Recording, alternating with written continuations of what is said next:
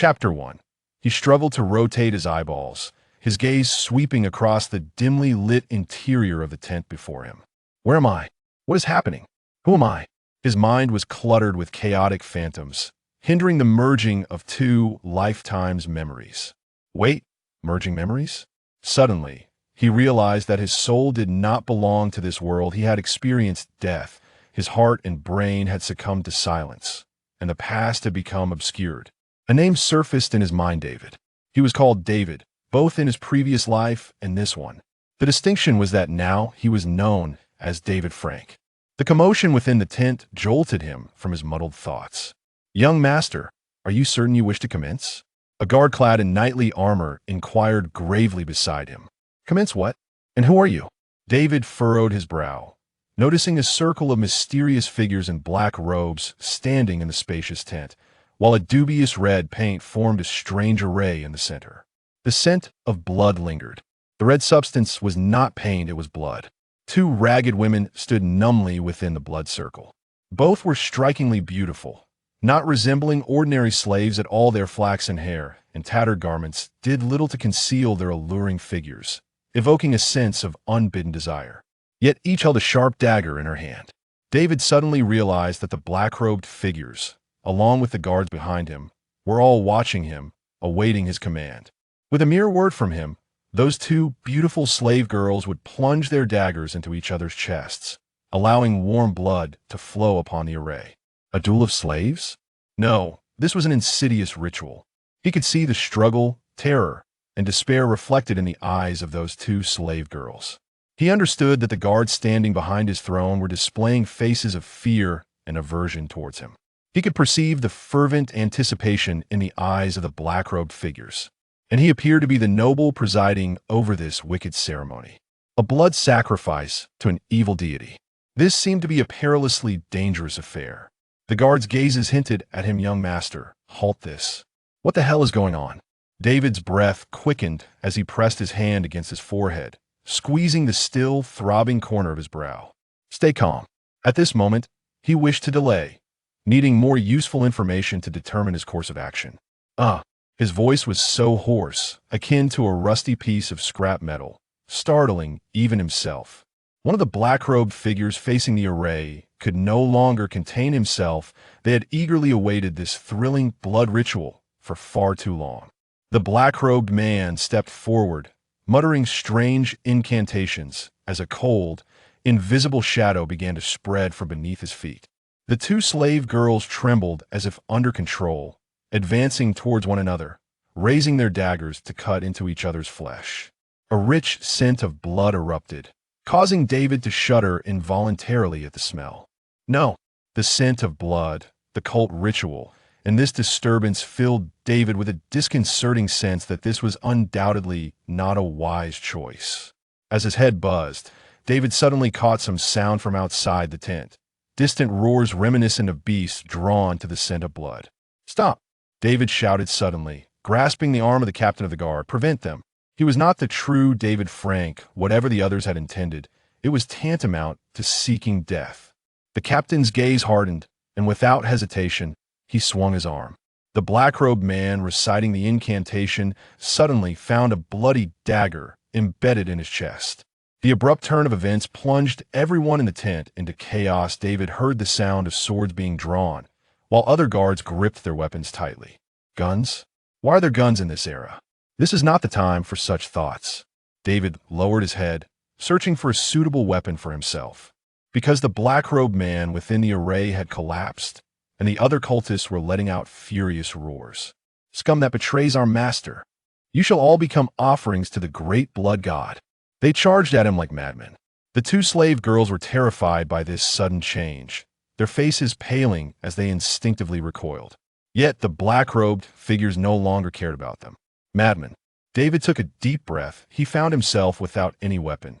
The only thing capable of inflicting harm was the heavy black wooden box resting on his lap. The battle was imminent. The black-robed figures near him were swiftly taken down by the booming gunfire. However, the other black-robed figures displayed astonishing agility. They recklessly lunged at the knighted guards, using their bodies to shield their comrades from bullets and blades. gouging out the guards' eyes with their bare hands at the cost of their own lives. Screams and cries of battle filled the tent as David gasped for breath, striking down an approaching lunatic with the sturdy wooden box. In such chaos, no one paid heed to the two slave girls. They may have already fallen amidst the tumult. Before that, more guards and black-robed figures had perished in the brutal close-quarters combat. What kind of mad cultists are these, daring to fight against the private soldiers of a noble? As the blade sliced through the tent, David, drenched in sweat, burst out into the stench-filled space, instantly shivering as the mountain wind hit him. Looking around, he realized this was neither a military camp nor a noble estate. It was merely a desolate, dark valley. So, it was true the original noble had deliberately led a group of cultists into the depths of a remote mountain at night to conduct their sinister ritual. What a ridiculous decision. David forced a bitter smile. He had not misheard. Distant shadows were now looming closer. Figures towering at least 2 men high, with a ghastly iron hue, long arms, and sharp black claws akin to the sharpest daggers, radiated a chilling light in the darkness. Monsters? The blood-soaked captain of the guard burst out of the tent, his expression shifting to one of alarm upon spotting the creatures. Demons! Protect the young master. Form ranks and attack. The other guards, who had just finished their slaughter in the tent, emerged, equally horrified. Yet, none of these guards wavered in the face of the monsters. Half of them instinctively followed the captain to confront the evidently formidable beings. The captain's eyes brimmed with resolve, fully aware that he might not survive the night, his thoughts solely focused on ensuring that the esteemed Lord Viscount Frank would care for their families. The disparity in strength was too great despite a roughly equal number. The tough-skinned, brawny monsters effortlessly tore through the guards' formation, their sharp claws piercing armor, while their gaping maws, exuding a foul stench, sank into the guards' throats. David hesitated, not for a moment. He turned and fled with the remaining guards, but the formation behind him collapsed too swiftly, forcing some guards to turn back and hold the line. The wind howled past his ears. He lost track of how far he had run, with guards beside him turning back to fight valiantly like loyal warriors, unable to be pulled back. Eventually, David exhausted his strength. His weary legs could no longer support him, and he collapsed onto the ground. It must be said, the guards of the Frank family were indeed remarkably brave. They had nearly vanquished all the monsters almost. The last green monster pursued him, grinning as it approached, poised to enjoy its feast. Am I to die again? David turned to sit on the ground, staring numbly at the towering creature. It seemed he had entered a chaotic and dark world where the beginning was exceedingly thrilling. Having just gained a new life, how can it end like this? No, absolutely not. I will survive at any cost. Any cost. In the unseen realm, it felt as if some presence had truly heard the plea of this insignificant creature, and in a moment of whimsy, granted him guidance. As David racked his brain for a means of survival, he suddenly noticed the box that had fallen beside him. This object had been in his possession from the very start. It seemed incredibly significant. He paused for a moment, reached out, and unlatched the box. With a click, a deep red, severed arm tumbled out from within. By some strange chance, David grasped it, and in an instant, a wave of intense dizziness washed over him.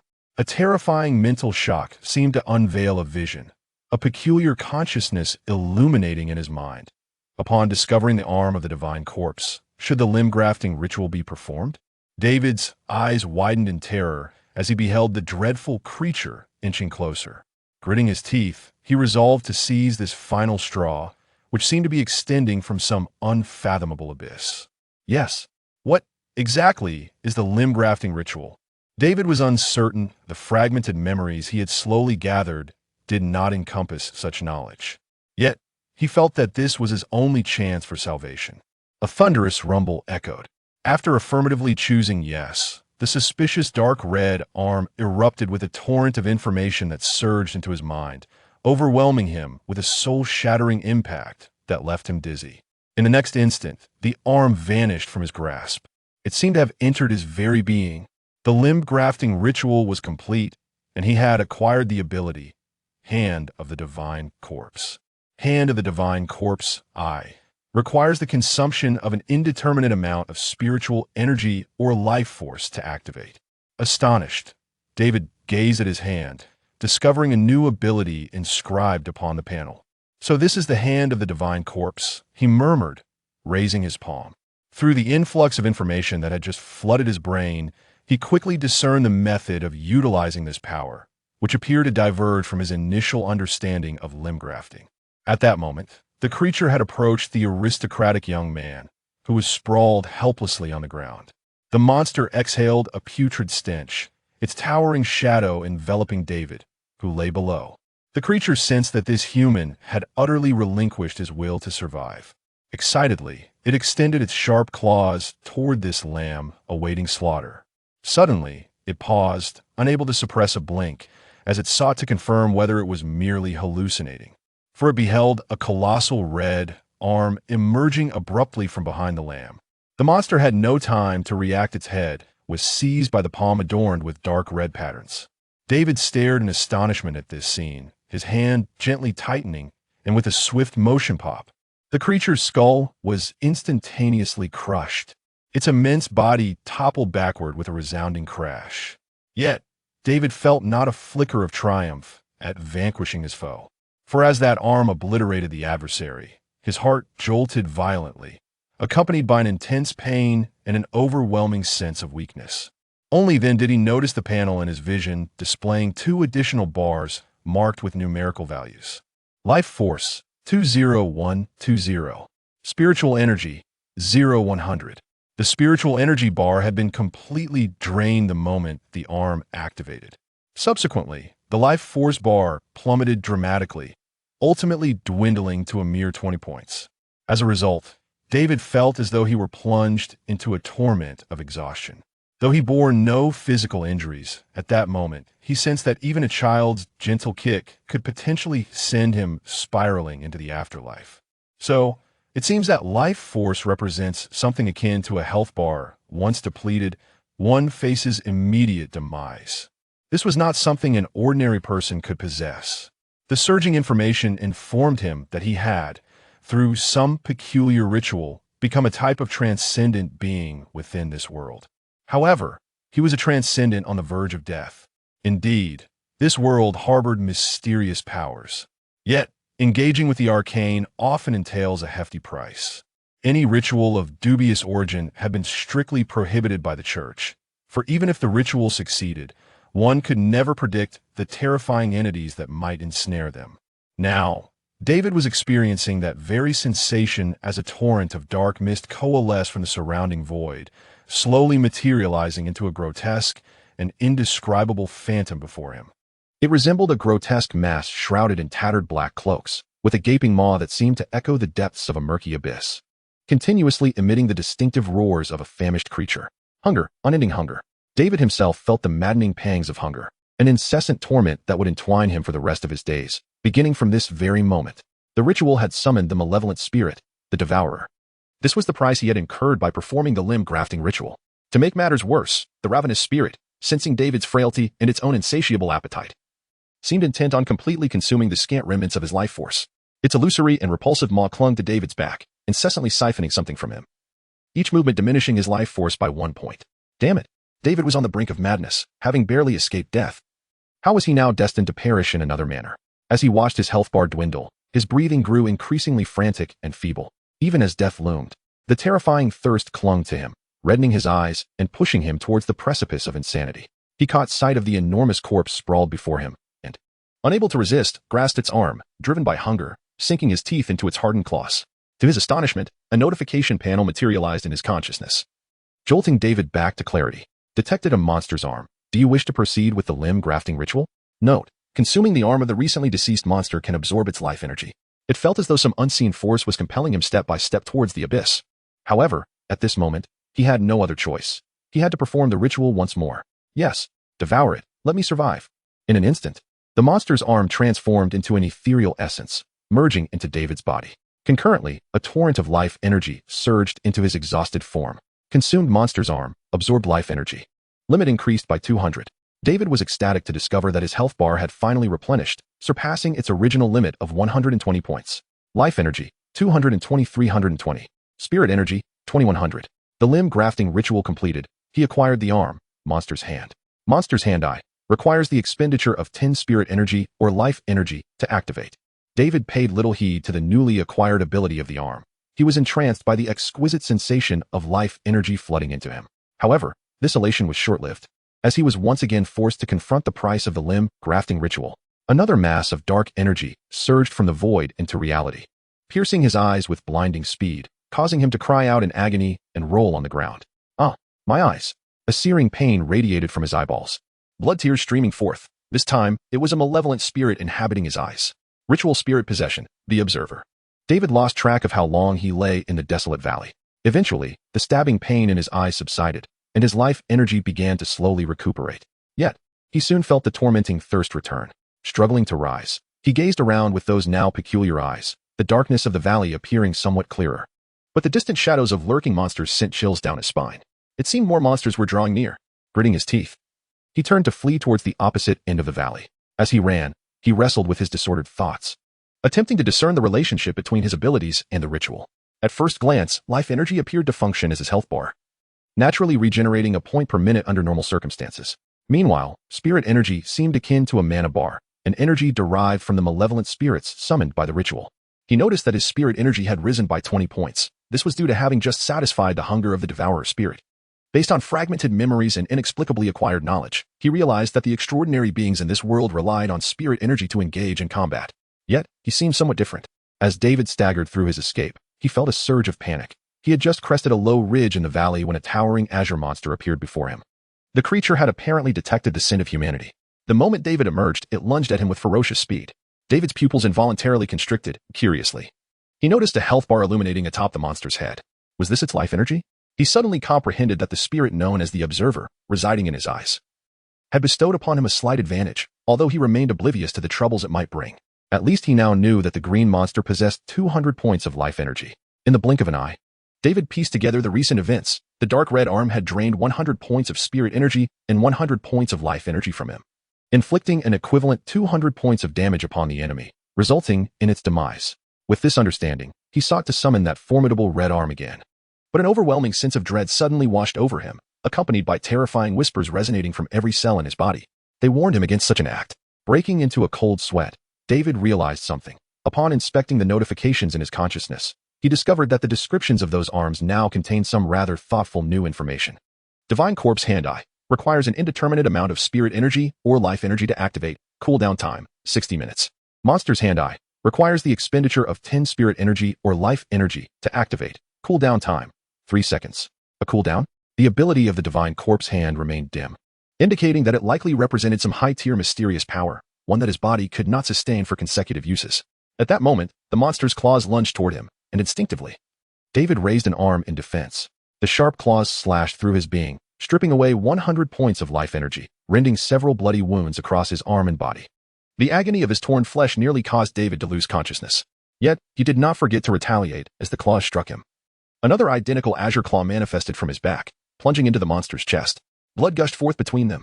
David was drenched in his own blood, while the monster's azure blood splattered across his face. Under the overwhelming sin of warm, foul blood, David roared and exerted control over his azure claw to launch a second assault. The equally enraged monster did not falter. It swung its claws once more at the audacious human who dared to challenge it. The monster's claw tore into David's shoulder, while its other claw barely missed, evading the attack. Then, it was suddenly pierced through the throat by a mysterious claw. Stunned, it watched as blue blood gushed forth like a fountain from its neck. It clutched its throat and stumbled back 2 steps before crashing to the ground. David, gasping for breath, half-kneeled on the ground, blood streaming from the wounds on his body. Looking fearsome and terrifying, yet he did not fall. He knew he would win this battle, solely because his health points were higher than his opponent's. Though the magical claw required a brief cooldown period, its attacks were far more unpredictable and elusive, rendering it nearly impossible to defend against. The monster's 2 claws had stripped away over 200 of his health points. However, his magical claw inflicted a similarly substantial amount of damage on the enemy. And in this exchange of blows, victory was naturally his. In the next moment, David crawled to the fallen monster's side and unhesitatingly grabbed its arm, devouring the monster's arm. He absorbed its life energy, increasing his maximum health by 200.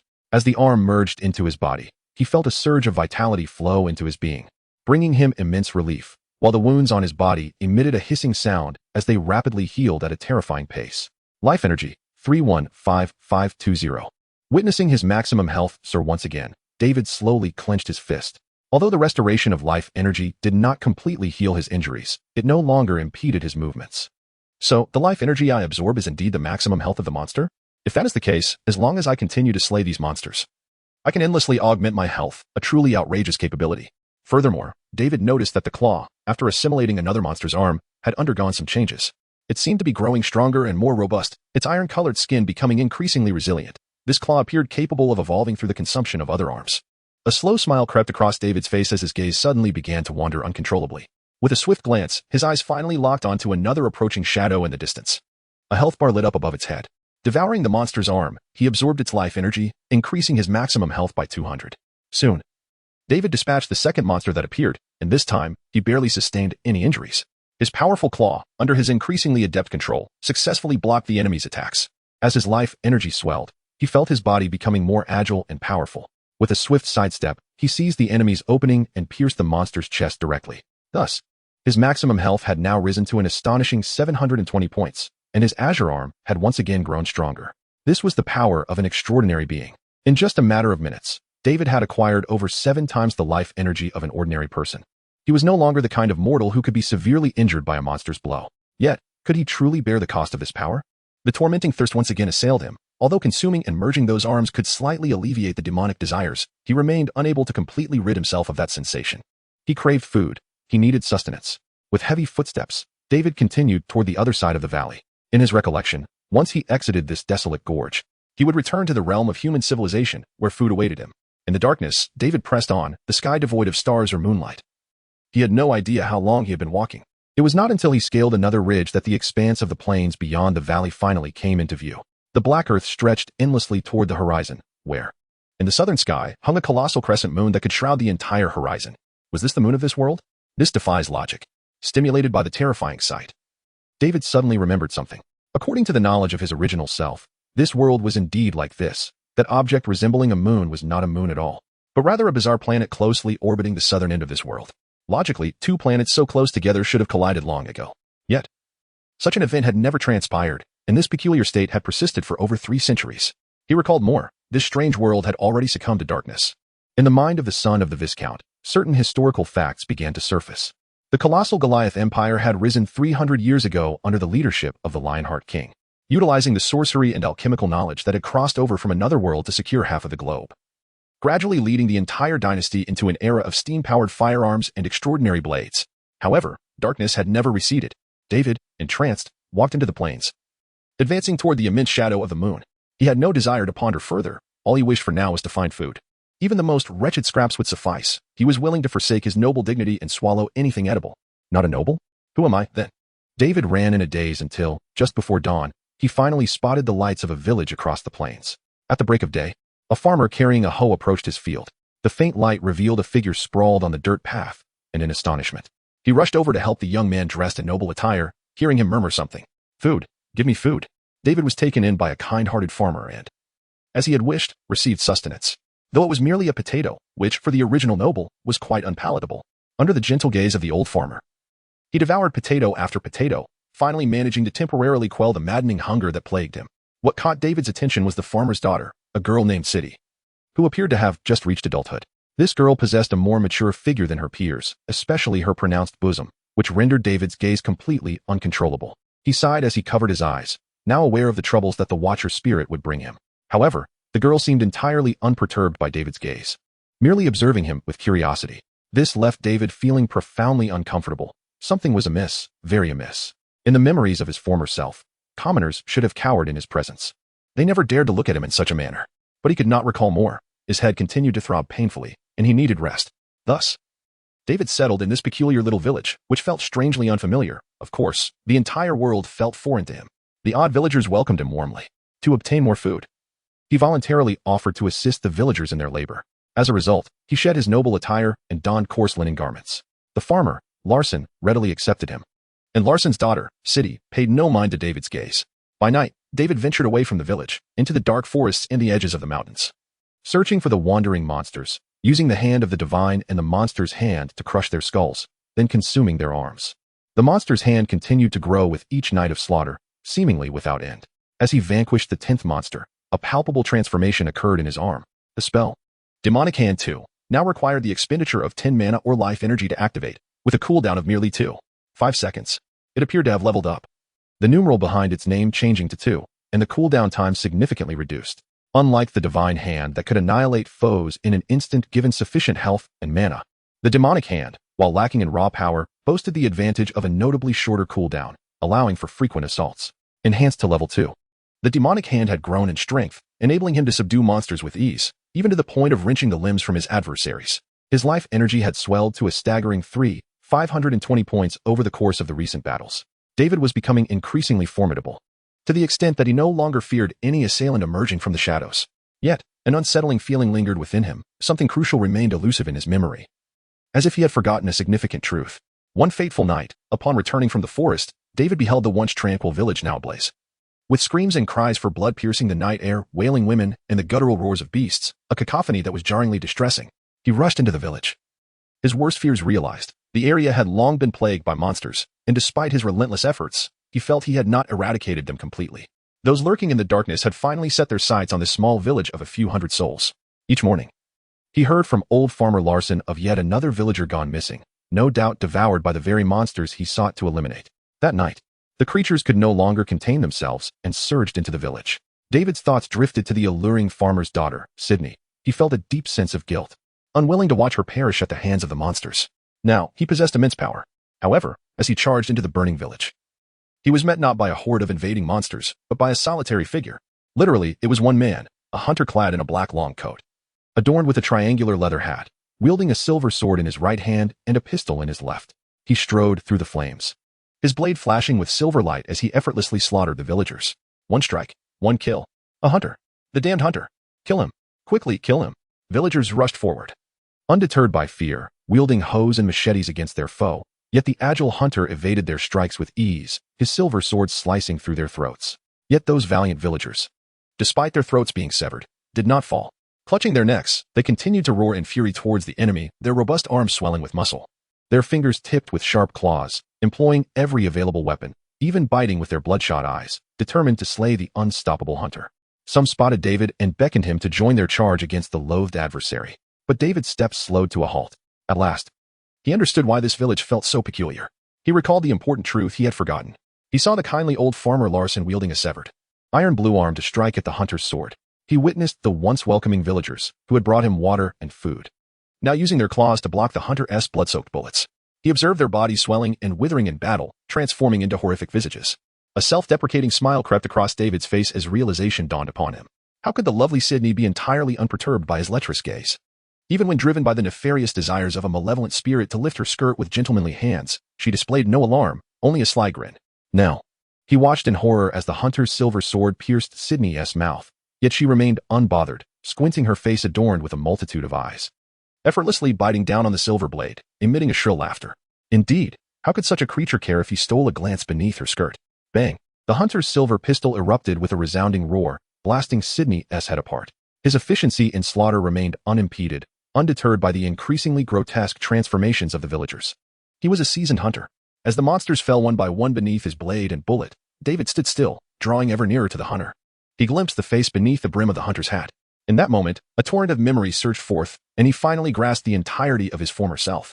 Why did the son of the late Count Frank perish during a dark ritual in the mountains, thus granting this interloper his body?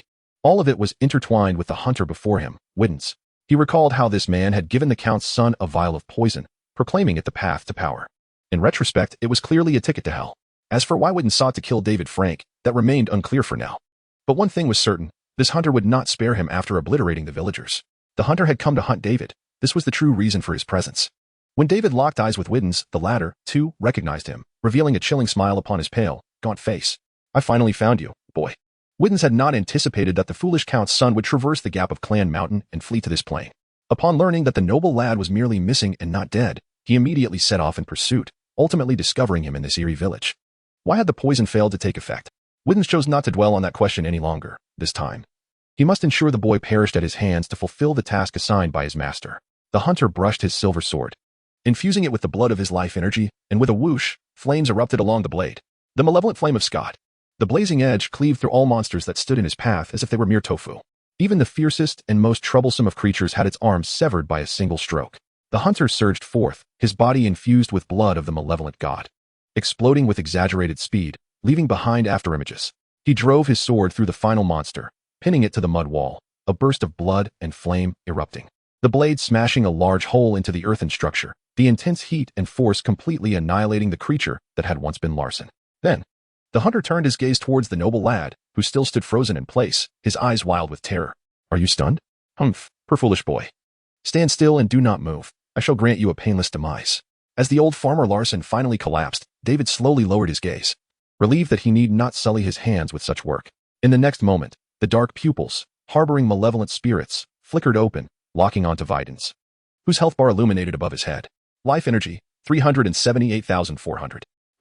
So little? He was somewhat perplexed, having assumed that all extraordinary beings would experience a continual increase in life energy as they matured. However, it appeared that was not the case. David grinned. "Is that all you possess? How could you possibly defeat me?" Suddenly, a burning silver sword pierced through the void, and David's previously smirking lips froze in place. In truth, health points do not signify everything. A true hunter would employ various frenzied tactics, even at the cost of their own life, to procure more mysterious, high-tier abilities. For instance, at that very moment, Viden's speed had escalated to a level that was nearly imperceptible to the naked eye. By the time David reacted, the seasoned hunter had already closed the distance, plunging his sword directly through David's chest. Sizzle! The burning blade caused David's life points to plummet by over 300. Yet, that was all it amounted to, in the presence of David's more than 3,500 life points. A strike capable of slaying monsters could scarcely inflict a fatal wound upon him. David's lips curled into a smirk once more as he disregarded the sword embedded in his chest, raising his arm to deliver a punch. A look of disbelief crossed Viden's face as he beheld the result of his strike. Although the silver sword had pierced his adversary, he distinctly felt the powerful muscles constricting around his weapon, leaving him with no sense of having inflicted any substantial damage. Subsequently, a soft yet forceful punch came, prompting Videns to instinctively sidestep. Boom! A claw of azure suddenly emerged from the other side, striking his body with considerable force. David could feel through the touch of the monster's hand that beneath the black cloak worn by the hunter, there seemed to be an exceptionally resilient armor, preventing his claw from tearing through Viden's flesh. Nonetheless, that strike caused Viden's life points to drop by over 100. "How many more of my claws can you withstand?" With the success of his strike, David retreated. His chest smoldered from the burning sword, causing his life points to diminish by 300. Had it been possible, he would have used his divine hand to crush his opponent's skull at that moment. However, he had already employed that arm in the wilderness to combat multiple monsters. It was still a few minutes away from cooling down. Yet, the situation was not dire, even if he had to engage in a battle of attrition. He still held a significant advantage. Or was it truly not dire? The ensuing battle, however, left David increasingly disheartened.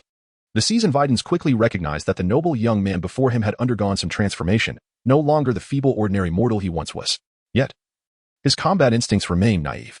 The experienced hunter swiftly altered his combat strategy, utilizing his superior speed and agility to evade David's terrifying claw attacks while delivering precise strikes to David's vital points in between. David found himself ensnared in a grueling struggle. The disparity in their skills was too vast. Under Viden's agile and sharp swordsmanship, David's claws seemed no more threatening than a child's futile punches. With a resounding crash, his claw left deep gashes in the earthen wall. Yet he could not land a single blow upon his adversary. It seemed as though Videns had discerned the cooldown of David's monster hand, often seizing the opportunity to launch his attacks during those fleeting moments. David felt as if he were a thoroughly studied boss, slowly being worn down by a hunter whose life points were far inferior to his own. After enduring numerous sword strikes, David's life energy dwindled to a perilous third. Midway through the confrontation, the flames upon Viden's sword extinguished. That ability appeared to require a continual consumption of spiritual or life energy, and even he could not maintain it for long. Yet, this did not alter the tide of battle. David still could not touch him, as Viden's explosively fast movement seemed to vanish into thin air, effortlessly dodging David's claw attacks once more. Retreating to a distance, the hunter let out a cold laugh, retrieving a red injection vial from his waist and thrusting it into his neck. David recognized that substance. It was a unique restorative potion used by hunters to regain life energy. Watching as his opponent's health bar rapidly restored under the potion's effect, David's eyes blazed with fury as he charged forward. He possessed no such means to recover during combat. If that fellow were to replenish his health right before his eyes, what hope would he have left? Just as his monster hand completed its cooldown, it thrust forth with a whoosh. Maintaining a calm demeanor, Videns raised his left-hand pistol, steadily squeezing the trigger. Bang! The bullet, ignited by the burning blood of the hunter, acquired unimaginable kinetic energy, shooting forth in a flash of crimson light, striking the precise point of David's monster hand's exertion. David felt a powerful force rupture the skin of his claw, creating a large hole, causing his life points to plummet once again by over 300, leaving him with merely 935 points. The force of the impact disrupted his balance, causing him to stagger backward. The hunter-esque gun emitted a soft sound as a silver needle protruded from the handle, piercing his vein and swiftly extracting a significant amount of blood. In an instant, a blood-red bullet coalesced within the barrel. He could fire again. David's eyes widened in disbelief. Bang! The barrel erupted once more. And this shot struck directly at David's heart, obliterating half of it. His life points plummeted again by over 400. After firing twice, Viden's face paled further. This blood bullet consumed his life energy, compelling him to use his only precious restorative potion. Yet, those 2 shots were sufficient. From David's increasingly frantic and desperate attacks, Videns could discern that his opponent had reached his limits, his life energy nearly depleted. Now, allow me to bring this to a close. In a flash, Videns closed the distance to the retreating David, raising his gun and aiming it point blank at his opponent's forehead. As anticipated, the terrified nobleman activated that strange ability, using the claws extending from his back to firmly grasp the now empty gun. Then, with a mocking smile, Videns lifted his silver sword, aiming it toward David's eyes. After all, he was merely an inexperienced weakling. Suddenly, a dark red hand appeared, gripping Videns' head. The long sword failed to pierce David's skull. Instead, the hunter's head exploded first. The look of terror quickly vanished from David's face, as if it had never existed. The crimson hand of the divine corpse released its grip, and the headless body of the hunter collapsed to the ground. From the very beginning of the battle, he had foreseen this moment's arrival. With unparalleled speed, he could only rely on clumsy assaults and his substantial health pool to stall. He needed to make the enemy complacent, to instill in them a sense of helplessness, and to create an illusion that they were slowly descending into despair.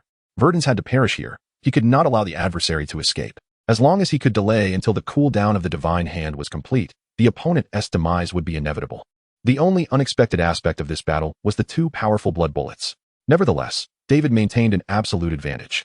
Even after enduring those 2 shots, he still possessed more life energy than the hunter at his peak. With the continuous use of the monstrous hand, his spiritual energy had long been depleted. And to ensure his safety, he consumed a full 400 points of health, obliterating his foe. Now he had 84 points of health left. No, it was 8,382, 81. His life energy continued to plummet uncontrollably. Losing half a heart would be a fatal injury for an ordinary person. However, for a transcendent being still sheltered by life energy, it was merely a grievous wound that would gradually drain his vitality. This too would claim his life in a short time. David cast a cold gaze upon the hunter's corpse, fixing his attention on the arm that had wielded the sword. The question arose, should he perform the reattachment ritual on the arm of the aberrant? Yet another ritual. This would signify a new malevolent spirit, a fresh curse. Yet, he seemed to have no other choice. The deaths of those villagers bore no significance to him. The reattachment ritual elicited no response from the other corpses, rendering him incapable of consuming their life energy. This hunter's arm did not belong to the monsters, and to absorb its life energy, he must undertake an additional reattachment ritual. Burdened by debt, David numbly extended his hand and grasped the hunter's arm. He absorbed the aberrant arm, gaining 400 points of life energy. The reattachment ritual was completed, and he acquired the aberrant arm I, capable of consuming 100 points of spiritual power or life energy to activate the ability Foolish Touch. Cooldown, 5 minutes. Life energy, 479, 3920. Spiritual energy, 0100. Life energy surged into his body, swiftly mending his fatal injuries. Yet, the exhaustion of spiritual energy plunged him back into a tormenting predicament, besieged by 2 malevolent spirits. Moreover, a new malevolent spirit silently emerged from the void. A shadow emanating black mist, slowly infiltrating the shadow beneath his feet. The ritual spirit possessed him, the aberrant shadow.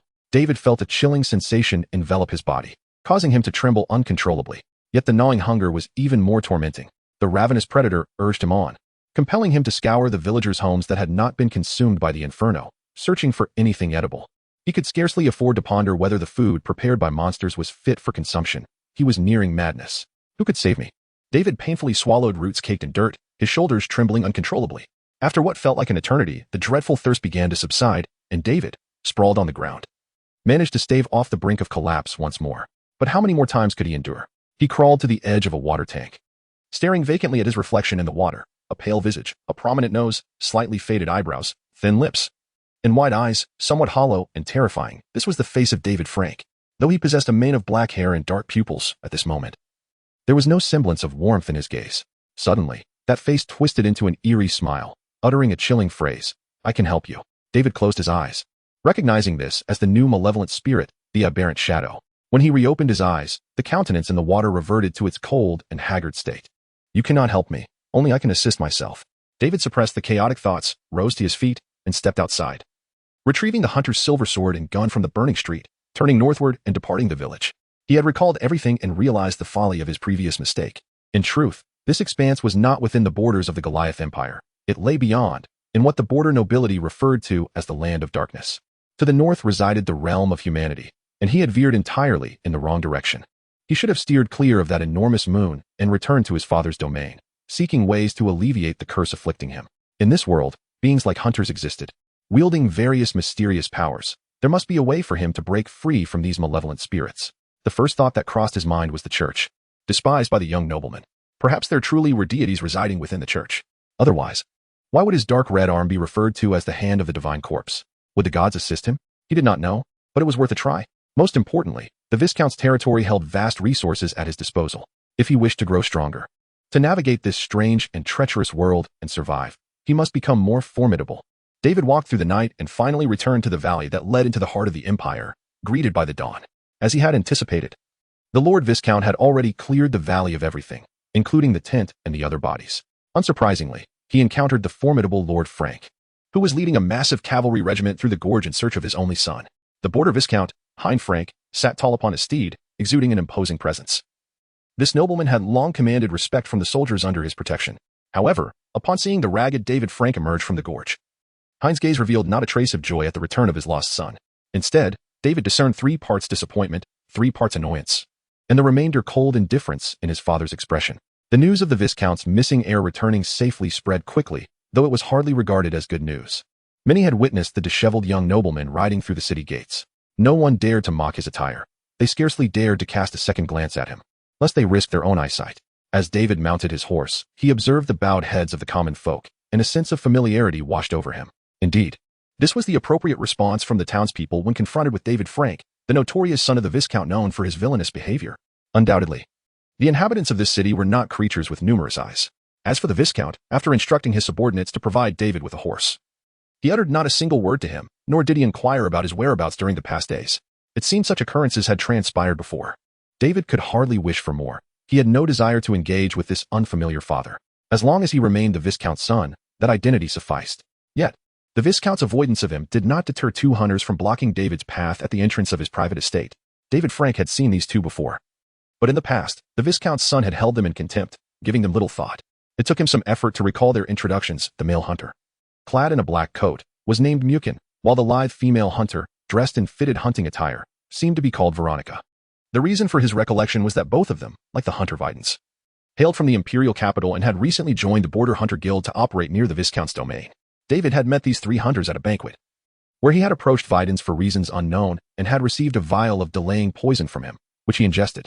Now, David longed to understand why Videns sought to take his life, and whether these 2 young hunters were connected to that peril. Dismounting with the assistance of a servant, David strode toward the 2 hunters, observing a hint of inexperience in their expressions.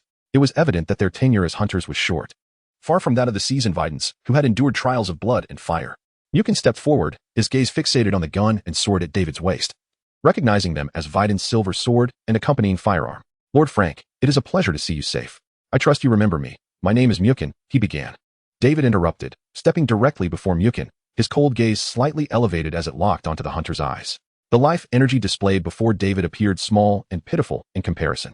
The nearly 20-fold disparity in vitality signified a crushing advantage. An overwhelming aura emanated from David, rendering Mukin suddenly fearful of the young nobleman before him. Despite lacking the ability to discern David's true strength, an instinctive warning alerted him to the danger that lay before him, prompting him to take a step back. His demeanor visibly diminished. Raising an eyebrow, David had initially been indifferent to engaging with the 2 hunters, but it seemed they were not inclined to escalate matters. What is your purpose? He inquired succinctly. Lord David, the perceptive female hunter Veronica stepped forward, boldly addressing him. We have come to disturb you to confirm something. Our mentor, Hunter Videns, should have established a rapport with you. Upon hearing of your disappearance, he volunteered to search for you. She gestured toward the gun and sword at David's side. If I am not mistaken, those must belong to our mentor. Have you seen him? Where is Hunter Videns now? Veronica's tenacious spirit shone through, and David could read her determination in her eyes. He smiled faintly and replied candidly, I have seen him. He is dead. The hunter's expression shifted to one of astonishment. David continued, he died saving me. He was a brave and honorable old hunter. The thoughts of the young hunters were easily decipherable, and from their bewildered reactions, David was certain they were oblivious to Viden's intent to kill him. With that, he drew the gun and silver sword from his waist and placed them into Veronica's bewildered hands. The sword was unremarkable, merely a standard-issue silver blade of excellent craftsmanship, yet the gun intrigued David. During his travels, he had studied its construction closely. This elegant handgun, which fired blood projectiles, was unlike any firearm he had known. It operated through a mysterious alchemical reaction to propel its bullets. More remarkably, it could even absorb the hunter's blood to serve as ammunition. Regrettably, David could not wield this weapon, as his blood lacked a specific component unique to hunters. Thus, he returned the gun to the hunters, seeking to conclude this testing exchange before he lost control of his gaze, an urge exacerbated by the damned voyeuristic specter that incessantly urged him to fix his eyes upon the young hunter. Veronica, with a charming visage and a smooth neck, the subtle rise of her curves beneath the fitted bodice and the slender waist concealed beneath her flowing garments captivated David. He inhaled deeply, resolutely closing his eyes and turning away, embodying an air of indifference. The huntress had likely sensed the lewd gaze of the Viscount's son long before. She simply did not wish to offend a noble, particularly one as notorious as David Frank. Upon returning to his private estate, David indulged in a hearty meal, courtesy of his servants, momentarily quelling his insatiable hunger. Afterward, he found the inclination to don a respectable and comfortable outfit befitting a nobleman, announcing his return amidst the wary glances of the servants. A sycophantic attendant eagerly approached David's table, grinning as he presented a newspaper. Indeed, this world possessed newspapers, a concept not exclusive to the predecessors of time travelers. The Goliath Empire boasted not only newspapers but also factories, steamboats, colossal steam locomotives, and an extensive railway network. This realm mirrored the Victorian era of his past life yet diverged in significant ways. Similar civilizational advancements birthed various modern inventions. Curiously, however, the Goliath Empire maintained a regressive noble system. Perhaps it was due to the shadows lurking in this world? David pondered, casting the newspaper aside to regard the grinning sycophant. Doug. This fellow had been by David Frank's side for many years, with a shifty appearance and cunning nature, often aiding the young noble in various nefarious deeds. Ah, my lord, I knew you were destined to return unscathed. That's why I've been waiting here for you, Doug boasted. David remained noncommittal, listening to the flattery while contemplating whether to dispose of this man. By the way, I have good news for you, my lord. The two beautiful slave girls you previously took with you have been retrieved. This revelation perplexed David. After Doug elaborated, he learned he referred to the two slave girls nearly sacrificed that night. They had survived the turmoil, merely trapped beneath a pile of corpses. When the Viscount's men arrived, the clever Doug had stealthily rescued them and confined them in David's private dungeon.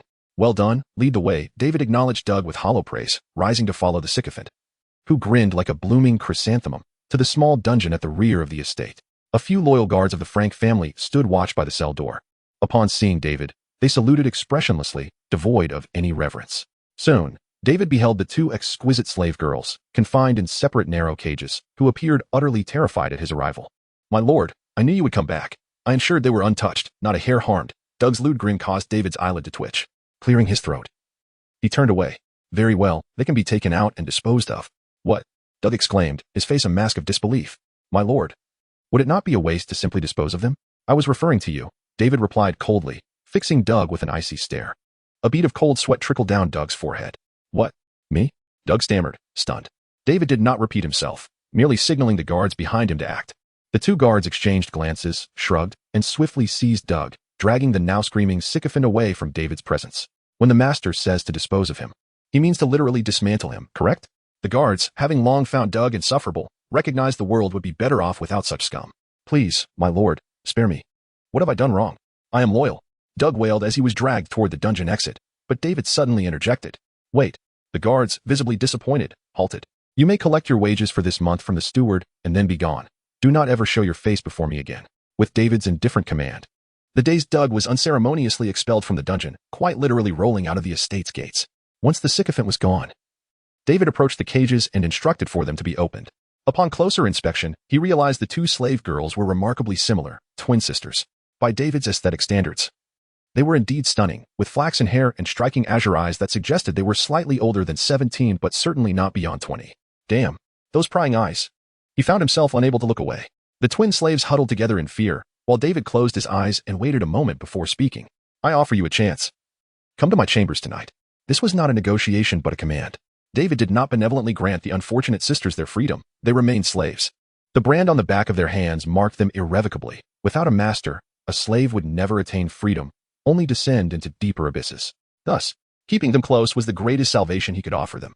Furthermore, he sought to uncover clues regarding the mysterious arm of the divine corpse. That arm's origins were unknown even to David Frank, as it was the first time he encountered the box containing it. The two slave girls had been delivered alongside the arm by those cultists. They were likely scions of some fallen noble from the north. As those deemed heretics or defeated in some conflict often found themselves enslaved, that arm, too, might have been a relic cast away from the vaults of those fallen families. In the night, David sat at his writing desk, battling the torment of 3 malevolent spirits while deep in thought. A knock at the door interrupted him, and the twin slave girls, now clad in maidservant attire, entered with tea, their movements somewhat awkward as they served him. They had accepted their new identities.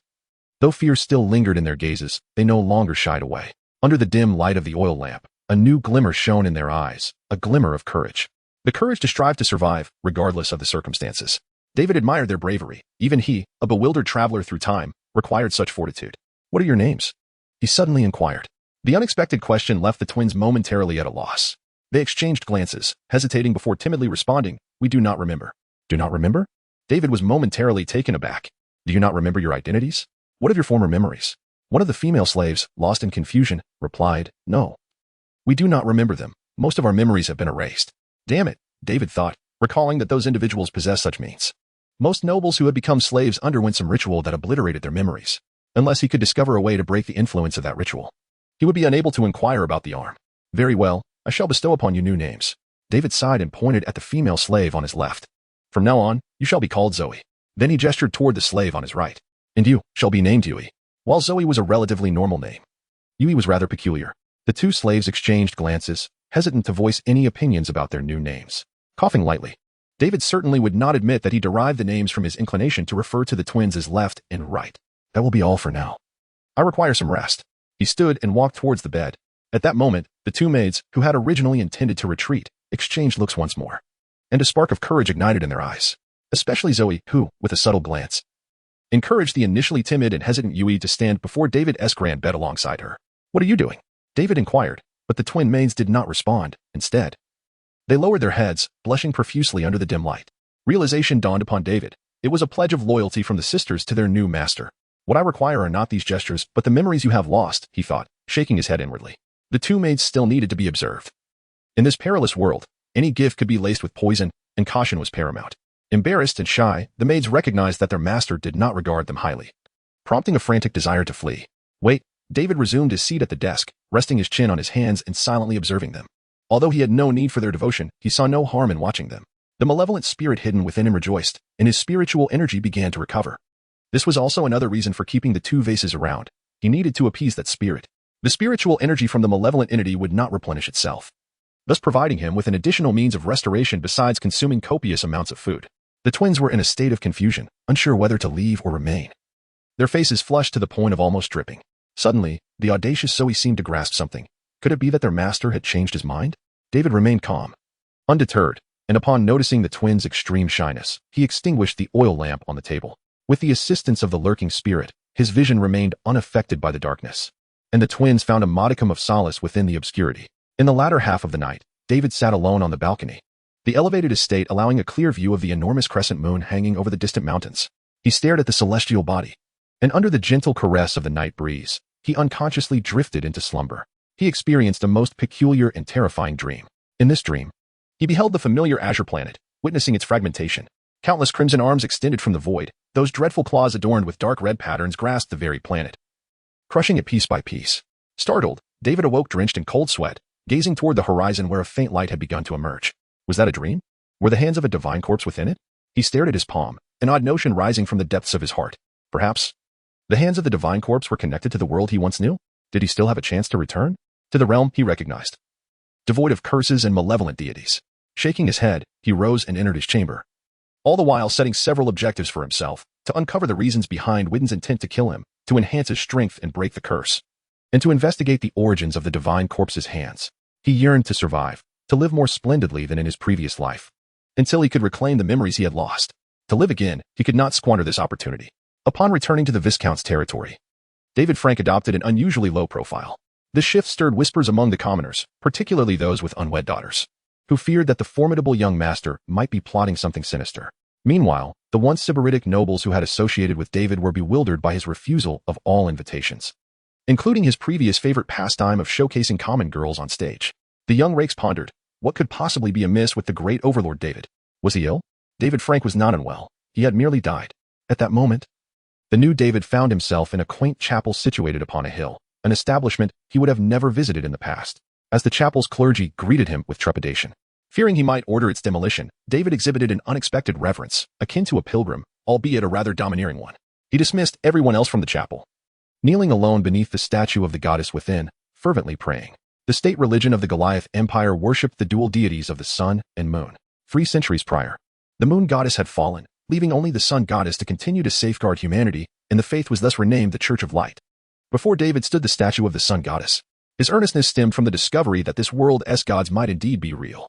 From the moment he entered the chapel, the malevolent spirit within him seemed to be subdued. All curses, all torment, and all whispers were momentarily alleviated. "Oh, benevolent sun goddess," David cried, tears welling as he knelt before the statue's feet. If the goddess truly stood before him, he would have kissed her feet without hesitation. Alas, this warm sensation eventually faded. Perhaps the goddess sensed his blasphemous thoughts, or perhaps the malevolent spirits recognized the statue as merely an empty fade, and their torment returned to ensnare him. Disappointed, David departed the chapel. Perhaps a deity could indeed save him, but evidently, the god within this small chapel was incapable of doing so. This was merely a serendipitous detour. David's true purpose lay in the cemetery behind the church. Since returning to the Viscount's domain, he had been searching for those cultists he had encountered in the past, though all those who accompanied him into the valley have perished. The devotees of the blood god are certainly not limited to that few. Beneath the domain of the Viscount, there lurk many forces, all relying on the financial support of certain noble patrons, one of whom was the late David Frank. The rationale behind their funding is rather straightforward. The aristocrats require these cultists to undertake unspeakable deeds. For instance, David Frank had expended a considerable fortune to orchestrate a ritual, which was, in truth, aimed at clandestinely acquiring a certain extraordinary power to eliminate his father, Hein Frank. David paid little heed to the trivial affairs of the Viscount's household. His gaze was solely fixed upon the cult. Locating these individuals proved to be a challenge, yet David possessed an astute instinct. Swiftly pinpointing the location of this cult gathering through financial transactions and his connections within the underworld. It was situated beneath the cemetery behind the church. As one of the principal financiers of the blood god cult, David was not met with hostility upon his uninvited arrival. Once it was confirmed he was alone, they cautiously escorted him underground to meet the esteemed high priest. The underground tomb was filled with many ordinary individuals bound and helpless. Some had succumbed to a deep slumber, utterly unaware of the nightmares awaiting them, while others wailed incessantly, their cries becoming a melodious song in the ears of the cultists. Such gatherings of this cult were invariably accompanied by bloody sacrificial rites. At this moment, the sun had yet to set, and the light of the sun goddess still illuminated the world, so the sacrifices had not yet commenced, though they would soon. David withdrew his gaze from the unfortunate souls, whether slaves or commoners, and silently followed the robed figures deeper into the tomb. Esteemed guest, Lord David Frank, the high priest, a seemingly amiable old man cloaked in a thick black robe and hood, greeted him. At first glance, one would never suspect he was a ravenous madman. David nodded in acknowledgement. After the other cultists departed, he sat across from the high priest at a wooden table illuminated by an oil lamp. "I have come to discuss the matter regarding the last ritual," David stated plainly. The high priest smiled faintly, his gaze locking onto David's icy eyes, which exuded an unsettling aura, as though they could see right through him. Nevertheless, he maintained an air of serenity, embodying the demeanor of a mysterious sage. "My lord, as I understand it, that ritual was a failure." "Indeed. Was it due to the monster's attack?" "Yes, but I do not intend to pursue that matter any further." The high priest's lips twitched slightly. "You do not intend to investigate?" "We lost so many lives. I wish to inquire." Of course, he dared not voice such sentiments. He needed to afford this young master due respect, for with him, the blood god cult could continue to develop in secrecy within the Viscount's territory. Then, "Lord David, do you require? I am here to ask you some questions." David interrupted the old man coldly. "Can you provide me with more information about the arm used as a sacrifice and the twin female slaves you captured?" "This." The old man hesitated. "I am not entirely certain of their origins. Those items are remnants from the black market in the north, as you may know. I demand the truth." David's tone grew more severe. The high priest suddenly felt an oppressive force, as if the oil lamp on the table dimmed. "My lord, I have not deceived you. Nor is there any reason for me to do so. Everything deemed worthy as a sacrifice for the blood god ritual has been meticulously selected. That arm, though its origins are unknown, harbors genuine mysterious power, making it an exceptional core material for the ritual." "Enough." David shook his head. Perhaps the other party truly knew no more. "I have another question regarding the hunter Videns and the flame of the evil god. What do you know?" This was another of his aims. Videns' flame lingered vividly in his memory, for he understood that such power was not commonplace among church hunters. Videns must have had dealings with other dark entities. The high priest chuckled, as though this question was within his grasp. "Hunter Videns is an experienced veteran. Yet he has been unable to complete the ascension ritual within the church, perhaps due to his realization of the futility of his beliefs. However, our great Lord of Darkness accepted him, allowing him to become a servant of the evil god Scott, and successfully complete the ascension ritual. What is the ascension ritual? David inquired. Oh, it is akin to the ritual you are preparing to offer to the blood god. Upon accepting the blood god's power, you gain the apostle bestowed by him, sharing in the essence of spiritual energy. Ascension will grant you an even greater reservoir of spiritual energy and allow you to draw formidable power from the apostles. Upon hearing the high priest's animated explanation, David nodded inwardly. It became clear that to elevate one's spiritual energy, one must engage in deeper rituals. No wonder he had only possessed a meager 100 points of spiritual energy all along. The spiritual energy of those hunters must far exceed his own. Yet, he seemed to require none of that. After all, life energy could serve as a substitute. As for undergoing rituals to strengthen those evil spirits, was he not already tormented enough? My lord, we can prepare another sacrificial ritual for you at any time. Rest assured, I shall personally oversee this one, ensuring you are smoothly embraced by the great blood god. The high priest's face was alight with temptation. A ritual? David cast a sidelong glance at him, slowly rising to his feet. I have no need for such things. Eh? The high priest was momentarily taken aback. My lord, do you wish to acquire power akin to Vidon's? That is not impossible. It's just, no, I have no need for your ridiculous power. David grinned, softly declaring, I am invincible. Boom. A deep green claw suddenly erupted between the two, tearing the wooden table in half, 5 talon-like blades piercing the high priest's chest simultaneously. The old man's eyes widened in disbelief as he gazed at the monstrous hand that had impaled him. Then, another arm resembling a pale human limb emerged from David's back, possessing 6 elongated fingers adorned with ominous black nails. The grotesque hand pressed upon the high priest's horrified gaze, touching his forehead. The arm of the outcast, the touch of foolishness. The last vestiges of the high priest's defiance were swiftly extinguished, plunging him into a hazy state of impending death. I ask you, David leaned down, whispering in his ear, who is the one who paid the price for the ritual involving Vidon's? In the blink of an eye, 100 points of psychic energy had been exhausted. Yet, David had acquired the answers he sought. Under the control of the heretic, the high priest revealed the backers behind Vidon's. The Hunters Guild, hailing from the imperial capital, was implicated, though the specifics remained shrouded in mystery. How ironic it was that the hunters, tasked with pursuing darkness, would willingly let their own kind embrace the abyss. David shook his head, extinguishing the life of the high priest, whose vitality was remarkably more resilient than that of ordinary beings, with his monstrous hand. These cultists, bolstered by dark powers, possessed unusual strength and higher vitality, reaching 180 points. It was no wonder they dared confront fully armed guards head-on. Nevertheless, to David's level 2 monstrous hand, they were still but prey. In contrast to the primary offensive capability of his magical claws, the arm of the heretic lacked similar aggression, its prowess primarily lying in control. Any creature touched by it would briefly succumb to a state of foolishness. Such formidable control capabilities were marred only by a lengthy cooldown period of 5 minutes. With a mere thought, David directed his gaze towards the high priest's arm. The arm of the heretic, in theory, could grow, its intended prey being the arms of other humans ensnared in darkness. By devouring the heretic's arm, he could absorb life energy, augmenting his limit by 180. Excellent, David smiled with satisfaction. After assimilating the old man's arm, he indeed felt the heretic's arm grow slightly more agile, its length incrementally increasing. Outside the wooden door of the tomb, the cultist seemed oblivious to the commotion within. After 5 minutes, David pushed open the door and unleashed both the arm of the heretic and his monstrous hand upon the 2 cultists stationed outside. The 2 men, their faces adorned with blood-painted markings, had no time to utter a sound before they were silently dispatched. Absorbing their arms and discarding the bodies back inside, David continued his nonchalant exit from the crypt. Along the way, some cultists encountered the young master and greeted him with eerie smiles, extolling him with the rituals of their sect. David reciprocated their smiles, his radiance unwavering. It was not until he reached the sole exit of the tomb that the cultists suddenly realized the true meaning behind David's smile. It was akin to that of a butcher gazing at lambs awaiting slaughter. His magical claws tore through the bodies of the cultists, barricading the path to the surface. And cries of chaos erupted, blood splattering and flesh flying. The weapons and strength of the cultists were entirely insufficient to challenge David's formidable form. Thousands of life energy points standing as an impregnable wall before them. The corpses rapidly accumulated. On the other side of the tomb, within a locked chamber, 2 young hunters, Mukin and Veronica, were confined in an iron cage. Mukin bore a visage marred by bruises, a wound on his forehead still oozing blood, while Veronica had suffered an injury to the back of her head.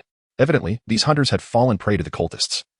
It was a shameful fate for trained church hunters to have succumbed to the traps of the heretics, rendered unconscious by their foes' pitchforks and hammers, their gear confiscated. Awaiting them was a gruesome sacrifice, for the cultists delighted in offering hunters as tributes to their dark master. Listening to the cries and wails of the captives outside the chamber, Veronica felt her heart plummet into despair. She sensed a profound hopelessness. for no other hunters would come to their rescue. Damn it. She had long suspected that the cursed nobleman had ulterior motives. Why else would the moment they uncovered his connections to the cult, they immediately became aware of our investigation? Myriad, filled with rage and frustration, pounded on the cage. But it was futile. We should have reported this to the guild sooner, Veronica murmured to herself. Initially, they had doubted that Minterwidens would easily perish, leading them to conduct a covert investigation into David Frank. When they eventually discovered the nobleman's ties to the cult, an overconfident Veronica had believed she could handle the situation herself, seeking to gather evidence against David and denying him any chance of escape to avenge her mentor. Now, Veronica regretted her choices. Yet, regret was too late. It wouldn't be long before the cultists would slice open their bodies and extract their hearts. Outside the chamber, the sounds of shouting and screaming grew even louder, as if the cultists were preparing for the ritual, perhaps with other victims already in the fold. This instilled fear in Veronica, marking the closest she had ever come to death since becoming a hunter, a feeling of utter helplessness. After a while, silence enveloped the doorway, leaving the female hunter alone with the sound of her own rapid heartbeat. Suddenly, the door to the chamber burst open, startling both hunters. However, what astonished and confused them was that the figure who had opened the door was not one of the dark-cloaked cultists, but a blood-soaked nobleman, David Frank. Myriad stood in shock, having just entertained the thought that David might come to personally sacrifice them, only to realize that behind the nobleman stood several freed commoners. David Frank was not there to kill them. On the contrary, he had eradicated every single cultist within the crypt. David's expression was impassive as he regarded the two hunters, a mixture of curiosity and amusement flitting through him. No wonder these two had not troubled him of late. Vanishing as if into thin air, they had been captured by the cult. The newly liberated hunters gaped in disbelief at the corpses of the cultists strewn across the crypt. Dozens of cultists had been slain, all by this nobleman alone. Undoubtedly, this is the truth. All the rescued civilians can attest that it was Master David who saved them. They gazed at David with a mix of fear and reverence, though the fear outweighed the respect. David smiled and raised a finger to silence them. Instantly, they nodded in panic, forcing themselves to forget the horrifying claws of Master David. Not only were those claws terrifying, but David had also torn off the arms of all the cultists, a gruesome scene that surpassed even the cultists' own malevolence. David was indifferent to the fact that these civilians had witnessed his arms. He was only concerned with his own power. After assimilating the arms of dozens of heretics, his own arms had undergone a transformation. Heretic Arm 2, capable of consuming 90 points of spiritual or life energy to activate the ability Touch of Foolishness. With a cooldown period of 4 minutes, this newly evolved Pale Arm reduced both consumption and cooldown time, while also becoming longer and more agile. More importantly, David's life energy capacity had significantly increased yet again, reaching an exaggerated level. Life energy, 90, 809, 380. As night fell, all those in the tomb returned to the surface, weeping as they beheld the setting sun. Some even knelt and kissed the ground, bowing in gratitude to David, thankful that the noble lord had saved their lives. David did not linger with these civilians. He escorted them to the church and relinquished this burden. The clergy at the church looked bewildered at the influx of these unfortunate souls, unsure of how to manage them. Adhering to the principle of never offending David Frank, the church later covertly sent these civilians to David's estate, but that is a tale for another time. Two hunters stood amidst the twilight, their expressions fraught with confusion. They could hardly accept the events that had just transpired, as if they were trapped in a dream.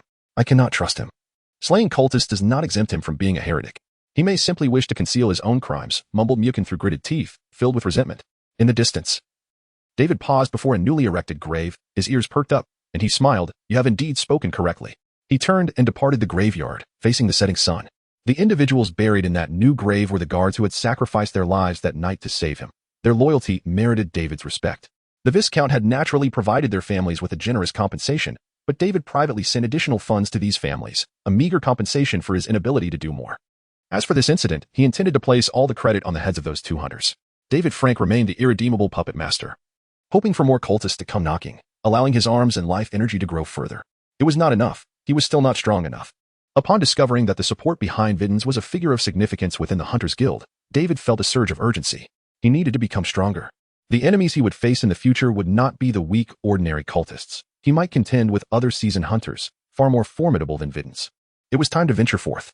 On a tranquil morning, David Frank boarded a carriage, discreetly departing his estate, leaving the Viscount's domain of Frank City, and heading towards the border fortress nestled within the Clan Mountains. He traveled light, accompanied only by a pair of twin maids and essential belongings, with the driver being the sycophant duck. Indeed, Master David had welcomed back the cast-out duck. In the days prior, he had been sending people to observe Duck. And apart from drowning his sorrows in drink at home, Doug had done nothing else and harbored no intentions of revenge against David Frank. As a loyal follower since childhood, Doug's fidelity was unquestionable. A deep bond existed between the noble and his servant. At the very least, David felt he could trust this scoundrel. who would soon meet his demise in the streets if abandoned. Thus, David welcomed back his faithful Doug, disregarding the myriad of gratitude and flattery, and set him to work as a laborer by his side. Consequently, David took residence in the border fortress, settling into a modest house adjacent to the military camp. The officers recognized David. Initially, they thought this notorious young man had come to enlist someone for hunting, but he did nothing of the sort. Rarely did Master David disturb anyone, remaining enigmatic and almost entirely avoiding contact with the fortress's inhabitants. In fact, much of his time was spent away from the fortress. In the desolate depths of the border mountains, clad in a long black coat, David ambled into the shadowy valley forest, wielding a lightweight hand axe. He drew a vial of black liquid from his waist and poured it onto the ground. The black liquid instantly emitted a noxious odor that quickly wafted away on the wind. This special concoction, obtained through dubious channels, was designed to attract malevolent entities. During this time, he had been leveraging David Frank's original wealth and connections, acquiring substantial knowledge about monsters through cults and various underground markets, which had taught him how to lure these creatures forth.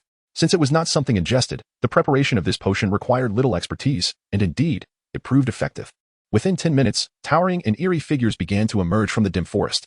Their pallid skin was covered in a layer of foul-smelling fur.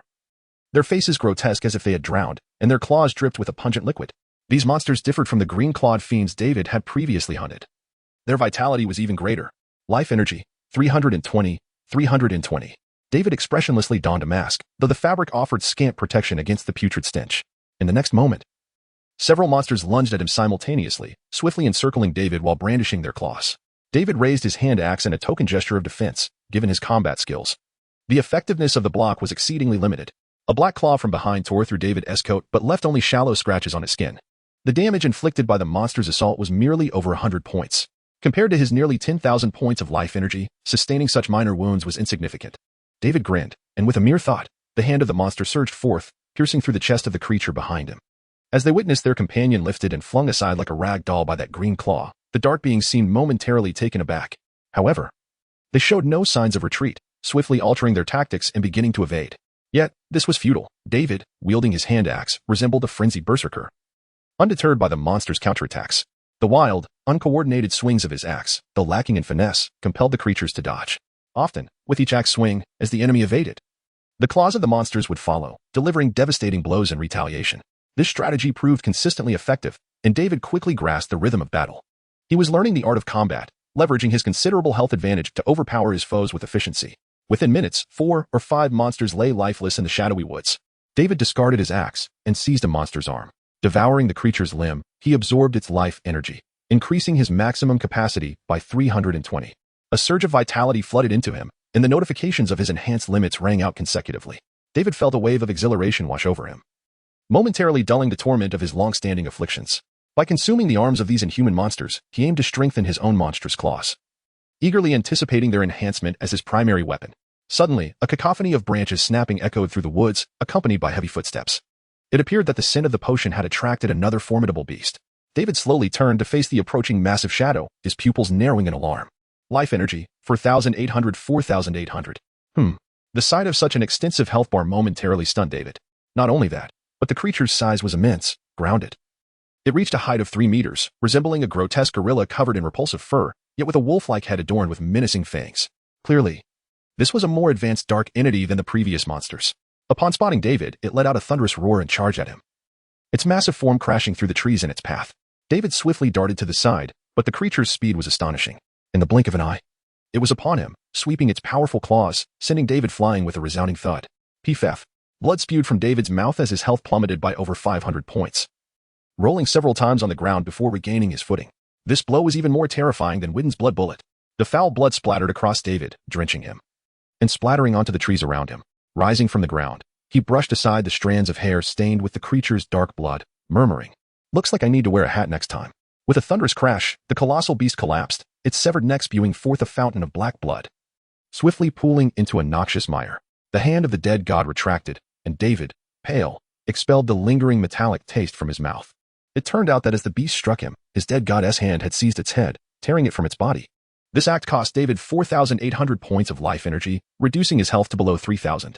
Indeed, his decision to refrain from using the dead god's hand lightly was justified. When faced with such terrifying foes, executing them swiftly with this ability was the wisest choice. Fortunately, this creature's health bar was not longer than his own. However, the rewards from this perilous encounter were extraordinary. Wounded, David immediately lunged onto the beast. Unhesitatingly grasping its arm, devouring the monster's limb, he absorbed its life energy, increasing his maximum capacity by 4,800. The immense surge of life energy coursed through him, quickening his breath. Simultaneously, his monstrous claws underwent a transformation. Monstrous Claw 3 requires the consumption of 10 spirit energy or life energy to activate, cooldown 2 seconds. Its level increased, the cooldown reduced, and the claws grew sharper, significantly enhancing their attack power. A powerful sensation surged through his arm. He now felt that if he were to confront Widdens again, he might vanquish him with a single strike.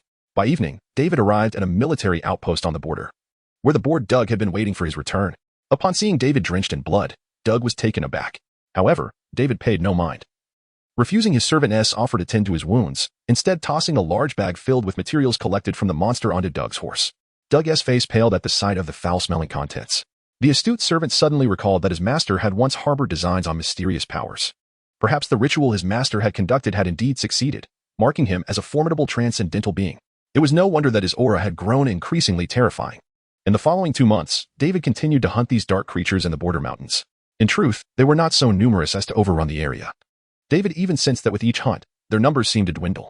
Just as he believed he might eradicate all dark entities from this region, a tide of darkness descended. A vast shadow enveloped the border mountains, akin to the ominous projection cast by a distant, eerie planet, obscuring the land. The dark tide represented a unique natural disaster in this world. Whenever the dark tide swept across the earth, dark creatures would emerge from the shadows, and more monsters would infiltrate the borders of the Goliath Empire from the southern dark continent. Furthermore, some would step directly from the void, pursuing those ensnared by darkness. Veronica sprinted through the forest at full speed, pursued by the wounded myriad. The male hunter's right arm had been torn open by sharp fangs, bleeding profusely, and his weapon lay abandoned. He could only run while using his left hand to brandish a short gun, keeping watch for the monsters that hunted them. These were 2 incredibly swift hounds. They could easily close the distance, their mouths splitting open like petals, ready to devour them. Yet, those cunning, treacherous creatures chose to toy with their prey, relishing the scent of human fear. Veronica had to turn back to grasp Myriad's arm, urging him to run faster. If they could reach the patrol zone of the border fortress, their chances of survival would significantly increase. It must be said, their misfortune was profound. The 2 had merely followed a cult into the clan mountains, unaware that those fanatics were conducting a dark ritual atop the mountain.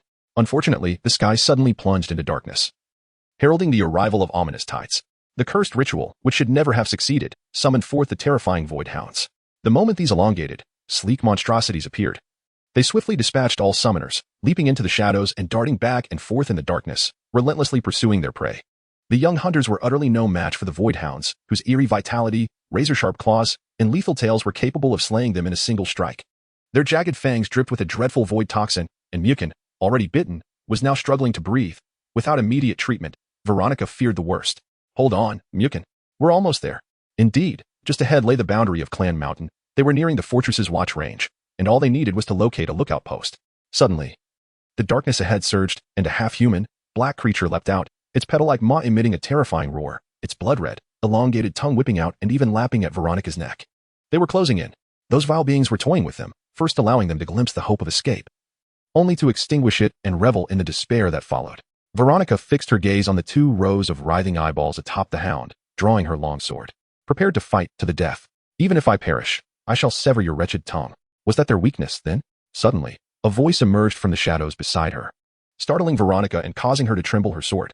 Turning, she beheld a tall figure clad in a black long coat and leather hat emerging from the woods. David Frank. She could hardly believe he had appeared at such a moment. 1777 health points? David's eyes were fixed on the void hound, his dark pupils seemingly whispering with malevolent spirits. No wonder the young hunters were outmatched. Such formidable dark creatures were a challenge even for a second-tier hunter like Videns. In fact, facing 2 void hounds would compel any second-tier hunter to assess their own strength. Yet, before David, it was the creatures that needed to weigh their opponent. The hound regarded this unexpected human with caution, having sensed the formidable life force that was not characteristic of an ordinary human. Just then, another void hound suddenly lunged from the darkness behind David, its size larger and more sinister. Rather than playing with its prey, it preferred the thrill of a swift, lethal strike. Watch out! Veronica screamed upon witnessing the hound's ambush, but what followed left her utterly astounded. Boom! A deep crimson fist erupted from David's back, striking the hound's midsection with tremendous force, cleaving the creature in twain. It was shattered and dead. Veronica's eye twitched as the hound exploded in midair, its purple-red blood spraying down like a torrential rain. The other hound, witnessing its companion's instant demise, recoiled in fear, as though contemplating escape.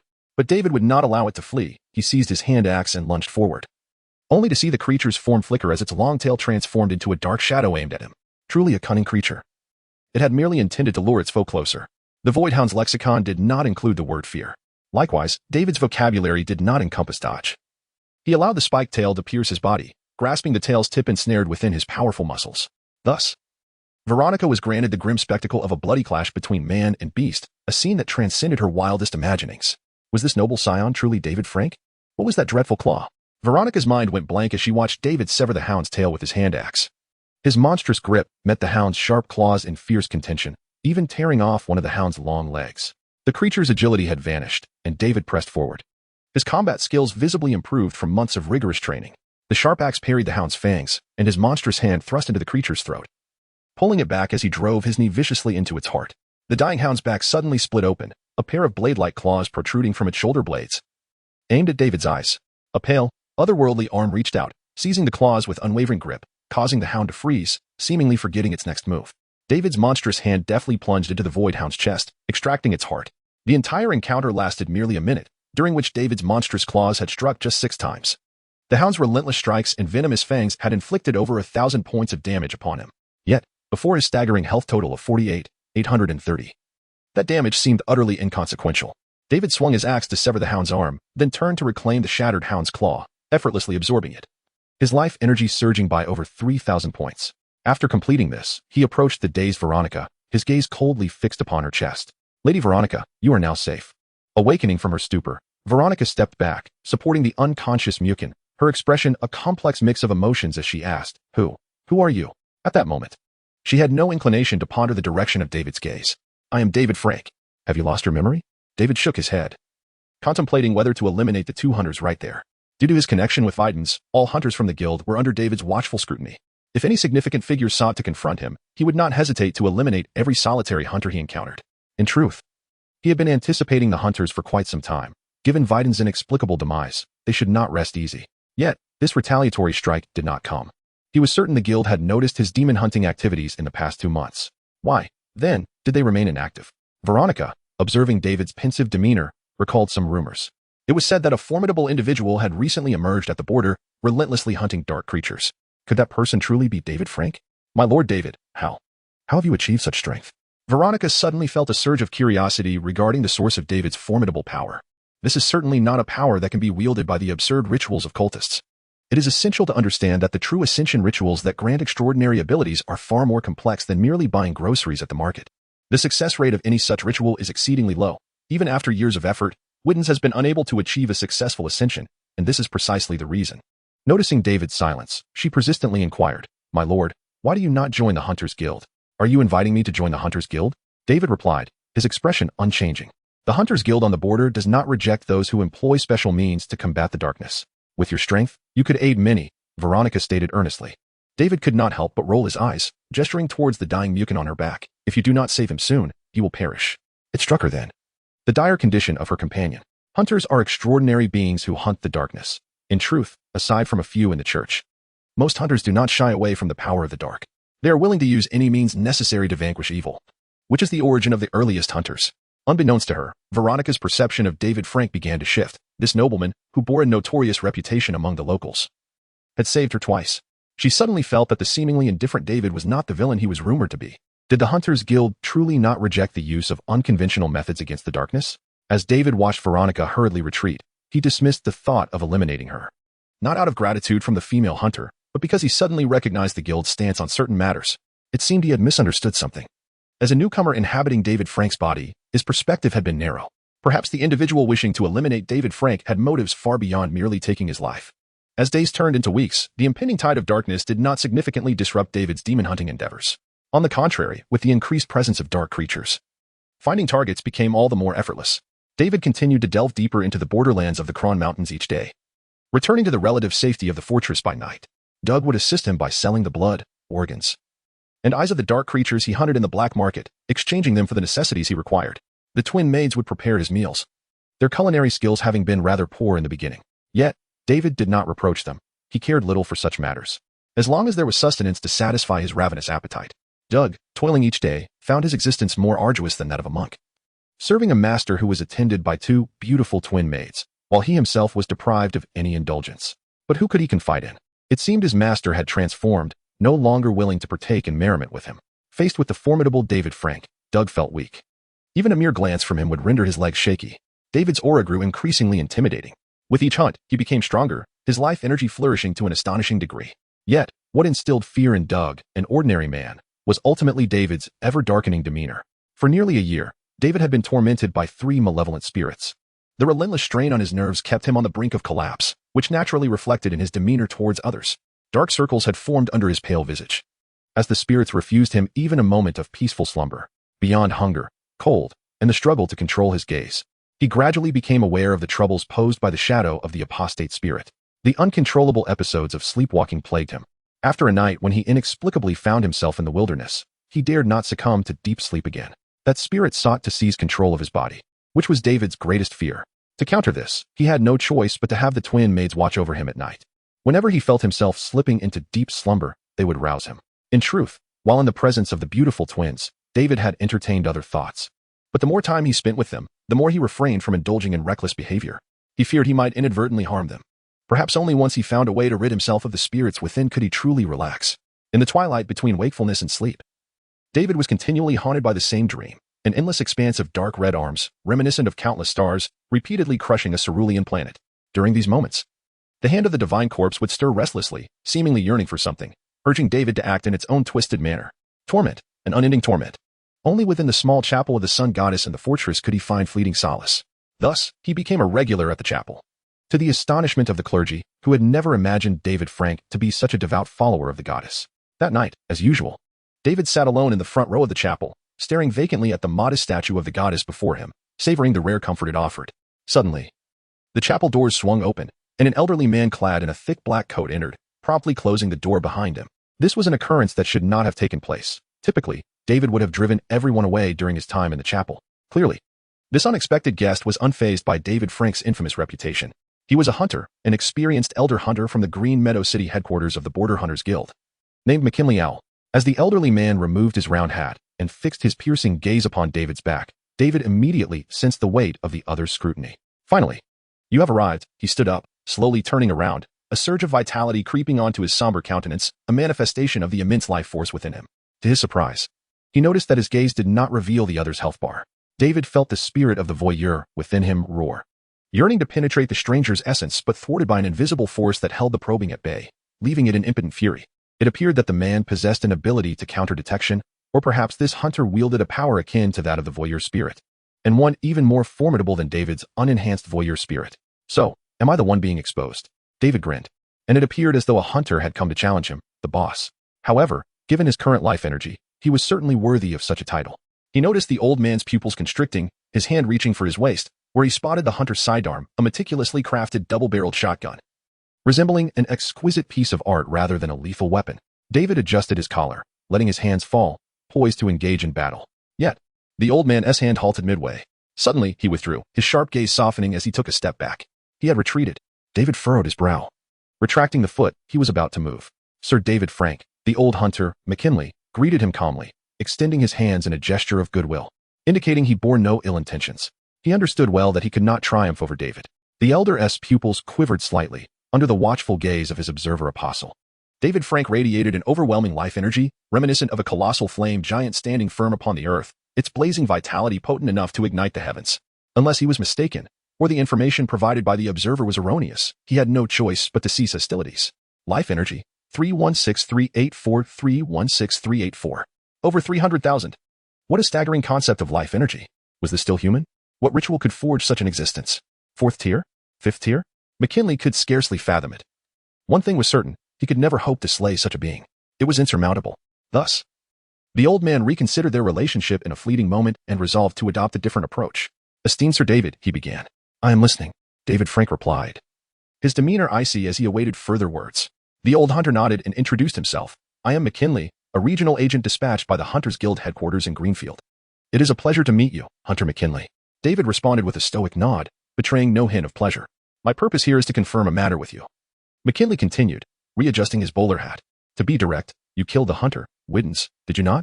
David paused, a smirk playing on his lips. "Do you have any objections to that?" "I harbor no objections," the old hunter replied, his expression unchanging, as if discussing a mere dead rat in the street. Sir David Widdens, as a hunter who had fallen into darkness, exceeded the guild's tolerance. We have uncovered his hostile actions towards you, and your act of slaying him is justifiable. Before David could respond, McKinley continued, I must clarify that Widdens' actions do not represent the guild's stance. You should understand that Widdens hailed from the Imperial Church, which has long been dissatisfied with your father's position. David raised an eyebrow, realizing the truth in his words. The hunter, Widdens, had targeted David Frank primarily due to the Viscount. As a border noble, Viscount Hein Frank had wavered between the Empire's two factions, the conservative church and the radical faction represented by many powerful border nobles, often clashing over various issues, particularly now. With the aging emperor of the Goliath Empire, the struggle for power had intensified among the princes, dragging the two factions to a new level of conflict. In this context, as a member of the border nobility holding substantial military power, Viscount Hein Frank's indecision was bound to incite certain figures embroiled in the power struggle. McKinley had clearly indicated that Widdens was sent by the Imperial faction to deal with Viscount Frank and his progeny, yet David perceived it quite the opposite. The death of the Viscount's only son would only drive the enraged Viscount towards the enemy's ranks. The nobles of the capital would never commit such folly. McKinley had presumed that by casting blame upon the conservatives, David would erupt in anger and direct his ire towards the capital. However, the truth dawned upon David in mere seconds. Prince Roland, the fourth prince, stood as the foremost representative of the radical faction, his domain situated in the southern border, holding significant sway among the border nobility and the Hunters Guild. He was the prime suspect in the attempts on David Frank's life. I have heard that Prince Roland has recently been courting the border nobles in Greenfield. Unfortunately, my father did not acquiesce to his invitation, David remarked with a smile. McKinley's expression shifted slightly. He had wished to avoid involving the prince in their discussion, yet David had astutely brought him into the fray. Indeed, it is quite unfortunate, the elder remarked, momentarily at a loss for words. Yet, David abruptly shifted his tone, beginning to flatter the fourth prince. In my view, His Highness is indeed the one whom we border nobles should support. My father must have been quite muddled to reject the olive branch extended by His Highness. I, however, eagerly anticipate an audience with him. On that, McKinley stammered, his lips twitching. I shall convey my sincerity to His Highness. He will surely champion my cause. And the Hunters Guild will continue to protect the Frank family, will it not? Protect you? You require protection? The old hunter inhaled deeply, nodding. I will ensure your message is delivered. Rest assured, Sir David, such incidents shall not occur again. In truth, they had delayed their approach to David for a year because they realized that Widdens' assassination had not altered Hein Frank's position in any way. The prince had given the old hunter two options, either to silently eliminate David and exacerbate the conflict, or to find a way to ease the tensions. McKinley recognized he could not carry out the former, thus he chose the latter, seeking to alleviate the discord between them. Prince Roland was soon to return to the capital, and he did not wish to leave an ambiguous threat lingering at the borders. However, it seems circumstances had shifted. David Frank was surprisingly cooperative, even expressing a desire to engage with the prince. Did this imply? McKinley felt that his visit had not been in vain. He concluded what had been a relatively pleasant conversation with David and departed the small chapel. 3 days hence will be your coming-of-age ceremony. I wish to extend my early congratulations and hope you encounter those you wish to see at the banquet. David donned his hat and, with satisfaction, watched the old hunter depart. In just 3 days, he would reach adulthood, having unwittingly spent a year in this world, a year tormented by the curse of malevolent spirits, which had been nothing short of excruciating. Yet, after a year of growth and preparation, he finally felt confident enough to step beyond the confines of the Earl of Frank's domain into the wider world. As dusk fell, a grand banquet was underway within Frank Castle, celebrating young Master David's coming of age. He had returned to the castle a day prior, where his father, the cold-hearted Earl Hein von Frank, met him in the study and informed him, in a detached manner, that he must select a desirable fiancée at the banquet. This was not a matter of soliciting his opinion, it was merely a notification. Clearly, the Earl viewed his son, David von Frank, as nothing more than a vessel for lineage. Had not Earl Hein sustained injuries in battle that rendered him incapable of fathering more children, David would certainly not be his only heir. David held no objections, nor did he give it much thought. On the day of the ceremony, although his roving gaze lingered on various young maidens, there was truly only one he cared for, the fourth prince, His Highness Roland. As expected, he appeared at the Earl's castle. Earl Hein continued to receive the prince with his customary indifference, while Roland maintained impeccable decorum in the presence of the Earl. Frankly speaking, Roland was a prince of remarkable charm, with the royal family's characteristic golden hair, deep blue eyes, a slender figure, and handsome features, exuding a gentle demeanor akin to a fairy tale prince. He greeted everyone with a courteous smile, devoid of any airs of nobility. Even when a clumsy servant spilled a goblet of wine before him, he displayed no sign of anger, his temperament exceptionally amiable. This left David with a favorable first impression, if indeed it was not feigned. When the daughter of the Earl, Miss Sherry Gustave, who had been almost predetermined by David as father as his fiancée, approached him with a reserved smile, he gently pushed her aside. not even bothering to glance in her direction. In the midst of Sherry's astonished gaze, David made his way towards the fourth prince, who appeared to have been waiting for him, offering a warm smile. Could it be that the notorious scoundrel, David Von Frank, had no interest in women? Miss Sherry, unable to recognize the understated prince in the dim light, was bewildered to see David, a young and beautiful lady, ignored in favor of a man. What a shocking turn of events.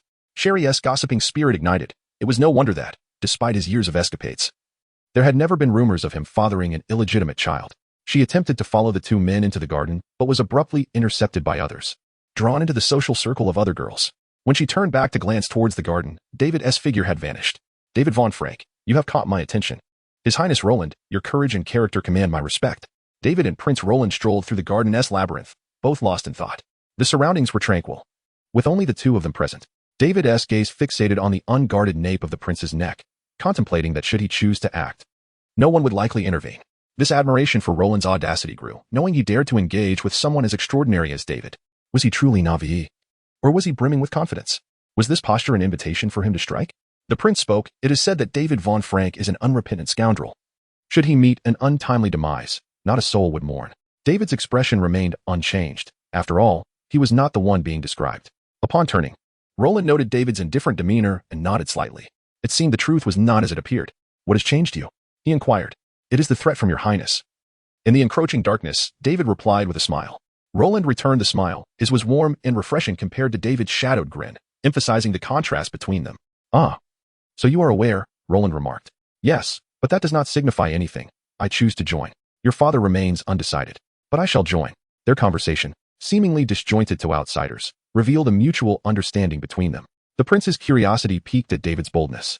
In truth, since the failure at Weiden, I have been observing you for the past year. David blinked, musing to himself. Do you possess a voyeuristic tendency? The prince continued. I had considered making a second attempt against you, but soon realized you were not merely a fool, and thus I abandoned that thought. Are you so benevolent towards your other foes? David scoffed. Oh, not necessarily. Roland shook his head, continuing his pace. I admit I misjudged you at first. I did not expect that the true David Von Frank was a patient strategist cloaked in infamy, had I not been determined to compel Earl Hein to take a stance. Others may never have uncovered your true nature. I should not have used you as leverage against the Earl.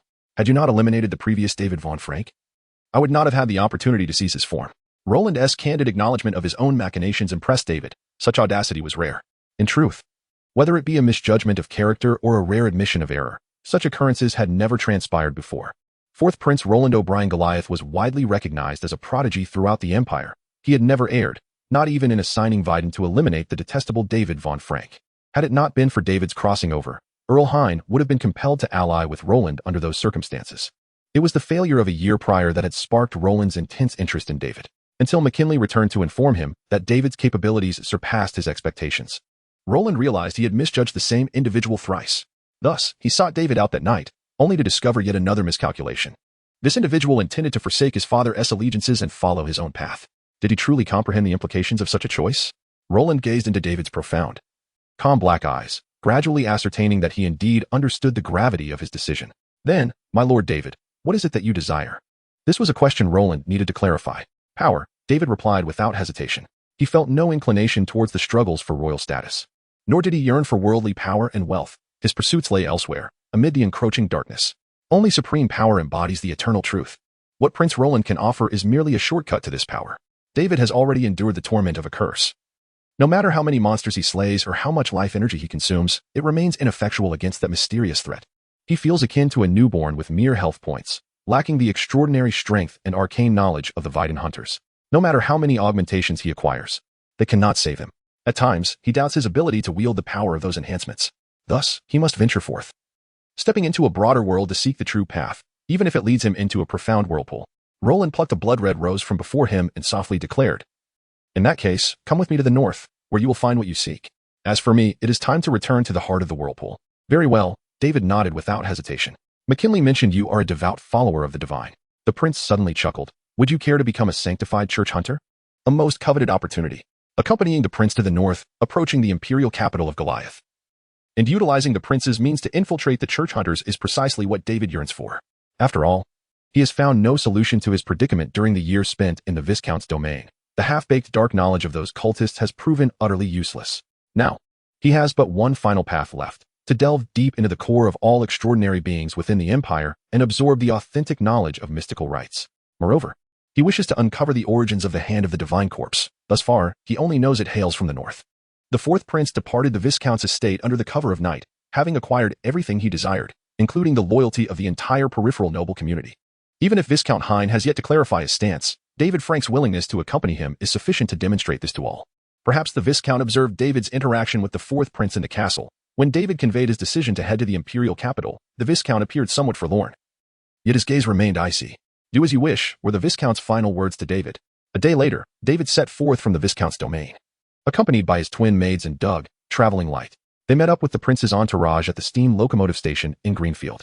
While the prince exchanged polite farewells with the local nobility, the unassuming David boarded the train first with his two maids, with Doug still laboring to carry their luggage. This steam locomotive bore a striking resemblance to the steam trains of David's previous life, albeit with a significantly larger engine and an incomprehensible steam cycling pressurization system that consumed less fuel while delivering ample power. Clearly, this represented a form of alchemical black technology unique to this world. As a noble, David had a private compartment in the front carriage.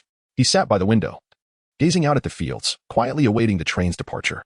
Meanwhile, Roland, under the protection of the royal guard, boarded the train, taking a seat in the most spacious compartment, casually opening a letter in his hand. It was an urgent message from the imperial capital, arriving just in time before he left Greenfield. Fifth tier fallen hunter. Undead Montet has vanished from the abyss of death, heading south. Roland's eyes narrowed slightly as he read the singular line. "Fenris, have you any results regarding the matter you investigated?" He inquired of a middle-aged man clad in resplendent silver hunter attire beside him. "Your Highness, we have been tracking the suspicious ritual activities you mentioned. However, there have been no similar findings in the vicinity of Greenfield over the past year." The hunter named Fenris replied softly. Behind him stood a full contingent of 13 extraordinary beings escorting the prince back to the capital. Furthermore, this train, exclusively for Roland, also carried a guard unit of 300 men, each member robustly built and clad in heavy armor, equipped with formidable steam-powered rifles, effectively armed to the teeth. Yet, despite the presence of such security, Roland felt no sense of safety. At the rear of the hunter squad stood Veronica, her lips moving as if to speak about the investigation task assigned to the Hunters Guild by Roland, a subject she had indeed delved into. Nearly a year ago, they had traced similar leads to the border until the dark tide descended. Ultimately, those cultists were silenced by the Void Hounds, and the location of the suspicious ritual had long surpassed the area specified by the prince. After a moment's hesitation, she decided to remain silent. The young huntress was also part of this train journey, however. She was merely a failure who had not passed the trial task and was subsequently sent back to the capital, originally tasked with guiding Veronica. Viden had perished beyond the border, leaving their trial mission in abeyance. In the ensuing year, they had botched 2 more missions, culminating in Mukin's severe injuries, rendering him bedridden. The young huntress, bereft of her companions, had to endure a year in Greenfield before receiving a fail evaluation. Such a failing hunter found it difficult to speak before the prince. As the train roared to life amidst the clamor of engines and whistles, David watched the scenery outside the window slowly shift, and for some reason, he suddenly thought of his estranged father, Viscount Hein Frank. The rift in their relationship stemmed from the memory of his long-departed mother. Young David Frank had adored his mother, the beautiful Viscountess, until she unexpectedly fell ill with a strange, incurable disease when he was 8. However, the Viscount did not take her back to the capital for treatment due to a border crisis. His mother could have been saved, thanks to the mysterious powers of the Church of Light and the Empire's advanced alchemy, or so David Frank believed. Yet, his father had sacrificed his mother's life for the sake of his territory, power, and wealth. From that moment on, David Frank harbored a deep-seated resentment for Viscount Hein. Yet, when he declared his intention to leave that night, he discerned something different in the Viscount's gaze. Unbeknownst to him, the Viscount's hair had already turned to gray. Creak, creak. As David pondered, an irritating creaking sound pierced his thoughts, reminiscent of someone sawing through bone and flesh. He frowned and glanced toward the partition at the front of the carriage, wondering if the dining car was ahead, with a chef preparing lunch. Puff. Bang. A greater commotion ensued, as if a heavy object had collapsed within the carriage ahead. David paused momentarily, when suddenly, the compartment door was flung open with a crash, revealing a towering figure clad in a blood-stained brown coat and a filthy hunter's cap. He brandished a blood-dripping saw blade, his beast-like gaze fixated upon David, who was seated within the compartment.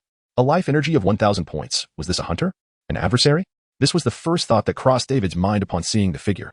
A wave of peril coursing through him, raising the hairs on the back of his neck. Without uttering a word, the hunter brandished the saw blade and swung it towards David. The blade sliced through the air with alarming speed, yet it could not outpace the hand of the corpse. A dark red arm shot forth, crushing the hunter's skull in an instant. David stood, his expression impassive as he wrenched the hunter's arm from its socket and carelessly tossed it aside. The body crashed through the compartment window, tumbling out of the moving train. The two maids and Doug huddled together in fright at the sudden assault. "You three, hide in the luggage compartment and do not come out," David instructed, glancing back. As he noticed Doug attempting to squeeze into the same compartment as the twins, he added, "You, hide in another one." Doug reluctantly complied, retreating into his designated space. Closing the compartment door behind him, David advanced towards the front of the train, only to find a scene drenched in blood. The saw blade had silently claimed the lives of numerous individuals in the front section, including the train conductor and several royal guards tasked with its protection. It was evident that this train had been targeted. The steam locomotive surged forward at a speed of 50 to 60 kilometers per hour along the tracks. If a high-ranking hunter were present, they could potentially leap aboard from either side of the tracks. The journey back to the capital alongside the prince appeared far from tranquil.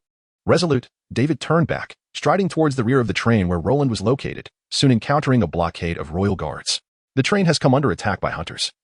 Those in the front are dead," he declared. The guards exchanged tense glances, quickly dispatching someone to verify the situation. "I must see His Highness the Prince." With this, David faced no further obstruction. After all, as a noble, it was entirely reasonable for him to seek protection following an assault. Yet, David was not merely seeking refuge. He had a strong intuition that Roland was in danger, and he could not allow this long-term benefactor to come to harm. Upon entering the opulent compartment fashioned from an entire train carriage, David caught sight of the prince just as gunfire erupted from the carriage behind him. The air was filled with the horrendous sounds of saw blades slicing through flesh and severing bone. The enemy was upon them. David narrowed his eyes and turned around. Several hunters, disguised as extraordinary beings, exchanged glances, and at Fenris's nod, they charged forward. However, once they departed, they did not return. The royal guards positioned at the spacious entrance of the buffer carriage readied their steam rifles, massive weapons connected to metallic backpacks on their backs, utilizing winches and steam pressure to facilitate continuous fire. Just then, the door of the opposite carriage was kicked open, revealing a towering figure that caused David's pupils to constrict. What is happening? Did he not already perish? The bloodied hunter was none other than the one David had just crushed with a single claw. David had even consumed the hunter's arm. With beast-like eyes and a gaunt face etched with ravines, the hunter caught sight of David through the throng and grinned wickedly. The guards unleashed a volley of metallic roars from their steam rifles, bullets cascading towards the hunter like a torrential downpour. Yet, the enemy moved suddenly. His movement strange and swift, darting left and right within the confines of the carriage, effortlessly evading the hail of gunfire. The elegance and lethality of the hunter's movements were striking to David, who immediately realized that the guards could not withstand the impending assault. Indeed, as the hunter dashed along the side of the carriage, his saw blade effortlessly severed the head of a guard amidst a barrage of gunfire. The soldiers behind him drew their blades, but their actions were far too slow. Before they could react, their throats were slashed open, blood spraying everywhere. Each strike was fatal. David began to retreat, while Fenris, upon seeing the hunter, widened his eyes in recognition. Terror and panic etched themselves across his features. A fifth-tier hunter, the undead Montet. Why was he here? No time was afforded to Fenris for contemplation. In mere breaths, an entire squad of guards had collapsed before him. Swords and bullets embedded themselves in Montet's body, yet he seemed utterly unfazed, continuing to advance with a grotesque grin, the floor of the carriage drenched in blood. Fenris glanced back at the now standing prince, determination etched on his face. With a swift motion, he drew his ornate pistol and silver sword, advancing resolutely. Even if it meant death, he would not allow Prince Roland to suffer even a scratch. The remaining 5 or 6 hunters similarly drew their weapons, following Fenris's lead. They understood the enemy's might, yet they were relentless hunters of the dark, accustomed to dancing with death. The sole exception was Veronica, cowering in a corner. Unable to muster the courage to confront the fearsome foe, the hunters joined the fray with swift steps, steel blades nearly saturating the buffer carriage. A desperate battle ensued in the confined space, where both sides' advantages in agility were minimized. Yet, in a contest of strength, they were no match for Montet. His saw blade cleaved through the hunter's silver swords, severing their arms with blinding speed. Montet's combat prowess seemed to transcend that of all hunters, even Fenris. The most seasoned third-tier hunter found himself thoroughly suppressed. As casualties reached a critical point, the hunters finally relinquished all restraints, beginning to pull the triggers of their pistols. The cacophony of gunfire erupted, powerful blood-red bullets tearing through the carriage walls, creating gaping holes. Fenris plunged a sword into his own flesh, the geyser of blood transforming into a mist that enveloped him. In the next moment, his body surged through all obstacles, aimed directly at the enemy's heart. The silver sword pierced Montet's body, swiftly followed by 4 other blades. In an instant, several wounds marred the 5th-tier hunter's form. The hunter wielding the saw blade maintained his grin, collapsing to the ground. Is he dead? The hunters momentarily lost their focus, but in the next instant, a serrated blade swept beneath their feet, severing several ankles. Only then did Fenris realize the gravity of the situation, shouting, "Do not kill him. Trap him." Yet, His words came too late. No one could confine the intact beast. The blade traced an elegant arc, swiftly claiming one head after another. Amidst the hunter's harrowing screams, David closed the door to the front carriage. He witnessed a shocking scene. That monstrous figure, whose health had been depleted, suddenly restored itself upon collapsing, rejuvenating in an instant. Rebirth, immortality. Such an adversary was the epitome of restraint against him. While his divine hand could crush the foe, it could not prevent its resurrection. David swiftly approached Prince Roland, speaking in a grave tone, "Your Highness, please follow me to the rear carriage." "It's futile," Roland replied with a bitter smile. The door behind him swung open, and a squad of royal guards rushed in to establish a defensive line, while more soldiers attempted to follow, only to be halted by his outstretched hand. "Even if all my men perish, I cannot stop that creature." "Does His Highness recognize the enemy's identity?" David furrowed his brow. Roland nodded. "The undying Montet, a fallen one who should be imprisoned in the abyss of death. Immortal? Does your Highness know how many times he can resurrect?" "No one knows." Inside the front carriage, the surrounding walls had been obliterated by sheer force, leaving little more than a floor. All the hunters lay dead, save for Fenris, who was clutched in Montet's grasp. Fenris gritted his teeth, blood pouring from his mouth. In truth, he was left with but half a body. "May you find eternal life in death." Montet fixed his gaze upon Fenris's dilating pupils, casually discarding his half-corpse from the train. With a thud, the carriage door opened, revealing the towering hunter wielding a serrated blade in one hand and Fenris's pistol in the other, his eyes locking onto the fourth prince at the back of the carriage. Roland met his gaze with calm acceptance, as if resigned to his fate. The guards in the carriage immediately roared and charged forward, refraining from using firearms for fear of ricocheting bullets striking the prince. Some attempted to pull him away, but Roland remained steadfast. "Your Highness, do you have any means to deal with this creature?" David stood in front of Roland, witnessing the adversary's swift and efficient slaughter of the guards, his pupils trembling. Montet's combat prowess was terrifying. His serrated blade could easily slice through the soldier's heavy armor. Not only that blade, even if he casually picked up a knife or fork from the dining table, he could create gaping wounds on the soldiers. Blood spurted in a continuous stream. "There is no way," Roland replied expressionlessly. When David turned to look at him, he met Roland's dark gaze. Though he spoke of futility, his eyes seemed to convey, "You are our last hope." "Very well." David understood Roland's implication. In an instant, all the soldiers in front fell, and Montet raised the elegant pistol, aiming directly at Roland's head. Bang!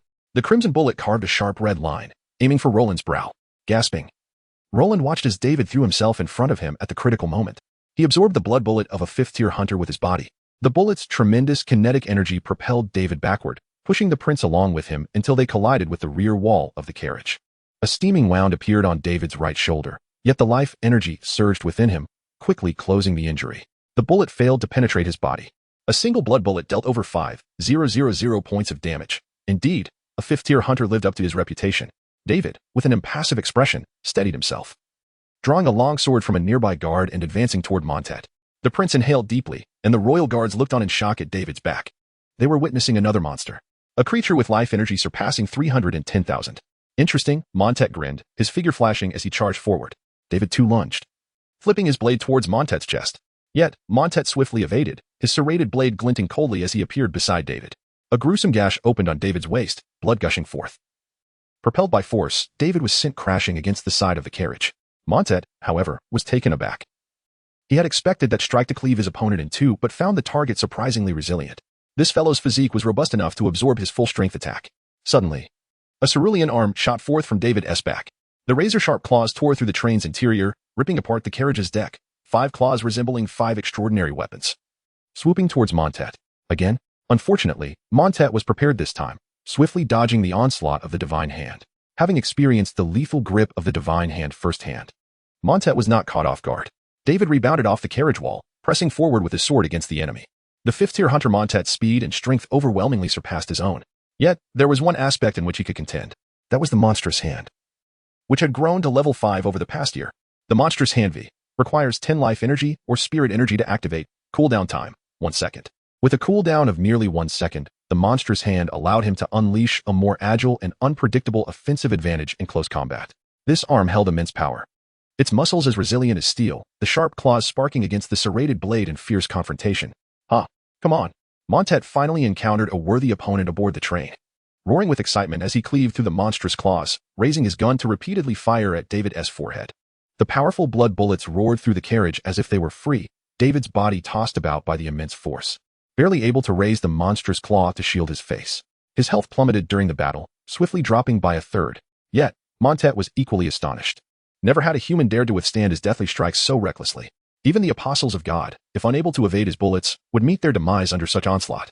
How on earth is this fellow still alive? A ridiculous thought sprouted in Montet's mind. Could he be a follower of the goddess of death? He swung his blade once more, cleaving through David, who seemed impervious to death and continued to entangle him. He turned and charged towards the astonished crowd at the rear of the carriage. He resolved to disregard the bothersome little pest for now and focus on his target. The fourth Prince Roland. As Montet launched his rapid assault, he raised his gun, blood-red bullets coalescing swiftly within the barrel, infused with immense power of death.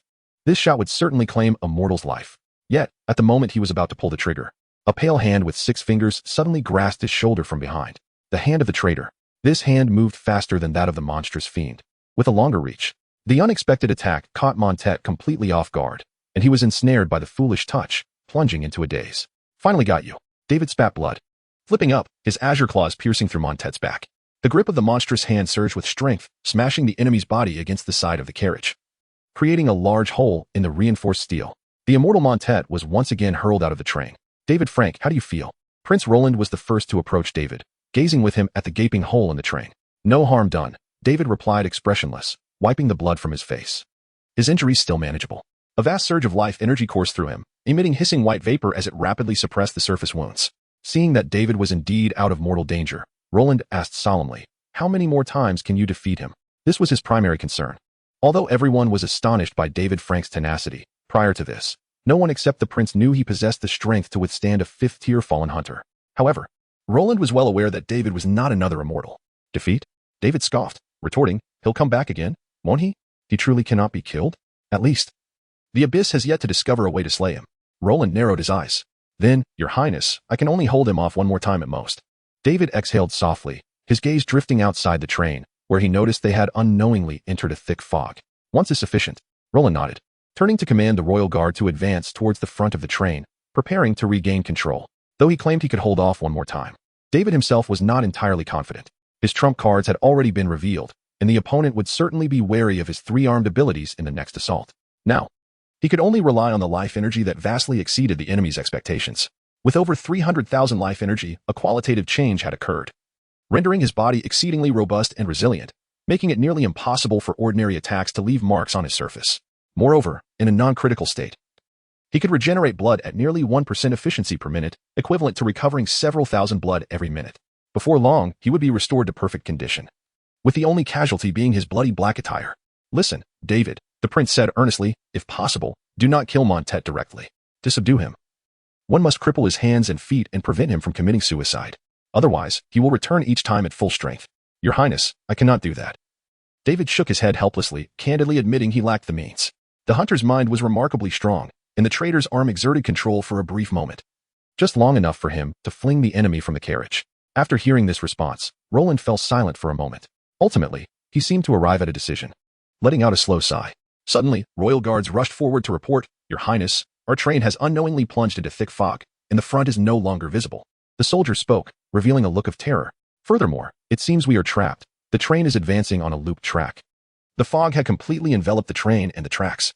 Standing by the window, David noticed that they could see the same marker beside the tracks at intervals.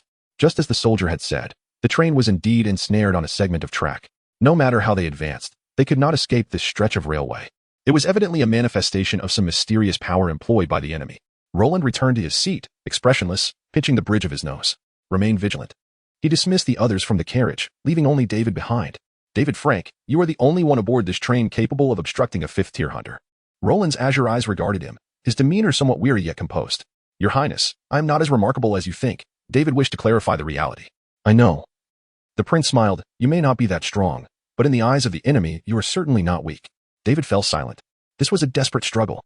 He must become a threat to the enemy. As Roland spoke, he casually unfastened the collar of his shirt, and I can procure you an opportunity. As he spoke, a mysterious radiance appeared before David's eyes, causing him to widen them slowly. It was a gemstone necklace adorning the prince's chest, the light emanating from a giant gem the size of half a palm. It radiated a dual hue of red and blue, as if an ocean flowed within that glow. The surging life force rendering even David, the monster, feeling somewhat insignificant. It bore the aura of a higher-tier mysterious entity. This is a forbidden object, the Goliath star, also known as the twin star. Roland cradled the gem in his palm, lowering his head to say, a forbidden object? Indeed. It can release nearly infinite life energy in a very short time to ensure my safety. So that was why His Highness was so audacious, possessing a life-preserving forbidden object. David nodded inwardly. However, as a forbidden object, it naturally came with significant side effects. But these are of little concern to me. David had heard of many forbidden objects. Many of them were fraught with peril, hence the designation forbidden. Conversely, many forbidden objects also possessed inexplicable and terrifying powers. Thus, nearly every prominent family in the royal capital privately hoarded such items. Roland sighed, lifting his gaze to say, I will use it to secure you an opportunity. Remember, it will only be once. This made David hesitate. It appeared the prince intended to wager his own life. He then posed another question. Your Highness, is there any chance of dispelling the fog outside? Perhaps we could escape this predicament? That is an extensive ritual. Being within it, we have no means to dispel it. The core of the ritual is likely the immortal Montet. Roland shook his head slightly. There are those in the imperial capital who do not wish for my return. And they are none other than my brothers. They know me intimately and have likely orchestrated this plan to confine me well outside my control, perhaps even a year ago. What I did not anticipate was their decision to release the fallen from the abyss of death. They have indeed found a commendable candidate. David looked at the prince with a puzzled expression, who wore a self-deprecating smile. David, do you understand? Those who truly tread the path of the extraordinary do not concern themselves with power or wealth. The mundane benefits cannot sway them. Their sole pursuit is power, much like yourself. In that instant, David grasped Roland's meaning. But how do they compel the undead to obey? Quite simply. They merely need to inform him that I possess what he desires, the Goliath star. Roland shrugged. Montet, the undead, has long since fallen into the clutches of the goddess of death, yearning to advance further and complete the 6th-tier ascension ritual. This gem is one of the requisite materials, and it is also coveted by the goddess of death. So Montet's true objective is not to slay you, but to seize this gem? You could say that. Though I am certain he would be more than willing to eliminate me without a second thought if given the chance. The prince calmly grasped the Goliath star. David, deep in thought, glanced at Roland and noticed the depth of his eyes slowly turning, lost in contemplation. Suddenly, the rear door of the carriage was flung open with no warning, and without a knock, the towering figure of Montet reappeared before them. Beneath his grimy, tattered hunter's hat, his weathered face and uneven teeth rendered his smile grotesquely menacing. Here he comes again. David swiftly positioned himself in front of the prince. But in the blink of an eye, Montet had closed in. He raised the short firearm in his hand, aiming it at David's forehead.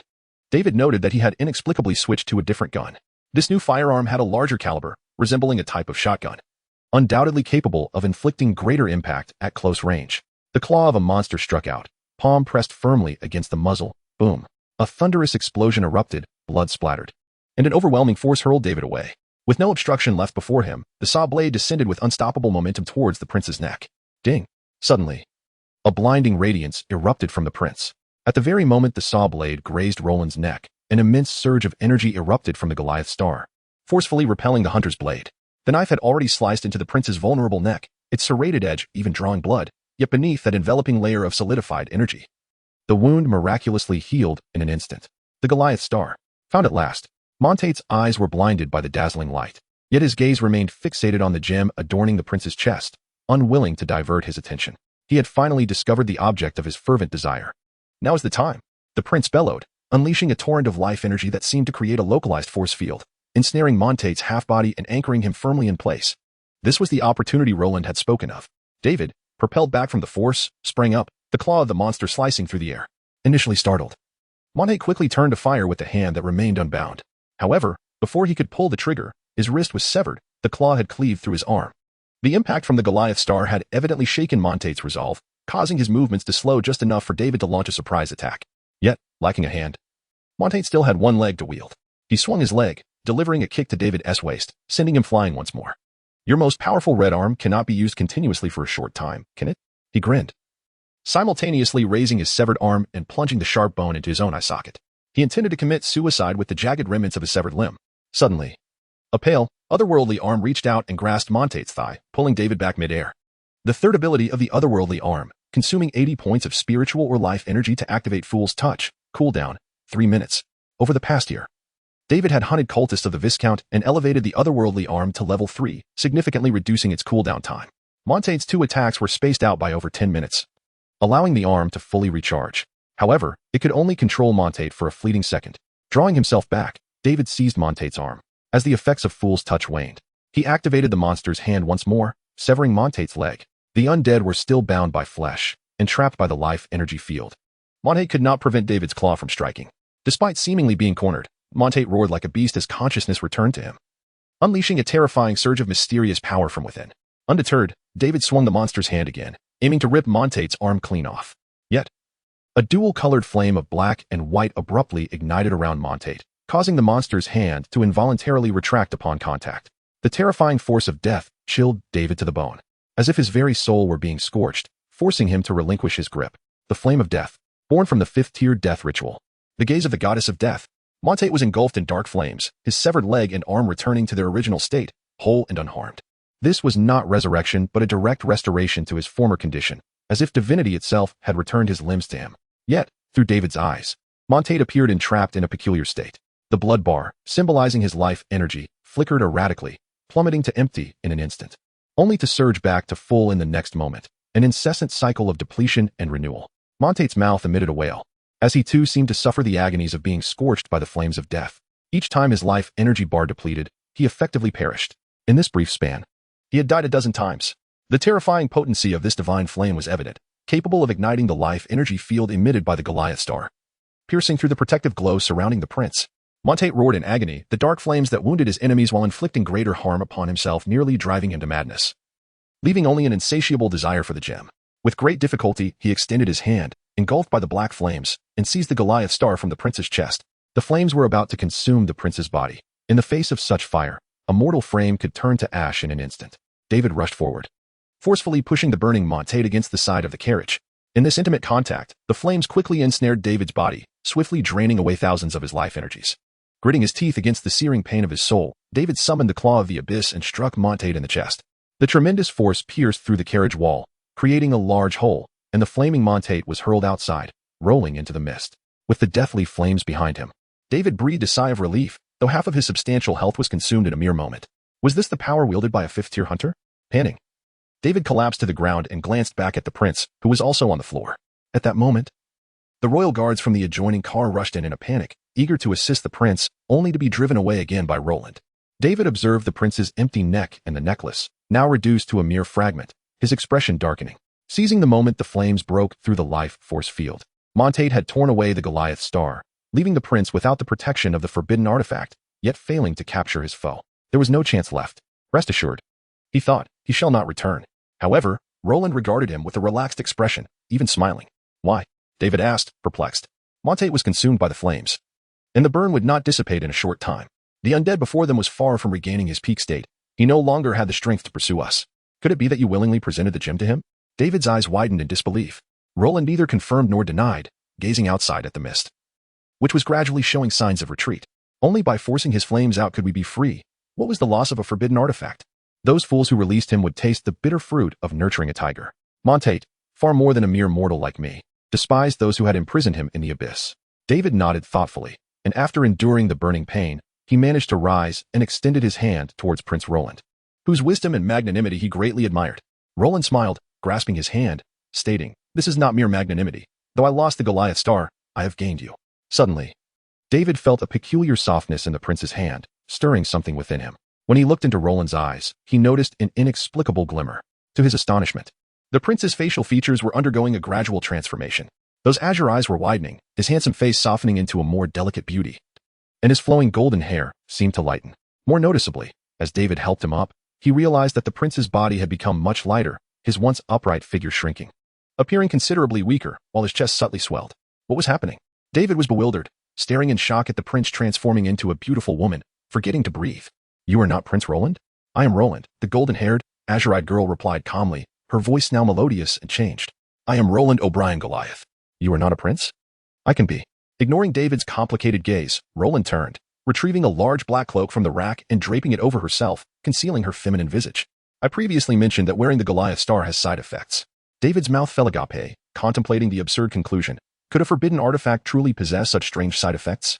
The Goliath star's effects were twofold. It permanently distorted a wearer's inner desires, and it temporarily altered certain physical traits. She reclined back on the sofa, crossing her long legs, and humorously remarked, "My father, in his desire to protect me, had me wear the Goliath star from a young age, and then I discovered I had become a boy.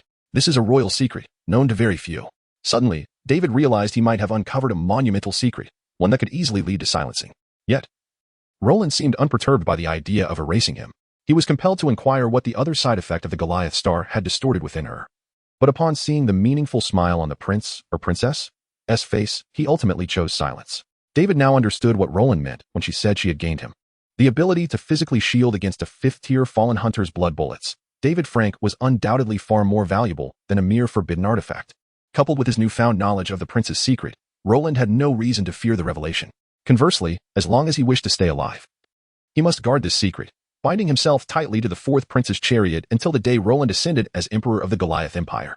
But could a true princess posing as a prince truly attain such a position? A female emperor?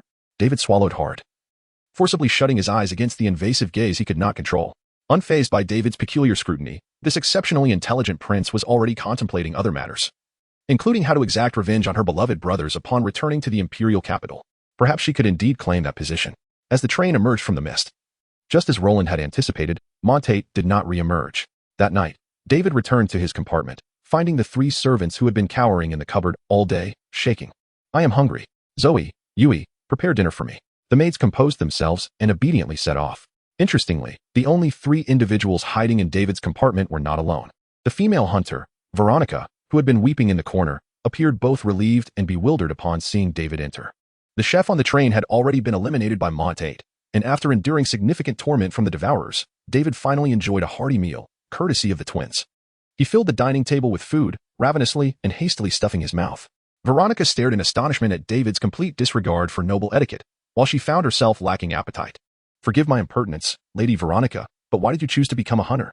As David, momentarily sated from his hunger, finally turned his gaze towards the female hunter across from him, it became evident that his attention had been lingering on various aspects of her form. Only now did he direct an earnest look into her eyes. Earlier that morning, he had noted that Veronica was the sole hunter who refrained from rushing into battle alongside Montate.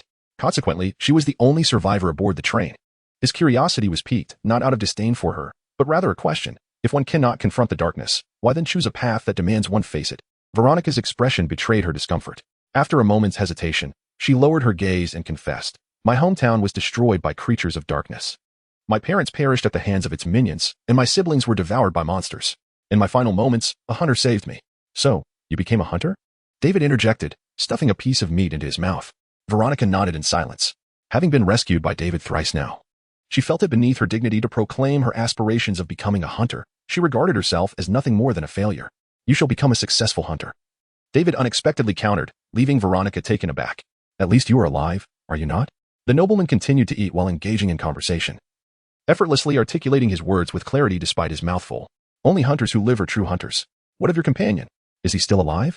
David inquired, referring to Myriad. Veronica gave a slight nod, though her expression suggested that even if he were alive, his situation was far from favorable. David shrugged. "Courage and fearlessness are rare qualities. But what is even rarer is the ability to harness them to survive. You have demonstrated excellent judgment in knowing when to advance and when to retreat. Is that meant to comfort me?" Veronica's eyes flickered with uncertainty.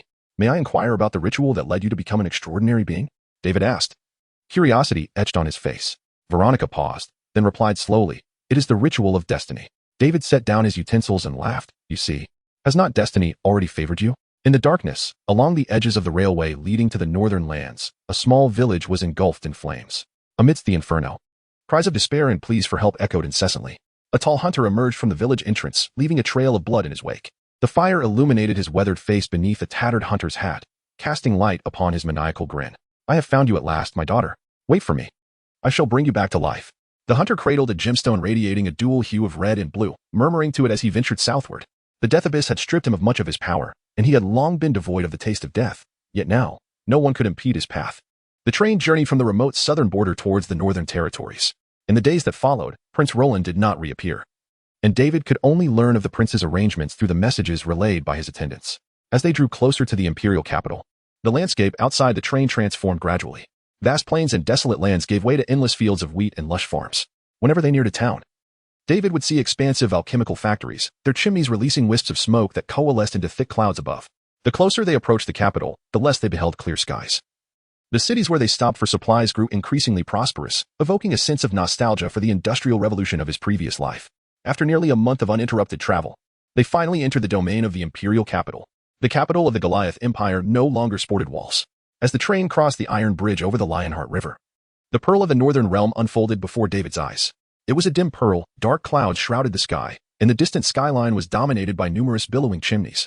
Countless steamships traversed the waters of the Lionheart River, and the bustling port was teeming with people. Horse-drawn carriages and small steam vehicles filled the broad streets, flanked on either side by clusters of spired buildings and various clock towers. Residences, shops, and workshops stretched towards the horizon, sketching the outline of a vast city that bore a resemblance to the modern metropolises of his former life, prompting a sense of familiarity within David. The railway line lay precisely at the juncture of the urban and rural, and after crossing the river, the exclusive express train for the prince began its journey toward the suburbs. David would not accompany Roland to the final destination, as per the prince's instructions. He would disembark at the parish station in the southern part of the capital. The messenger of the fourth prince had already arrived ahead of him, and under her guidance, David would directly enter the Church of Light, becoming a part of the church's hunters. Before that, however, those sent to receive David conducted a brief ceremony of conferment. A court envoy clad in red, accompanied by a squad of honor guards, welcomed David Frank with the utmost imperial formality. Within the station, only David and his 3 attendants were present. There were no other onlookers for this ceremony. Following a succinct speech, the envoy presented David with a silver medal. The pure silver medal bore the image of a soaring silver dragon, symbolizing the highest honor bestowed by the monarchy. The Silver Dragon Medal. In nearly 60 years of the Goliath Empire, David was the only recipient of this medal, awarded personally by the aged Emperor Timur O'Brien Goliath. Such an honor was bestowed upon him for his courageous rescue of the fourth prince, Roland, aboard the train. Significantly, David was not an official hunter or a member of the royal guard. He was merely the son of an ordinary noble from the borderlands. Naturally, this medal was also a reflection of Roland's intentions, as she had already begun to pave the way for David's entry into the heart of the empire. As David examined the dragon motif on the medal, he realized that it represented half of the Goliath royal insignia. The royal emblem comprised a lion, a dragon, and crossed swords, and he had seen medals denoting military merit in his father's study, most of which depicted lions, making this silver dragon medal exceedingly rare. I wonder how much this would fetch if sold? At this moment, David and Doug, who was tasked with the laborious duties behind him, shared the same base thoughts. After concealing his medal, David, accompanied by his servant, boarded the carriage that awaited him, destined for the headquarters of the Bright Church in the southern parish. The exquisite, ancient spires flanking the carriage windows left David in awe. The intricate carvings harmoniously blended the patterns of the blazing sun with the finesse of delicate gears, creating a uniquely captivating ambience. Suddenly, David felt as if, upon arriving in the imperial capital, he had transformed into a country nobleman, freshly acquainted with the authentic visage of this world. Ah, indeed, he was a country nobleman. Prince Roland's arrangements for David were exceedingly thoughtful, as she graciously gifted him a stand-alone villa to resolve the accommodation concerns of a nobleman. This abode, nestled along Michelin Avenue that traversed the parish, was conveniently close to the church headquarters. Number 9, Michelin Avenue, a 3-story building facing the street, was more than sufficient for David, who harbored little material desire. The carriage halted before his new home. While the twin maids and dog busied themselves unloading the luggage, David continued on his way to report to the church headquarters, entering through the side door of the resplendent cathedral via the expansive bright church square. David followed the clergy into a vast complex of towering spires imbued with a profound sense of reverence. From the moment he stepped through the church's grand entrance, the multitude of solar goddess emblems adorning the walls emanated a gentle warmth, enveloping David in a comforting embrace. The malevolent spirits, indeed, were subdued by the church's power. David felt a surge of relief and gratitude, realizing he had finally arrived at the right place. A church ought to be grander, after all. The individual leading the way cast a curious glance at the nobleman's fervent whispers. Soon, David was escorted deeper into the church, descending through a spiral staircase into a confined yet surprisingly airy basement, where he encountered 2 church hunters. To be precise, they were hunters jointly managed by the church and the Hunters Guild, belonging to the church's Demon Slayer order. Prior to this, the fourth prince had formally recommended David Frank to the order, essentially a backdoor entry for him. In this context, the 2 members of the order who met David appeared somewhat aloof, particularly upon noticing his peculiar attire that exuded an air of arrogance. To prevent his uncontrollable gaze from wandering into inappropriate territories, David had blindfolded himself with a black cloth, rendering him akin to a blind man. Thanks to the presence of the voyeuristic malevolent spirits, he could still vaguely perceive the path ahead, while his peculiar sight remained concealed from others. Upon discovering that one of the hunters was a woman, David felt fortunate for his preparation. He was acutely aware that if his gaze were to be detected, the consequence would transcend mere embarrassment. He could very well incur the wrath of that fearsome female hunter who might dare to gouge out his eyes. The vice-captain of the Demon Slayer Order, a member of the Bright Council of the Imperial Capital, a 6th-tier hunter, Olivia. The elderly hunter clad in a black cloak was the first to introduce the female hunter's identity to David. This revelation tightened his breath slightly. Setting aside the significance of titles, what did it mean to be a 6th-tier hunter? David was unaware, but in his perception, the voyeuristic malevolent spirits could not penetrate any aspect of her being. Even the form concealed beneath her black, fitted hunter's garb remained shrouded in a veil of blur. It was as if his sight were obstructed. The terrifying aura she emanated was 100-fold more daunting than that of the deranged undead Montate. The only detail David could discern, the sole aspect permitted to be observed, was her face. Remarkably youthful. She bore shoulder-length black hair and a delicate visage that appeared scarcely 20, with alabaster skin and strikingly sharp golden eyes. Those golden orbs radiated a gentle, sunlit glow. Both dazzling and enchanting, akin to the warmth of a goddess, capable of ensnaring anyone in its embrace. And I am Fernandez. The third agent of the southern parish of the Bright Church, the elderly man, devoid of a white beard, continued. Honorable David Frank. We have been informed of your valiant deeds by His Highness the Fourth Prince. Moreover, he has indicated that you are a devout follower of the goddess, hence recommending your inclusion in the Demon Slayer Order. I now seek your confirmation. David Frank, do you wish to join the Demon Slayer Order and become a blade wielded against the darkness for the Church, the Empire, and all humanity? The raspy, calm voice of the elder jolted David, drawing his attention away from Olivia's golden gaze. He cleared his throat and performed a proper nobleman's salute to the two esteemed hunters. I am willing. Perhaps owing to the backdoor arrangement, Fernandez spared all formalities. He merely required David to hastily recite an oath and handed him a booklet that every member of the order was obligated to study, considering it sufficient to complete all necessary procedures. Both parties understood that David Frank's entry into the order was merely the initial step taken by the prince returning from the border, a result of the various struggles and compromises among the upper echelons. Henceforth, David would invariably be a blade in Roland's arsenal. As for Fernandez, he bore no aversion to David's presence. He was a quintessential old hunter, solely responsible for nurturing new blood for the order, regardless of David's identity or stance. As long as he was not an incarnation of an evil deity and dared to strike at the darkness, that was sufficient. With the formalities concluded, the next critical segment was the main event, the promotion ceremony. Ordinary individuals could not simply join the Demon Slayer Order. Consequently, the church offered a singular opportunity for an extraordinary promotion ritual. Whether one could seize this chance to successfully ascend to the extraordinary tier during the ceremony was entirely contingent upon personal fortune, with success rates typically being low. This was also the crux of becoming a church hunter. Fernandez was aware of David's uniqueness. He was no ordinary individual but rather an extraordinary being who had acquired his powers through special means. Yet this did not mean David would forfeit this opportunity.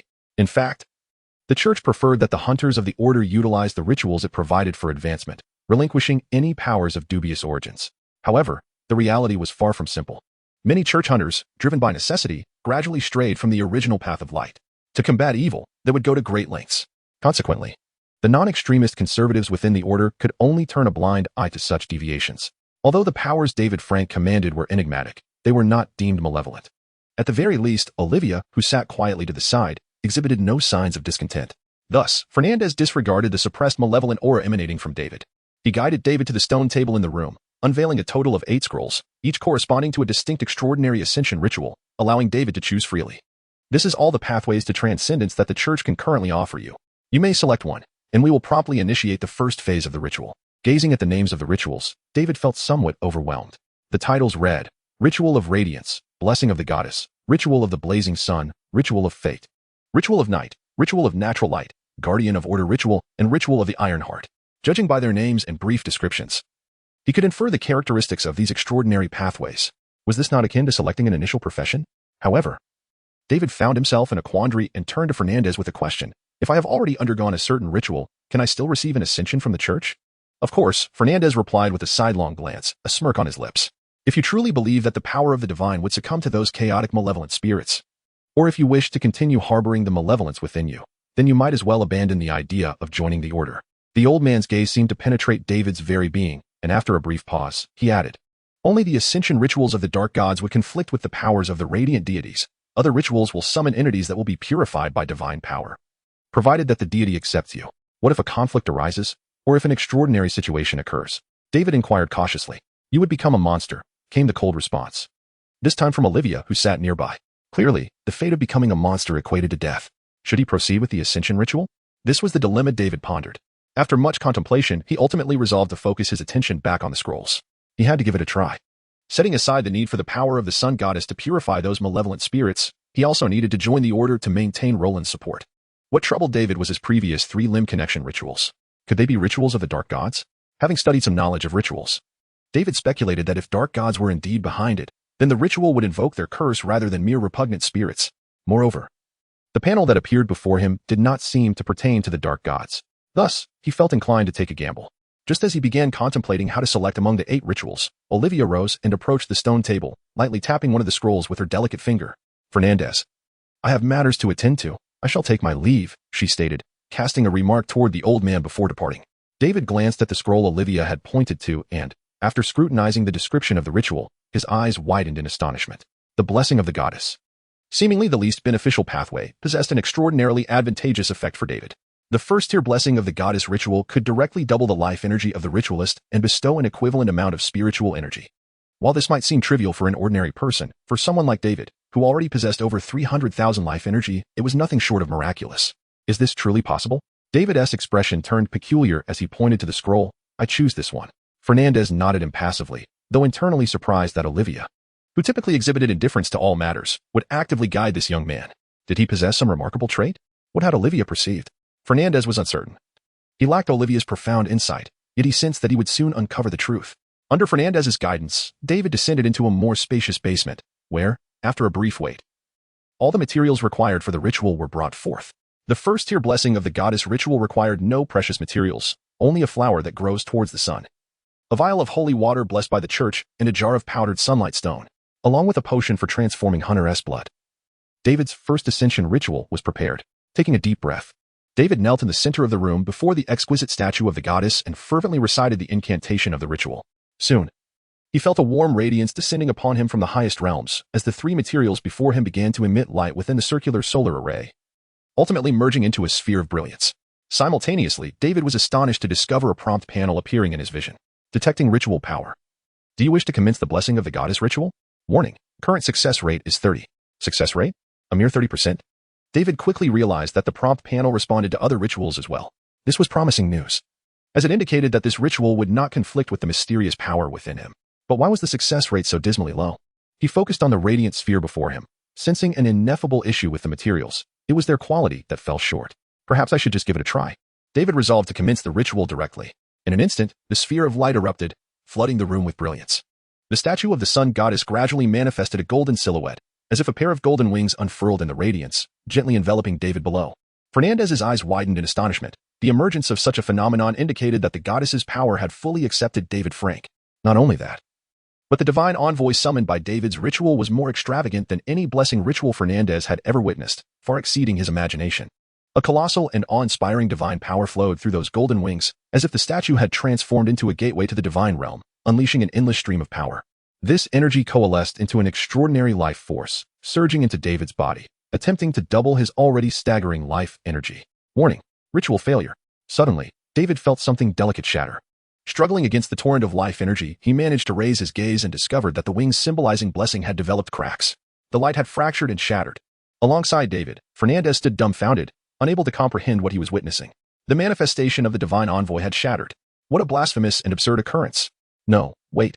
Fernandez suddenly realized that the shattered wings of light gently descended onto David's shoulders, as if to console him, the failed ritualist. The goddess not only refrained from inflicting divine wrath but instead offered comfort to the young man. David gazed at the fading shards of light, feeling somewhat disoriented as he turned to Fernandez. Do I still have a chance? He inquired. Fernandez, equally bewildered, blinked and replied, well, perhaps. Under normal circumstances, those who failed the ritual would not have a second opportunity. Yet, David was somewhat unique. He had taken an unconventional route. More importantly, Fernandez had also realized that David's failure stemmed from other causes, not the goddess's rejection, but rather an issue with the conduit of divine power. It was apparent that the problem lay with the ritual materials, a realization that left Fernandez feeling somewhat embarrassed. When David shared his speculation with Fernandez, the elder nodded quietly and turned to exit the room. Follow me, he commanded. This time, he intended for David to select his own ritual materials. According to the traditions of hunters, all materials for promotion rituals should be personally gathered to evoke the maximum resonance of mysterious power. In this regard, Fernandez was determined to challenge the oddity that was David.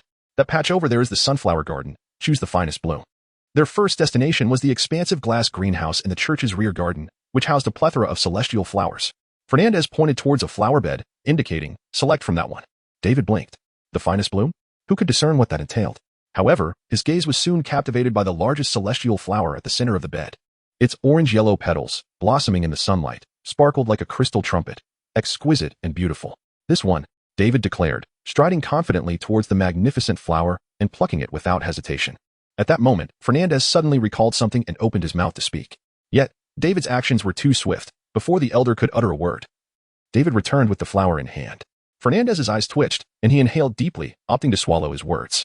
He had forgotten a crucial detail: that largest celestial flower had been personally cultivated by the princess and treated as a treasured possession. Well, never mind.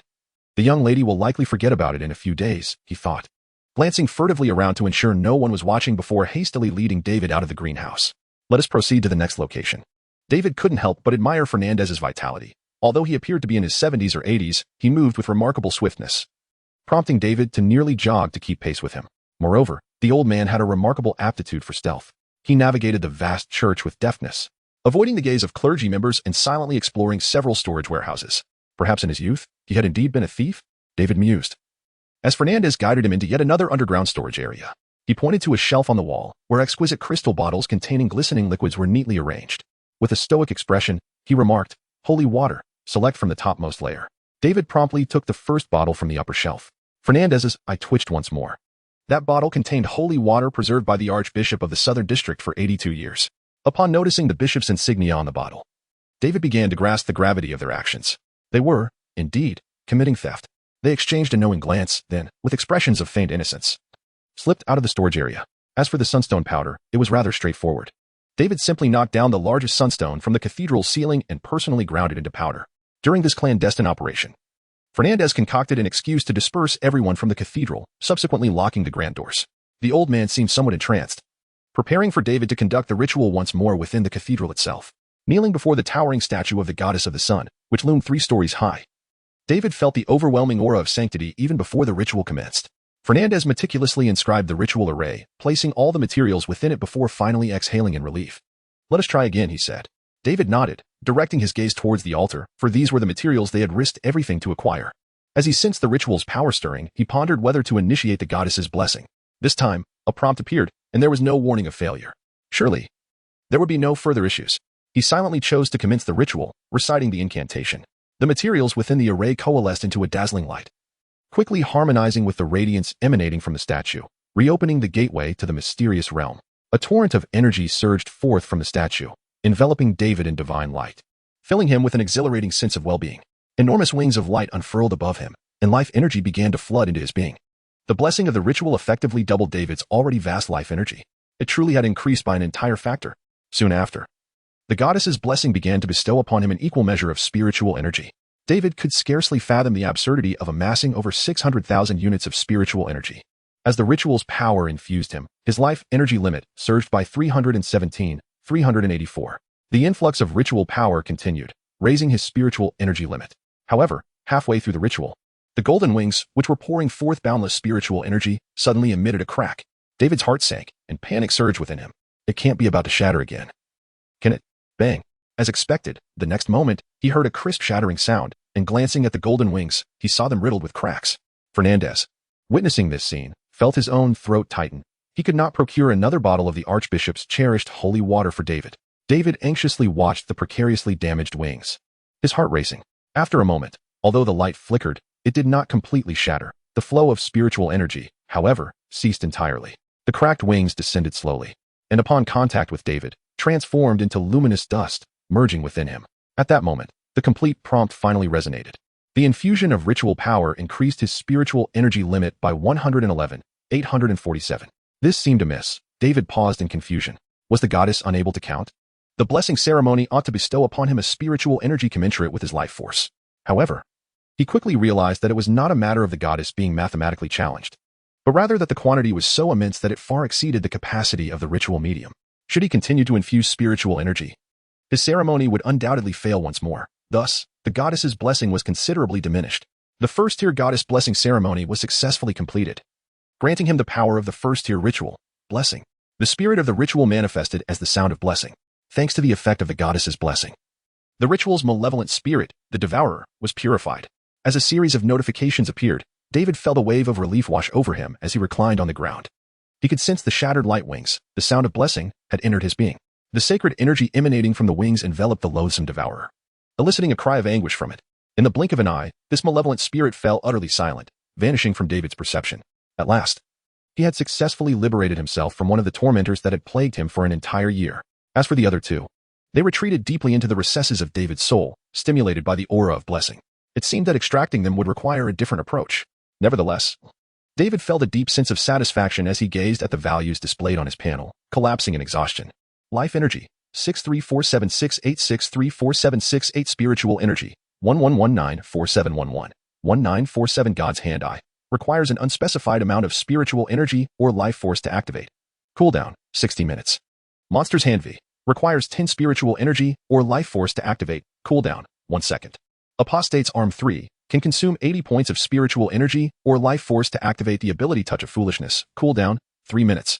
The 3 arms obtained through the grafting ritual remained unaffected by the vanishing of the malevolent spirit, allowing him to finally relax his taut nerves. At that moment, the familiar visage of Fernandez appeared above David, holding a vial of potion. "Do not forget this," he said, directly administering the potion into David's mouth. The viscous, sweet liquid coursed down his throat, igniting a searing sensation within him, as if he were being consumed by flames. This stimulation caused David to involuntarily tense every muscle in his body, struggling on the ground, drenched in sweat. The mysterious substance within the potion was rapidly transforming his blood, in harmony with the residual divine aura from the Ascension ritual. From that moment forth, David Frank officially became a hunter. Then he lost consciousness and fainted. When David awoke again, he found himself reclined upon a large, unfamiliar bed, with one of the twin maids standing vigil by his side. "Are you the left or the right?" he murmured, rubbing his aching head in confusion. "Young master, I am Zoe," the maid replied softly. "Where am I?" "This is your new home, young master. The church sent you back after you lost consciousness. It is already evening. Are you feeling well?" Zoe inquired with concern. "Yes, I am fine." David quickly recalled everything and sat up. "The church also sent a number of items, which I have placed on your desk." "Excellent. You may leave now. By the way, please prepare something to eat." David paused mid-sentence, taking a gentle breath as he reached toward his abdomen.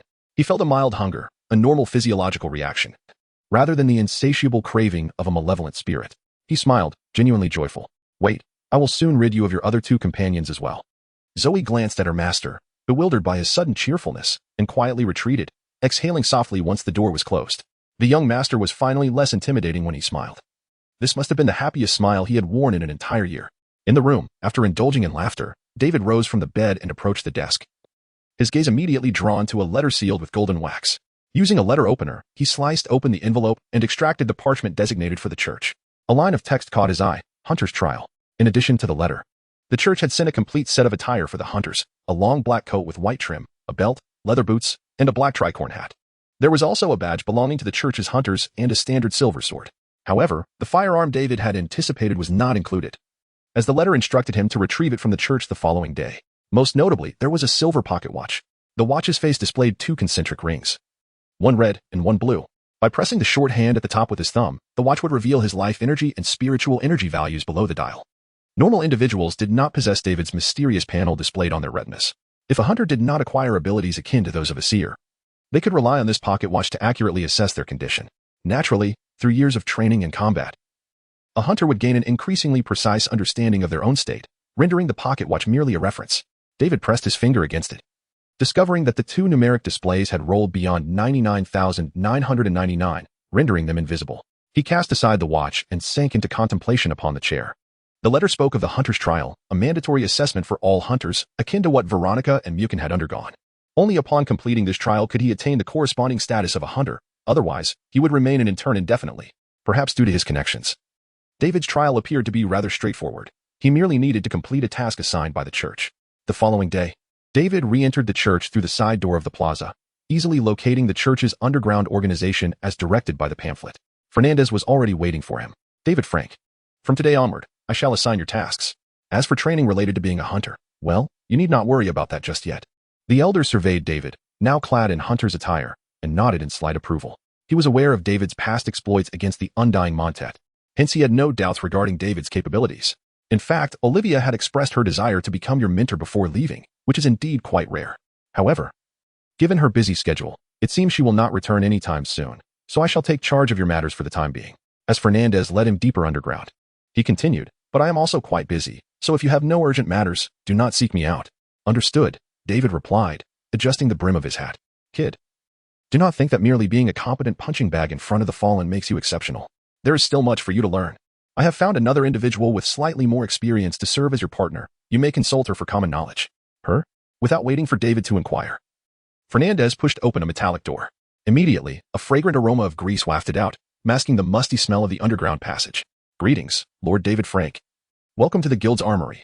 A A bald man emerged from behind the door, smiling as he welcomed David inside.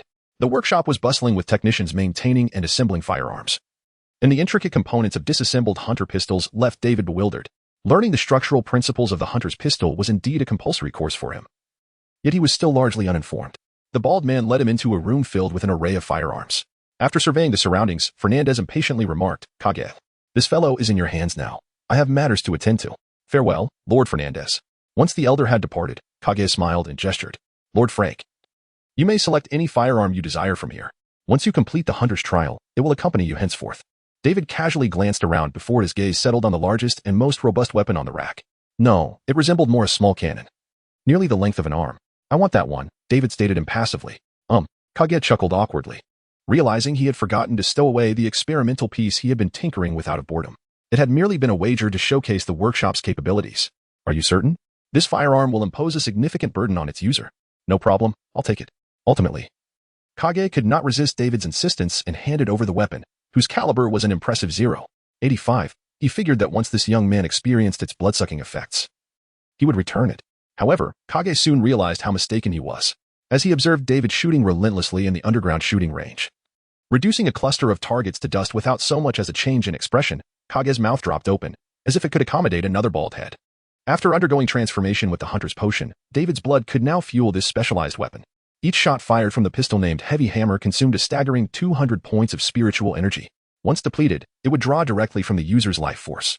This was a deadly expenditure for an ordinary hunter, practically unusable. Yet for a being like David, it posed no challenge whatsoever. He didn't even need to reload. He could effortlessly condense bullets from his own blood. The ferocious consumption of Heavy Hammer translated into a destruction capacity far exceeding that of standard pistols. When confronting ordinary flesh, a single bullet could unleash devastation akin to that of a grenade. David was thoroughly satisfied. This weapon was indeed the perfect match for him. With Kage's stunned gaze upon him, he tucked the firearm into his waistband and departed the armory. In the underground passage, David encountered his partner assigned for the mission. A familiar face, Veronica. The female hunter had her fiery red hair tied back, held in place by a hunter's hat, and her fitted long coat gave her a spirited appearance. After some time apart, she seemed to have regained a measure of confidence. Upon seeing David clad in the guild's hunter attire, she beamed with a bright smile. "Greetings, Lord David. Starting today, I am your new partner, Veronica." David tipped his hat slightly. "You certainly haven't given up." Veronica nodded. "His Highness granted me a second chance." "So now you serve Prince Roland?" "Not I, but we." The female hunter smiled meaningfully and turned to lead the way. "Lord David, your hunter's trial is also my trial. We must expedite our start. Additionally, we have a task assigned by His Highness to complete." Raising an eyebrow, David thought, the main act is about to begin. Roland's induction into the guild was certainly not a mere formality. "What is it?" "We need to secretly assist His Highness in recovering a missing fourth-tier forbidden item, the twin soul mirror," Veronica said as she handed David a simple dossier, which outlined basic information about the twin soul mirror along with a sketch of its appearance. "Our mission is related to this forbidden item?" David glanced over the details, a thought flickering in his mind, though his expression remained neutral. "It's somewhat related, but not significantly. The task of locating the forbidden item is currently being handled by several senior hunters. We are merely addressing a peripheral issue connected to this case. So His Highness intends for us to seize the opportunity to act before those senior hunters recover the mirror?" David chuckled. "And we must be discovered by another group, needing to navigate discreetly, seeking clues and breakthroughs?" "Smart," Veronica affirmed. "Lord Fernandez mentioned that my previous partner was a reckless fool, which led to my trial's failure. It appears this time, he has assigned me a worthy partner." David remained noncommittal, lowering his hat to shield his unruly gaze. "Now, let us discuss our task." "Indeed. Our mission is to assist Master Julius the alchemist in retrieving an elixir stolen by his apprentice. That apprentice is the very thief who pilfered the twin soul mirror from its original owner, Count Kingsley. A theft case, seeking lost property. Isn't that the work of the police and detectives?" "Normally, yes," Veronica replied playfully, winking. "But this is no ordinary elixir. Master Julius indicated that his apprentice may have transformed into a monster under the influence of the potion." On the second day after arriving in the capital, David embarked on his first task as a hunter. He had no time to familiarize himself with the city's streets and alleys, relying entirely on Veronica, his senior, to guide him. After taking a carriage to the docks, they boarded a steamship, reaching a grand vessel navigating the heart of the Lionheart River. The task's initiator, the renowned alchemical genius Julius, awaited them on board. David encountered the elderly alchemist amidst a cabin filled with peculiar alchemical apparatus. His wild, unkempt white hair and bright, keen eyes reminded David of another genius scientist from a past life. "My apprentice Dick has stolen more than half of my newly refined elixirs. You must retrieve them swiftly before he causes any trouble." "Do you know why Dick would steal your elixirs?" "Who knows? perhaps for money or similar reasons. After all, those elixirs are extremely valuable, especially my latest invention, liquefied thunder, which is worth a fortune. The alchemy master gazed intently at the dropper in his hand, dismissing Veronica's inquiries with a lackadaisical air. Could you elaborate on the nature of the potions that Dick has stolen? Veronica continued, her patience unwavering. Julius turned to glance at her, then opened a small box beside him, from which a peculiar radiance emanated. David fixated on a vial within the box that shimmered with dazzling lightning, his eyes narrowing in astonishment. He was taken aback. The liquid thunder spoken of by the alchemy master was indeed a literal transformation of thunder into a bottled liquid. What sort of arcane technology was this? Among the contents were liquid thunder, crystallized sunshine, roaring essence of the Galaron grass, and various other enhancement potions, including those specifically for hunters. He had pilfered an entire box. Julius closed the box, urging earnestly, "The rest may not matter, but you must retrieve the liquid thunder. What do you think is the most likely place Dick could escape to?" Veronica inquired once more. "How should I know? He could hide anywhere," the alchemy master paused. Hesitating before continuing, "Perhaps you might check the Earl's old alchemical workshop. That scoundrel used to reside there." At this juncture, David interjected, "Master, do you know anything about the Earl's missing twin magic mirror?" "What mirror?" "I know nothing. Do not ask me." Julius's demeanor shifted, growing impatient as he waved them away. "Why are you hunters so full of questions? Others have come to me earlier asking about these nonsensical matters. I tell you, I am merely an alchemist assisting the Earl with potions. What he has lost is of no concern to me." Soon after, David and Veronica arrived at the docks, boarding a carriage to head towards the Earl's old alchemical workshop as mentioned by Julius. The esteemed Count Kingsley had always been an investor in the alchemy master's ventures. Unfortunately, the Earl had recently lost a long-sealed taboo item from his family, the twin magic mirror. An ancestor of Count Kingsley had once been a hunter count, thus granting his family the privilege to safeguard and utilize such forbidden artifacts. However, with time, no second hunter count had emerged from the Kingsley lineage. Consequently, they retained the right to seal the taboo items but lacked the authority to use them. Seated across from David, Veronica softly elucidated. The term hunter count refers to those high-ranking hunters who possess titles. They have often distinguished themselves in battles against darkness, earning recognition from the imperial royalty and the church, thus being ennobled. Families of hunter counts enjoy a privilege. They may safeguard and utilize perilous taboo items to enhance their power, while bearing the responsibility of preventing these items from spiraling out of control. After the last taboo item, the twin magic mirror, went missing, the Earl chose to report it to the church, expressing a willingness to let the order reclaim it to absolve himself of any associated responsibility. We can leverage this case to connect with the Earl's influence, racing against other hunters to uncover the mirror. That alchemy master is suspicious. David suddenly interrupted Veronica, his voice low. He lied. Although David's mission was ostensibly unrelated to this case, he had noticed the alchemy master's abnormal reaction when posing his question. Veronica blinked, comprehending. "You believe Julius knows where the twin magic mirror is?" "No, he does not." His demeanor was tense and somewhat anxious. "It appears he cares more about the whereabouts of that taboo item than us, but wishes to conceal any connection to it." David adjusted his posture, tipping his hat. "Thus, I surmise he must have had contact with the twin magic mirror and subsequently lost it. Are you suggesting he stealthily stole the Earl's taboo item and used it without permission?" Veronica furrowed her brow, recognizing the lack of concrete evidence for such a conjecture. Yet it was not entirely implausible. She suddenly realized that David's mind seemed sharper than she had anticipated. Indeed, the cleverness of female hunters often surpassed that of ordinary individuals.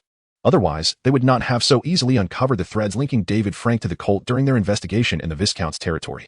Prompted by David's insight, Veronica swiftly constructed an entire theory along this line of thought, only to be astonished to discover they might not be far from the taboo item. The carriage halted in the outskirts of the South City, and they arrived at the Earl Kingsley's old alchemical factory before nightfall. The place had long been abandoned due to business issues, leaving behind a wreckage of factory ruins, desolate and devoid of life. Interestingly, upon their arrival, they noticed someone had arrived before them at the factory's entrance. Clad in the garb of church hunters and bearing the insignia of the order stood Lucio, a third-tier hunter. Veronica recognized him as one of the hunters tasked with locating the stolen taboo item. The small mustached man stared at David and Veronica for a moment, then seemed to recognize the female hunter, a smirk of disdain crossing his face. "Ah, it's the loser. What brings you here?" He then turned his gaze to David, a playful glint in his eyes. "Oh, you must be the son of that provincial noble, correct?" David maintained a stoic expression, silent. "I've seen plenty of folks infiltrate the order, trying to gild their lives. Don't say I didn't warn you. Being a hunter isn't child's play. You best head home to sleep." Veronica's expression soured, and she was about to step forward when David placed a hand on her shoulder. Yes. You inexperienced ones should keep your distance. It would spare me the trouble of rescuing you if you get hurt and impede my mission." Lucio's tone dripped with condescension. He coldly laughed and strode through the factory doors, ignoring them. "Ugh, how irritating," Veronica muttered. "David, why don't you rebut him?" "No need." David lowered his hat's brim and reached for his gun, preparing for a confrontation.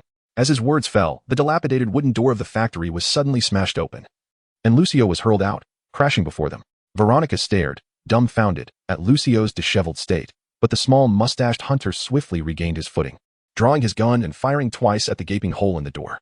A muscular, twisted figure burst forth amidst the gunfire, wielding a massive steel bar, and swung it menacingly toward the hunter. Veronica, finally snapping to attention, attempted to draw her sidearm but was restrained by David's hand. "Don't rush. He won't die yet." Veronica cast a perplexed glance at David, observing the sinister smile that curled at the corners of his mouth. He was indeed correct. Third-tier hunters were not easily vanquished. The grotesque muscle-bound entity, distorted and swollen to a towering 3 meters due to some arcane force, had just surged forth, only to be met with 2 ignited holes in its form. The steel bar it wielded failed to strike the nimble Lucio instead. It was the latter's silver sword that inflicted a grievous wound to the creature's leg, significantly impairing its agility. Moments later, the flames engulfing the monster erupted violently, sending it crashing against the factory wall with tremendous force. In David's eyes, the creature, with a life force of 3,000, lost over 2,000 of its vitality to Lucio's explosive bullets. Had he been more familiar with the rituals of the cult, he might have recognized that it was the explosive blessing from the rite of the blazing sun. The beast's chest was now a gaping chasm, leaving it grievously wounded and incapacitated. Lucio strode forward, firmly placing his foot upon the creature's arm, his gaze fixed upon its head, which still bore a faint resemblance to humanity. "You have encountered the mirror of magic, haven't you?" Lucio coldly inquired, but the creature, displaying a mix of terror, defiance, and despair, interrupted him with incoherent cries. "No, I am the true one. I am the real one. Save me, my master. Save me." Lucio raised his firearm, aiming at the creature's head, his conviction solid that this journey had not been in vain. The cult's prophet had provided several potential leads, prompting them to split up, while Lucio had followed strange rumors to this very location. Whispers spoke of 2 identical monsters emerging from this abandoned factory. Where's the other one? Before he could voice his question, the wall before him erupted violently. A colossal, twisted hand swept in from the other side, obliterating the brick wall and striking Lucio with tremendous force. The small bearded hunter was sent flying, his health plummeting to critical levels, his hat lost in the chaos. David, who had been observing from a distance, finally took a step forward, advancing towards the factory. Emerging from the debris was a muscular behemoth, towering at an astonishing 5 meters. An even more ludicrous sight than its predecessor. Its grotesquely deformed visage was dwarfed by its massive frame, presenting a horrifying spectacle. Yet, this titanic form moved with a terrifying swiftness. As Lucio, now on the ground, attempted to retrieve a healing potion, the behemoth lunged forward, its fist crashing down like a battering ram. The terrified hunter barely managed to roll aside, the earth trembling beneath the impact of the monster's blow, while the potion he held was violently knocked from his grasp. The behemoth swung its fist again. Bang! A gunshot rang out, blood exploding forth as the monstrous force staggered back from the impact. Injured, Lucio spotted a fellow hunter approaching, the very country noble he had previously ridiculed. Wait, what was that in his hand? Wasn't it the handheld cannon crafted by Cage? In truth, it was not a mere handheld cannon, but Cage's prideful creation, the heavy hammer. David strode forth, raising his firearm and unleashing a relentless barrage of shots. The blood bullets struck the behemoth with reckless abandon, forcing its colossal form to retreat, while its small head roared in furious impotency, unable to escape the relentless onslaught. Though David's marksmanship was not exemplary, the target was so enormous that aiming became an afterthought. To Lucio's astonishment, David wielded the heavy hammer with such audacity. How much life energy did he possess? No one could answer Lucio's bewilderment as the behemoth, battered by the heavy hammer strikes, crashed into the factory walls. David disregarded the fallen Lucio, propelling himself into the fray. Meanwhile, Veronica had reached the fallen creature, eager to extract information before it succumbed. The creature that had tumbled into the factory seized a fleeting opportunity to breathe, swinging its massive arm and landing a punch on David. The force sent the lightweight David soaring, yet the blood bullets detonated upon contact with its fist, hindering its movements once more. Emerging from behind David, a green magical claw reached out, intercepting the behemoth's second strike with equal might. However, the adversary's strength was overwhelming. Even the 5th-tier magical hand creaked under the immense pressure, as if the bones were about to shatter. Undeterred, David pressed on, firing point blank at the behemoth. Each blood bullet siphoned nearly 900 points of vitality from the creature, which possessed a total of 30,000 life energy. Under David's relentless barrage, its health plummeted, revealing numerous gaping wounds across its body. The damage inflicted by the behemoth upon him felt like mere scratches, even if he allowed the creature to pummel him. The few thousand points of damage posed no threat. David even grew weary of reloading, allowing the heavy hammer to siphon his life energy, infusing each shot with a consumption of 200 life energy and 200 health points. The chamber echoed with hissing sounds as the potent blood bullets formed, rivaling the might of cannonballs. The behemoth struggled, swinging its massive hands, but they were caught and held by the magical hand, rendering its titanic frame vulnerable to the heavy hammer's relentless assault. Seizing the moment, David extended his pallid, aberrant arm, grasping the behemoth and yanking it downwards. As it fell into a stupor, he leaped onto its massive body, aiming for its forehead to unleash the final bullet. Boom! The colossal form collapsed, crashing through the remnants of the factory. This behemoth appeared to be a person transformed, yet it had lost all semblance of reason, incapable of coherent communication. David utilized the magical hand to tear off one of its arms, absorbing and merging it on the spot. Ding! The level of the aberrant arm increased. Absorbing the magical arm, he gained life energy, raising his limit by 30,000. Aberrant arm 4 can expend 70 points of life energy or spirit energy to activate the ability Fool's Touch. Cooldown time, 2 minutes. The cooldown has decreased again. Not too shabby. In comparison to the upgrade of the aberrant arm, David found himself even more pleased with the heavy hammer in his grasp. This weapon suited him remarkably well. His life energy had grown increasingly extravagant, yet he lacked any reasonable means to utilize the surplus vitality. Although the Divine Corpse arm could convert life and spirit energy into destructive force, it was not without its limitations. However, its lengthy cooldown renders it a mere last resort. The substantial energy consumed by the heavy strike aligns perfectly with his desires. Ideally, he would prefer to exchange even greater consumption for enhanced power.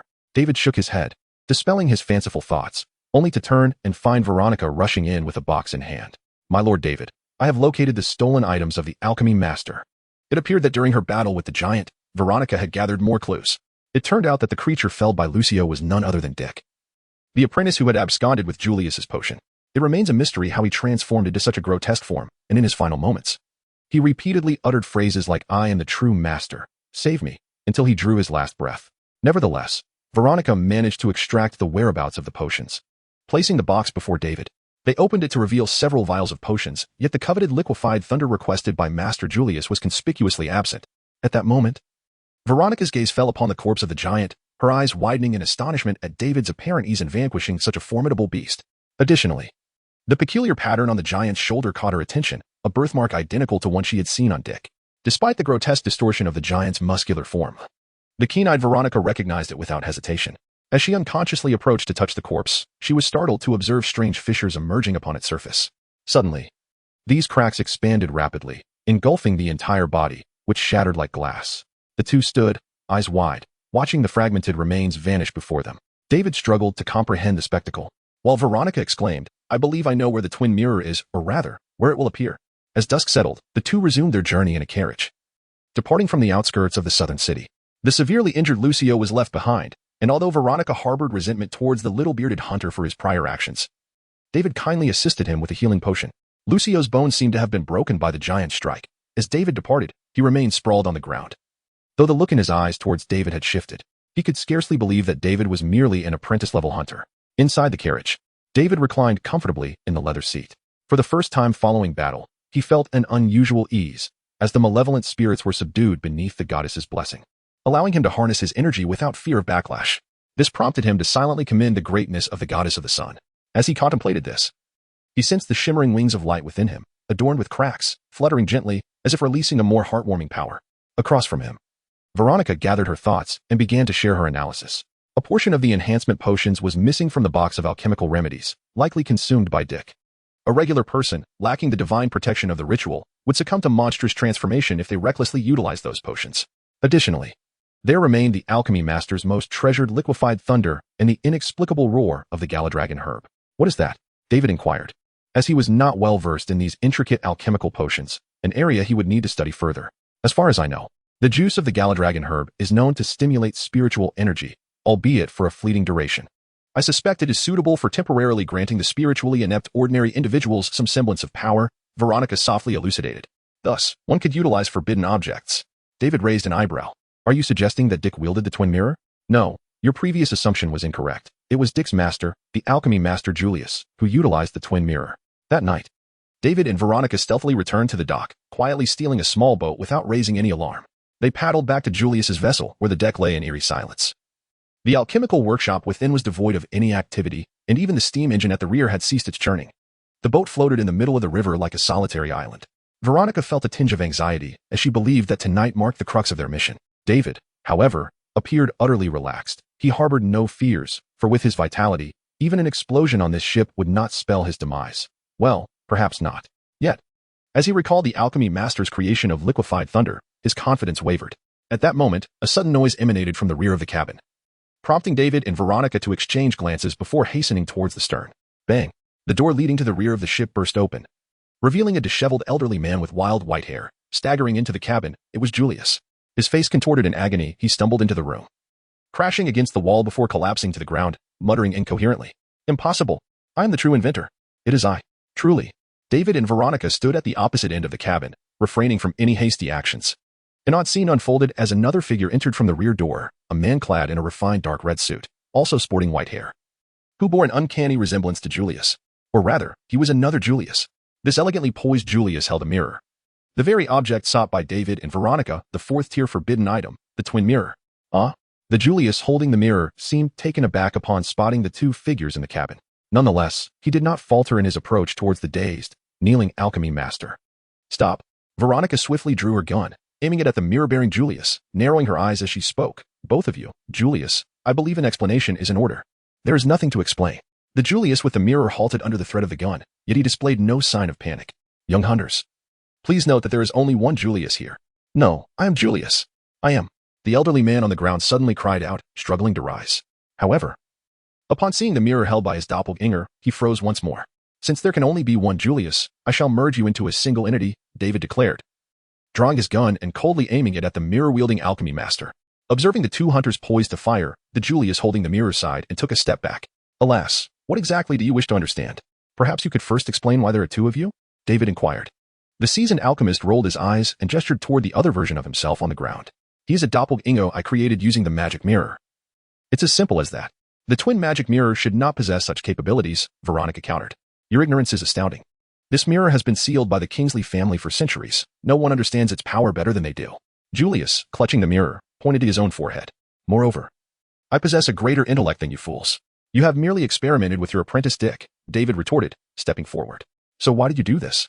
Stealing the Count's forbidden artifact and using it without permission. Do you not realize that such a crime could cost you everything? It could also grant me everything, Julius replied impassively. I did not experiment on my apprentice. I merely had him safeguard the mirror. It was that fool who succumbed to curiosity, creating his own reflection and transforming himself into a monster. Such a laughable curiosity. As for why I chose to use the magic mirror, the elder paused, a fervent light igniting in his eyes. It is because I require a second mind as intelligent as my own. David suddenly noticed the same weariness etched on Julius's face as that of the fallen Julius on the ground. The difference was that Julius's expression was also tinged with satisfaction and excitement. I was right. My doppelganger has not disappointed me. He successfully extracted liquid thunder, a crucial element I lacked the time to research. Julius sighed and shifted his tone, telling you this is pointless.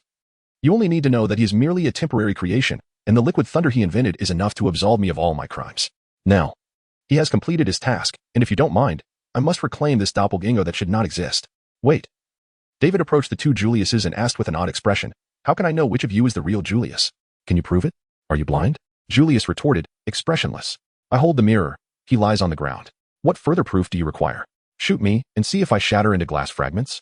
In truth, David was tempted to do just that.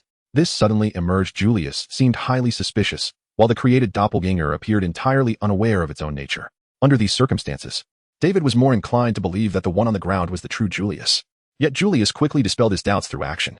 He directed the ancient mirror toward the fallen elder, and David immediately observed that the mirror did not reflect the Julius on the ground.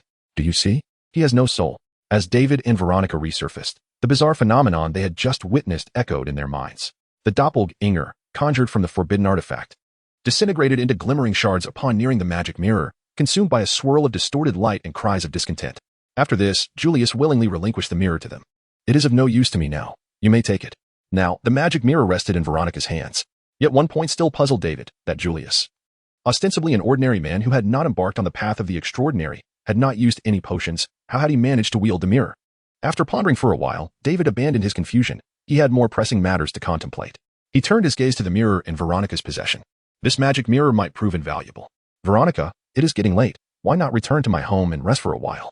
You can deliver the mirror to His Highness tomorrow. David approached the carriage, seemingly casually stating, you are carrying a forbidden artifact. It is best we do not part ways. Veronica considered this and, trusting him, agreed. It was already past midnight. Even if she wished to seek out Prince Roland, it was no longer feasible. So she decided to follow David's suggestion and rest for the night. Upon returning to number 9 Michelin Avenue, David found his idle lackey Doug fast asleep in his room, while two maids waited in the hall. After having Zoe arrange a room for Veronica, David turned to Yui and said, "From now on, if I do not return at night, you need not wait for me. You may rest." Yui timidly nodded, then unexpectedly asked, "Should we rest in the young master's bed?" David's eye twitched at her words, his gaze inadvertently drifting towards certain parts of the maid. "No, you have your own rooms." "Understood, young master." In the stillness of the night, David sat in his room, his gaze fixed upon the mirror on his desk. A fourth-tier forbidden artifact, the twin magic mirror. Externally, it appeared simply as an antiquated hand mirror, adorned with exquisite brass borders and a smooth glass surface, without any remarkable features. Yet, upon gazing into the mirror, one could discern something amiss. This mirror reflects the other side of a human soul. The hierarchy of extraordinary forbidden artifacts follows a unique evaluation system. The classification of the twin magic mirror as fourth tier signifies its power to touch the rules. This realm is more enigmatic than the third tier's transcending reality. Hence, this mirror is undoubtedly more than a mere reflection of the soul. David's intent in acquiring the mirror was to utilize its properties to eradicate the shadow of the unholy disciple dwelling within his own soul. At this moment, when he looked into the mirror, he saw not only his own visage but also a translucent shadow hovering behind him, the malevolent spirit. Among the three evil spirits that had previously possessed David, only the observer had some function, while the other two were nothing more than tormentors. Especially the shadow, which had relentlessly sought to occupy his body. To achieve a restful night's sleep, he must devise a method to eliminate this wretched entity. However, as David sat in contemplation, he found himself uncertain about how to effectively utilize the mirror. He certainly did not wish to inadvertently create an uncontrollable doppelganger, as Julius had.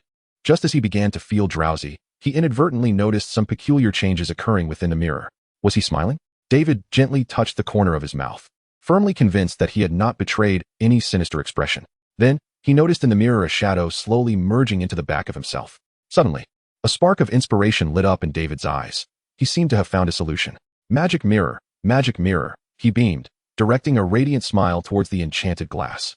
Who was the true David Frank in this world? The reflection of David in the mirror grinned more brazenly, opening his mouth to silently utter a phrase, "Of course. It is I." With a decisive motion, David pressed the mirror down, and almost simultaneously, he felt a wave of relief wash over him. As a black mist was drawn into the distorted light emanating from the edges of the mirror, he could almost hear a haunting scream echoing through the void. Due to an unforeseen effect, the malevolent spirit known as Shadow of the Apostate was expelled. The notification that appeared on the panel was like music to David's ears. He pressed down on the surface of the twin magic mirror with fervor, a wicked grin spreading across his face, unable to suppress a hearty laugh. He had finally rid himself of that wretched spirit. "If you desire to possess me so badly, then go ahead and reside within the mirror. Fool." Ha. A knock resounded on the door, and Zoe, clad in a robe and holding a candle, peeked inside, catching sight of David in a fit of manic laughter. Silently, she extinguished the candle, entered the room, closed the door, and began to undress with fluid grace. "No need to undress," David exclaimed, rushing over to scoop the maid up and toss her onto the bed, eagerly following suit. "I am off to sleep. You need not wake me tonight."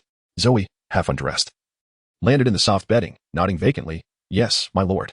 However, within mere moments, Master David had succumbed to a profound slumber, resembling a newborn babe. It had been ages since he had slept so peacefully. The next day, feeling rejuvenated, David stretched lazily as he descended the stairs, only to be greeted by the sight of Veronica, already dressed and waiting for him in the living room. With a smile, he handed her the twin magic mirror, which he had wrapped in thick cloth for safety. "After all, it is a forbidden object," he casually explained.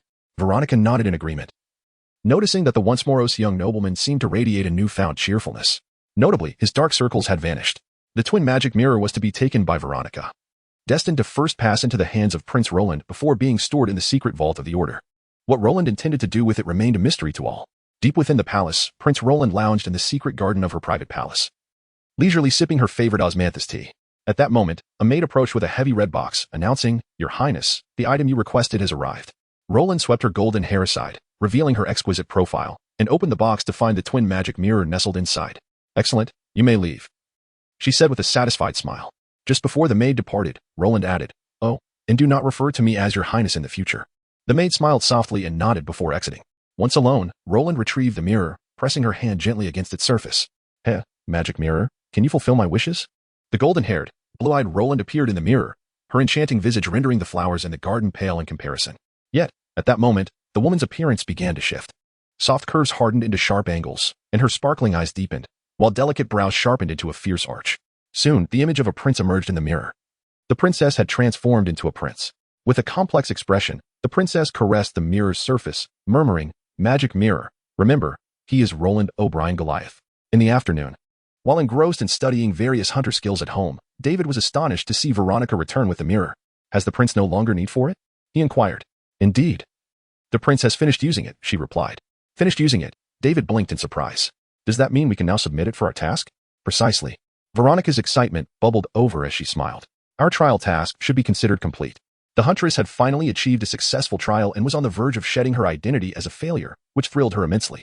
Moreover, this time, the task assigned by the prince had proceeded remarkably smoothly, devoid of the previous inexplicable predicaments. All of this was due to David Frank's formidable combat prowess, which was almost incomprehensible. Veronica's eyes sparkled as she looked at David. Thanks to you, my lord. I am truly grateful. Just call me David, he replied, shaking his head. Do not thank me. Your keen insight was the key to our success. I told you, you will become an exceptional huntress. The huntress opened her mouth, then smiled with narrowed eyes. She realized that her previous perception of David Frank seemed quite misguided. He appeared to be entirely different from the notorious nobleman of ill repute described in rumors. Suddenly, Veronica felt that David, with his dark hair and eyes, possessed more charm and grace than most nobles she had encountered. Without further ado, the duo set off to the church, delivering the missing twin magic mirror into the hands of a startled Fernandez. The fate of this forbidden object would be to be sealed deep underground, resting quietly in its own cell. If all went well, for the following centuries, no one would disturb it, as it would slumber alongside countless souls reflected within its depths, including that malevolent spirit. With a thunderous crash, the iron door imbued with divine power slammed shut, the sealing array activated. Once the bearers of the forbidden object departed, only the mirror remained in the pitch-black chamber. Yet, at that moment, a peculiar and distorted light began to emanate from within the mirror. You have completed your task remarkably well, Fernandez remarked leisurely from behind his desk, sipping tea while casting a glance at David and Veronica. You have even accomplished another's task. That was merely a matter of convenience, David shrugged. Veronica chimed in. The stolen alchemist was, in fact, merely a manifestation created by the forbidden object. The real Julius had not lost any potions. He merely reclaimed the liquefied thunder from the manifestation using Dick. As for the transformed Dick, understood. No need for further explanation, Fernandez interjected, nodding toward a task report on his desk, which Veronica had meticulously filled out. Your report is quite thorough, Huntress Veronica. How does the church intend to handle Julius? David curiously inquired. It will not be handled, the elder sighed softly. Although he had recklessly employed forbidden substances, he had nonetheless succeeded in creating a remarkable invention. He had now entrusted the formula for liquefied thunder to the church and the royal family. Given that he voluntarily surrendered the forbidden material and that this incident did not precipitate any significant disaster, coupled with the fact that the two monsters had been dealt with by you, Julius would face no repercussions. He remained a respected master alchemist. David nodded, finding this outcome unsurprising. Thus, my dear friends, I, Lord Fernandez, hereby declare the conclusion of your hunter trial. From this day forth, you shall be true hunters. Veronica laughed with excitement. David, however, maintained his stoic expression, his thoughts consumed by the rights that were exclusively conferred upon formal hunters. Lord Fernandez, may I inquire when I may partake in the second phase of the goddess blessing ceremony? Lord Fernandez glanced at David and chuckled lightly. Young man, you have yet to complete the first phase of the ceremony. Thus, you cannot advance. Not completed? Indeed. Once a ceremony commences, it cannot be interrupted. Do you think it merely entails gathering a few materials and reciting a spell? The so-called transcendent promotion ceremony is an uninterrupted process that completely accompanies the growth of the transcendent individual. Theoretically, the promotion ceremony can be divided into 9 stages, corresponding to the 19 ranks of hunters. Yet, currently, there are no existing hunters within the Empire who surpass the 7th rank. Individuals like Olivia, whom David had encountered, could be considered among the most elite of transcendent beings, and such existences are exceedingly rare. This phenomenon arises from the complexity of the promotion ceremony. The higher the rank, the more arduous the process becomes. If a hunter fails to meet the requirements of the ceremony under certain conditions, no matter how many centuries they might invest, they will never attain advancement. To ascend to the 2nd rank, you must first complete the subsequent steps of your 1st rank goddess blessing ceremony, fully integrating the power of the goddess's blessing. Allow me to offer you some advice. You may try praying in the church, praising the goddess who grants you blessings, or bestowing blessings upon others until you can fully comprehend the power of the ceremony. In fact, you may apply to undergo the 2nd rank promotion ceremony at any time. Your success hinges solely upon your own efforts. Lord Fernandez took the rare opportunity to elucidate many details for David, concluding with, you are fortunate, young man. The goddess blessing ceremony is the only complete 9-stage ceremony within the church. As long as the goddess continues to favor you, you may very well embark upon an unprecedented path. Indeed, the ceremonies provided by the church do not all encompass 9 complete stages. Most transcendent paths, upon reaching elevated levels, lack the subsequent ceremonial steps. People are utterly oblivious to how to acquire those more mysterious and vast powers. After departing from Lord Fernandez's office, David suddenly realized why he felt a warm force emanating from the light wings within him when extolling the goddess. It turned out that was the subsequent aspect of the ceremony. According to his understanding, he must thoroughly integrate with these wings until he could feel their boundless warmth at all times, in order to satisfy the conditions for promotion. This concept bordered on the metaphysical. Before leaving the church, David and Veronica needed to visit the guild's workshop to obtain the emblematic equipment befitting a true hunter. The hunter's blood restorative potion, a small silver vial that had left a profound impression on David, was known as the hunter's second life, a vital weapon against malevolence aside from the blood bullet gun. Furthermore, he learned today that this restorative potion required the extraction of the hunter's own blood for its concoction. To David's delight, the restorative potion's recovery amount was not a fixed life energy value, but rather restored a percentage of health. For someone like David, who possessed hundreds of thousands of health points, this was exceedingly formidable. Additionally, the potion's efficacy was linked to the hunter's ceremonial rank. Higher-ranked hunters could employ more intricate methods to imbue the hunter's blood potion with various extraordinary effects. This implied that its utility extended far beyond mere health restoration. Following a series of blood extractions and potion preparations, David received his very own initial hunter's blood from the apothecary. The silver vial was no larger than a thumb, connected to a chain for convenient wearing around the neck, allowing it to be kept close to the body. When needed, the potion could be injected into himself via the silver needle at the bottom of the vial. Presently, David's hunter's blood potion could restore health equivalent to 30 points of maximum life energy, which was sufficient for him. In the days that followed, Lord Fernandez did not assign any tasks to the newly inducted hunter. Each morning, David diligently studied various essential hunter knowledge provided by the guild.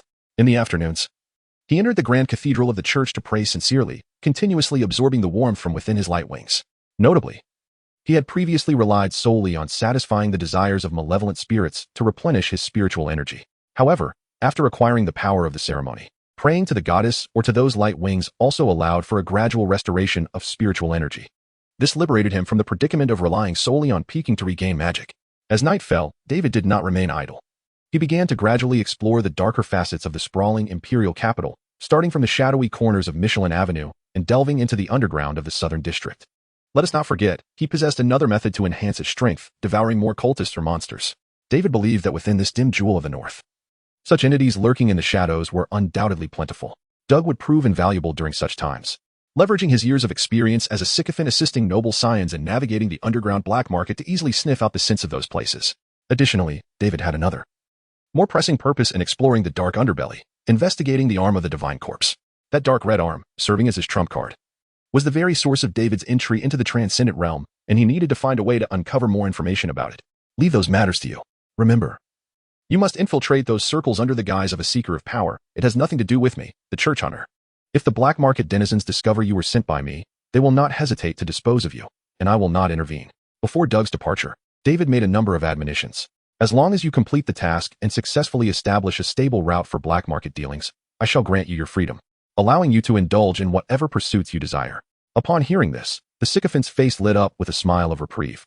Eager to plunge into the night and showcase his prowess, David contemplated for a moment before uttering, "Blessings to you, Doug. May you find a good end." Doug's smile faltered, as if doused with a bucket of icy water, extinguishing the fervor that had just ignited within him. Yet, David felt a warmth in his heart. Indeed, bestowing blessings could evoke the power of ritual. Satisfied, he nodded and waved Doug away, then retrieved a sheet of stationery from his drawer to compose a letter. This was a missive addressed to His Highness, the Fourth Prince, and it commenced directly with the matter at hand. Your Highness, I seek a method to lift the seal on the memories of slaves, be it a potion or some other ritual. David's collaboration with Prince Roland was reciprocal. He had never entertained the notion of working for the prince without recompense. Therefore, when reliant on the other's strength, he felt no hesitation. The Fourth Prince, in turn, did not mince words in his reply, which arrived the very next day. No such potion exists. The memories sealed from the slave cannot be restored through ordinary means. This response took David by surprise. Only after perusing the subsequent explanation did he grasp that the so-called memory seal was a cursed ritual, partially forgotten over time, which could only be undone by locating the practitioner of the ritual. Otherwise, it was nearly impossible to break.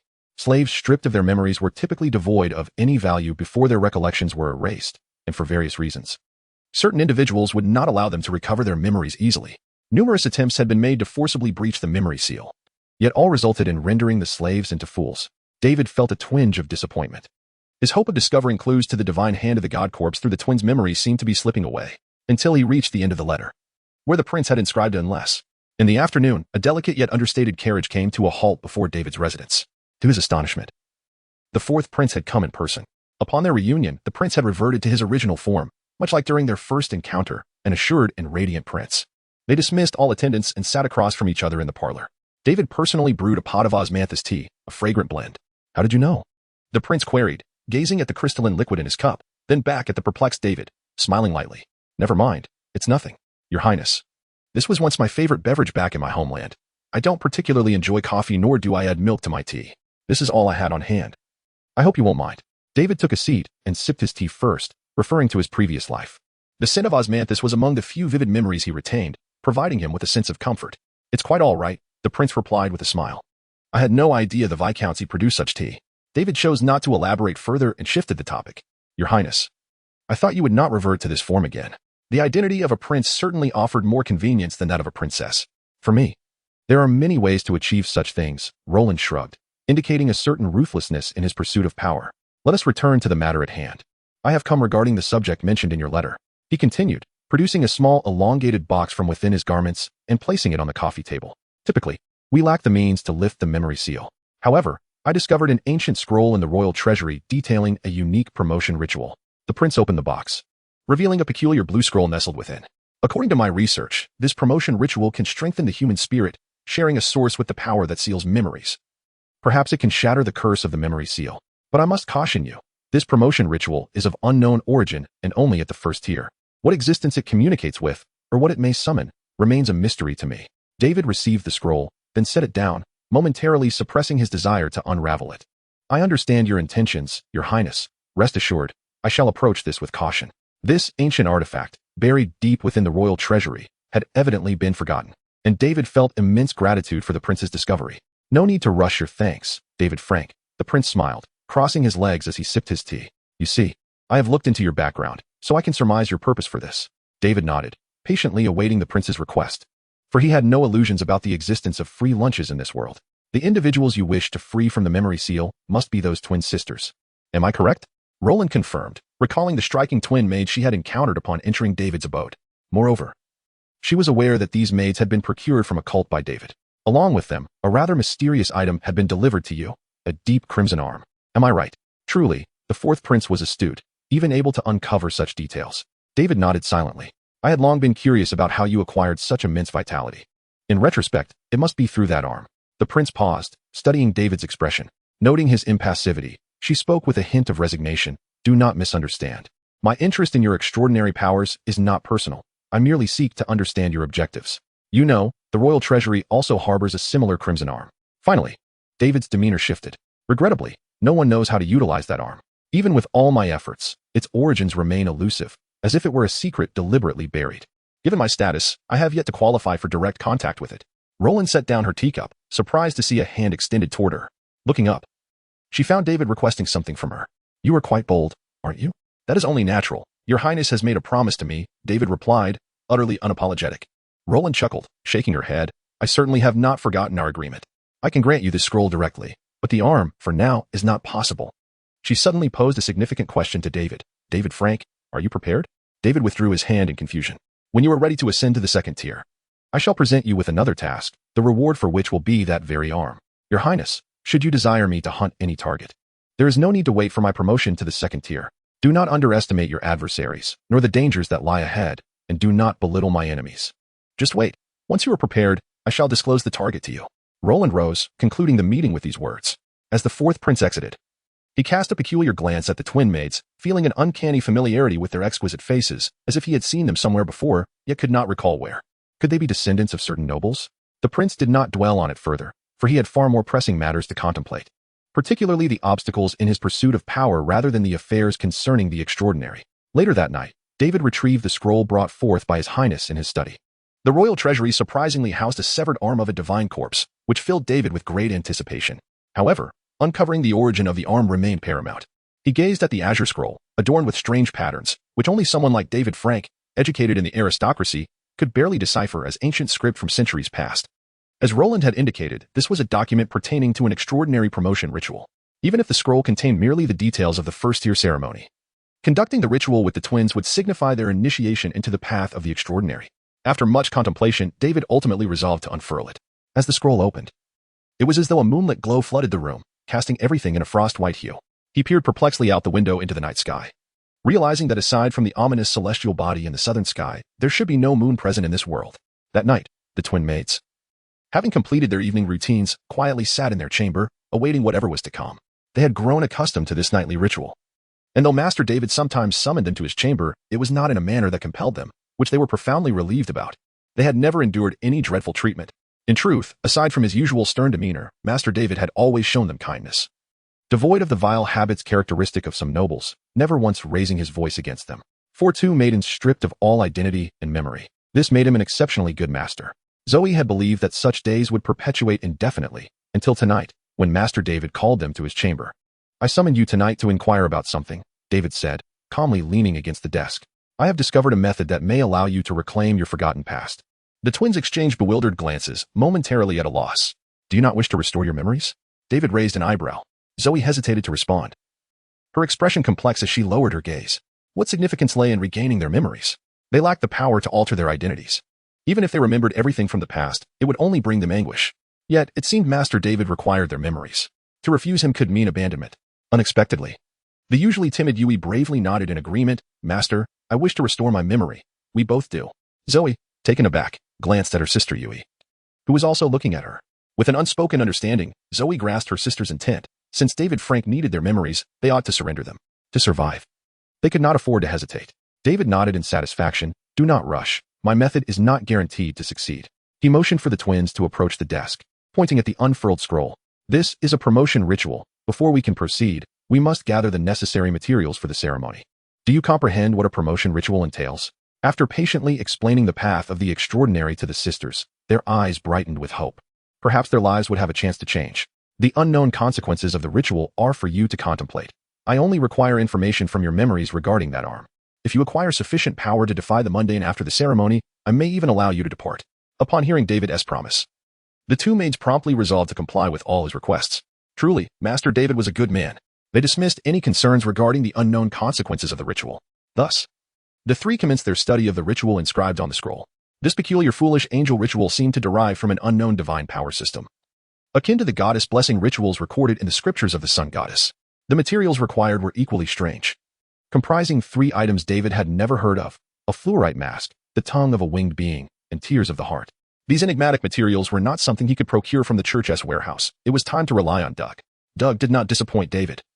With his innate knack for the arcane, he successfully identified a group of dubious characters in a small tavern on the outskirts of the southern district, the most convoluted and squalid slum. After enduring a beating, Doug managed to glean information about access to the black market from a beggar on the street and infiltrated it under the guise of a beggar himself.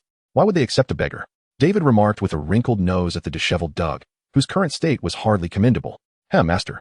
Being a beggar is merely a disguise. They operate through various beggar factions in the streets. I've already found the way. What are your instructions? I shall risk my life to fulfill your commands. Doug, though filthy, wore a spirited expression, as if he had rediscovered his purpose in life. Most importantly, he relished this feeling of freedom. Today a beggar, tomorrow a king. Even if I cannot become a king, I, Doug, am confident in my self-proclaimed, superior, lackey, talents to make a name for myself in the underworld. David remained non-committal, handing Doug the list of the 3 items needed for the ritual along with a substantial sum of money. This was a generous amount, drawn from David Frank's years of indulgence and a portion from his hunting exploits at the border last year. The materials from those dark creatures had also fetched a handsome price in the black market. David was untroubled by the notion of Doug absconding with the money. After all, he was a hunter of the church, with the 4th Prince Roland backing him. Doug could not hide anywhere without being discovered. This money is for you to navigate the black market. After you procure those 3 items, the remainder is yours to use as you see fit. Doug nodded cautiously. He was not a greedy fellow. Compared to wealth, he preferred the company of women. As for using his master's money to pursue women, he truly dared not engage in such activities. As long as he fulfilled his master's tasks, his master would naturally satisfy his needs. This had always been an unspoken understanding between scoundrels and their servants. The lackey plunged once more into the night, while David stood at the window above, quietly observing him vanish into the shadows. Doug was a capable servant, and if he could temper his ambitions and find stability, David's expectations of him would be even greater. After 2 days of waiting, David received Doug's response. He had returned with 2 items, the tongue of the winged being and the tears of the heart. My lord, Doug explained. The tears are merely concocted from the sorrowful weeping of a heartbroken maiden, thus not particularly valuable. However, the tongue is a different matter. It is the last remaining specimen of its kind in the entire black market of the imperial capital, having been preserved for many years. To find another, one would have to venture into the dark caves of the mountains to seek those shadowy creatures. Doug placed a small vial of transparent liquid in a small box before David. As for the so-called luminous stone mask, it is not available in the black market. However, they provided a lead. It is said that a peculiar individual dwells in the vast sewers beneath the imperial city, and he sells such masks. A sewer dweller? David furrowed his brow. They refer to him as the sculptor. With a thud, David fell into the sewer. The sound of his boots striking the stone floor echoing through the dark underground space. A foul stench, reminiscent of rotten eggs, assaulted his senses, the thick, nauseating air invading his nostrils. Fortunately, he had donned a thick black mask, which somewhat mitigated the odor. Even more fortuitously, the structure of the imperial capital's sewers was quite spacious. Pathways were built alongside the floating filth, yet only rats and insects frequented this domain. As ordinary folk dared not tread here, for countless darkness lurked within. The first action David took was to extract a small vial from his waist and pour out its contents. This was a potion he had crafted specifically to attract monsters. After studying the alchemical knowledge of hunters, he had become adept at concocting such elixirs. As he ventured into the labyrinthine sewers, figures began to emerge from the shadows. Unusual sounds echoed within the murky water, as something slowly approached him from below. According to the City Hall statistics, many homeless individuals mysteriously disappeared each year in the imperial capital. Most of the missing were dragged deep into the sewers. The guild often dispatched hunters to cleanse these monsters. But due to the sewer's connection to the expansive Lionheart River and various subterranean waterways, the creatures of darkness could never be entirely eradicated. Pale claws emerged from the water, and a grotesque, swollen face slowly surfaced, drawing closer to David from behind, intending to ambush the solitary hunter. Boom. The sound of a heavy hammer reverberated through the sewer as the creature that aimed to attack was obliterated into fragments. David redirected his firearm, expressionless, and pulled the trigger into the encroaching darkness, the gunfire relentless. During his free time, he had practiced shooting at the guild's underground range, showing a slight improvement in his marksmanship, though he still could not shoot with pinpoint accuracy. However, with the invincible hammer in hand, he did not require precision. Even if the bullet struck the stone, the explosive force would shatter the fragile monsters with a mere 100 life energy into mere dust. These creatures, known as water ghosts, feasted on the flesh and blood of the drowned, possessing toxic claws and formidable combat prowess in water. Yet, on land, they were akin to frail humans. Deceived by the scent of the potion, the water ghosts soon realized the human before them was a terrifying adversary and fled in a frenzy amidst the incessant gunfire. Unfortunately for them, they could not outrun David, who was even more ferocious than the monsters themselves. With a claw from the monstrous hand, he seized their arms, effortlessly harvesting more life energy. As the saying goes, even the smallest mosquito leg is still meat. He never overlooked an opportunity to enhance his power. However, after reaching level 5, the monstrous hand seemed to hit a bottleneck, its potential appearing to be nearly exhausted. Before long, no monsters remained around him. Even the rats and insects had been frightened away by the commotion, leaving a clear path ahead. Now, he could focus on searching for the legendary sculptor within this vast, intricate underground space. Why would someone live in the sewers? David pondered, increasingly perplexed by the fact that such individuals would even open doors to conduct business. According to the information Doug had gathered, the sculptor sold his mysterious artworks. One merely had to find the marks he left behind in the sewer and blow a whistle, and he would appear. Was this fellow merely a rat in the sewers? However, the sculptor was not as easily found as the rumors suggested. David wandered for a full 3 hours without encountering the fabled marks. He had ventured deeper and deeper, beginning from the entrance of the southern district's underground level, winding down through 4 or 5 layers. No, he could no longer ascertain how far he had descended, peering into some wells where waters converged. He found only darkness above and below. Just as he began to doubt whether Doug had been misled, leading him to become a fool himself, he suddenly noticed a red-painted mark on a wall around the corner. It was an emblem of a mask. Finally, he had found it, David sighed. He blew the whistle, and now all that remained was the test of patience. In the darkness, David held his breath, listening intently to the distant sounds. Faintly, he perceived the creaking noises, as if countless appendages were tapping against the walls. It was then that he noticed cobwebs in the corners of the sewer. Spiders? Just as he considered investigating further, a clear, ringing sound echoed. Ding, ding, ding. It seemed something adorned with bells was approaching. Before long, a light illuminated the corner of the sewer. As the bell sound and brightness emerged, the creaking noises ceased. The sculptor had arrived. He was an elderly man, burdened by a heavy pack, wearing a round hat and sporting unkempt facial hair.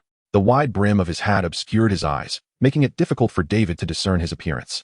However, from the observer's perspective, he appeared to be an ordinary man with unremarkable life energy. Greetings, David said, pressing down the brim of his hat and addressing him in a deep voice. A hunter, the sculptor asked in response, illuminating David's figure with his lantern. Noticing his hunter's garb, he calmly said, "It is a pleasure to meet you, my lord hunter." Sculptor, are you still conducting your business? David inquired straightforwardly. Of course. I am at your service, the sculptor replied, stepping closer and gently placing his pack down. What do you require? The fluorite mask. Upon uttering this name, David noticed that the other party seemed to comprehend fully. The individual rummaged through his pack and produced a palm-sized stone, taking out carving tools to commence his work under the light. The sculptor worked with remarkable speed and skill, his well-honed craft seemingly ingrained in his very being, making the act of carving resemble a delightful performance. Unbeknownst to him, several minutes slipped away, and a small mask, no larger than his palm, was formed. As David gazed at the mask, which had shrunk to half his expectations, he began to doubt whether this peculiar old man was jesting with him. Do not doubt. Esteemed hunter, this is indeed the size, shape, and material of the fluorite mask you requested. I carved it using the techniques passed down by my master, the sculptor stated, handing the mask to David and beginning to tidy his belongings. Wait, may I request another? You desire to? The sculptor pondered briefly, reclaimed the mask, and with a deft stroke of his carving knife, sliced it cleanly down the center. What are you doing? David asked, bewildered by the action. My master instructed that if a client requires 2 fluorite masks, one should be divided in half and presented, the sculptor replied. David took back the now-halved mask, blinking in confusion. Then, how shall I compensate you? No need. You have assisted me in dispatching numerous monsters, and that suffices as payment. With his belongings in order, the sculptor prepared to leave. Wait, David halted him, curiosity piqued. Aren't you afraid I might be here to harm you? The sculptor calmly turned to him and retorted. Why would a hunter wish to slay a mere sculptor in the sewers? David chuckled. Or perhaps I intend to take you back to the guild. Not at all. If you were not here for business, I would not have appeared. With a crisp chime of bells, the sculptor, lantern in hand, departed, his light quickly vanishing around the corner. Strange fellow, David mused, shaking his head as he stowed the 2 halves of the mask, preparing to leave. However, as he lifted his foot, he paused, realizing he had forgotten to inquire about directions from the old man. He had to admit he was lost in this labyrinthine sewer world. Determined to find the enigmatic sculptor again, David searched, but the man was nowhere to be found. As the sculptor had asserted, he would not appear unless it was for business.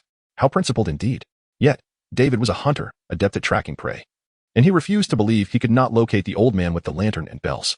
2 hours later, reality struck him hard. David Frank was a hunter, but merely a novice who had only recently embarked on this path, utterly ignorant of the art of tracking. To make matters worse, in his quest to find the mysterious sculptor, he had ventured deeper into the sewer, where the convoluted passages, some spacious, others narrow, left him disoriented. He felt an odd sensation, as though this sewer was an independent realm, composed of sewage, pipes, and countless ascending and descending corridors, seemingly endless. Moreover, he noticed an increasing number of spider webs. Shadows flitted quickly, revealing exaggeratedly large arachnids. Could these monsters have slipped into the royal city's sewers from the outside? Perhaps following them would lead me back to the surface. With that thought, David resolved to pursue the scuttling figures in the darkness. He felt no fear. Can I, with over 600,000 health, truly be devoured by monsters? It soon became evident that losing respect for the darkness would inevitably lead to being consumed by it. These spider monsters, about the size of puppies, might not even pierce his skin, yet their webs appeared exceedingly sinister. As he delved deeper, the overwhelming web seemed to form a massive graffiti on the sewer walls, depicting deep, shadowy figures that morphed with different angles of observation. Yet no matter how he scrutinized them, David could not discern what they truly were. Swarms of spiders emerged, their furry appendages clicking against the walls as they lunged at David, attempting to engulf him with venomous fangs and webs. The claws of the monstrous hand tore through the webs, a heavy thud resonating as David dodged the spider's onslaught while pushing forward. He soon realized that these cunning creatures seemed to be luring him toward a specific location. However, it was too late for him to retreat, as increasingly more giant spiders and countless webs sealed off his escape routes. With the expenditure of blood bullets and the seemingly endless hordes of enemies, David discovered that his 100,000 spirit energy was not as ample as he had presumed. There were too many giant spiders, and they were growing larger, evolving from puppy-sized to bull-sized monstrosities. The entire corridor was nearly choked with these creatures, sending chills down his spine. What is happening? Why are there so many? Where do they come from? Drawing a silver sword, he wielded both gun and blade, while the monstrous hand swung wildly, the barrel of the heavy hammer heating and glowing red from continuous fire. The claws of the monstrous hand left after images in their wake. The powerful bullets easily shattered the bodies of the giant spiders. The claws and silver sword were sufficient to dismember any attacking appendage. Yet they kept coming. For every one that fell, countless others surged forth, threatening to overwhelm him. The fallen monsters yielded no life energy. They did not seem to exist in reality. Gradually, he felt as if he had stepped into the abyss, the webs that permeated the sewer transforming into a dark expanse, woven into a three-dimensional darkness by the spiders. An essence of emptiness seeped from within, the black web resembling a net-like rift through which terrifying figures could be glimpsed. David finally realized the truth. This was a ritual grand enough to summon some void entity. The impact from the void blurred his consciousness, causing his silver sword to slip from his grip. The thundering of his hammer ceased, and even the claws of the monstrous hand were ensnared by the dark web. Countless spider limbs obscured his vision, dragging him into the abyss. In the dimness, he perceived a colossal figure. It loomed immensely, coiling within the vast darkness. Akin to a deity that could block out the sun, endless spiders poured forth from beneath it, resembling soldiers in rapid march. David, ensnared in the web, was swept along by this torrent, as if they possessed a singular purpose. The intruder before him was merely a small stone on the path of progress. The colossal entity seemed oblivious to David's presence, a fact for which he felt a sense of relief at his current level. He could neither comprehend nor qualify to engage with such an existence, nor could he dare to meet its gaze. This being was eroding the world with its army of spiders, targeting the endpoint of the sewer as darkness devours light. Its humanoid upper body extended a hand that spanned the heavens, as if to pluck stars from the abyss. In the next instant, a brilliant light erupted from its fingertips. A searing inferno ignited the far end of the sewer, accompanied by a thunderous roar and the clashing of metal, as violent steam burst forth amidst heavy impacts. The deafening explosion resonated in David's ears, jolting him back to a semblance of awareness. He soon found himself enveloped in scorching heat, as the flames severed the silken threads binding him, releasing his constraints. Gritting his teeth, David seized this unexpected opportunity and forcefully tore through the web, inhaling the hot, burning air. The flames invigorated him, revealing a scene of countless spider carcasses and a towering knight, a colossal metallic warrior spewing flames. The relentless swarm of spiders surged forth like moths to a flame, only to be engulfed by the inferno in the blink of an eye. Some massive spider monstrosities attempted to breach the knight's metallic shell through the fire, but were shattered into fragments by the sudden protrusion of spikes from the knight's robust arms. David watched in stunned disbelief. The sheer destructive force released by the extreme heat and pressure was enough to rattle any soul. Each heavy step taken by the knight sent tremors through the sewer world, akin to a war god standing amidst a sea of flames. Indeed, David discerned that this metallic knight could not be human. Its towering 5-meter frame and the sense of power radiating from its metallic exterior were propelled by a mysterious steam-powered technology. He could even hear the whirring of gears within it as it swung its fists. This was a massive construct, forged by ancient alchemists and in the present-day Goliath Empire. It was a legendary creation known as the Steam Knight. However, David did not forget the divine-like presence he had just encountered. The Steam Knight stood guard before a grand door at the end of the sewer, and he surmised that the spiders dispatched by the deity were aimed at whatever lay beyond that door. This was a battle between divinity and its legendary creation. With this thought, David abruptly turned and dashed away from the inferno's edge, veering into another passage to escape the tide of spiders. To his surprise, when he glanced back, he found no trace of the colossal entity lingering in the darkness. That shadow appeared to be merely an illusion conjured by his disoriented mind. Yet the Steam Knight and the spiders were tangible threats. The legendary creation's relentless firepower swiftly decimated an entire legion of spiders with an efficiency that surpassed David's imagination. It marched into the corner of the tunnel, its horned helmet creaking as it turned, and a myriad of red lights flickered within its eye sockets, locking onto David in the distance. Since being swept into the spider's tide, a singular thought consumed David's mind: escape. He had no stake in this bizarre conflict. He held no interest in the dark existence behind the spiders, nor did he wish to probe the iron door guarded by the Steam Knight. Had he been an ordinary hunter, he would have perished in the web and flames long ago. But David remained vibrant.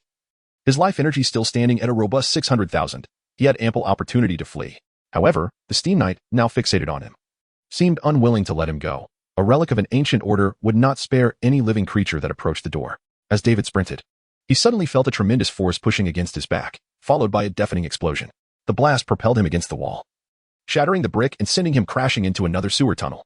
The wall had not been breached by David's body, but by a shell transformed into a searing fireball through air friction. This cannonball tore through numerous walls, as if shattering the entire sewer world, sending debris cascading and sewage surging in tumultuous waves. The sheer force of the projectile's passage could obliterate a human being. Dazed and disoriented after rolling through the waves of sewage, David struggled to rise, his ears ringing.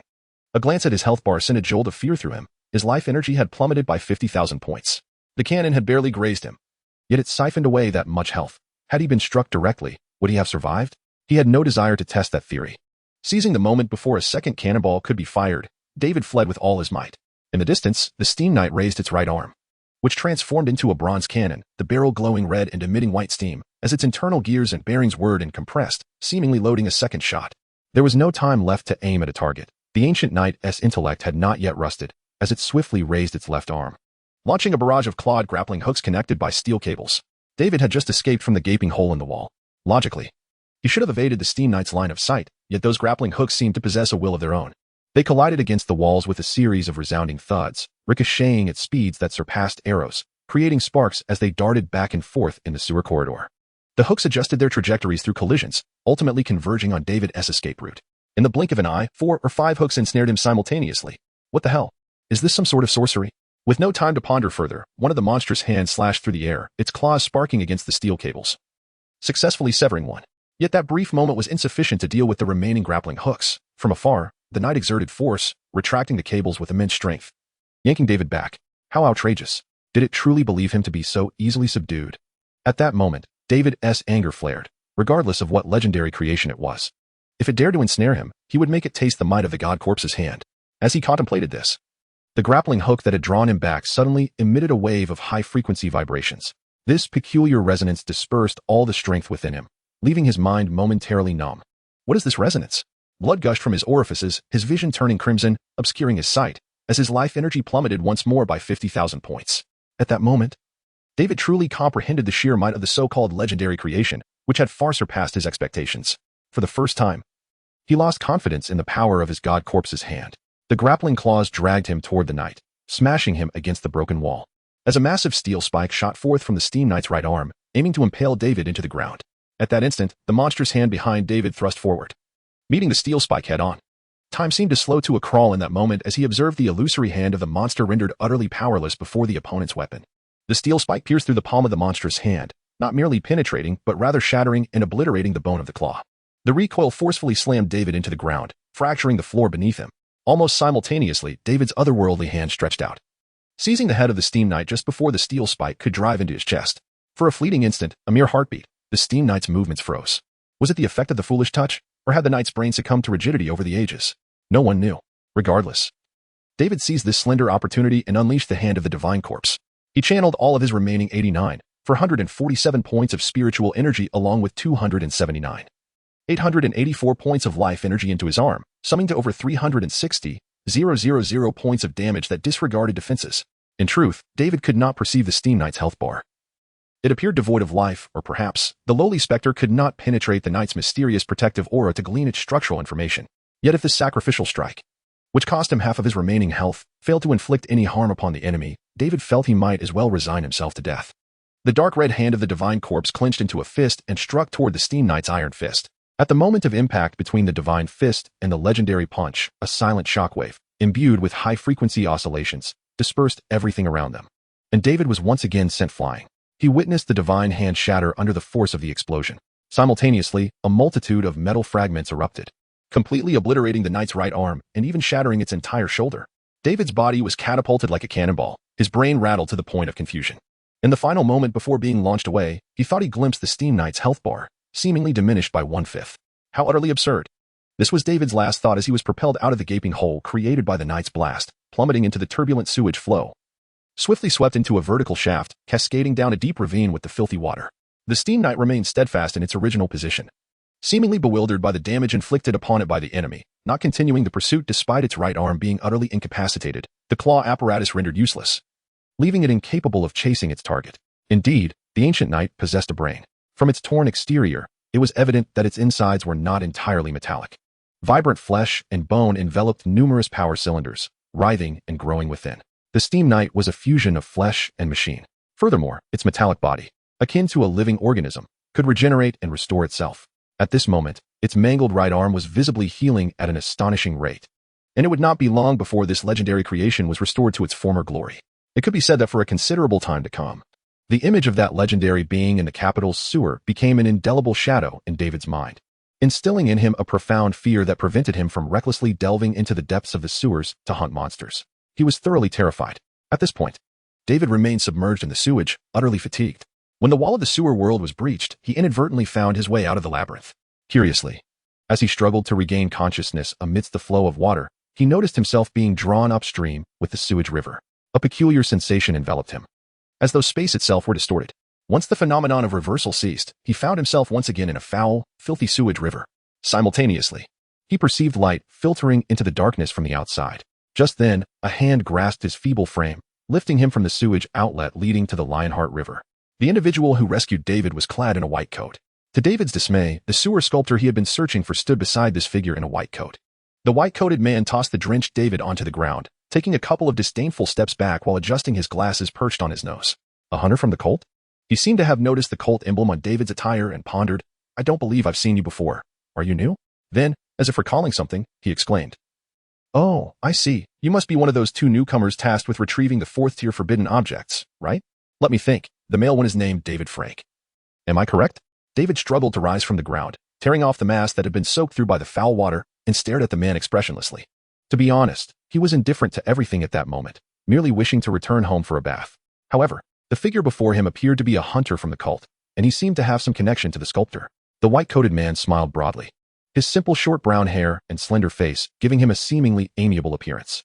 "Greetings, Sir Frank. My name is Floyd, a physician and also a hunter within the cult."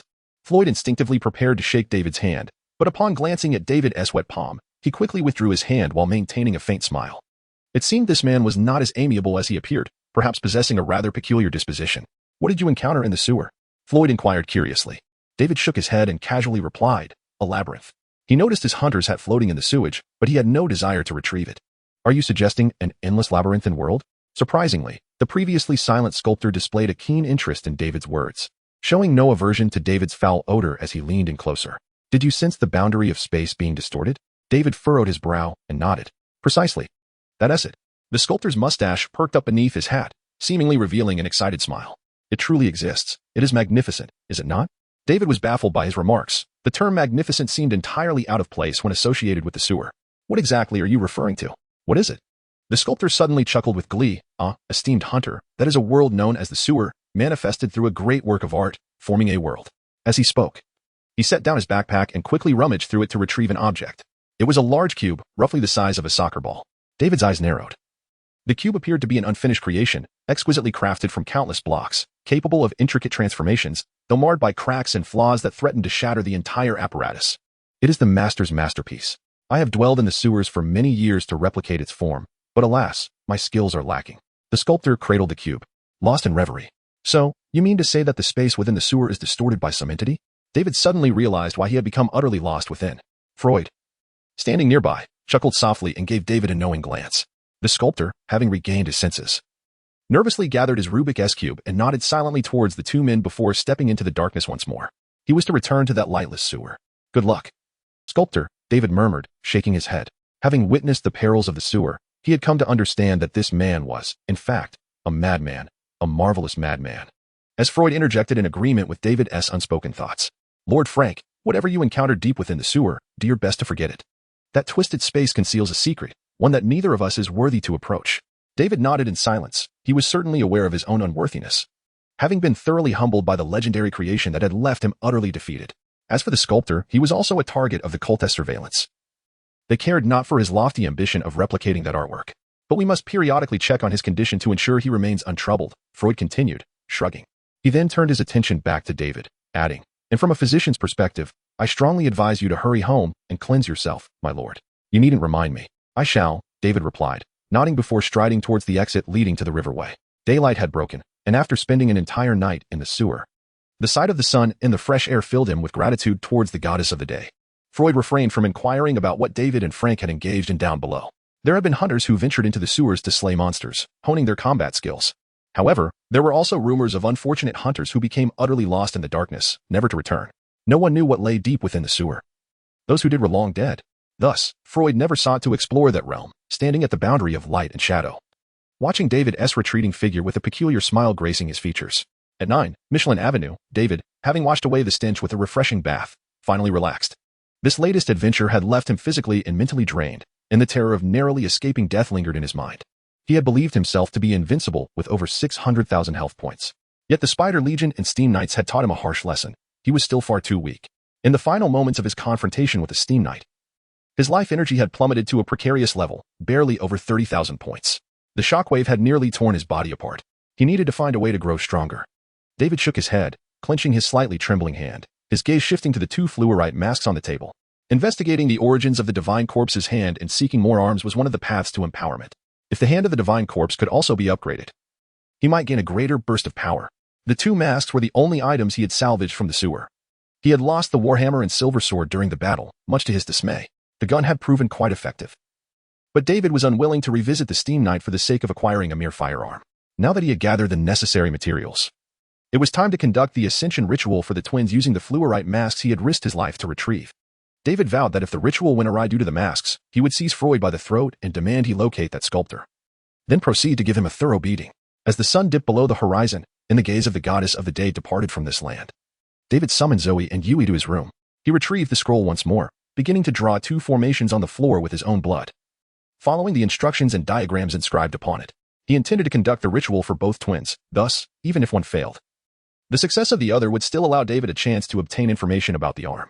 However, midway through his drawing, he suddenly noticed some peculiarities. Tilting his head, he circled the freshly drawn formations, frowning. Then, flipping the scroll back and forth, he grew increasingly perplexed. Strange, should this be viewed upright or upside down? Observing the evident confusion on their master's face, the twin sisters exchanged anxious glances. Realizing the path they had embarked upon into the mysterious world would be fraught with challenges. Within a month of joining the cult, David had diligently studied the fundamentals of mysticism. Yet, he remained a novice in the field. It was commendable that he could decipher the ritual's cryptic texts and draw the formations. But should this ancient rite present any form of variant, he would be utterly lost. After scrutinizing the scroll several times, he ultimately recognized something he had previously overlooked. Both the front and back of the scroll bore inscriptions nearly identical in content. Yet the formations depicted were inversely arranged. Initially, David had mistakenly assumed the reverse side contained mere repetitions and had paid it no heed. However, while he was drawing the formation, he inadvertently inscribed the mirror image of the opposing array. This was a fortunate misstep. The sole distinction between the rites of the front and back was merely a name. The formation with the fluorite mask as its focal point on the left was termed the Foolish Angel Ritual, while the one on the right was known as the Nightmare Ritual. Neither of the ceremonies was elaborated upon, yet their titles suggested entirely divergent paths. David found himself in a quandary, pondering whether to have the maids partake in a single ritual or to engage in both. Soon, he exhaled a sigh and continued with the reversed portion of the drawing. Regardless, the drawing was complete. If both were to fail, he could always gather materials once more and attempt a different ritual. Conducting a first-tier ascension ceremony was relatively safe, even if some low-level void creatures were summoned. David could manage them adeptly. Before long, he added the powdered essence of the winged man's tongue and the vial of collected tears into the two arrays, instructing the twins to step onto them. Zoe, the elder sister, displayed a bit more courage, sensing David's uncertainty regarding the formation. She boldly positioned herself within the inverted array and nudged her sister to the opposite side. At that moment, David stood in the corner of the room, observing the two anxious maids, and was struck by a sense of absurdity. Over a year ago, when he first awakened in the body of David Frank, they had stood before him. At that time, he was presiding over a ritual that would sacrifice the lives of the twins. Now, however, he was aiding them in embarking on a path of the extraordinary. Was this a twisted fate? The difference lay in the fact that, back then, the sisters gazed at David Frank with fear. Now, their eyes reflected a measure of trust. David nodded at the two, signaling them to commence together. The twins exchanged a glance and simultaneously recited the incantation for the ritual. Interestingly, the incantations for both opposing rituals were identical. This led David to wonder whether the individual who had originally inscribed the scroll had also erred in the array. As the twins chanted, the three components within the array simultaneously illuminated, and a silver beam descended from the night sky outside the window, casting a frosty hue throughout the room. Mysteriously, it seemed as if something had cast its gaze upon the twins within the array. The bisected fluorite mask suddenly erupted with resplendent silver light, swiftly drawing the materials within and transforming them into two floating orbs of light. Both arrays activated simultaneously. David's eyes widened in astonishment. Both rituals appeared to be genuine, functioning seamlessly. What on earth? Even more astonishing was that, upon the completion of the twins' incantation, something in the void responded to them. Previously, during David's blessing of the goddess ritual, the entity he had petitioned was the statue of the sun goddess. Yet, this room contained no statue, nor was he certain what the twins should direct their prayers toward. Unbeknownst to David, midway through their incantation, the sisters intuitively focused their plea for power upon that beam of light. As it turned out, they had made no error. Two immense streams of gray dust erupted from the luminescence, resembling remnants of something shattered, or perhaps the grand stardust suspended in the void. The silver light illuminated the dust, reflecting myriad brilliant hues. Such beauty, such allure, such poignant melancholy. David was captivated, watching as those two streams of dust, laden with countless glimmers, surged into the twins' bodies. A fragment of the vast ethereal energy was torn away and infused into their souls. In the blink of an eye, the mysterious power instigated subtle changes in the sisters' physiques. Zoe's graceful form seemed to radiate even more charm, while Yui's slender waist and various bodily features appeared to soften. Their bones emitted delicate cracking sounds, and their overall stature became more elegant and beautiful. The twins, in awe of the mysterious force and the delightful transformations within their bodies, exchanged astonished glances. Their azure eyes reflected one another's forms, while they glimpsed their own appearances through each other's gaze. At that moment, two extraordinary beings were born into the world. Roland had mentioned that the power of this ritual shared a common source with that of the curse ritual sealing memories. He speculated that by strengthening the mind through this ritual, it might be possible to lift the memory seal. He was correct. Almost simultaneously, Zoe and Yui felt a certain lock within their minds shatter under the infusion of divine power. Yet, they did not recall any fragments of their past. Instead, they beheld an expanse of fragmented void. They could not comprehend it all. The sisters, sharing a profound connection, found themselves engulfed in confusion. What was the past? Was that shattered starry sky our history? It seemed to whisper something to us. What could it be? To reclaim everything? Suddenly, a tumult of chaotic phantoms and convoluted information surged forth, forcefully cramming a multitude of things into the twins' minds. They were instantly beset by excruciating headaches, their consciousness slipping into obscurity. In the room, David watched as the two streams of power melded into the sisters' beings, and the illuminating light that filled the room gradually diminished, signaling the apparent conclusion of the ritual. This left David somewhat exhilarated. It seemed they had both succeeded. Yet, at that moment, the twins appeared to suddenly lose consciousness. Collapsing limply, quick as a flash, David rushed forward, catching them both and gently laying them onto the bed. What is happening? David questioned, perplexed as he observed the two unconscious maids. He soon realized they were merely asleep, yet no matter how he called out, they remained unresponsive. With no other recourse, he returned to his chair, quietly watching over the twins as they rested, awaiting their awakening. Unbeknownst to him, the candlelight in the room flickered and extinguished, shrouding David's face in darkness, causing him to drift into slumber. Where am I? Zoe stood amidst a fog, her heart racing with confusion. Sister? Sister? A voice called from the adjacent space. It was Yui. Zoe immediately reached into the mist and soon grasped her sister's cold hand, drawing closer. The moment they saw each other unharmed, they embraced tightly. Sister, what has happened? Where are we? I don't know. We were just in the master's room performing the ritual. Could it be that we have perished? No, Yui, I can still feel your warm heartbeat. You are not dead, my sister. Sister, I am so scared. Do not fear. We shall always be together. At that moment, the mist before the two individuals gradually dissipated, akin to the thick curtain being drawn back on a grand stage. What unfolded before the twins' eyes was a magnificent and serene starry sky, yet it was shattered. Beneath the celestial expanse, atop towering platforms, stood two parallel yet solitary thrones. The thrones were empty, awaiting those destined to occupy them. Although Zoe reassured her sister not to fear, a sense of trepidation gripped her own heart. Confronted by the vast unknown of the tranquil cosmos, the imposing steps, and the oppressive aura of a mysterious force, she struggled to breathe normally. She sensed that her sister shared the same tumult of emotions. Zoe silently steeled herself. You can do this, Zoe. You must not let Yui continue to feel afraid. You must be a brave sister. In truth, the twins themselves were uncertain of who was the elder. Perhaps it was merely Zoe's greater courage and stronger character that designated her as such. Gathering her resolve, she positioned herself in front of Yui, facing the entirety of the starry sky hidden behind the mist. As Yui beheld her sister's silhouette, a warmth flooded her heart. She could feel Zoe's shoulders trembling, revealing that they both harbored the same fear.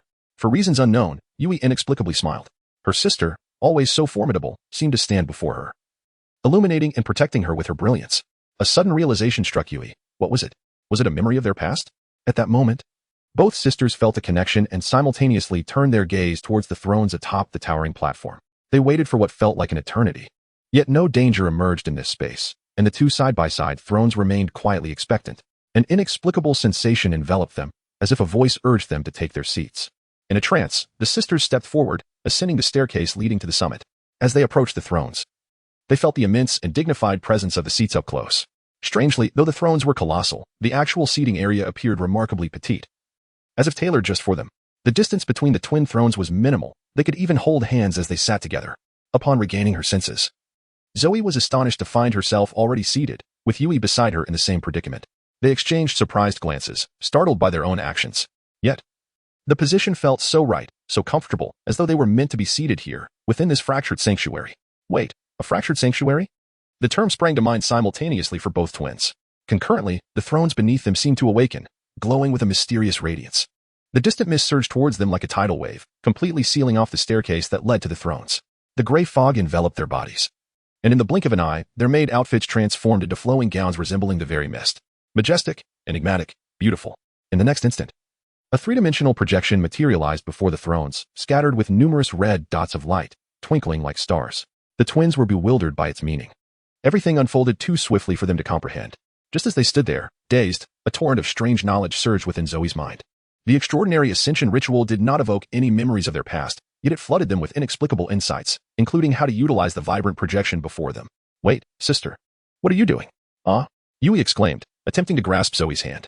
But Zoe moved with such swiftness that, before Yui could react, her finger had already touched one of the red dots. It was then that Zoe realized she had unconsciously committed another peculiar act.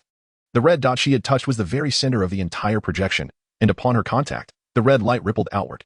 The sisters held their breath in astonishment. for they were horrified to discover a figure emerging from the mist beneath the thrones. The silhouette was all too familiar. It was their master, David Frank. David wandered into the mist, feeling as though he were dreaming 7 parts awake, 3 parts dazed. It was an odd sensation. Ever since he had vanquished the aberrant shadow and reclaimed his right to restful slumber, dreams had frequently visited him. The image of a blue planet encircled by crimson arms lingered in his mind, refusing to fade. Yet today's dream felt different. He saw neither the deep crimson arms nor the planet he yearned for. All that surrounded him was gray mist. He stepped forward, seeking an escape. But after only a few strides, the mist parted as if yielding to him, revealing a colossal pyramid-like platform. The backdrop was an infinite starry sky, illuminating the tranquil darkness and casting light upon his countenance. Yet, the scene was not solely adorned with stars. A grand, suffocating presence emanated from the fissures clinging to the celestial realm, overwhelming him. He had never imagined such a sight could exist within the cosmos, a shattered sky. Akin to an abyss, devouring the universe, its exhalations causing tremors in any being that dared to confront it. David averted his gaze, redirecting his focus to the platform before him. A thick, curtain-like mist concealed the summit, and squinting, he strained to discern what loomed behind. It appeared 2 towering thrones stood erect. Something languidly reclined upon the thrones, casting its gaze upon him. What was it? David's heart raced, instinctively responding with fear. The aura of those thrones reminded him of the deity that unleashed spiders from the depths of the sewer. They were equally terrifying. Were they 2 deities? Gods beneath the shattered sky? Fear tightened David's nerves, compelling him to adopt a defensive stance. It was absurd, this minuscule human daring to challenge divinity. Yet, deep within, his subconscious yearned to resist. He refused to be crushed beneath the weight of the divine. He would not yield. He would fight. As he pondered, an arm materialized behind him, an enormous, robust appendage adorned with deep crimson patterns. It was the complete hand of a divine corpse. Beyond the veil, on the throne, the twin sisters stared in astonishment as David approached the shrouded dais enveloped in gray mist. Initially, Zoe yearned to draw near the curtain, intent on tearing it apart, only to discover her utter inability to do so. She was immobilized, powerless to manipulate the curtain. Moments later, David summoned his terrifying red arm. They were struck dumb with fear. A panicked Yui grasped her sister's hand, shaking it vigorously. What is the young master doing? Doesn't he see us? What should we do? I don't know, Yui. Don't panic. The young master is merely... A thunderous red fist crashed against the gray mist, the tremendous force shaking the entire shattered temple. The twins could no longer remain composed, screaming as they desperately called out David's name. Yet it seemed he was oblivious to their cries. Moreover, Zoe found herself unable to rise from the throne, increasingly overwhelmed by a force pinning her down. What is happening? The young master is angry. Help! Please don't kill me. Yui was jolted to one side, and in her terror, her flailing hand inadvertently struck a red spot within the light and shadow. Don't be afraid, Yui. The young master just can't see us. He is obscured by the mist. It seems he cannot enter. Zoe attempted to grasp Yui's hand, but, to her surprise, her fingers brushed against another red spot. The backlash from the curtain caused David to stagger back a few steps. The gray mist loomed like an impenetrable wall. Even the divine corpse's hand left no mark upon it. The mist did not even ripple. This profound realization made him acutely aware of his insignificance before divine power. He felt akin to an ant. A tremendous pressure emanated from behind the curtain, sending shockwaves through his mind. The 2 deities seated on the throne merely shifted their posture, continuing to regard his foolishness with condescension. Enraged, David began to channel more power into the hand of the divine corpse, which glowed ominously as it brimmed with life energy. The twins were horrified by the sight of that arm, utterly at a loss for how to respond. At that moment, the mist behind David began to roil once more, and a somewhat dazed figure in a black robe staggered forth from its depths. Hearing footsteps behind him, David immediately ceased his actions. He had believed this to be merely a dream influenced by some mysterious presence, never expecting to encounter another being here. Now, realizing the complexity of the situation, he felt the gray mist envelop him, forming a hazy barrier akin to the curtain obscuring the throne, rendering the truth behind it elusive. Only the vast red arm remained visible, exuding a terrifying aura. Within this space, the hand of the divine corpse seemed free from the constraints of cooldown time, and David remained on high alert, ready to strike with a single blow. However, the presence of the bewildered old man emerging from the mist left him momentarily stunned. The man's features were similarly shrouded in fog. It appeared the deities of this realm held privacy in high regard. Yet, David could discern the man's confusion through his movements. He seemed as inexplicably drawn into this dream as David himself. Upon stepping out of the mist, the old man beheld the starry sky and the throne concealed by the curtain. Overwhelmed by the terrifying aura of the divine, he trembled and knelt on the ground, murmuring, "O God of ruin, we have finally been summoned to behold you, great God of ruin." David's ears perked up at the mention of God of ruin. Could it refer to the 2 beings upon the throne? Behind the curtain, the twin sisters also heard the old man's words. Unlike before, their view was unobstructed, allowing them to see the old man's visage clearly. Clad in black robes, the front bore an unusual emblem, a peculiar arrangement of 2 half masks inverted and combined. For reasons unknown, Zoe recognized the identity of this figure the moment she saw the symbol. He was a heretic, belonging to the Church of Ruin. This organization, classified as a cult by the Church of Light, possessed an ancient history, seemingly predating even the Goliath Empire. Legends spoke of the Church of Ruin as the sole faith of this land. The Church of Light would forever deny this. Shortly after the establishment of the Goliath Empire, it initiated a campaign to eradicate these heretics, waging a holy war in the far north. Since then, the Church of Ruin had faded into obscurity. However, recent rumors suggested their resurgence amidst the fierce conflicts in the southwest. Such matters were of little concern to the two sisters, who had only ever remained at home, occasionally venturing to the church square for supplies. Yet, the newfound knowledge in their minds revealed secrets unknown to many others, including the dual deities worshipped by the Church of Ruin. The twins exchanged a glance, waves of turmoil surging within them. The old man's arrival brought a semblance of calm to David, but the sisters remained utterly unsettled, as they seemed to have uncovered a staggering truth. They were now seated upon the throne of the God of Ruin, usurping the position of the dual deities, playing the role of the gods of the Church of Ruin. My lord, you have finally responded to our humble prayers. I, Ephesus, priest of the Church of Ruin, am willing to offer you everything. The old man in the black robe, overwhelmed with emotion, wept as he prostrated himself before the throne, repeatedly bowing his head. He then cried out, "Have you summoned me to allow the souls of your faithful followers to return to your throne? My lord, I am willing. Please take my weary soul." Willing? You were willing? What would I desire your soul for? The twins' minds were in disarray. They were at a loss for how to respond to the old man and dared not utter a sound, fearful that their trembling voices would betray them. After all, he was a heretic. If the wrathful young master was already terrifying, the addition of a deranged heretic who had defiled his faith was unimaginable. The twins shuddered to think of their fate. No response came from the throne. It seemed the deity had not heard his humble pleas. The old man wiped away his tears, unperturbed by the fact of his dismissal. After all, it was the great god of ruin. Merely entering the temple of ruin was an immense honor. How could he dare to expect a response from the divine? At this moment, when Ephesus slightly raised his head, he suddenly noticed that another figure stood at the side of the high platform before him. In his excitement upon seeing the throne, he had overlooked the presence of others. He turned to face the individual, and his gaze froze abruptly. Was that the arm of a deity? Ephesus's eyes were immediately drawn to the massive crimson arm, which was now pressing towards him. David had been silently observing the self-proclaimed Ephesus, an old heretic, indulging in his own excitement. Driven by his faith in the goddess of the sun and his identity as a hunter of the cult, he felt an uncontrollable urge to crush him. However, the elder's reaction upon seeing the divine arm caused him to hesitate. This person seemed to recognize the hand of a god.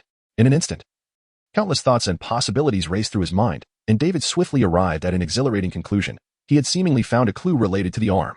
He seized the old man's clothing with the arm, lifting him off the ground, and in a low, raspy voice asked, "Have you seen my arm?"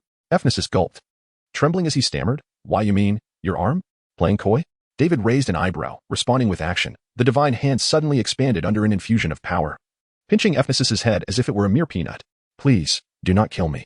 I have seen your arm, great messenger of the gods." Ephesus was so frightened that his legs began to shake, appearing as though he could not hold back his fear any longer. Messenger of the gods? A delightful misunderstanding.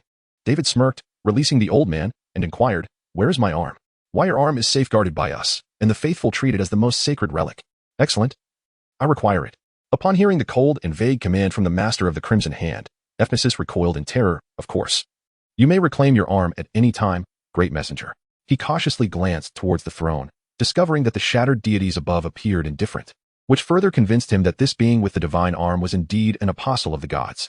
Ephesus bowed deeply, lowering his head anxiously. "However, we cannot bring the arm here. Only the soul may enter the great shattered temple." So, they entered this dream by having their souls extracted from the shattered temple? David turned to glance at the high platform of the temple, feeling a twinge of anxiety. Was deceiving a deity's follower in their presence considered sacrilege? Strangely, the two gods on the throne still appeared languid, seemingly unconcerned with his actions. Regarding the divine hand, he was certain it did not belong to the true form of the god of ruin. Otherwise, the deity would not permit such reckless use. "Then I need it," David reiterated coldly. "Tell me where it is, and I shall retrieve it personally." The mere mention of personal retrieval sent Ephesus into a cold sweat. Personal retrieval? This implies that the messenger of the gods is walking among mortals. "My lord, great messenger, our people are at sea. In fact, we will need a few days before we can dock at the capital's harbor." The capital's harbor? David's heart stirred. The location of the arm was closer than he had anticipated. However, Ephesus's tone shifted, becoming mournful. "With our status, it is very difficult to enter the capital.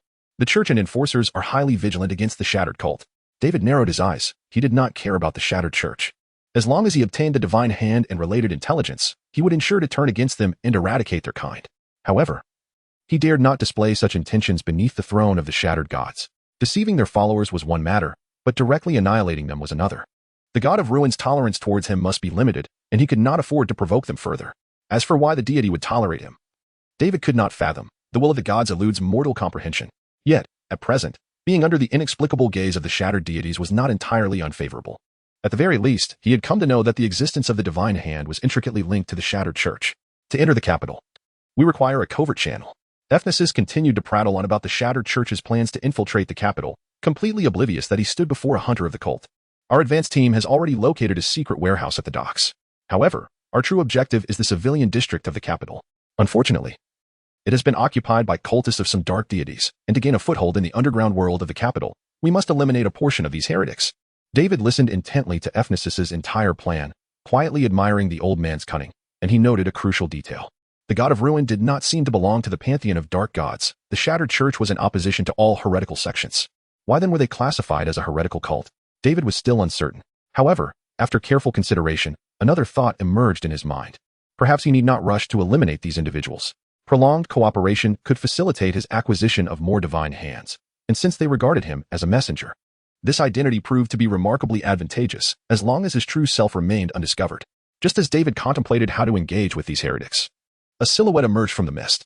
Both Ephesus and David turned to the newcomer, their eyes widening in astonishment. The individual was clad in black robes. Yet unlike Ephesus's tattered garments of the shattered church, these were adorned with the golden sun emblem of the Church of Light. A member of the Church of Light? They witnessed the figure emerge from the mist and promptly kneel, even more decisively than Ephesus had earlier. To their surprise, the arm was indeed real. The kneeling individual murmured to himself, a bittersweet smile gracing his face, "Oh God, I never expected you would truly hear my unintentional prayer. Can you rescue me? Let me escape this never-ending darkness." Ephesus, dazed, inquired, "Who are you?" Initially filled with suspicion towards the figure in the Church of Light's robe, he quickly realized the significance of the individual's decisive kneeling. This man was a renegade, a lost lamb who had abandoned the faith of the light and willingly embraced the embrace of their master. "I am the gatekeeper of the church." The individual turned his gaze towards Ephesus and David. Upon seeing the divine hand behind David, his pupils instantly contracted. A gatekeeper who had turned traitor? Ephesus was momentarily taken aback. The gatekeeper? Fool. A gatekeeper does not simply guard the door. He is the guardian of the forbidden gate. The gatekeeper's identity astonished David even further. It appeared that this individual had also encountered the divine hand. The forbidden gate is known to him. It is a mysterious institution established by the church to seal all forbidden objects, though its precise location remains unknown to him, and he lacks the privilege to approach it. However, this individual has just mentioned an arm. "Is this the arm you speak of?" David inquired coldly. The gatekeeper silently nodded. It was a severed red arm, akin to his own. "Who are you?" "Impudent. This is the emissary of our Lord. Show some respect." Ephesus interjected sharply. David disregarded him, internally acknowledging the revelation. Indeed, this self-proclaimed gatekeeper had encountered the arm, implying that behind the church's forbidden gate lies a sealed divine corpse's hand. Behind the curtain, the twins seated on the throne attentively listened to David's conversation, gradually discerning some of the intricacies. Those they had inadvertently summoned into the fog seemed to have all encountered that red arm. The twins were unaware of the nature of the arm. They only knew that Master David required it. Yet, this matter appeared to bear little relevance to their own lives. Why had they appeared in this shattered temple after completing their ascension ritual? Where was the true broken god? What did the deity desire from them? Currently, they held no answers, but it likely pertained to their lineage, as the knowledge invading their minds urged them to delve deeper into the extraordinary path. They now understood that their extraordinary journey stemmed from the sacred texts of the broken church. By acquiring the subsequent ascension ritual outlined in the broken scriptures, they could unveil more mysteries, including their true heritage. Yui had once told her sister to offer their past to the master. Yet, she had been unaware that they had already surrendered their past to the broken god. Zoe grasped her sister's hand and spoke in a soothing tone. "Yui, what are you pondering?" Yui's expression was conflicted. "I wonder if the master will kill us." Zoe glanced at the three below and gently shook her head. "If the master truly is the deity's emissary, that would be wonderful. Then what shall we do?" "I do not know. Perhaps we can explain." "But what if the master becomes angry?" Yui trembled at the thought of David's icy gaze. "Do not fear, Yui," Zoe reassured, tightening her grip on her sister's hand and taking a deep breath. "We have done nothing. The master will not harm us." Zoe's heart was also in turmoil. Nevertheless, this shattered temple revealed an unimaginable path. If they could leverage those heretics, they might attain the subsequent ascension ritual, aligning with the master's current endeavors. The flickering red dots in the light before them seemed to represent individuals who had encountered the mysterious red arm. The singular dilemma was that the deity had shrouded them in fog, separating them from the master. Why was this the case? As the mist gradually dissipated, The shattered temple vanished into the void. David awoke inexplicably from his reclined position, the strange dream abruptly concluding. A beam of morning light streamed through the window. Yet his thoughts lingered in the shattered temple, leaving him somewhat bewildered. The twins, awakening simultaneously, exchanged a furtive glance, hastily suppressing their gazes, reluctant to meet David's eyes. How do you feel? Has your memory returned? David suddenly stood, smiling at the two maids. We are fine, Yui stammered. Zoe attempted to interject. But as the words formed on her lips, an odd sensation rendered them indistinct. Master, we feel nothing. We simply fainted last night for some unknown reason. Have you recalled anything? David rubbed his brow and approached them. And no, Zoe seemed a bit anxious. How peculiar. Why is it that I cannot convey what transpired last night to the master? Is it the deity? Is he obstructing us? It seems we have no recollection of the sealed memories. The maid stuttered for a moment before ultimately sharing her speculation with David. The seal may have loosened? Perhaps a higher-level ascension ritual is required to unlock it? David raised an eyebrow, casting a glance at the two maids whose eyes flickered with trepidation. They were lying. The twins' clumsy attempts at concealment could not elude David's keen gaze. The voyeur's lecherous scrutiny had thoroughly analyzed both maids. However, David chose not to expose them. Why were the sisters lying? Was it for power? For the allure of the extraordinary path? Or were there deeper secrets at play? He chuckled. His demeanor warm as he addressed the two. It's all right. You may return to your chambers and reflect on your transformations. Remember, do not use your abilities carelessly until you comprehend the ritual. Is the master not angry? Yui quietly sighed in relief within herself. The master is truly gentle. After enduring fear and tension, the master's sunny smile warmed the twins' hearts. It seemed they had successfully deceived him. Zoe appeared puzzled, as the master seemed to harbor no suspicions regarding them. Yet the conundrum lay in her inability to articulate her thoughts. David observed the maids departing the room. Settling back into his chair to ponder, he no longer felt urgency for the twins to divulge their secrets. In comparison to their memories, he had more compelling objectives, the shattered followers. Moreover, he was more concerned about the deity that had drawn him into the shattered temple. Even the blessing of the sun goddess had failed to extricate him from that divine realm, indicating the genuine power of the deity. But why? The twins had just completed their ascension ritual, and he had been ensnared in the fog. Was it mere coincidence? And what of the two thrones upon the high platform? Perhaps the emergence of the shattered temple was indeed linked to the twins in some significant manner? David suddenly conceived an absurd notion, so ludicrous that it elicited laughter from him. How amusing. He resolved to temporarily set aside this matter. After all, divine affairs do not require immediate verification. It had only been a night since David escaped from the sewers, yet his immense reservoir of spiritual energy, amounting to a staggering 100,000, had scarcely restored itself. Spiritual energy is indeed troublesome. If neglected, it will never replenish on its own. For David, who bore the blessing of the goddess, praying beneath the statue of the sun goddess in the cathedral was the swiftest means to restore his energy. Curiously, despite a month of diligent effort, David had yet to perceive any progress in merging the ritual powers. However, today proved to be a different tale. Perhaps due to the rare occasion of depleting his entire reservoir of spiritual energy in one go. He distinctly sensed the power emanating from the luminous wings becoming increasingly tempestuous during his prayer. The divine blessing gradually infused itself into his being as his spiritual energy slowly began to recover. This was unprecedented, a surging force of awe-inspiring intensity. The warm radiance of the wings shone brilliantly within David's consciousness, rendering it utterly impossible to overlook. It turned out that exhausting his spiritual energy before seeking restoration was indeed the process of merging ritual powers. In other words, this was the optimal effect. Why couldn't that old man Fernandez elucidate this more clearly? Sighing, David knelt before the statue and wholeheartedly immersed himself in the brilliance of the wings, focusing with an intensity he had never before experienced. Suddenly, a prompt appeared on the panel within his soul. Residual divine power detected. Would you like to proceed with the grafting ritual? David was taken aback. Could the grafting ritual even be performed? Grafting what? The wings of divine power? As if to answer his confusion, another prompt quickly followed. Note, devouring the residual divine power can expedite the merging of ritual powers. Now he understood. If he proceeded with this grafting ritual, it would mean he could immediately qualify for the advancement to the second-tier ritual. It was crucial to note that this process typically spanned a considerable duration, potentially taking years or even decades for those lacking talent. Yet he could bypass this entire process. However, a flicker of hesitation crept in. Would this be considered sacrilege to the sun goddess? Could there be adverse effects? After attracting the attention of the god of ruin, he certainly didn't wish for his divine patroness to abandon him. He gazed up at the towering statue of the goddess, earnestly posing his query to the heavens. Oh, deity, would you mind? Silence reigned. Was that a tacit approval? Well then, David chuckled and chose to commence the ritual. In truth, he would never relinquish this opportunity. After witnessing the formidable steam knights, he was fervently eager to elevate his standing. High-tier rituals bestowed extraordinary transformations upon the extraordinary. If he could wield the power of the 5th or even 6th tier, he would stand a fighting chance against beings like the steam knights. Upon confirming the commencement of the ritual, David held his breath. He beheld the hand of the divine corpse materialize from the ocean of his soul, seizing the nearly shattered wings. With a cacophony of cracking sounds, the hand melded the wings into its palm, allowing the warm energies to fully integrate, inducing a peculiar sensation within David. It felt as though he were reclining in a chair before a fireplace, the warmth enveloping him soothingly, the chair cradling his form, and the surroundings enveloped in serene tranquility. So this was the most complete blessing. The devouring of the residual divine power completed the first-tier goddess blessing ritual fusion.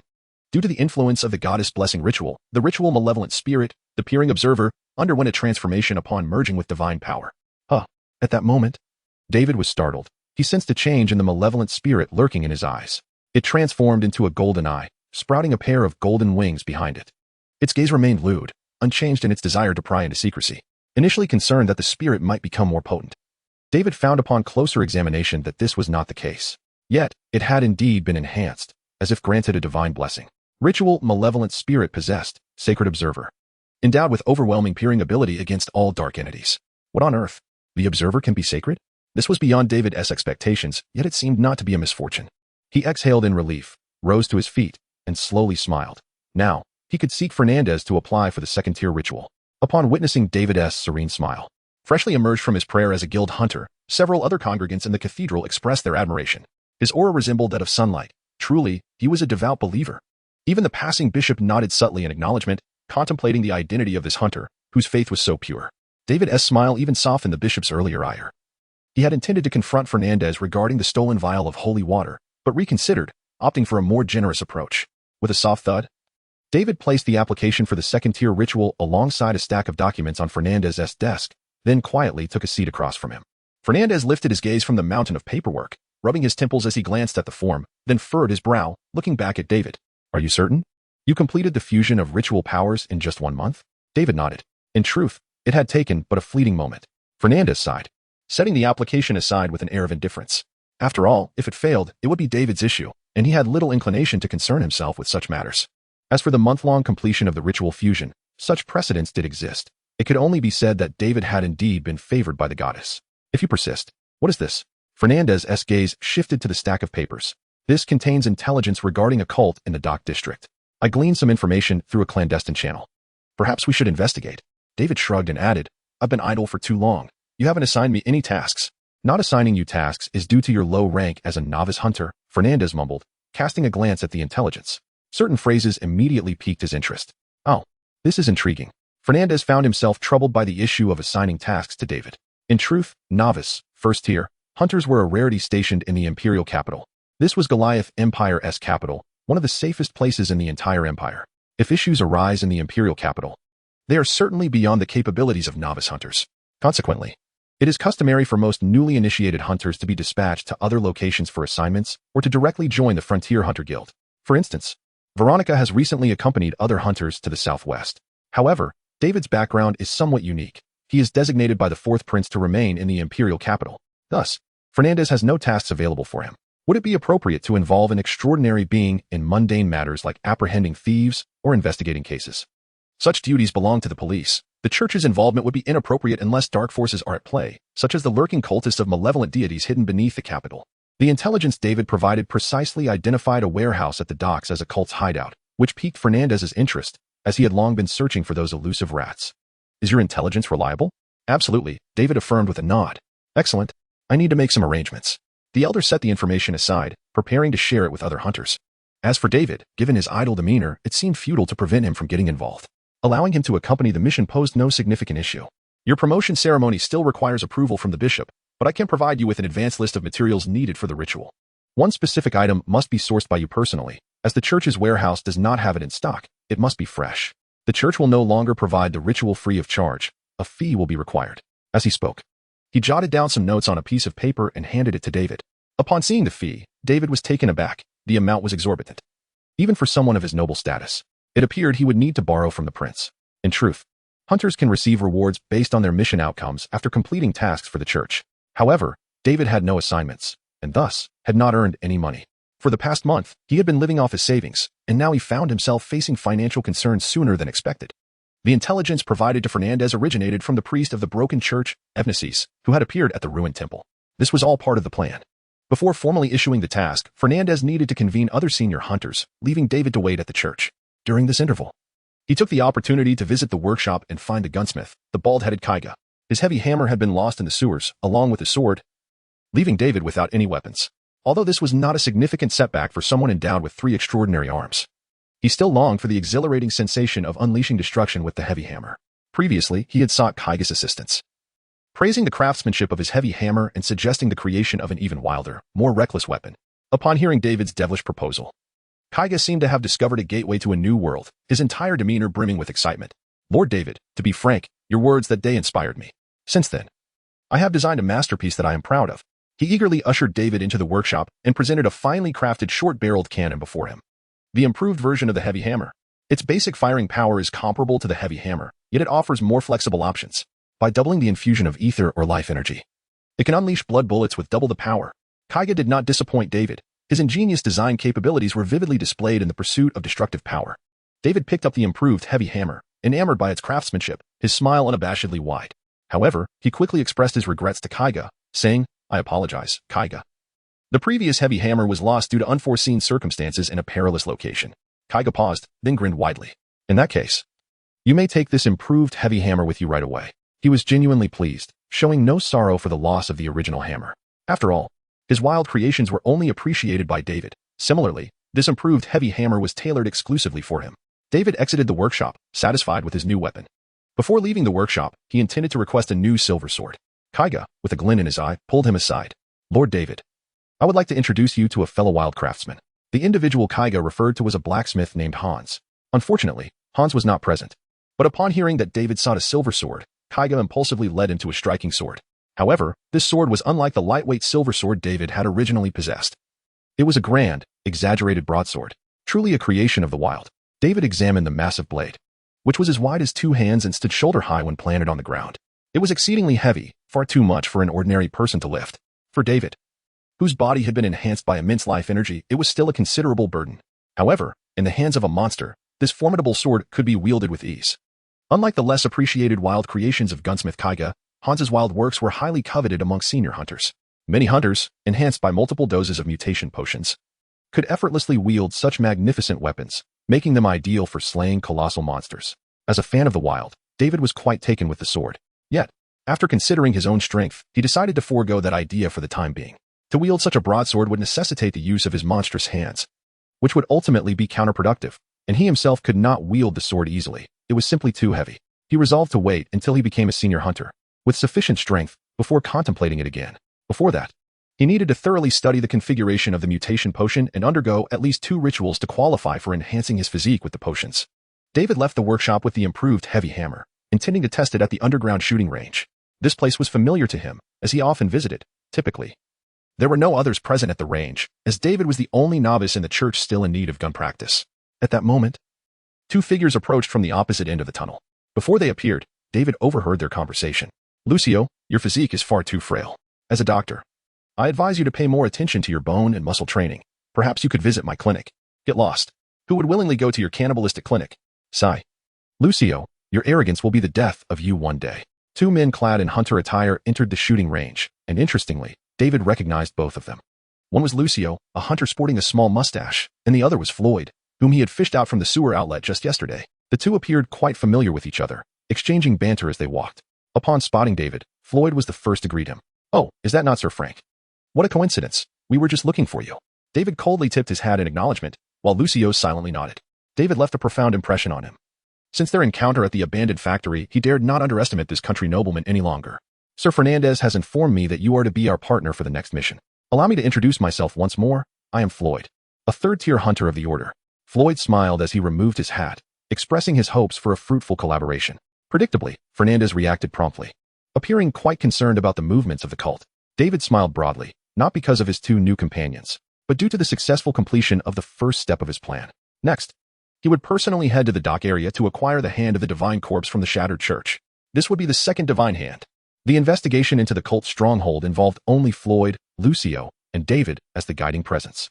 Fernandez had initially hoped to gather additional assistance, but regrettably, the other hunters were occupied with their own tasks. Only these 2 high-tier hunters were available. However, with Floyd present, Fernandez felt a degree of reassurance. The doctor's greatest asset was not merely his medical expertise, but rather his formidable combat prowess. having reached the pinnacle of third-tier hunters. When David encountered Floyd, he couldn't help but compare him to Lucio. Their life energies were comparable, yet Floyd emanated a far more dangerous aura. It seemed that even among third-tier hunters, disparities existed. It is worth noting that according to the Church's conventional nomenclature, any hunter who completes the third-tier ritual is classified as a high-tier hunter. Presently, David still appeared as a novice at the initial tier. However, both Floyd and Lucio were aware that this nobleman from the border possessed a mysterious power that rendered his combat capabilities considerable. Thus, they harbored no objections to David joining the operation. As for this so-called mysterious power, they could readily comprehend. Border nobles, being the closest members to the Dark Continent, often encountered all manner of peculiar supernatural abilities. The efficiency of the hunters was remarkably high. Upon receiving their mission, the trio immediately boarded a carriage bound for the dock area, with David serving as their guide, rendering their journey exceedingly relaxed. In truth, the dock area was not under their jurisdiction. Lucio suddenly remarked, his elegant long rifle resting on his knee, resembling a long-barreled hunting gun. Likely a weapon designed for greater shooting range. Should a large-scale battle ensue, it would attract the attention of the police and the dock's enforcement teams. To maintain secrecy, Fernandez had not informed any outsiders. If you're worried about not being able to shoot freely, there's no need. Floyd shrugged. Our target is conveniently located at the intersection of the southern parish and the dock area. As far as I know, it's merely an uninhabited storage warehouse. David nodded, affirming that it was indeed a good place he had meticulously selected. In reality, the cult they were to deal with was merely bait left by the shattered church for the Order's subsequent plans. Soon after, David and Floyd arrived at the deserted warehouse in the dock area. As they approached their target, a surge of excitement coursed through David. He sensed that another divine hand was nearby, the feeling intensifying as if calling out to him. Floyd arrived at the warehouse door and effortlessly snapped the lock with his bare hands, the monstrous strength startling David slightly. This self-proclaimed surgeon possessed an unusual weapon, eschewing the silver sword in favor of a peculiar 4-foot-long dagger, resembling one half of an oversized pair of scissors. As he pulled open the warehouse door, an odd stench, mingling the scent of fish and decaying flesh, rushed forth. Floyd did not flinch, adjusting his glasses with his middle finger before stepping inside. David squinted, detecting the presence of a monstrous aura within the warehouse. This was not what he had anticipated. It appeared the shattered church intended to leave a lasting impression on the Order's hunters. Sighing inwardly, David followed him into the murky warehouse. During his encounters with Evneses, David had not disclosed his identity as a hunter. He merely indicated that he would accompany the hunters to retrieve the arm. In Evneses' eyes, the omnipotent divine envoy, as a messenger of the deity walking the earth, would surely traverse freely and would not concern himself with the minor traps set for the Order's hunters. At that moment, in the deepest room of the warehouse, a cultist dispatched by Evneses awaited the arrival of the divine envoy with palpable excitement. Tasked with carrying a relic of the church, he had been informed by the high priest that he might witness the divine envoy in human form, a tremendous honor indeed. He silently thanked High Priest Evneses for this opportunity. Suddenly, he sensed the hunters entering the warehouse, a clear sign that the divine envoy was nearing. The cultist suppressed his nervousness and excitement, trembling hands cradling a shard that emitted a radiant glow in the darkness. Second-tier forbidden object, scales of the deep sea. A melodious whisper arose, akin to a chant or a murmur, as the cultist recited. An increasing cacophony of inexplicable sounds enveloped him, akin to flowing water, crashing tides, and countless fish darting through the depths. As Floyd and David stepped into the warehouse, they were suddenly engulfed by an overwhelming wave of supernatural energy emanating from the depths of the warehouse. Simultaneously, the towering wooden crates around them began to tremble. Boom, boom, boom, boom, boom. They erupted suddenly. The foul odor surged forth from the splintering wood, and countless fish corpses burst forth from within the crates. They surged like a colossal tidal wave, burying the two men beneath their overwhelming mass. What in the world? Lucio, stationed at a distance for sniping, suddenly beheld an onslaught of fish pouring from the warehouse door, nearly bursting it open, a terrifying tide of fish corpses. Strangely, they seemed to emerge endlessly. Not only did the warehouse overflow, but the throngs of fish surged outward, blanketing the entire dock, with some even cascading into the harbor's depths, unleashing a foul stench that swiftly enveloped the area. David felt himself submerged in the briny depths. The tumultuous flow of fish resembling a vortex that dragged him into the abyss, the salty seawater flooding his lungs, leaving him gasping for air. Without hesitation, he squeezed the trigger, the thunderous roar of the modified heavy hammer resonating amidst the fish, the enhanced blood bullets exploding the stench-ridden fish corpses into disarray, only to be instantly replaced by more, inciting a wave of nausea within David. Suddenly, he sensed a repulsive force around him, as the surrounding fish seemed to be repelled by an unseen, terrifying power. Among the chaos, Freud emerged, and David noticed that the vial of Hunter's blood at his chest was empty, his eyes transformed into ominous slits, while his exposed skin was rippling with prominent veins, giving him a fearsome aspect.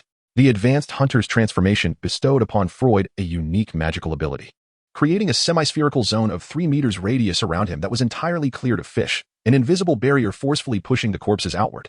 Is this the extraordinary path of the Steel Heart ritual? David was inwardly astonished. Freud's displayed power shattered his previous perceptions of advanced hunters. He couldn't help but compare himself to Freud, concluding that he likely wouldn't even manage to approach him. Remarkably, the ethereal barrier did not exclude David. Rather, it seemed to press down on a peculiar entity concealed within the fish. The intense repulsion flattened and burst the dense mass of fish, splattering blood and viscera that were halted by the barrier's force field. The humanoid figure trapped among the fish was crushed into immobility, resembling a creature from the deep, adorned with scales and menacing fangs. Before David could discern its true form, it was brutally obliterated. However, the gift prepared by the broken church for the hunters was far from simple. The ruptured creature's remains began to convulse violently. The surrounding fish, which had previously surged, abruptly redirected towards the monster. In an instant, countless fish corpses merged with the creature's body, the grotesque flesh rapidly reconstituting, and within a breath, a brand new monstrosity stood before the hunters. Its bizarre, contorted body was covered in a multitude of fishtails, thrashing and flapping in a terrifying display that instilled a sense of nausea in anyone who dared to gaze upon it. A creature birthed from some mysterious force? David's vision clearly captured the creature's life energy, 5,000 points.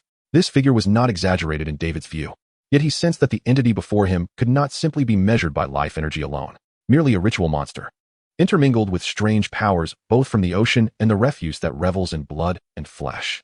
Freud grinned, a slightly sinister smile gracing his features. "Ah, Lord David, it seems your intelligence is remarkably accurate."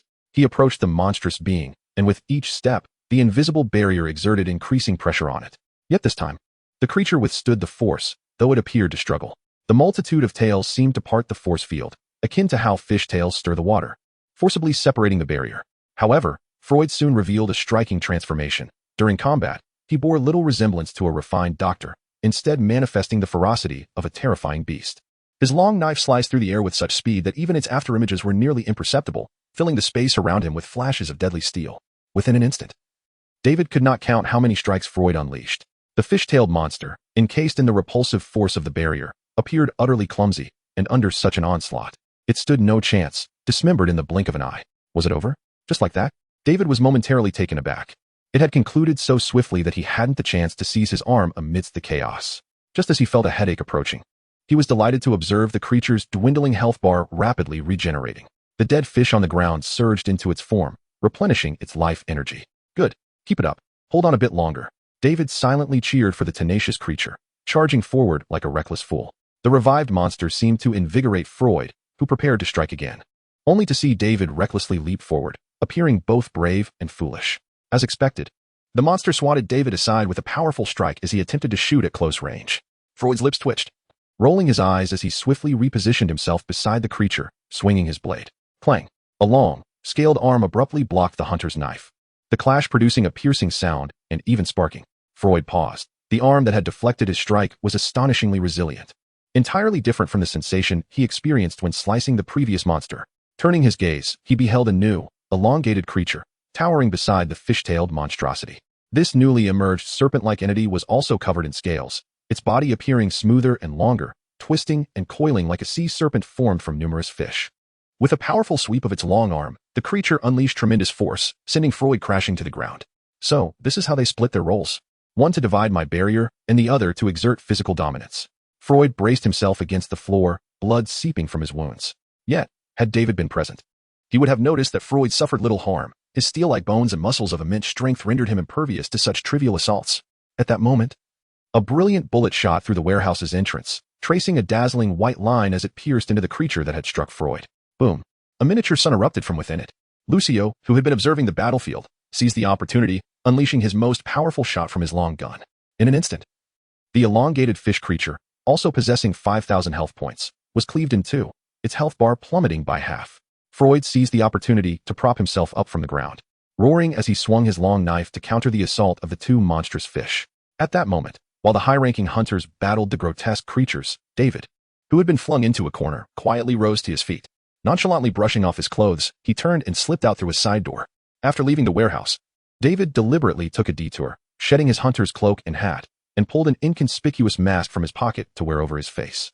As he passed by a wall at the back of the warehouse, a call from deep within his heart broke through his senses, compelling him to halt. This was the place. David gazed at the surrounding wall, and a claw of a cerulean monster materialized behind him. The shattered cultists in a small room behind the warehouse were listening intently to the sounds of battle ahead. The hunters of the cult seemed remarkably resilient. Yet the situation appeared to exceed their expectations. It wasn't that the hunters were overly powerful. Rather, it seemed they lacked sufficient strength. According to the high priestess predictions, the cult should have dispatched more reinforcements. Presently, it seemed that the opposing side had only 2 truly combat-capable individuals, which posed a significant risk. The creature, driven by the forbidden object, was a genuine tendril of the malevolent deity known as the Mother of Flesh, intertwined with the bizarre flesh they had procured. If the hunters could not vanquish it, the high priest's plans might face unforeseen complications. The shattered cultist felt a surge of anxiety, contemplating whether to evacuate this perilous warehouse prematurely. Just then, a thunderous roar erupted from the wall behind him, and the violent tremor nearly toppled him to the ground. A large hole appeared in the wall, allowing the light from the outside to pour in. In the radiance, the shattered cultist beheld a tall figure, his eyes, long accustomed to darkness, momentarily blinded by the sudden brightness. He could not discern the visitor's features, only a terrifying arm. Could it be the divine envoy? Without granting him a chance to speak, the pale arm pierced through the light into the darkness, 6 fingers gripping his face. In an instant, his thoughts became numb, as if the colors in his mind faded, leaving only a pallor more ghostly than that arm. The touch of the fool. David seized the shattered cultist from nearly 5 meters away with the hand of the heretic, and without any prompting, he had already noted the black box behind him. The hand of the divine corpse was calling to him. He yanked the heretic out of the room, using the monstrous hand to hurl him forcefully into the distant sea. The unfortunate shattered cultist barely comprehended what had transpired before he was tossed about like a drenched chicken. The reason David spared him was that he still needed to collaborate with the shattered cult in the next phase.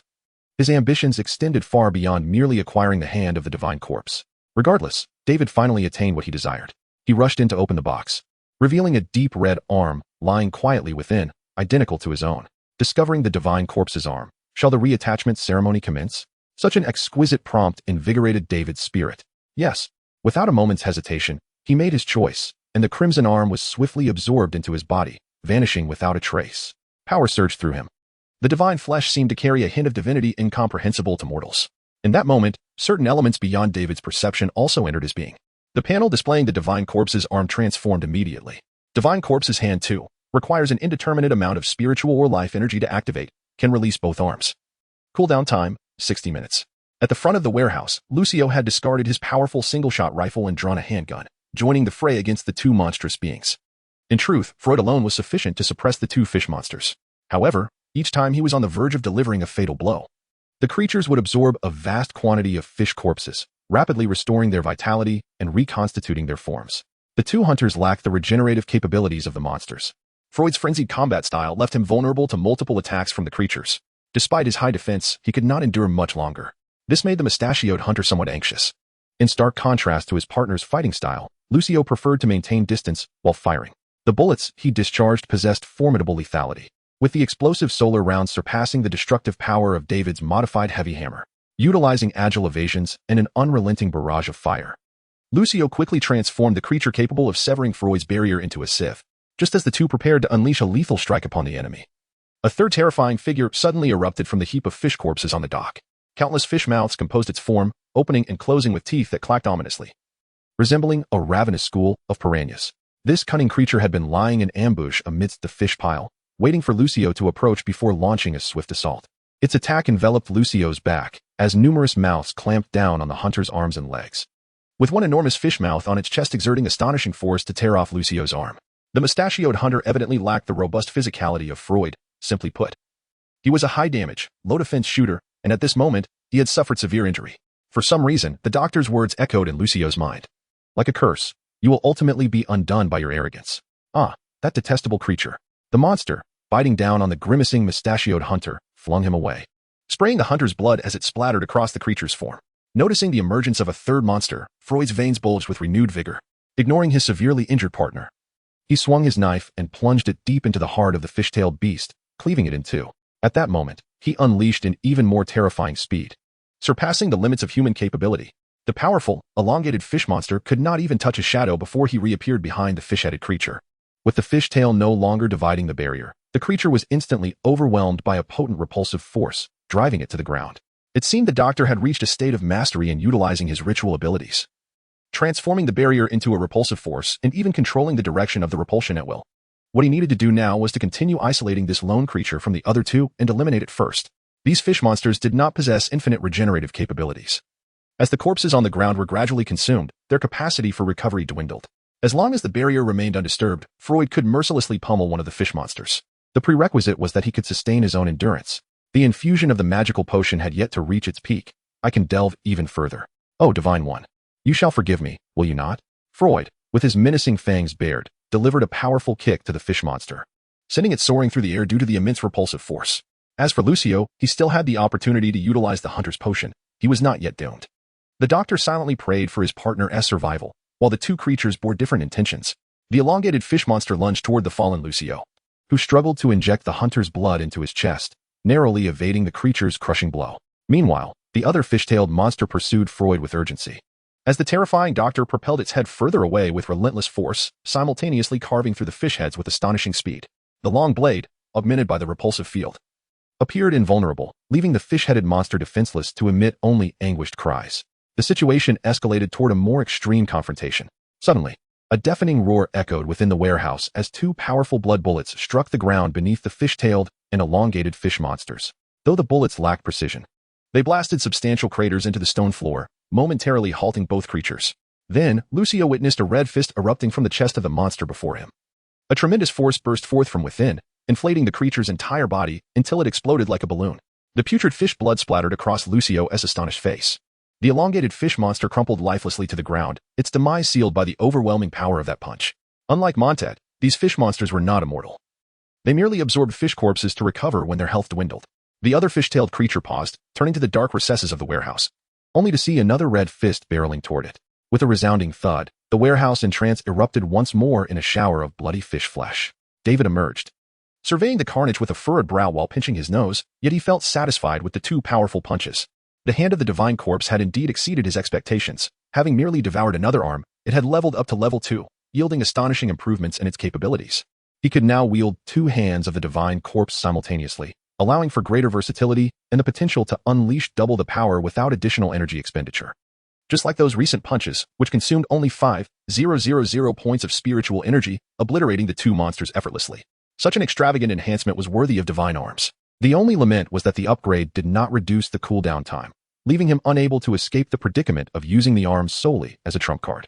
As he pondered, despairing roars echoed from the dock. With the demise of the two fish monsters, the one the doctor had pushed away met a swift and tragic end. Having strayed too far from the fish to absorb any corpses for recovery, rendering it no match for a high-tier hunter capable of maximizing ritualistic powers. Bloodied and battered, Freud soon returned, the veins on his face having receded, his eyes weary. Upon seeing David helping the dismembered Lucio to his feet, he breathed a sigh of relief. Lucio, it seems you must pay a visit to my cannibalistic clinic, the doctor said, grinning as he brandished the reclaimed arm from the monster's maw, his smile unnervingly sinister. Lucio, pale-faced, rolled his eyes, lacking the energy to retort. David, meanwhile, discreetly absorbed an arm from the corpses strewn about, raising his life energy limit by another 10,000 points. Each increment of life energy was now doubly beneficial for David's hand of the divine corpse. He would not let even the smallest morsel slip away. Freud glanced at the scattered remains, and then turned his gaze toward David, his expression growing inquisitive. My Lord David, is it possible that Lord Fernandez has misjudged you as merely a Tier 1 hunter? David responded, unflinchingly, I am preparing to ascend to Tier 2. Noticing David's reluctance to elaborate, the doctor shrugged nonchalantly, then, congratulations are in order. Some dock workers, drawn by the commotion, approached but halted in their tracks upon witnessing the gruesome scene, daring only to observe from a distance. After searching the warehouse and confirming the absence of any lingering malevolence, David and Freud, along with the injured Lucio, departed. During their search, they uncovered some clues regarding the cult. Yet these fragments were intentionally left by the broken church for hunters to find, all pointing towards another malevolent deity, the mother of flesh and blood, the dark god presiding over rebirth and corporeal matter. David chose not to dwell on subsequent events. After delivering the gathered evidence to Fernandez, they exited the church. Fernandez would require significant time to process the true cult's clues. The arm acquired from the broken cult was safely in hand, and the collaboration with the broken church would be a long-term endeavor, but the immediate priority remained the enhancement of his own power. The target of Ignace's intended betrayal, the mother of flesh and blood, had followers who were exceedingly dangerous. David had felt the malice emanating from that dark deity through the fish monsters. Should the day come when he must confront that dark god directly, he would not wish to find himself devoured by an endless tide of flesh. Only by continuing to ascend in rank could he hope to become an invincible being. He needed to possess the strength to vanquish legendary creations. Having witnessed the might of the Steam Knight, that towering metallic figure had become David's new objective. Upon returning home, David retrieved the paper detailing the materials needed for Tier 2 rituals and, after glancing at the names, formulated his next steps. Deep in thought, he strolled toward the kitchen where the maids were gathered. Zoe, Yui, I plan to embark on a journey tomorrow. The two maids, seemingly engaged in a secretive discussion, appeared startled by their master's sudden return, stiffening like frightened rabbits and nervously smiling at David. Welcome home, young master. You just mentioned you were going somewhere? Zoe asked cautiously. David, unperturbed by their reaction, offered a knowing smile. I intend to visit a town near the imperial capital. I expect to return within 2 days. So you need not accompany me. Upon hearing their master's plans, a flicker of excitement crossed the maids' faces, quickly masked by their lowered heads. Safe travels, young master. The twins chimed sweetly, prompting David to nod in satisfaction. He shed his blood-stained clothing and turned to leave. The young master is departing, so we can. Shoo. Zoe interrupted Yui's words, peering quietly out of the kitchen to see that David had already gone upstairs. She then whispered, Don't rush, Yui. Until you comprehend the abilities of the foolish angel, it would be prudent for us to refrain from undertaking any perilous actions. Yui furrowed her brow in frustration. Her sister was right. They had spent the entire day experimenting at home. While Zoe had begun to grasp the power of the ritual, Yui felt utterly perplexed. What exactly was the foolish angel? She could not fathom it. Activating the ability left her standing there like a fool. As if she had lost the very power to think, she had no recollection of anything before activating it. What was the difference between this and a drunken blackout? Was this extraordinary power merely a jest? Where was the extraordinary in it? In contrast, her sister's nightmare ability appeared far more practical, although somewhat embarrassing to mention. It could genuinely affect their enemies and be of real use. The only consolation for Yui was that she felt her body becoming more supple while also gaining some strength. Moreover, as the day progressed, this sensation intensified. She seemed to be growing. In fact, it wasn't just Yui. Zoe also sensed a continuous growth within herself. The strange gray mist within them was rapidly merging with their souls. Even if they did nothing, this fusion occurred incessantly. In less than a day, that gray mist was nearly consumed.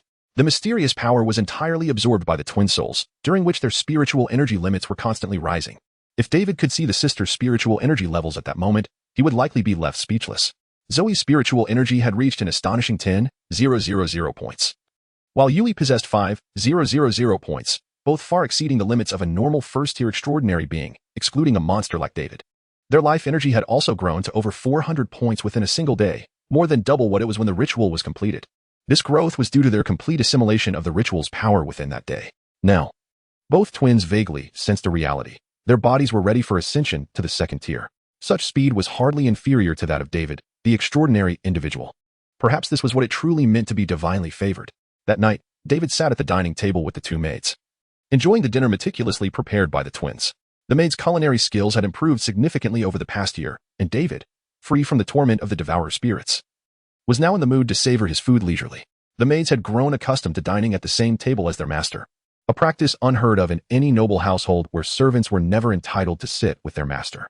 Yet, David insisted on this arrangement, requesting the twins to dine with him and even share his bed, treating them as family rather than subordinates. He had never felt the need to assert his superiority over them. David Frank's authority had always been clear to the two maids. However, David himself did not ponder this too deeply. He simply found solitary dining rather lonely.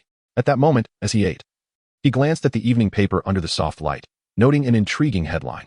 Due to the emergence of liquefied thunder, the Empire's ironclad vessels bound for the Vortex Sea had come into being, all thanks to the great alchemist, Lord Julius. It seemed that the mad alchemist had indeed created something extraordinary. David chuckled softly, tossing the newspaper aside. After dinner, once the three had finished washing up, David summoned the maids to his room. Tonight's agenda was to thoroughly test the extraordinary powers of the two maids, a curiosity that had piqued his interest. Zoe, you go first, David said, sitting behind his desk with a smile. Zoe blushed slightly, feeling a bit shy, and murmured, Master, my ability, nightmare, is rather special. It seems to influence the minds of others. Her voice dwindled to a whisper, and David could barely catch what she said. Influence others to what? He squinted, intrigued by the notion of affecting minds. To love. To fall in love with me, Zoe confessed, lowering her head in embarrassment. David paused for a moment. Upon seeing the name Nightmare, he had already begun to entertain such a notion. However, he noted that Zoe did not imply mere seduction, but rather something deeper, to fall in love. What did that mean? David pondered, standing up. Is it permanent? No, not permanent. It only takes effect while I'm activating the ability and continuously consumes spiritual energy. Zoe shook her head. How long can you maintain the ability? Zoe blinked, realizing that with her immense spiritual energy, she could sustain it for a considerable duration. She raised her head and, using her meager mathematical knowledge, calculated for a long time but still couldn't arrive at a correct figure. It consumes about 1,000th of energy per second. No, a 10,000th. How many seconds are there in an hour? Seeing Zoe's distressed expression, David decided, forget it. Just try it on me. Zoe gasped, her mouth agape. Using her ability on the master? She immediately shook her head, her face turning red. No, that's not possible. Don't worry, I'm not as fragile as you think. Go ahead. David insisted, leaving Zoe with no choice. After several pleas yielded no result, she reluctantly activated her ability. In that moment, David felt as if Zoe's azure eyes transformed into a mesmerizing hue, captivating him deeply.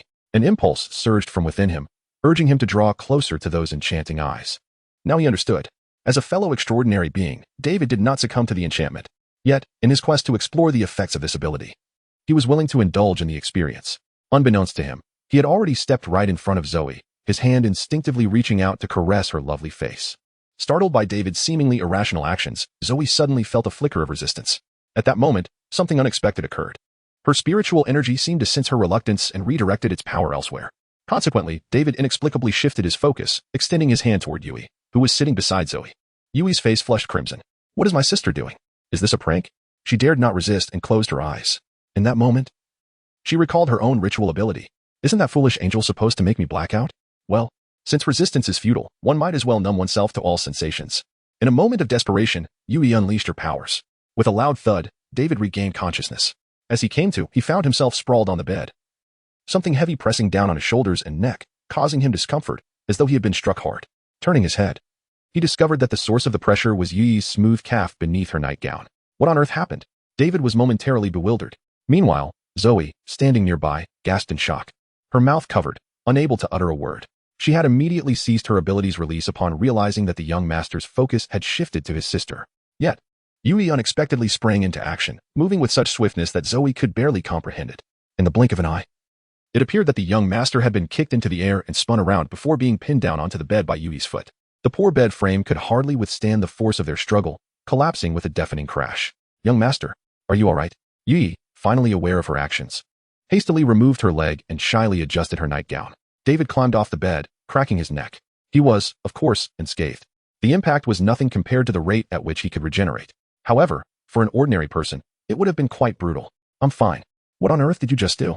Seeing that the young master was not angry, Zoe stepped forward to explain. David, intrigued, pondered for a moment before grasping the situation.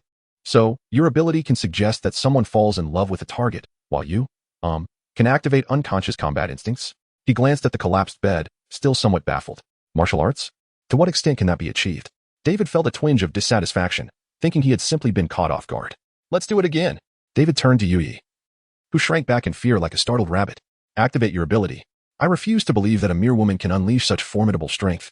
Before Yui could brace herself, David lunged once more. Thud. The outcome was no different this time. Even though David was fully alert, he still couldn't quite grasp what had transpired. He noticed that when Yui activated her ability, her pupils dilated completely, as if she had lost herself, embodying some masterful combat prowess he could not comprehend. Furthermore, her body seemed unnaturally supple, allowing her to strike with remarkable agility in confined spaces and from awkward angles, resulting in David being effortlessly toppled. He was utterly bewildered. The rapidity of events flipping his world upside down. This is unacceptable. David rose from the floor and lunged at the rabbit-like maid once more. Yui, just regaining her senses, was startled by the young master and instinctively activated her ability again. Thud, thud. All right, I concede. David sighed, lying on the ground with his rear in the air. After several attempts, he concluded that the combat instincts granted to Yui by the foolish angel were somewhat invincible. Even when he exerted himself, employing the grip of monsters and the arm of strangers, she could evade the foolish touch and counter his force, even overpowering him with the azure claws. The foolish angel's ability was sufficient to mitigate some of the disparity in strength, and he began to doubt whether the foolish touch would even affect Yui, as she appeared to be entirely unaware. Nevertheless, David refrained from taking things too seriously. It was merely an experiment, after all. If it came to a real fight, the vicious claws would show no mercy, and the hand of the divine corpse would not discriminate against an opponent's skill, capable of eliminating them in an instant. Overall, this extraordinary path proved powerful, providing substantial practical assistance, at least in the early stages.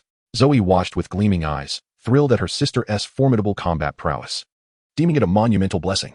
In contrast, Yui remained oblivious, unable to recall the events. Each time she awoke, she would rush to David, covering her mouth and checking to see if he was injured. Though the young master's body remained unscathed, his pride had certainly taken a hit. In the dead of night, David lay in bed, his brow furrowed, seemingly tormented by nightmares. In the darkness, the solitary floating azure planet remained shrouded by countless deep crimson hands. Yet again, the same dream haunted him. He watched in despair as the planet faced imminent destruction. Suddenly, the dark hands halted, and time appeared to freeze, even reversing its course. He found himself standing upon one of the colossal arms, retracting into the abyss. Then, he glimpsed a peculiar light. Behind him 2 red arms emerged, seemingly representing the divine hands he had fused through the rite of integration. Even within this surreal dream, a potent realization struck him. If he gathered enough of these arms, he might be able to control them and alter everything. With that thought, David opened his eyes.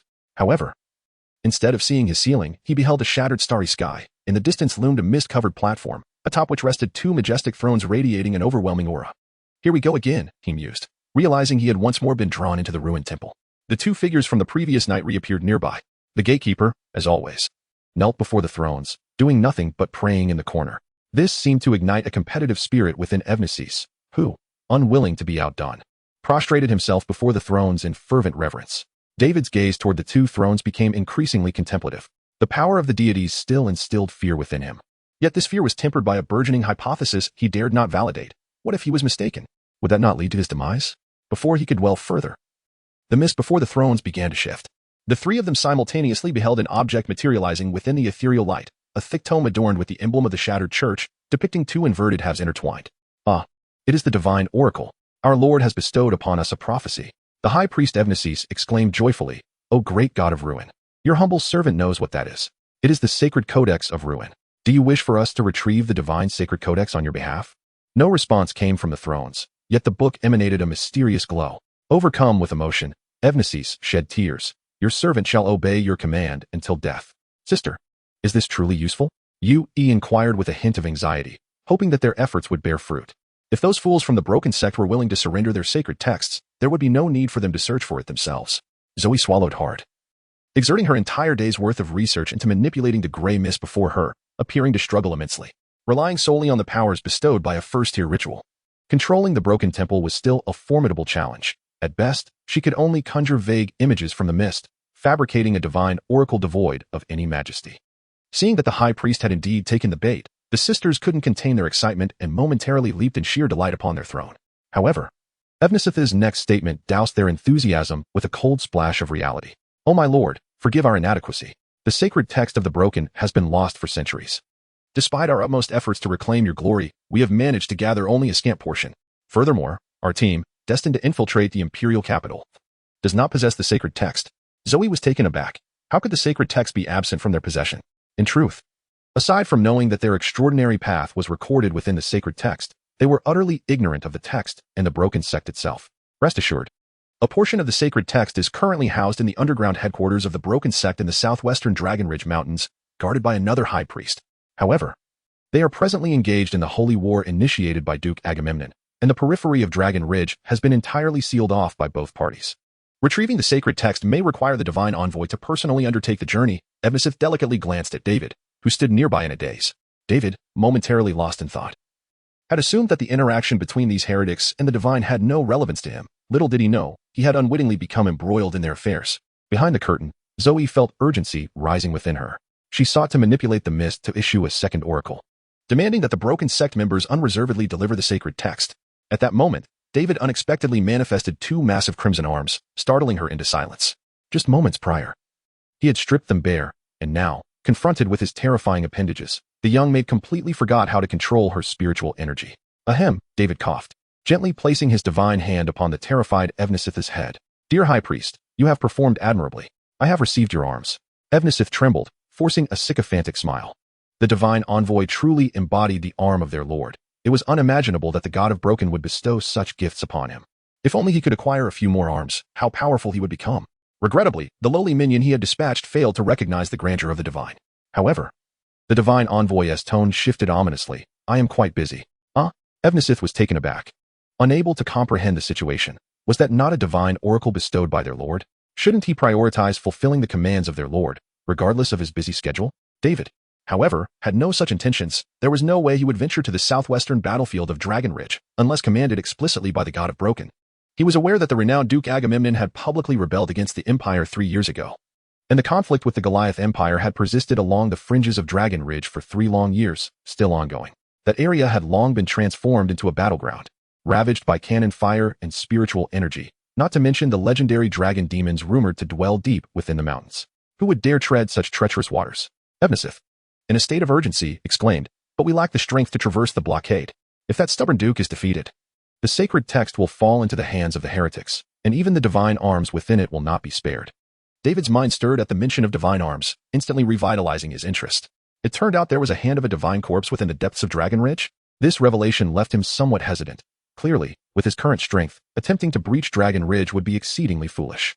He understood that the front lines were plagued by numerous anomalies, with entities partaking in the conflict being nothing short of monstrous.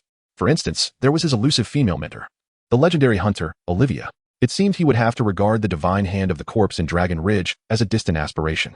Well, I shall appease these fools and the god of broken seated upon the throne for the time being. What I mean is, I am quite busy and cannot undertake the journey at the moment, but I will go, High Priest. David retracted his arm, pausing briefly before continuing. As a faithful servant of our Lord, do you, Evnisith, not remember the contents of the sacred text? Evnisith opened his mouth in response. The twins behind the curtain echoed his gesture, their expressions mirroring surprise. David pressed on, perhaps you could transcribe what you remember. Aiming to recreate the sacred text as accurately as possible. As he spoke, he casually glanced at the curtain, noting that the mist remained unresponsive, confirming that he was on the right track. The divine does not concern itself with whether the sacred text is the original, it only desires a complete version. Realization dawned upon Evnisith, and he joyously prostrated before the throne, exclaiming, rest assured, my lord, your servant shall fulfill your command. Once we have transcribed the new sacred text, we will present it to the divine envoy. What would you give it to me for? What would I want with that sacred text? I might as well burn it for your god. David rolled his eyes inwardly, but refrained from halting Evnisith, lest he reveal the truth. He would simply burn it himself if necessary. Behind the curtain, the twin sisters joyfully grasped each other's hands, nearly bursting into applause and celebration, for it seemed they would soon attain a higher-tier promotion ritual. The mist gradually enveloped the ecstatic face of the high priest, who was fortunate enough to be writing the sacred texts, the face of the doorkeeper lost in prayer, and the indifferent countenance of David. The shattered temple receded, and dreams were on the verge of dissipating. The two sisters on the throne slowly exhaled, realizing that although they could summon individuals into this temple at will during the night, they could not choose who to summon. Those souls once called would invariably appear all at once, leading them to refrain from approaching the area filled with crimson spots of light. None could predict whether the next summoned being would be an uncontrollable madman. The maid awakened from her slumber, dawn was approaching, and they needed to prepare breakfast for their master. Within the fragmented temple, they played the role of gods, yet in reality, they remained merely the charming little maids. As morning arrived, David tidied up everything and departed from number 9, Michelin Avenue, carrying a light satchel. As he himself stated, he was exceedingly busy. Before leaving, David sent a letter to the fourth prince, requesting a loan, hoping that His Royal Highness Roland would not block him. The purpose of this journey was, naturally, to acquire the most crucial material for his second-tier ritual, the luminous heart. To obtain the freshest luminous heart, he needed to board a steam train to a particular town near the imperial capital known as Dark Valley. This place housed a multitude of synthetic beasts created by the Empire's alchemists, and the monsters possessing luminous hearts were locked deep underground within the town. Fernandez had provided David with guidance to the monster prison. It was said that Dark Valley was perilously close to an entrance to the Shadow Realm, a place teeming with all manner of beings, where even the words of the church might not hold sway.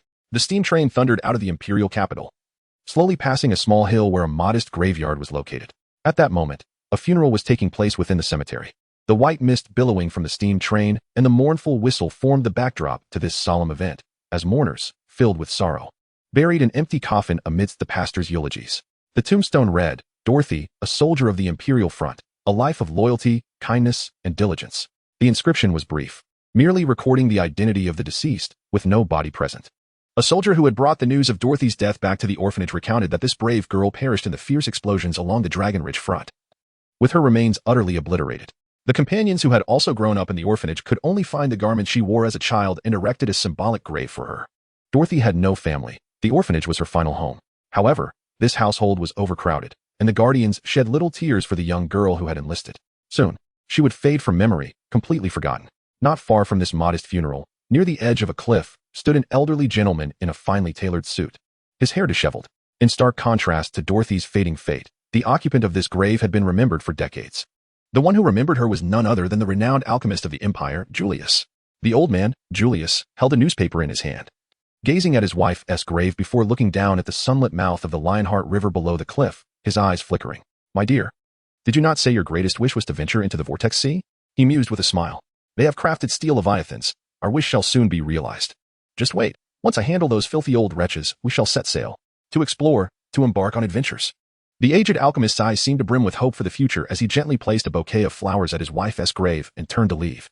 Today, he would take the train from a nearby station to the town abundant in synthetic beasts, where he would fulfill the task entrusted to him by the prince and deal with the thoroughly degenerate alchemists. After that, he would owe nothing more to the Goliath royal family.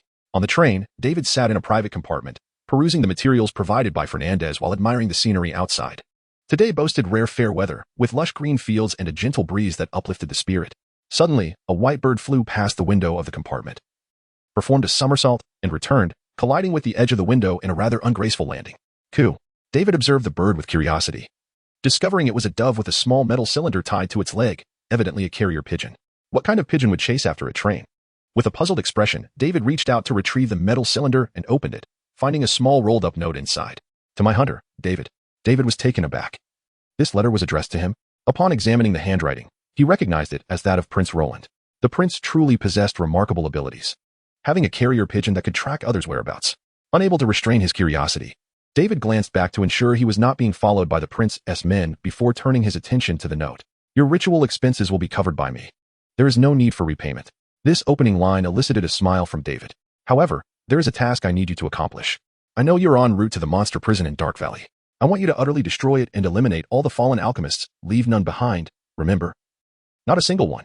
Additionally, do not reveal your identity. If you are captured, I will not rescue you.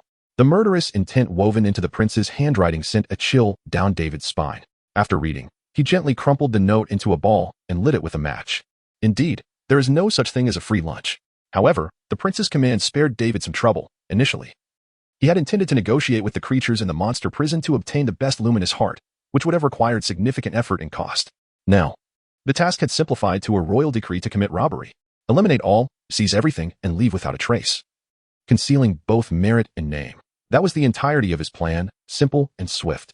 He relished the thought, a smile curling his lips as he reclined with his hat covering his face, preparing to catch up on sleep before reaching his destination. Having hardly rested in the past few days, Dorothy opened her eyes, the terrifying sensation of her shattered legs tightening her nerves instantly. She frantically moved her eyes, confirming her surroundings. The dark battlefield resembled the most horrific nightmare. Any lapse in vigilance could cost a soldier their life. How could she possibly sleep in such a place? Wait. Sleep? Why had she fallen asleep? What was this pain in her legs? In the darkness, Dorothy trembled as she reached toward her lower body, only to find nothing there. Pain?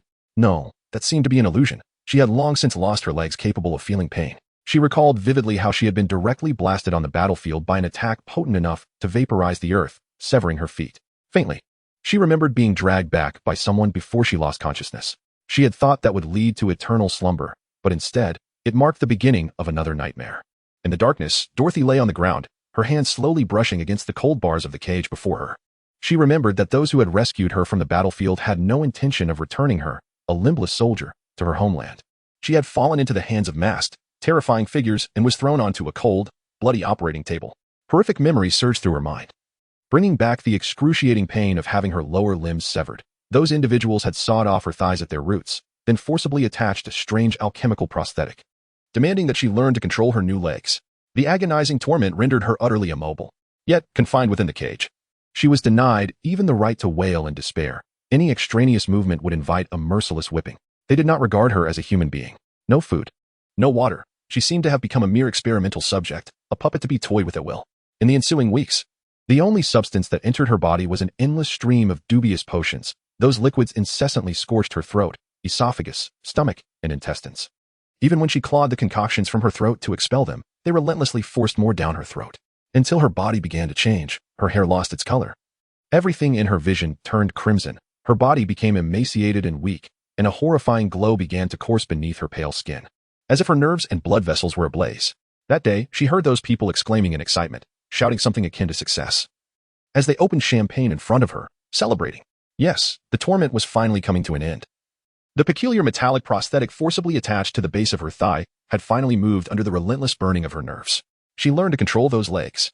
But her fate was to end there. They detached her legs, tossed her back into the cage, and sent her underground. She had lost her utility. She overheard those transporting her saying that, adhering to the principle of waste not, want not, she would become food for a monster. That was to be her conclusion. Last night, she glimpsed the silhouette of that creature through the gaps in her cage. It was enormous and terrifying, its gaping maw reminiscent of an abyss. seemingly suitable for her final resting place. Strangely, its heart glowed with a warm light. At dusk, the train came to a halt at a small station obscured by dense woods. David, dressed in a long coat and wearing a hunter's hat, disembarked with a lightweight suitcase. Surrounded by steam, he left the platform and ventured directly into the shadowy valley. This was Dark Valley, a small town located to the south of the imperial capital. Contrary to David's expectations, while the town appeared rather eerie due to its canyon location, it bore no semblance of a sinister atmosphere. Dark Valley was quite prosperous, bustling with life. After leaving the station, David found himself amidst a lively market, filled with merchants and transport teams, countless shops and stalls peddling their wares. Among the many goods, the most numerous were the specialty synthetic beasts originating from Dark Valley. The town boasted the largest synthetic beast factory in the empire, which could also be understood as a mysterious large-scale experimental base dedicated to researching various dark creatures for diverse purposes, control, destruction, and transformation, among others. As for those synthetic beasts, they were merely byproducts of the experiments. Yet many flocked to these byproducts, believing they were evidence of humanity's creation of new species. Especially the nobles near the imperial capital, who enjoyed keeping synthetic beasts as pets or guard dogs. This led some profit-driven merchants to begin private research on synthetic beasts, resulting in an ever-increasing variety, ultimately forming a bizarre industrial chain. David spotted numerous cages of varying sizes at street stalls, housing a plethora of peculiar small creatures, presumably the so-called synthetic beasts. He had indeed studied these entities, as even the hunters of the Order trained some formidable synthetic beasts as allies for hunting darkness. Fernandez had suggested that David examine the synthetic beasts here, and if any caught his fancy, he might consider purchasing one for training. However, he certainly did not refer to the street pets. David lowered his hunter's hat and swiftly traversed the market, choosing a nearby inn at the entrance of the town to settle down. As he placed his suitcase down, he suddenly heard a flurry of wings flapping. Coo coo. A white dove landed rather clumsily on his suitcase. David squinted, recognizing the dove as the one that had previously delivered a message from the prince. It seemed to have followed him without leaving. Why are you still here? David murmured as he lifted the dove, pondering whether the prince's dove had somehow become lost and could not find its way back. Why can't I be here? The dove suddenly spoke in human language. David was taken aback. The dove could speak. His mouth agape, he inadvertently tossed the dove aside. Coo coo. The dove landed, flapping its wings, seemingly displeased with David's impolite gesture. At that moment, the innkeeper emerged from behind the counter, having retrieved the key to guide David to his room. The innkeeper appeared oblivious to the dove's speech. David shot the dove a glare, picked up his suitcase, and followed the innkeeper, with the dove alighting once more on his suitcase. Upon entering the room and closing the door, ensuring the innkeeper's footsteps had receded, David turned to face the dove that had been following him. The dove hopped onto the table, continuing to speak. I am the prince's messenger and also your observer to ensure you complete your mission. Remember, the prince's command is to leave no one behind. The dove's gaze was hollow, exuding an unsettling aura. Its eyes bore a striking resemblance to David Frank's, the black pupils appearing equally chilling when David wore an expressionless face. He bent down, fixing his icy stare upon the dove for a moment, before concluding that this remarkable talking creature was not a dark creation. Could this be a type of synthetic beast? I understand, but you must clarify one thing. David addressed the dove. You are not a watcher. You are the last insurance sent by the prince to assist me in fulfilling my task. If any targets escape, you are to track them for me, understood? The pigeon tilted its head slightly, tacitly acknowledging David's assertion. David nodded in satisfaction. If Roland truly required a watcher, she would certainly not dispatch a dim-witted pigeon. At the very least, it would be a night hawk lurking in the shadows. The pigeon served merely as a conduit, its existence solely to convey a message to David: leave no one behind. This encapsulated the most vital intent of Her Highness Roland. What actions could have provoked such a seemingly gentle princess to issue such a merciless decree? David scoffed quietly, opting not to delve deeper. The royal power struggles bore little relevance to him. He merely needed to fulfill his mission. As the sun dipped below the horizon, David stepped out of his room, having exchanged his long coat for a suitably modest outfit, resembling a small merchant in pursuit of synthetic beasts. After inquiring with the innkeeper about the location of the beast cage, he departed the inn and entered the darkened town of Black Valley. Young man, you've come to the right place, the innkeeper remarked. The beast cage governed the town's largest synthetic beast market, known for its genuine goods. Rumor had it they even bred modified voidhounds. Seemingly in exchange for the beast cage's patronage, the innkeeper had taken it upon himself to promote David's interests. The beast cage was, in fact, an organization akin to a guild, a formidable entity seemingly backed by the grand nobility of the imperial capital, providing a comprehensive suite of services for the production, modification, training, and sale of synthetic beasts. Its headquarters lay deep beneath the town. According to legend, clandestine auctions were frequently held there, accessible only to those possessing special letters of recommendation.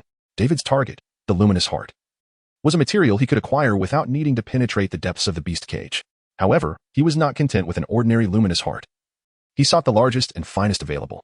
Coupled with Her Highness's mission, he now had to contemplate how to infiltrate the establishment. the small town at night remained vibrant. Its streets aglow with lights as people flocked to various unique markets and banquets, seemingly engaged in endless commerce.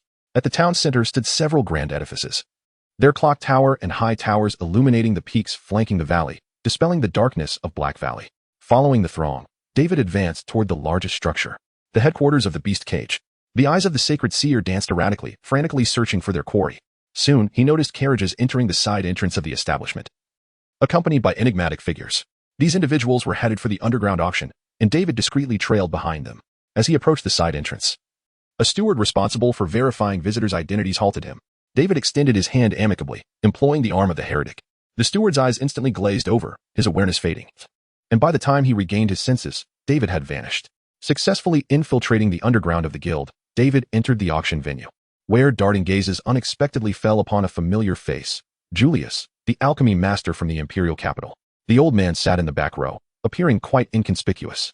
Although David spotted him, Julius remained oblivious to the presence of the man in the round-top hat. However, Julius was not alone. Flanking him were two entire rows of imposing figures clad in black robes. Their faces were obscured by hoods and masks, each one exuding an intimidating presence. It was not surprising for the alchemy master to appear in such a setting, yet he radiated an aura of maddening mystery. The last time, he had utilized forbidden materials to create his own doppelganger, merely to further his research, ultimately stealing his own findings, a convoluted betrayal that had left David astounded. Thus, he had no intention of engaging with the alchemy master, nor did he take a seat within the auction hall. He was there for a zero-cost acquisition. What concern did the auction hold for him? Seizing the opportunity when attention waned, David stealthily slipped into a rear passage of the hall and gradually descended deeper into the underground. Along the way, he glimpsed various items awaiting auction. Predominantly creatures confined within cages, and some even resembling humanoids or possessing monstrous traits. It was evident how depraved the buyers above must be. No. This guild's very creation of such beings posed a significant issue. David's expression darkened as he observed the synthetic beasts slumbering in their cages. At that moment, a warehouse guard carrying a lantern noticed David traversing the passage alone. Hey, who are you? If you're a guest, please return to the upper levels. You cannot enter here. David turned his head, a sinister smile curling on his lips. The guard felt a chill of alarm but had no time to shout before a pale arm seized him, dragging him into a small room off the side of the warehouse. When he regained consciousness, he found himself bound tightly, and a terrifying monstrous arm extended from behind the guest, its sharp claws poised against his throat. Tell me, where are the alchemists of your guild? Do not lie. Do not resist, and do not attempt to shout, or I shall puncture you with several holes. When the auction reached its midpoint, David emerged from the small room. He had left several bloody holes on the warehouse guard, a consequence of the man's dishonesty. Conversely, he had gleaned all the information he sought. The guard had served the beast cage for over a decade and was well acquainted with many of the guild's secrets. David inquired in detail about the 3 alchemy masters in the underground, the alchemist assistants, the routes leading beneath, and the facilities housing significant synthetic beasts. He even uncovered a revelation that incited his fury. A portion of these synthetic beasts were created by fusing human souls. This was the very reason the synthetic beasts sold by the beast cage garnered such popularity. They were more obedient and human-like. Before the latter half of the auction commenced, several nobles who had already purchased synthetic beasts began to depart. Upon exiting the underground, they were astonished to find the once brightly lit Black Valley had dimmed considerably. Dark phantoms swept across the sky like a tide, silent yet imbued with a chilling aura. It was then that the people realized they were witnessing a tide of darkness sweeping across the continent. Simultaneously, David, deep within the guild's underground, sensed the arrival of this ominous tide, the sacred seer seemingly able to pierce through the thick ceiling, glimpsing the shadows that swept above. What a time for the tide of darkness to arrive. With a discontented sigh, he turned his gaze towards the room beyond the door crack, where a corpulent nobleman sat alongside one of his targets, the alchemist Camp. Sir, are you satisfied with this batch of synthesized beasts? Camp inquired, his voice sharp, as he donned a brass mask. Meh, it's rather mediocre, the nobleman replied, shifting uncomfortably on the sofa. If only the souls you provided were a tad superior. To be honest, I find those overly docile ones quite unappealing. Camp scratched his ear thoughtfully. What kind do you prefer? Then, naturally, ones that resist. The ideal would possess a steadfast and valiant spirit.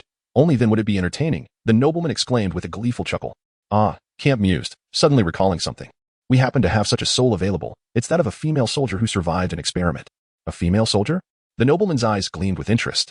Yes, however, we would need to conduct the soul fusion ritual anew, which would incur a cost. I'll pay. The nobleman interrupted eagerly, slapping his palm down. I'll offer you 3 times the auction price in gold. Prepare that ritual at once. I want to witness it myself. As you wish, Camp replied with a sinister chuckle, instructing his subordinates to escort the nobleman to a more secluded area. Outside, David lingered in the shadows. The nobleman was surrounded by too many attendants for him to strike immediately, so he remained patient, concealed in the corner. This undercurrent of tension served David well, amplifying the darkness around him and shrouding his figure entirely. After some time, once the assistants had departed, Camp settled back into his chair, eagerly counting his gold coins. He failed to notice the door, which had just been shut, silently creak open again. As he looked up, a pale arm seized his face. With a swift motion, a claw of azure severed Camp's throat, blood gushing forth and staining the coins on the table a vivid red. David, his expression unyielding, withdrew his hand, silently marveling at his own elegance as an assassin. At that moment, a faint blue light began to emanate from the fallen alchemist's chest. A high-pitched hum resonated, activating various mechanisms within the room. Gears clanked and metal collided. Steam compressed, and the furnace ignited. Upon hearing this commotion, David's senses heightened. Steam Knights. He vividly recalled the sound, one of the greatest shadows of his past. How could this man be accompanied by such legendary constructs? With a thunderous crash, a hidden door in the bookshelf burst open, and a humanoid metal construct lunged out. Its crimson single eye locked onto David, and with a swift motion, its arm unleashed a searing molten blade aimed directly at him. David's gaze met the construct's, and as always, the divine seer failed to discern its health bar. After the previous lesson, David resolved not to afford his opponent an opportunity to strike. With a decisive motion, he unleashed the hand of the divine corpse, expending 100,000 points of spiritual energy to deliver a powerful blow to the construct's chest. The metallic components exploded in the room, the intense heat igniting the furniture. With shockwaves shattering the door to smithereens, David stood frozen in disbelief. The metal construct had disintegrated into a pile of debris. The moment he struck, he realized something was amiss. His opponent was far too weak. It was akin to using a cannon to swat a mosquito. How foolish of him to waste 100,000 spiritual energy. Breathing deeply amidst the flames, David felt the familiar pang of PTSD from the clashing metal. How could there be so many Steam Knights in this world? Now, his decisive blow had compromised his covert operation. Those above would undoubtedly notice the chaos below. He had to act swiftly to prevent the other alchemists from escaping. Emerging from the conflagration, David encountered more enemies in the corridor, as anticipated. They were all metallic constructs, each one lunging at him the moment they detected his presence. With a swipe of azure claws, David effortlessly tore apart the construct's exterior. How infuriating. What a bunch of weaklings. Posing as legends. A low alarm reverberated throughout the underground levels of the Beast Cage Guild, activating numerous hidden construct sentinels. After gauging their capabilities, David relaxed, taking the opportunity to observe their design. In truth, they were vastly different from the Steam Knights in the depths of the sewers. These sentinels were merely human-sized, and their attacks were not significantly more powerful than ordinary monsters. Most of the constructs moved awkwardly. Their only commendable feature was their robust metallic shells. However, even this hardness was inadequate before David's 5th-level monster hand. Once he breached their exteriors and destroyed their core gears, they would cease functioning entirely. David adjusted his round hat, strolling through the underground passage as the hand of the divine corpse effortlessly dispatched a construct sentinel at each turn, leaving no one to challenge him. He had not brought the exaggerated modified warhammer. It was too conspicuous and unsuitable for blending into the venue. Nevertheless, this would not significantly affect the outcome of the battle. At worst, he might suffer a few stabs from the enemy during the cooldown period of the hand. To be frank, those molten blades could only pierce David's skin, causing pain but limited damage, out of over 600,000 life energy. Only 7 or 8,000 had been depleted thus far. Upon reaching the 5th underground level, he found all the incoming construct sentinels had fallen. The guild's alchemists had never anticipated that an adversary with such absurd life energy would invade their stronghold. Normally, a group of these sentinels could easily block an imperial army in the narrow underground passages. Even high-ranking hunters would have confidence in barricading the enemy before the iron gates leading to the deeper levels. It was precisely this hubris that left those behind the gates oblivious to the chaos unfolding above. In truth, David was not the only force behind the turmoil. Almost simultaneously with the alarm, a terrifying assault erupted in the upper auction hall. When the hooded and masked figures unveiled their dark robes, the crowd was horrified to discover that they were not human at all. They were warriors clad in constructs, crackling with lightning. The thunderous blade pierced the bodies of the guards within the venue, turning them into charred remains. In a state of panic, the nobles scattered in all directions, while the members of the Beast Cage Trading Association were mercilessly slaughtered. After the storm constructs had exterminated the guards, they formed a tightening noose, advancing step by step towards the underground. At this moment, David stood before the gate leading to the depths below, his claws from the monstrous hand scraping against the iron door, producing a sharp, piercing sound. Sparks flew as his claws sank deeply into the iron, leaving behind 5 terrifying scratches. The guard behind the door, startled by the commotion, dropped his coffee and trembled as he fled from the guardroom. The ear-piercing sound of claws scraping against the door echoed once more, and this time, he even saw the sharp claws penetrating through the iron. An eye appeared in the torn crack, and a chilling voice emerged. "Open the door, or I shall remove your skull." "Open the door? What nonsense." The guard spun around and dashed away, bellowing like a pig being slaughtered. "Help. A monster has broken in. This is disastrous." Amidst the screams, The ferocious synthetic beasts that had been slumbering in the cages along the corridor opened their eyes. The heavy steel gate was torn open, creating a gaping hole. The metallic groans startled the synthetic beasts into a frenzy, many of them letting out manic roars. David stepped through the gaping hole in the iron door, and upon seeing the roaring synthetic beasts, a playful smile graced his lips. He strode down the corridor, casually using his claws to tear apart the cages, releasing the monsters within. They dared not attack their liberator, for he radiated an aura of terror. Yet they had not forgotten those who had tormented, modified, and ravaged their souls. The violent synthetic beasts charged into the depths below, and soon the corridor echoed with the wails of humanity. David followed the throng of beasts deeper into the abyss, realizing that the information he had obtained from the warehouse guard was now rendered useless. The core area was beyond the reach of peripheral personnel, and David could only follow the sounds of anguish, striking anyone he encountered with a claw. After all, the order from his lord was to leave none alive. In a cage, the tormented Dorothy curled up, her lower body absent, appearing small and deformed, invoking deep sympathy. She endured the pangs of hunger, awaiting death, as the other specimens in nearby cages had been consumed. According to the sequence, she would soon become fodder for the monsters. Yet, circumstances seemed to shift. When the hunchbacked guard lifted her cage, she realized she was not being taken to the beast's pen. You are in luck. A noble lord has taken a liking to your soul. You may live yet. The hunchbacked guard chortled lewdly as he walked. The masters will cleanse your memories with a ritual and merge your soul with those delightful little creatures. Dorothy's eyes widened in horror. No, she did not desire such a fate. This was not an ending, but rather an endless torment, an eternal nightmare. To become a toy for the nobles by merging with a monster? No, she would rather perish in the jaws of a beast. Dorothy screamed and cried out desperately, but the hunchback guard merely stuffed a ball-like object into her mouth, lifting the cage to relish the sight of her terror-stricken face. TSK. How did they manage to make you so adorable? What a pity. Soon, Dorothy was cast onto a massive altar, surrounded by several mysterious figures clad in black robes and donning brass masks, while others watched from a distance, their impatience palpable. She noticed a monster lying beside her, a smooth, lamb-like synthetic beast. Ugh. Dorothy struggled fiercely, tears streaming from her eyes, but the onlookers seemed indifferent to her plight. Let the ritual begin. The masked figures nodded to one another and swiftly commenced the ceremony.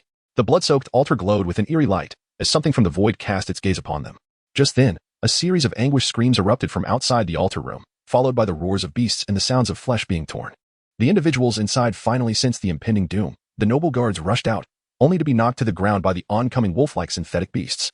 The rotund noble, in a panic, stepped over his own men to escape, showcasing surprising agility. However, as he turned the corner, a green arm tore through his throat. David frowned, noticing the fallen noble before him, and blinked. Unfortunate for you. It has nothing to do with me. He then turned his gaze towards the altar room, where the enraged synthetic beast seemed to fear the power of the ritual within, rushing elsewhere. Yet, within the chamber, several robed figures were unwilling to cease the ceremony. No, it was not that they were unwilling, they simply could not stop. The soul fusion ritual was profoundly intricate, and any hasty interruption would lead to catastrophic consequences, especially with the turmoil occurring outside. David entered the altar room and immediately spotted the cage at the center of the formation, along with the legless little girl inside. Her pallid skin, nearly devoid of color, and disheveled hair marked with despair and tears. He realized this was the grotesque ritual in which twisted individuals merged human souls with synthetic beasts. With death looming, there was no need to harm others. Release that child, David commanded coldly, but he did not afford them the opportunity to respond. With one swift claw, he tore apart the nearest robed figure, causing the light of the ritual to dim instantly. Stop, you madman. Do not interrupt the ritual. One of the individuals across the formation, shocked and furious, removed his mask to reveal himself as the second of the three alchemists. Before he could utter another word, a surge of black light erupted from the center of the formation, and the air filled with horrific wails from the abyss. A shrill scream capable of rending human eardrums echoed from the void, causing the other robed figures maintaining the ritual to collapse to the ground, clutching their heads. The ritual was thoroughly disrupted, shadows exploded from the light of the formation, and an enraged entity was unleashed into the world. As the host of the ritual, the alchemist was the first to suffer the backlash of the shadows, which ensnared him like countless wailing souls. He let out a piercing scream, flailing his arms in a futile attempt to dispel the shadows. Soon, his skin withered and decayed under the shadow's grip, until death consumed him entirely. At the moment of the transformation, David dashed into the magical array, the horrifying shrieks piercing his very soul. It was only through his indomitable will, forged in the crucible of battling malevolent spirits, that he managed to maintain his composure, though the shadows continued to ensnare him. Without further hesitation, he clawed open the cage and scooped the girl within, making a hasty retreat, sustained by his formidable life force. The shadows entwined around him were unable to extinguish his life instantly, but they inflicted a relentless corrosion damage of 100 points per second. Even after he burst beyond the ritual's confines, the spectral entities did not dissipate. They cursed, screamed, and howled in fury, vowing to annihilate all living beings. In the face of this chaos, David remained calm, calculating that, at the current rate of corrosion, the shadows would require over an hour to kill him. However, should his health dip below a third of its capacity, his mobility would likely be compromised, placing him in a perilous predicament. This ritual catastrophe had caught him off guard. Although the erupting shadows had swiftly dispatched the alchemist, his mission was far from complete. As he pondered swiftly, the hand of the demon flailed, attempting to disperse the shadows that clung to him. Alas, physical attacks seemed utterly ineffectual against those wraiths. What of the arm of the apostate? It proved futile against the shadows. The invincible hand of the divine corpse remained in cooldown.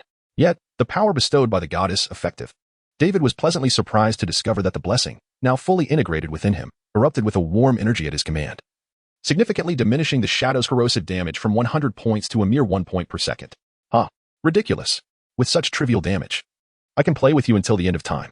David scoffed at the shadows, but his legs did not falter as he sprinted forward. The malfunctioning ritual continued to unleash a torrent of shadows. Through the divine seer's gaze, he sensed an even greater darkness approaching from afar. The earlier shriek from the abyss seemed to have awakened other entities in the realm of phantoms. As he ran, David glanced down to check on the girl in his arms. Fortunately, he had acted swiftly enough to rescue her before the shadows ensnared her. Under the protective aura of the goddess's blessing, the shadows had yet to invade her fragile form. Cursed perverts. How could they treat a child so? David cursed inwardly, shedding his outer garment to wrap the girl, who had no legs or clothing, securing her to his body with his sleeve. She was far too small, her frail arms unable even to embrace herself. Thank you, the girl whispered weakly against his shoulder, her voice barely audible. Do not worry, child. I will lead you to safety once I have dealt with those scoundrels, he reassured her. David noticed that the girl's eyes were crimson, and her skin appeared exceptionally pale, almost luminescent in the darkness. Yet, he had no time to dwell on such thoughts. For the surging shadows were advancing like an overwhelming tide. If there were only one or two, it would be manageable, but in such numbers, even the goddess's blessing would struggle to withstand them. Was there truly no way to vanquish them? Upon reaching a fork in the path, David hesitated, contemplating whether to turn left or right. Just then, a group of armored warriors, crackling with electricity, appeared at the left passage. More of them, David exclaimed, pivoting and darting into the right corridor. If those bothersome constructs ensnared him, the shadows would surely catch up and finish him off. As David fled, Dorothy, perched on his shoulder, caught sight of a remarkable scene in the opposing corridor. The electrified constructs collided with the shadows and devoid of souls. The shrieking phantoms were utterly helpless against the heated metal. Yet, the blades infused with lightning effortlessly sliced through the shadows' forms, akin to a hot knife cutting through butter. Dorothy witnessed the shadows wailing in agony beneath the lightning blades. Though everything in her view was tinged red, her sight was not impaired. In fact, as a former warrior who had fought on Dragonspine Mountain, she possessed keen observational skills. They can be killed. Unbeknownst to David, who had his back turned to the corridor, Dorothy resolved to inform the formidable man who had rescued her. She was unaware of why he referred to her as child, nor did she understand the extent of her transformation at the hands of those perverts. Nevertheless, her spirit remained unyielding, a warrior at heart. The construct's blades could indeed slay the shadows. David heard Dorothy's fervent shout, glanced back to witness the scene unfolding, and then veered into another passage. I see, he declared. As long as they could be killed, the construct's blades seemed capable of performing the amputation ritual. A smirk graced his lips as plans formed in his mind. At that moment, a group of individuals donning brass masks burst forth from a door leading to a vast underground chamber, rushing in a panic toward him, only to find David charging in their direction. His azure claws left long, deep gouges along the corridor walls. These individuals were all assistants to the alchemist from the Merchant Guild, all depraved perverts, none were innocent. Amidst the bloody chaos, David tore through every obstacle in his path. A veritable demon from the depths of hell. In the distance, a terrified figure clad in black witnessed this scene, turning to flee in the opposite direction. David took note of this individual, whom Dorothy also recognized. It was he, the one who had severed her leg. Hatred surged in her heart, reddening her eyes further. Do not worry, he is as good as dead, David grinned, accelerating his pursuit. That man was undoubtedly his final target, the alchemist Seymour. The hand of the demon plunged into the wall, forcefully propelling David forward through the corridor. Yet the wretched alchemist was remarkably swift, twisting and turning through the underground passage, evidently making for some emergency exit. Ultimately, David cornered that scoundrel at the end of a long corridor deep underground. Seymour was a gaunt middle-aged man, desperately twisting the valve of a gate switch. Curiously, he wore a helmet emanating a blue, ghostly glow. Just as the man was about to escape through the door, David lunged forward. The door clicked open, and a gust of cold, black wind surged into the corridor, enveloping David in an icy grip. He skidded to a halt, astonished to see the alchemist consumed by a massive shadow. It was an unfathomable mass of shadows, countless and relentless, akin to a swarm of locusts, a torrential downpour. a flood that threatened to engulf all. Behind that door lay the underground world of the Shadow Realm, a paradise for the shadows, a hell untouched by light. A frenzied abyss eternally shrouded in darkness. But that damned alchemist did not perish in the shadows. The helmet upon his head inexplicably shielded him from the encroaching darkness. He was about to flee into the abyss. Faced with the frenzied assault of the shadowy horde, David realized it was too late to pursue. He clutched Dorothy tightly in his arms and turned to sprint back. Suddenly, the sound of flapping wings filled the air. And a pigeon appeared at the edge of his vision. It landed clumsily atop his head and, raising its beak, spoke in human tongue. "You have failed, hunter. The prince's command is to leave none behind." "What does that mean? You bastard, are you here to gloat? Can't you see I'm busy? By the way, how did you even get in here?" David was furious, wishing to grab the foolish pigeon and toss it away. Yet, he lacked the time to deal with a mere bird. The tide of shadows was advancing rapidly, almost grazing his backside. Using the wall for leverage, David barely managed to create some distance from the encroaching darkness, but the pigeon atop his head continued to peck insistently at his forehead. "Leave none behind." The pigeon incessantly chanted the fourth prince's order. However, when it realized David had entirely abandoned the pursuit and was solely focused on escape, its cooing morphed into an eerie cacophony.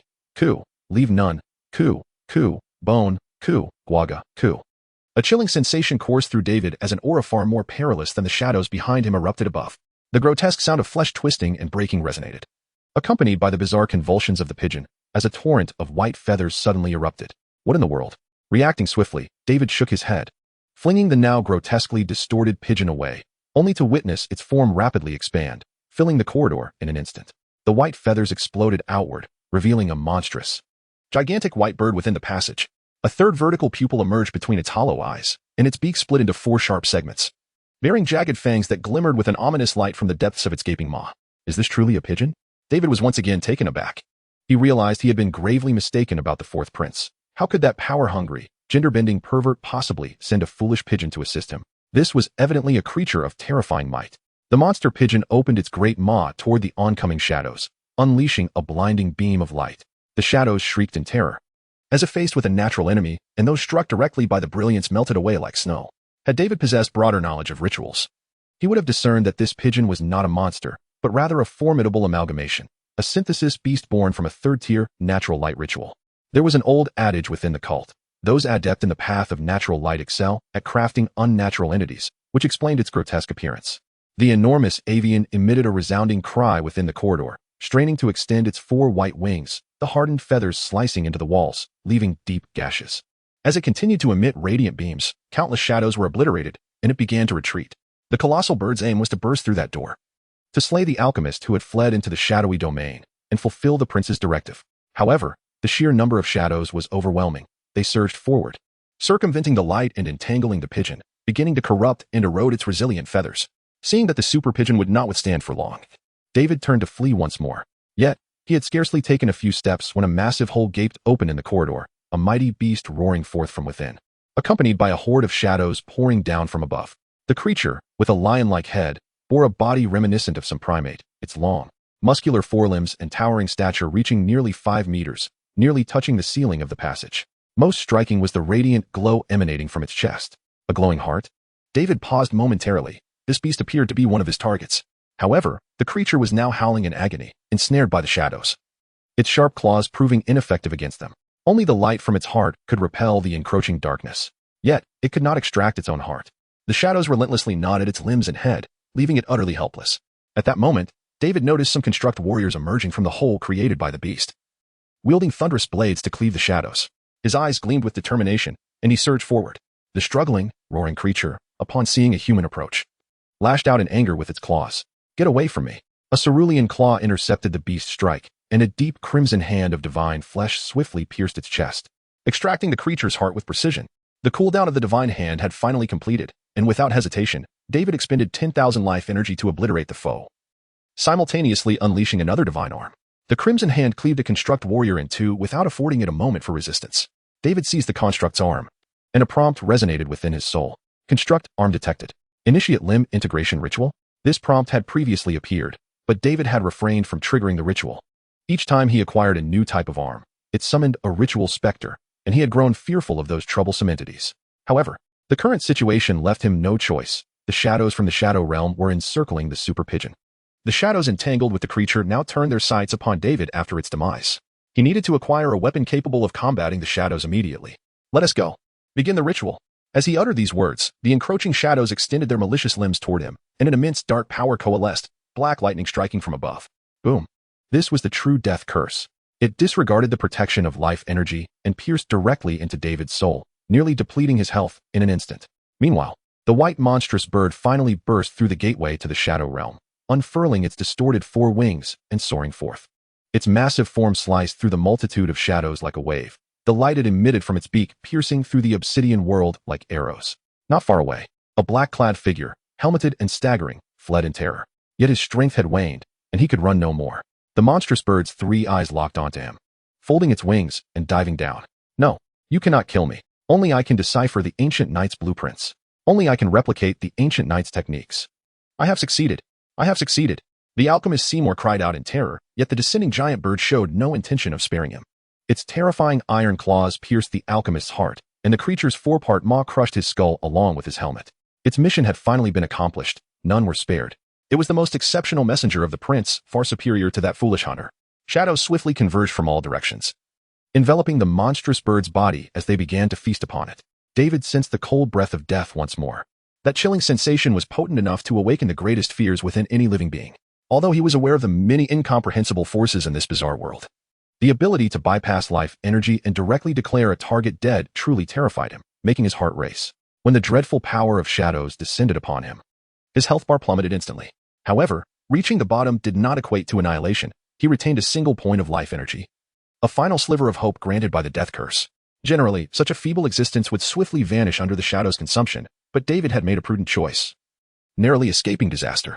He performed the limb grafting ritual, absorbing the constructed arm into his body. The vital metallic core replenished his health instantly. Not much, only 1,000 points, but it was enough to save his life. The limb grafting was complete, and he acquired the arm of construction, which would absorb life energy and increase his limit by 1,000. Arm of construction I. No consumption required to activate. Currently equipped with a high-energy life metal blade. Cooldown, 10 seconds, none. Note, continuous activation of the arm is possible, but it may lead to overheating and self-inflicted damage. With a swift motion, a brand new metallic arm erupted from David's back, culminating in a 3-foot-long, gleaming blade, crackling with electricity and entwined with thunder. As the blade flashed, it left a crescent arc of light around him, severing the shadows that had coiled around him. David grasped the luminous heart he had extracted from the creature, using its peculiar glow as a shield before consuming the monster's arm. Devouring the monster's arm, absorbing life energy, limit increased by 10,000. His health restored to a barely sufficient level. Now, he was ready to unleash carnage. Dorothy, cradled in David's arms, held her breath in awe. This man was astonishing. When those shadows had ensnared her moments ago, she had given up hope. Though the outcome remained unchanged, she felt content to die as a human. Yet, this man had once again turned the tide. The fierce shadows had swiftly become the souls claimed by his blade, howling as they dissipated. How had he accomplished this? If he had been by her side on the front lines, could her legs have been saved? Dorothy watched in a daze as the lightning blade danced before her, the shadows melting away like snow, the radiant sparks sending her thoughts drifting to strange places. 1 cut, 2 cuts, 3 cuts. The fierce blade light cleaved a path through the shadows. As the terrified horde of shadows realized they could no longer harm the human before them, they finally began to flee. David panted heavily, his constructed arm growing red-hot from repeated use, the life metal within releasing vast amounts of steam to cool down. As he observed the shadows rushing toward the door at the end of the passage, he hesitated to strike again. From the third strike onward, the constructed arm entered an overload state. With each swing, he would lose 100 points of life energy, and the self-inflicted damage would escalate with continued use. However, overload was not entirely detrimental. Once the life metal of the construct reached its overload limit, the arm would become more agile and swift under the high temperature. He even unleashed a force far beyond his expectations, comparable to seasoned hunters who had undergone multiple enhancements, the blade moving almost without a trace. That feeling was exhilarating. Yet, his health had dwindled to a mere 3,000 or 4,000 due to the overload. If he continued, he risked pushing himself to the brink of death. Thus, David decided to pause, needing to rest. While waiting for his arm to cool, he retrieved the hunter's blood that had hung around his neck, usable only once. It was a restorative potion that could instantly recover 30 health points. With a base of 650,000 life energy, that 30 equated to a staggering 190,000 health points. Now was the moment to utilize it. He had not forgotten the task Roland had entrusted him with, and he wondered if the fleeing alchemist had perished in the monster bird's pursuit. The crimson liquid coursed through his veins, and under the potion's stimulation, his life energy surged dramatically, his health bar climbing swiftly. Taking this opportunity, he carefully examined his newly acquired arm. This metallic marvel, imbued with vibrant life force, was truly remarkable. It not only fused perfectly with his flesh, but also transformed life energy into high-energy releases. It seemed the steam knight he had encountered before possessed a similar construction. Gaining an arm that rivaled the monster's hand filled David with immense satisfaction. However, exhilaration came at a cost, and when the eerie black mist began to materialize from the void, he sensed that cost was approaching. Indeed, the limb grafting ritual had summoned a new malevolent spirit. David felt an ominous foreboding. This time, the malevolent spirit appeared even more terrifying than the previous ones. The black mist billowed and expanded, continuously spewing forth from the void, filling the entire underground passage without pause. It was an enormous entity. When the black fog thickened to the point where David could not see his own hand, it suddenly ceased its turmoil. In the darkness, a giant figure coalesced, and David seemed to hear a malicious growl that filled him with dread. When he regained his senses, the shadow had already entered his body. Enveloped in all the black mist, ritual malevolent spirit possession, malignant envoy. Warning: the malevolent deity's god is watching. The malignant envoy is extremely dangerous. Please suppress it as soon as possible. Cold sweat broke out on David's forehead. He had never seen such a warning before. What did extremely dangerous mean? Was this malignant envoy a minion of an evil god? Soon enough, he would understand its meaning. An uncontrollable, piercing malevolence erupted from his soul, and the beast-like malevolent spirit roared within his heart, awakening all his innermost brutality. His eyes turned crimson, dark veins erupting from beneath his skin as the sinister power threatened to consume him entirely. He yearned for slaughter, for release, for the annihilation of everything. The blessing of the goddess had become his last bastion of sanity. With that flicker of willpower, he cast Dorothy aside and turned towards the gateway leading to the realm of shadows, a place where there were creatures to be slain. Only through slaughter, through destruction and chaos, could he find solace. Dorothy, having fallen to the ground, was bewildered by the transformation that had overtaken the man. In terror, she watched his retreating figure, reaching out desperately to grasp his silhouette. "No, don't leave me, please." Behind Dorothy, an elderly gentleman clad in a tailcoat emerged from the gaping void. He lowered his gaze to the weeping girl on the ground and inquired softly, "Pray tell, has something escaped into the outside world?" In his hands, he dragged an iron box, and upon noticing the girl was without legs, his pupils constricted, prompting another question: "Do you require a pair of legs?" He was Julius, the alchemical master from the imperial capital, here with the intent of exterminating his fallen peers and reclaiming their experimental results. The operation proceeded smoothly. His newly developed construct warriors, enhanced with liquefied thunder, proved formidable, clearing all obstacles in their path. Moreover, it appeared that another faction was also engaged with the beast in captivity, saving him considerable effort. Before all constructs were exhausted, he successfully completed his task. The box he carried contained the fruits of that experiment, a pair of legs. However, upon seeing the girl, the alchemical master suddenly felt that he should not take these legs back with him. The realm of shadows was a terrifying place. In truth, any eternally dark region in this bizarre world was fearsome for humanity. Yet, through the divine voyeur's unique perception of darkness, the shadowy realm appeared exquisitely beautiful to David. It resembled the depths of the ocean, adorned with bioluminescent flora, rugged cliffs, and shadows that undulated like waves, a sight entrancing enough to captivate anyone. However, David was in no mood to admire the scenery. He only sought to vent the malice forcibly lodged in his heart by the malevolent spirits through battle, destruction, and slaughter. He had transformed into a near-mindless beast, wildly swinging three disparate arms to assail the encroaching shadows. The frenzied one fought recklessly amidst the chaotic swarm of shadows, which repelled the intruder from the light with relentless waves. His arms bore only the construct blades capable of harming them, and instinct drove him to swing the blades constantly. Whenever the shadows attempted to converge and unleash their dreadful curses, he would charge forth to cleave them apart. A single misstep could lead to his demise beneath their deathly spells. Yet, the terrifying evil spirit had no intention of allowing him to perish just yet. It yearned to prolong his torment, craving further carnage. The maliciousness that governed his mind compelled David to carve out life amidst the brink of death, resembling a dancer amidst darkness, teetering at the edge of an abyss. Eventually, exhaustion overcame him, and he collapsed to the ground. The overloaded construct arms had reached their limit, rendering him immobile. The malice within him seemed to wane at last, but he lacked the strength to rise again. As he turned his head slightly, he spotted a massive white form lying amidst the darkness.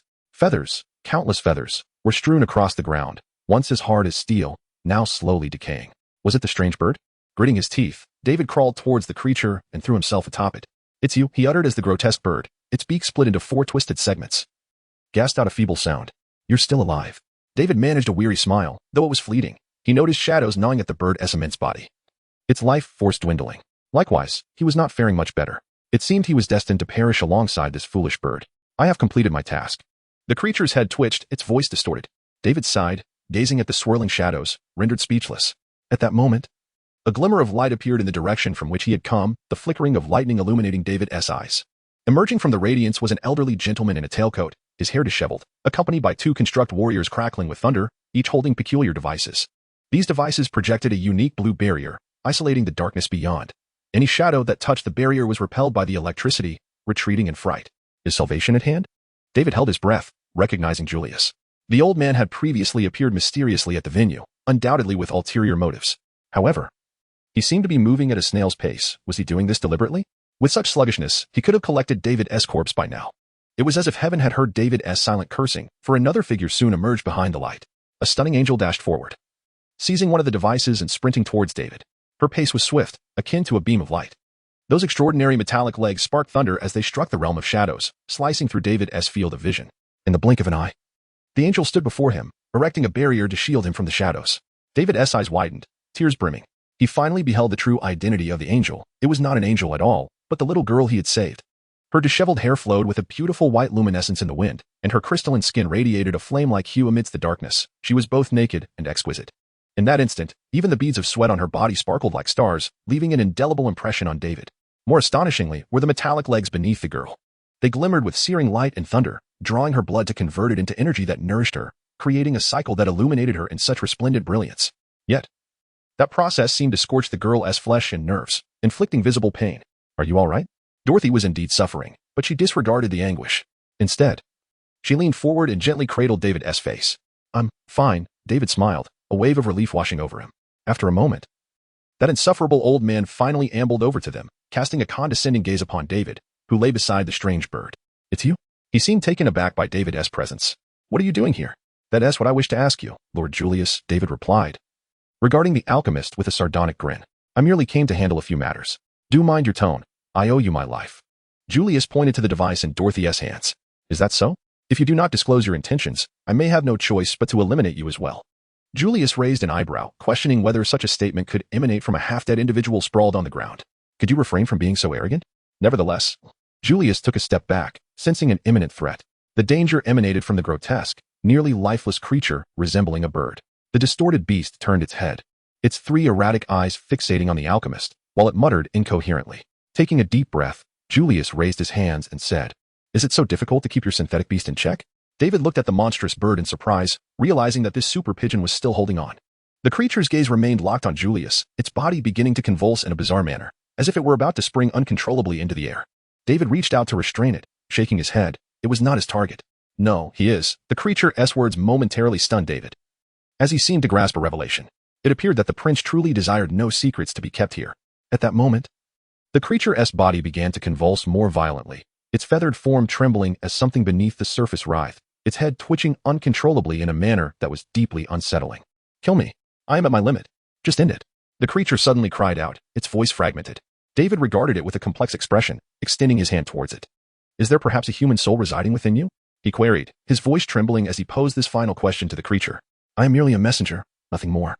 It replied, with a swift motion. As the creature was about to uncontrollably lunge, David severed its head from its body. A dark tide enveloped the sky, obscuring the sunlight, rendering the capital perpetually gloomy even in the morning. Black clouds heralded a torrential downpour, shrouding the streets of the capital. No one knew how long this oppressive weather would persist. It was during such times that the capital had a penchant for rain. The doorbell of No. 9 Michelin Avenue rang, prompting the twins, who had long awaited their young master's return, to rush to the entrance. Upon opening the door, they found no sign of Master David. The visitor, clad in a black raincoat, stood silently amidst the downpour. Zoe thought she heard a faint metallic sound hitting the ground. Catching a glimpse of a silvery strand of hair beneath the visitor's hood, the figure spoke not a word, merely handed her a package before departing. The sisters, perplexed, accepted the parcel, discovering it bore Master David's personal seal, which finally eased their worries.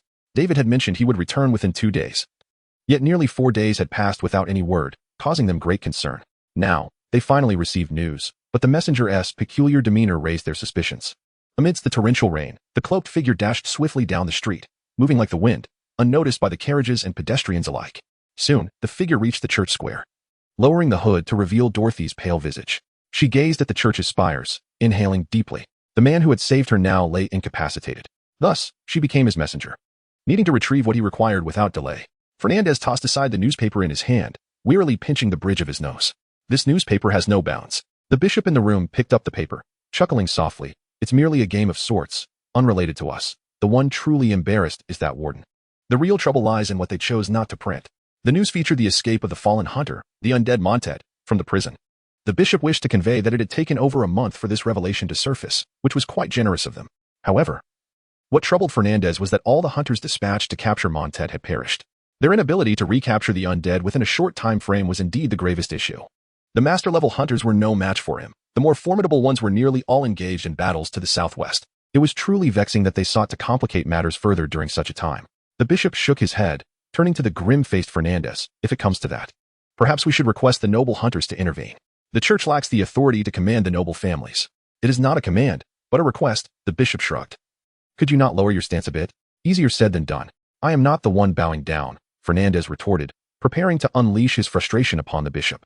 Just then, a knock resounded at the door, and an assistant entered, eliciting a puzzled expression from Fernandez. Who is it? The messenger of David Frank? Before long, Fernandez found himself in another room, face to face with Dorothy, drenched and still dripping from the rain. The elder noticed her crimson eyes and nearly translucent white hair. A rare sight that made him squint slightly. Lord David requires additional materials for the second-tier ceremony. He mentioned he has acquired the luminous heart. However, due to certain circumstances, he cannot return to the capital and must conduct the ceremony elsewhere.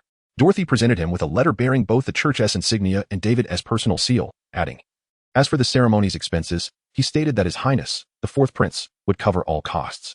Where has that rascal gone? What is he up to? Fernandez opened the letter, finding its contents aligned with the girl's words. Dorothy shook her head. I am merely responsible for relaying messages and delivering items back to him. Humph. The elder huffed in irritation. Each one of you acts as if you are so important, treating the church as if it were a mere shop. Despite his outward anger, Fernandez still instructed his aides to retrieve the items for Dorothy. He could see that this pale girl was anxious. And he couldn't help but grumble internally, that rascal is utterly inconsiderate, sending such a girl out in this downpour. Look at her frail limbs. By the time she returns, everything will be spoiled. Little girl, if you require assistance, the church can lend you a carriage. I do not need it, Dorothy declared as she strode purposefully out of the room. Only then did Fernandez notice the metallic clinking sound accompanying her movement, clear, heavy, and swift. He was momentarily taken aback. And when he turned back, he saw the girl had already dashed into the downpour, her speed astonishingly rapid, vanishing in the blink of an eye. At her pace, it would take Dorothy merely a little over 2 hours to run from the imperial capital back to the town of Dark Valley, several times faster than a steam train. Yet, this was not the reason David had sent her on such a journey. It was simply that he had no other recourse. At that moment, in a room on the second floor of the inn at the entrance of Dark Valley, David was curled up in a corner, silently enduring the malice rising from the depths of his being. The town of Dark Valley had attracted the attention of the Imperial enforcement team due to the chaos caused by the monster cage incident that night. They were investigating and apprehending those responsible for the destruction of the Merchant Guild. As a hunter, David was not afraid of the enforcement team. However, in his current state, he dared not venture outside. He feared he would be unable to restrain himself from slaughtering everyone. In fact, David had been enduring for quite some time, striving to suppress and endure various impulses for over 3 days. In another corner of the room squatted Julius, the disheveled alchemist. However, he was not there voluntarily, sharing a room with someone who appeared on the verge of losing control. He was bound and unable to escape. At this moment, Julius's complexion was somewhat pale as he cautiously observed David across the room, carefully suggesting, you could tie me up in another room, allowing us both some personal space. Silence. David snapped, his discomfort palpable. You must endure. That girl will be back soon, assuming all goes well. Just how long do you intend to keep me bound? David lifted his head, a cold smile gracing his lips. Until Roland sends someone to take you away. If you wish to avoid death, behave yourself. Julius let out a resigned sigh. At least I've assisted you twice. Could you not be a bit more courteous? I haven't even held you accountable for dismantling all my constructs. In truth, there was little he could say. Fortunately, David had dismantled his constructs instead of himself. After all, their positions were fundamentally different, and encountering this man could only be deemed unfortunate for him. David Frank was the one sent by the fourth prince to obliterate the Merchant Guild. Meanwhile, Julius was there to retrieve experimental results regarding the Steam Knight technology for His Highness, the first Prince Charles. The mastermind behind the underground laboratory of the Monster Cage Merchant Guild was, in fact, the first prince himself. Who would have thought Roland would uncover even this layer? Was it mere coincidence, or did the other party truly possess such extensive reach? Yet, these matters were of no concern to the old alchemist. He desired no involvement in the prince's struggles. This was supposed to be his final task for the first prince, after which he would gain his freedom. Now, it seemed freedom was a distant hope. David Frank had spared his life. But the fourth prince would undoubtedly be very interested in the ancient construct technology that the first prince had developed. Now that this technology was in his possession, The fourth prince would not allow Julius to slip away easily. Whether it was the first prince or any royal from the Goliath Empire, all sought to resurrect the glory of the Steam Knights, those legendary creations that had been the greatest reliance for King Richard the Lionheart in his conquest against darkness, safeguarding half a continent 3 centuries ago. Unfortunately, after King Richard's death, no one knew how to manufacture knights anymore. From a young age, Prince Charles had been infatuated with these legendary creations. Once he ascended to power, he established various laboratories to explore all means of recreating the Steam Knights from different perspectives. His Highness even granted Julius the opportunity to study the Soul Forge, enabling him to fulfill his aspirations. Recently, it appeared the first prince was on the verge of success. However, Julius knew that the other party had embarked on a deeply twisted path. Many of the experiments had already spiraled beyond the first prince's control, which was why he found himself in Dark Valley. "I am being exceedingly courteous by not killing you," David said, cradling his head, veins bulging on his hands. To distract himself, he continued, "The original command from His Highness was to eliminate everyone. However, considering your assistance to Dorothy, I shall spare your life. If you are truly as useful as you claim, you will survive." Julius scoffed. "Those fools took 3 entire years to barely create a pair of legs, while I managed to make those legs run faster than a voidhound in just 3 days of calibration. Do you not see my worth?" The alchemist was not exaggerating. In terms of constructs, Julius indeed surpassed the field of pharmacology. Think of the good times. My former employer, Count Kingsley, seems to have turned traitor and is now thriving alongside the fourth prince. As Julius engaged in self-comfort, David across from him appeared to be in agony, nearly pounding his head against the floor. Cold sweat dripped from Julius's forehead. Suddenly, a noise erupted from the balcony, startling the old man. He turned to see Dorothy, clad in a raincoat, materializing on the second-floor balcony of the inn. The window swung open, and the torrential winds and rain poured into the room, drenching the alchemist. But he paid it no heed. To him, the girl appeared like an angel sent by the goddess to rescue him. "You finally returned. That man is on the brink." Upon seeing her, Dorothy rushed to David's side, thrusting the bundle she carried into his hands. "I have retrieved what you asked for. How are you faring?" David lifted his somewhat contorted face, shooting a glare at the old man. "You are the one who is unwell. I am perfectly fine." With that, he forcefully pushed Dorothy aside. "Take this man next door and wait for me. He is not well." The malevolent spirit's malice was driving him to madness. He needed to commence the ascension ritual immediately. Only by invoking the power of the sun goddess could he hope to temper his madness. Among the items that Dorothy returned with was a parcel containing various artifacts, a scroll detailing the second-tier goddess blessing ritual, a small pendant in the likeness of the sun goddess, and 2 additional ritual materials. David, however, was too preoccupied to meticulously examine those materials. After dismissing the others, he proceeded to inscribe the array upon the ground with his own blood, following the instructions laid out in the scroll. As he clasped the small idol in his hand, a gentle warmth enveloped him, for the divine power of the goddess was already beckoning him. Unbeknownst to David, this idol had once belonged to the previous generation of the Saintess, and the other 2 ritual materials were the finest supplies available within the church. The fourth prince had provided an extravagant advance to Fernandez, compelling the old man to pilfer from the church's long-held treasures, which he had meticulously packaged in anticipation of David's arrival. With remarkable willpower, David gritted his teeth and completed the array. After placing the enormous glowing heart, soaked in another vessel, along with the other ritual materials within the inscribed space, he stepped into the array, only to be met with a notification. Ritual power detected. Would you like to commence the second-tier goddess blessing ritual? Warning. Current success rate is 70. Only 70? David froze, uncertain where he had faltered. Could it be that his array was poorly drawn? Yet, there was no alternative, and he had no choice but to gamble. If death awaited, so be it. He initiated the ritual.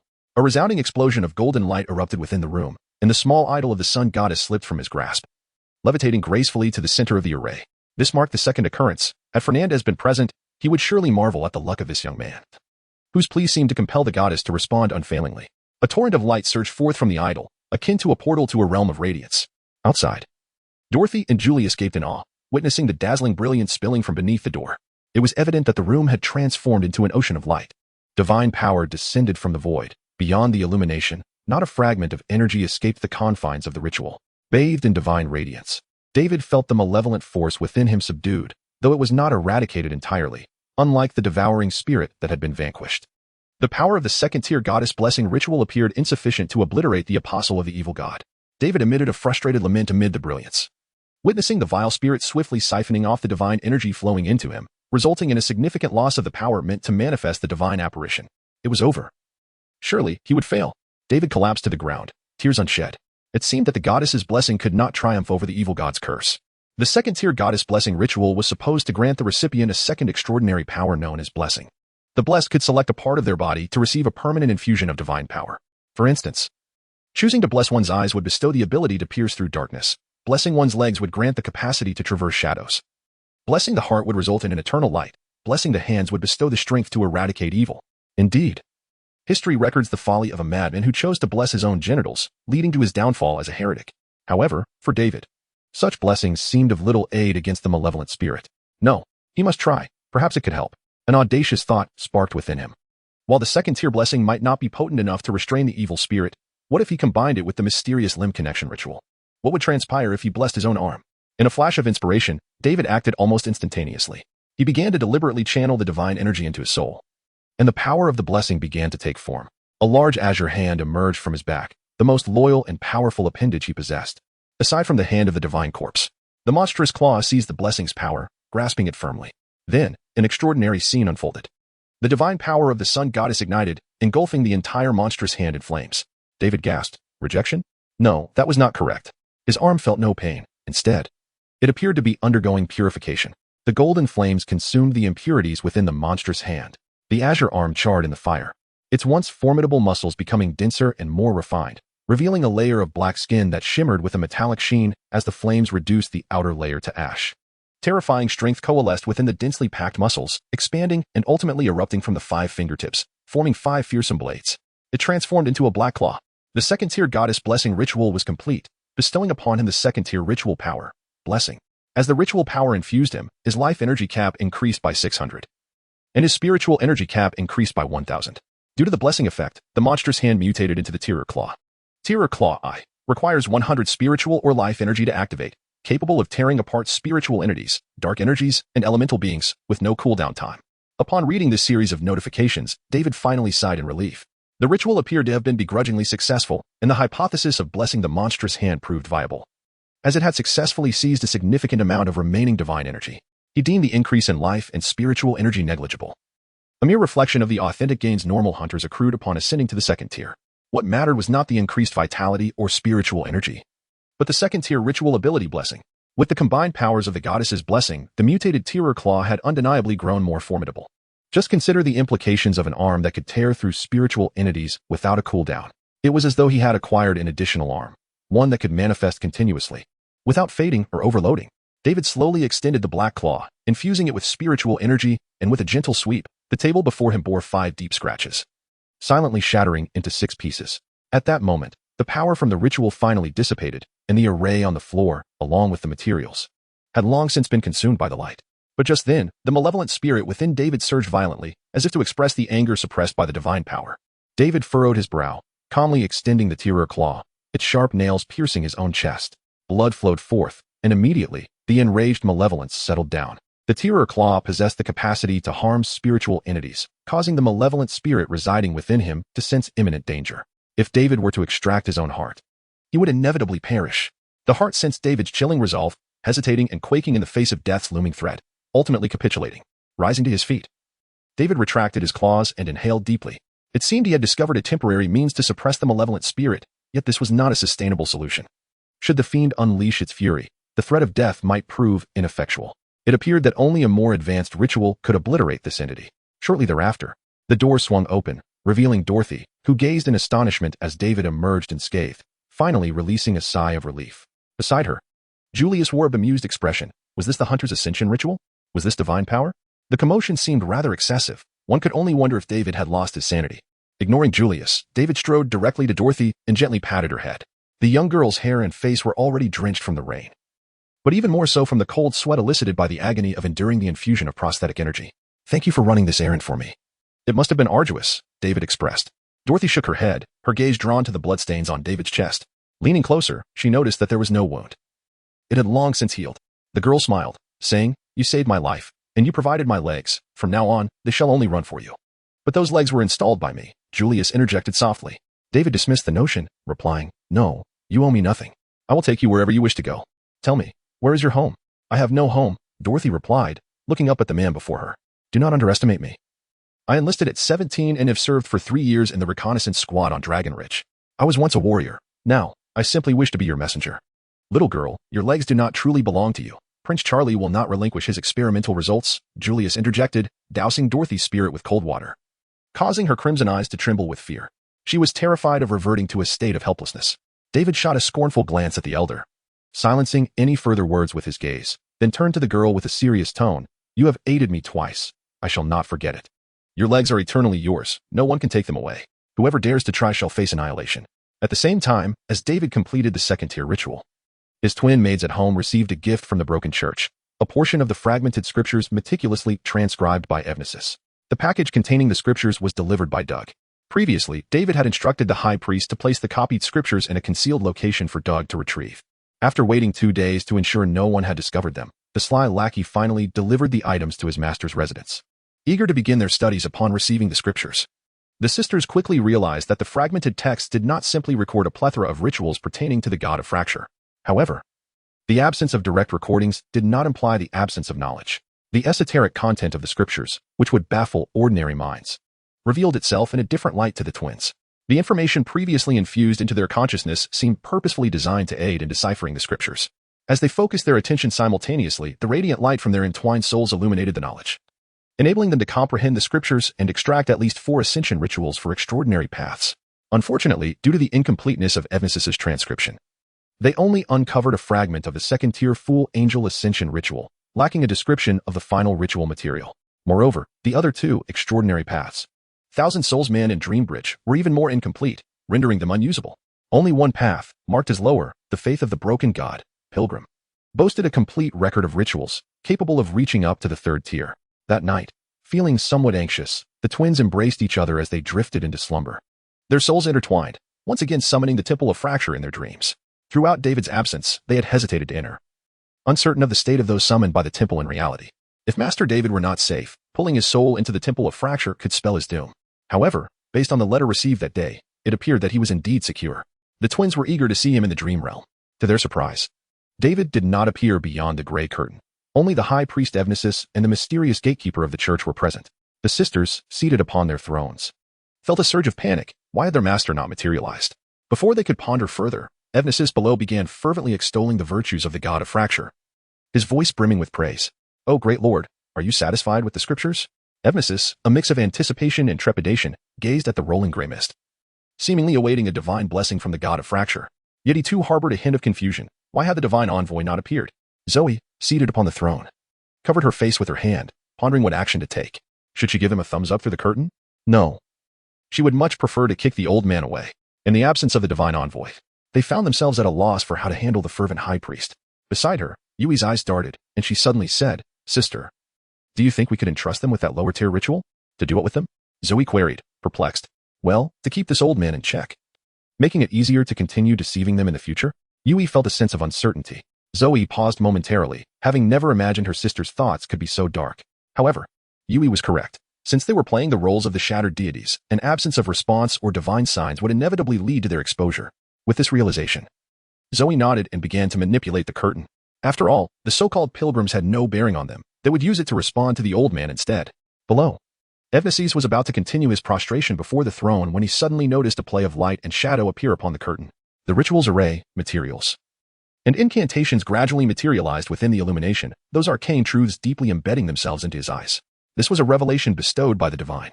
Tears streamed down the old man's cheeks as he trembled and kissed the ground of the temple, exclaiming, "You have finally bestowed your grace, O great shattered god."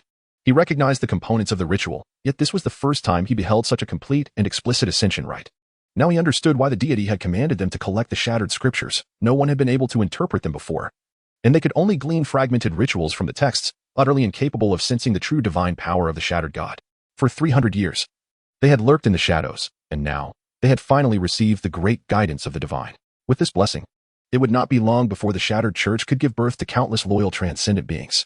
The dream soon concluded, and High Priest Evnesis awakened aboard a colossal vessel upon the sea, gazing at the dark waters and the enormous crescent moon in the southern distance, his excited visage trembling in the sea breeze.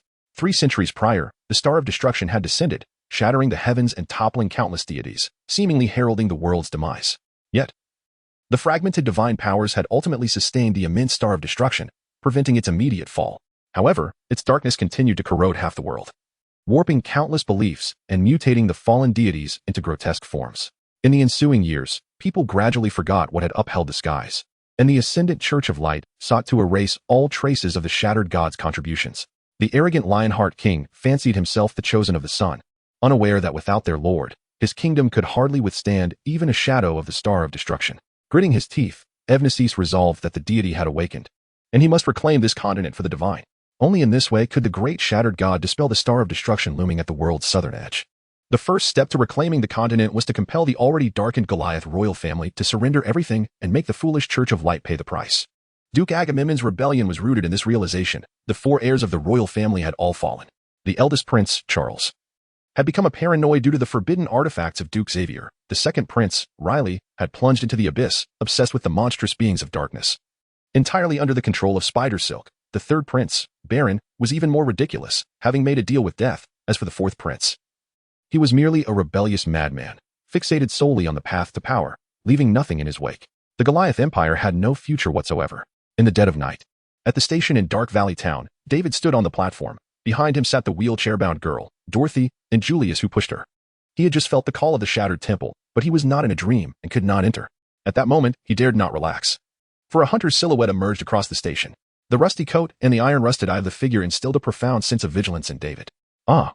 It was a hunter from the Xavier family. It seemed the eldest prince had not given up after all. Julius sighed and began to slowly retreat with the wheelchair. A hunter from the noble family meant he bore forbidden artifacts. Without needing Julius's reminder, David was well aware of the strangeness and danger of these artifacts, whose powers could easily distort reality and should not be regarded through conventional reasoning. As for Xavier, as Julius mentioned, David was also familiar. It represented a duke wielding immense power within the empire, and the eldest prince, Charles, was his greatest supporter. This duke's family had produced generations of hunters, and the current Duke Xavier was the highest-ranking noble in the empire. No one knew how many forbidden artifacts they possessed, and the fourth prince Roland, the church, and even the rebellious Duke Agamemnon all held great trepidation towards Duke Xavier. However, it was evident that the hunter glaring at David across the station was not a true noble hunter. He merely bore the eye of a forbidden artifact. In the eyes of the sacred observer, that terrifying, rust-laden eye was a profound void, emanating a power that even obscured the hunter's blood bar. Using forbidden artifacts comes at a price. The eye's power had thoroughly corroded the hunter's face and body, leaving him with scars reminiscent of rust beneath his hat. As that eye turned, droplets of rust fell, appearing agonizing to behold. David smiled and tipped his hat in greeting, then drew his heavy hammer, aiming its dark muzzle at the figure. Strictly speaking, hunters outside the noble houses had no right to wield forbidden artifacts. Such actions were illegal and warranted a lethal response. This was known as American Iato, striking first for advantage. Bang! The gunfire echoed in the deserted station, the bullet flying unchecked. The hunter across from him sprang into action, the heavy bullet striking the railing behind him, creating a large hole. In that instant, David noticed shadows swiftly spreading from the hunter's feet. Rust, the dark red rust, reeking of blood, crawled down the platform, crossing the tracks and reaching David's feet in a mere breath. This bizarre power seemed to corrode and transform everything it touched. Any material engulfed by it would become decayed scrap metal. David began to move, diverting the encroaching rust while continuously pulling the trigger of the heavy hammer, forcing the hunter, source of the rust, to retreat and preventing him from advancing further.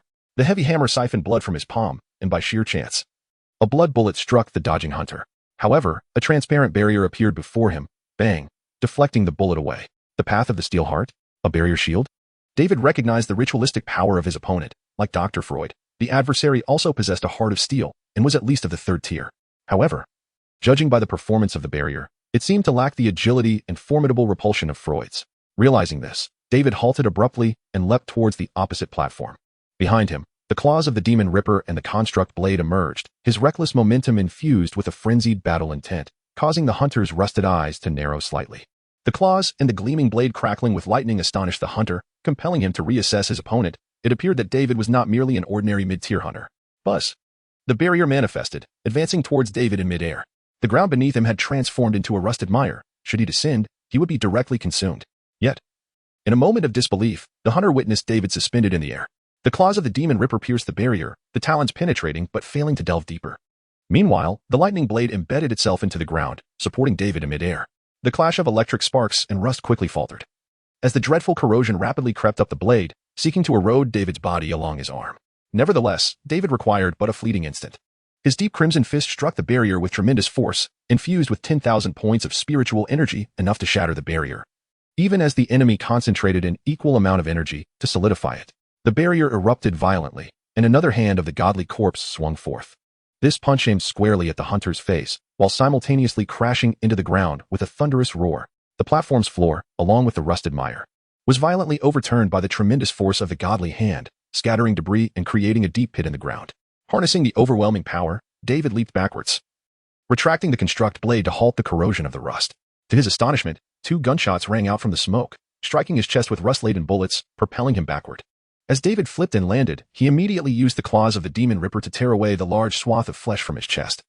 The momentary rust corrosion caused cold sweat to pour from him, his vitality plummeting by 10%, and even the black claws that had touched the rust began to change, forcing him to cancel their transformation. Having clearly landed a hit, why had he not perished? In that moment, he recalled the sensation of striking the enemy. It felt akin to hitting a mass of soft, corroded iron. Cursed be the power of the forbidden object. In the distance, amidst the rising dust, the hunter's intact figure reemerged, although this time he was slowly retreating. He sought to escape. David narrowed his eyes, rising to his feet. Unfortunately, he could not pursue. The rusted mire receded alongside the hunter's figure, but remained ever encircling him, rendering David unable to close the distance. Yet now he could see the opponent's health bar. The punch from the godly hand had not been in vain, as cracks appeared in the hunter's rust like ice. Life energy, 400, 004, 0000. 40,000 health was exceedingly rare for an ordinary third-tier hunter. Even Freud, with his robust physique, could not match a tenth of that. Moreover, the opponent remained unscathed, indicating that the forbidden object had indeed bestowed upon him formidable power. Watching the enemy retreat into the thicket, David relinquished the chase, elegantly tipping his hat towards the fleeing figure. May we not cross paths again. You shall encounter him once more, I assure you. The Grand Prince will not relinquish his pursuit easily. Julius approached, pushing his wheelchair as the enemy fled. At that moment, a distant whistle echoed. The steam train returning to the imperial capital was about to arrive in the depths of the night. You need not worry. Next time, he will seek not me, but rather his Highness Roland. David shrugged, accepting the wheelchair from the alchemist. The girl within had already fallen asleep. The chaos of battle had failed to rouse her, suggesting she was utterly exhausted. Having finally set her weary legs aside, she could relax her nerves, free from the stinging pain. The train thunderously arrived, steam billowing as the carriage doors opened, revealing a red-haired figure before David, smiling warmly. Long time no see, Lord David. It was Veronica, a reunion David had anticipated. Roland's response had indeed been swift. Greetings, Veronica, David replied with a smile and a nod. Noticing the bloodied wounds adorning David's body, Veronica appeared taken aback. She scanned the platform, noting its disarray clearly. A fierce battle had just transpired. Are you unhurt, my lord? After David shook his head, she took a breath, stating, It was His Highness Roland who summoned me back. She glanced pointedly at Julius behind David, the implication clear. By dawn, the train reached the southern district station of the imperial capital. David pushed Dorothy's wheelchair down the steam-laden platform. Veronica departed with the alchemist and the extensive materials recovered from the Beastmaster's caged commerce, leaving only David and the girl behind. At that moment, in a fortress nestled within a high mountain gorge, a letter stained with rust was delivered to a middle-aged man with a handlebar mustache. Failed? Huh, how amusing. When did the Duke family become so inept? The man scoffed, yet in a fit of rage, he overturned the table, sending the room into chaos. Outside the door, a servant shrank back, too fearful to peek at the raging prince. The Grand Prince Charlie's temper seemed to grow ever more volatile. Simultaneously, within a manor in the imperial capital, another rust-stained letter was handed to an elegantly poised gray-haired elder. A red arm? Intriguing. The elder raised an eyebrow, scrutinizing the contents of the letter twice before casting it into the fireplace to ignite. The mention of a red arm plunged him into deep thought. What could it possibly be? The venerable Duke Xavier, having encountered countless wonders in his lifetime, furrowed his brow, seemingly grappling with a moment of forgetfulness. Yet he remained patient. Whatever he had seen before would eventually resurface in his memory. Have someone investigate the mysterious hunter who took Julius and could withstand the rust, he instructed softly, a shadow moving behind him to bow before dissolving into thin air. The dark tide from the land of shadows had yet to recede. The skies over the imperial capital remained heavily overcast. Fortunately, the relentless rain had finally ceased, thanks to the subterranean sewers, akin to a different dimension, which spared the city from flooding. At 9, Michelin Avenue, the doorbell rang, and twin maids opened the door, joyfully welcoming their young master David back. Strangely, he pushed a wheelchair ahead of him. Greetings, I am Dorothy, we met yesterday. Dorothy lifted the hood from her head and smiled at the twins. Zoe seemed to recognize the shimmering white hair of the other, an unmistakable feature that made identification effortless. You go in first, Yui. Help Miss Dorothy tidy up a bedroom. Don't disturb the iron box under the wheelchair. Place it where Miss Dorothy can reach it. David removed his coat and entrusted Dorothy to the maid. His expression darkened, not due to anything else, but because the malevolent spirit had begun to whisper once more. The allure of youthful beauty was accompanied by an enchanting fragrance that tempted him to dissect them, to inhale the essence within. David's hand trembled, and he stepped back stiffly, swiftly turning to ascend the stairs. The sisters exchanged a glance, puzzled by David's changed demeanor. He had returned with a distinctly different aura, one that was now ominous rather than the previous sunny disposition. His black eyes seemed predatory, as if they desired to consume. The vile spirit continued to stir the malice within him. Upon closing the door and taking a deep breath with closed eyes, David gradually regained his composure. It appeared that he needed to maintain some distance from the maids until the malevolent force was entirely vanquished. It was frustrating, as he had previously begun to feel better, yet now found himself unable to do so. Shaking his head, he approached the desk and discovered a thick stack of parchment resting atop it. Was it a transcription of the fragmented holy texts by the high priest? A cursory glance revealed its contents to be incomprehensible. After a moment's thought, he opened the door and called for Zoe. "Young master, do you have any instructions?" Do not approach, stand back." "Yes, just remain at the door." David leaned against the shadowed corner of the room, which struck Zoe as peculiar. The young master was deliberately keeping his distance, yet his unabashed gaze retained its original intensity. "My body is experiencing some issues. It is best not to come near me for a while, as it may be dangerous." He offered a brief explanation, then gestured towards the stack of parchment on the desk, softly inquiring, "Do you have anything to tell me regarding that?" Zoe hesitated, her neck stiffening as she shook her head. She attempted to feign ignorance, but her performance was rather lacking. David remarked with a hint of amusement, "Your extraordinary path must be related to these items. If you do not disclose it to me, how can I assist you in your advancement?" The maid's eyes widened, her blue pupils trembling, and from a distance, he could hear the frantic beating of her heart. Why would the young master ask such a question? Does he know? Zoe pondered nervously how to respond, but David continued, "This is merely my conjecture. These items are copies of the fragmented holy texts. The content resembles that of the scroll detailing the ritual of the foolish angel. You mentioned gaining knowledge after your advancement. Perhaps it is connected to these scriptures. If you haven't read them, take them to study." David's words left Zoe momentarily stunned. The young master spread his hands over the desk, seemingly waiting for her to take away the fragmented holy text they had previously deciphered. The maid swallowed nervously and cautiously approached the desk to retrieve the fragments, then silently nodded. David chuckled softly again. Watching the young maid retreat like a quail amused him. He found delight in toying with the two sisters. If it were not for the detestable spirit, he would have observed the maid's startled face more closely, listening to her rapid breaths like a frightened rabbit. But now was not the time for such distractions. With a sigh, David changed his attire and prepared to visit the church. Having ascended to the second tier, he felt it necessary to report in and explore ways to expedite the integration of ritualistic power in preparation for the third-tier ceremony. After some contemplation, David realized he could not directly absorb all the ritualistic divine power through the grafting ceremony. A portion of the power had already been devoured by the malevolent spirit, rendering the divine power incomplete and incapable of triggering the grafting ceremony. Thus, he had to resort to the most primal method, constantly utilizing the claw of the demons to fully digest the goddess's blessings, thereby achieving the fusion of ritualistic power. He needed to find something to sharpen his claws. Downstairs, the maid had prepared a guest room on the first floor for Dorothy's convenience. In the room, Yui gazed in surprise at the girl's empty lower half, covering her mouth in shock, her eyes filled with sympathy. "You needn't look at me like that." Dorothy grasped the maid's hand. "My legs are in that box. You may open it to see." Yui did not touch the box, instead gently embracing the girl. Her eyes reddening, she refrained from asking why Dorothy had lost her legs or any other questions, silently assisting the girl in changing her dress and grooming her. Soon, a beautiful girl resembling a doll appeared before the mirror, white-haired, red-eyed, and delicate, evoking a sense of tenderness. Yet, Dorothy wished to open that box. She did not want to be a doll, she longed to stand. "If it is unnecessary, it is better not to attach them. I know it will be painful." David appeared at the door, gazing calmly at the girl in the wheelchair.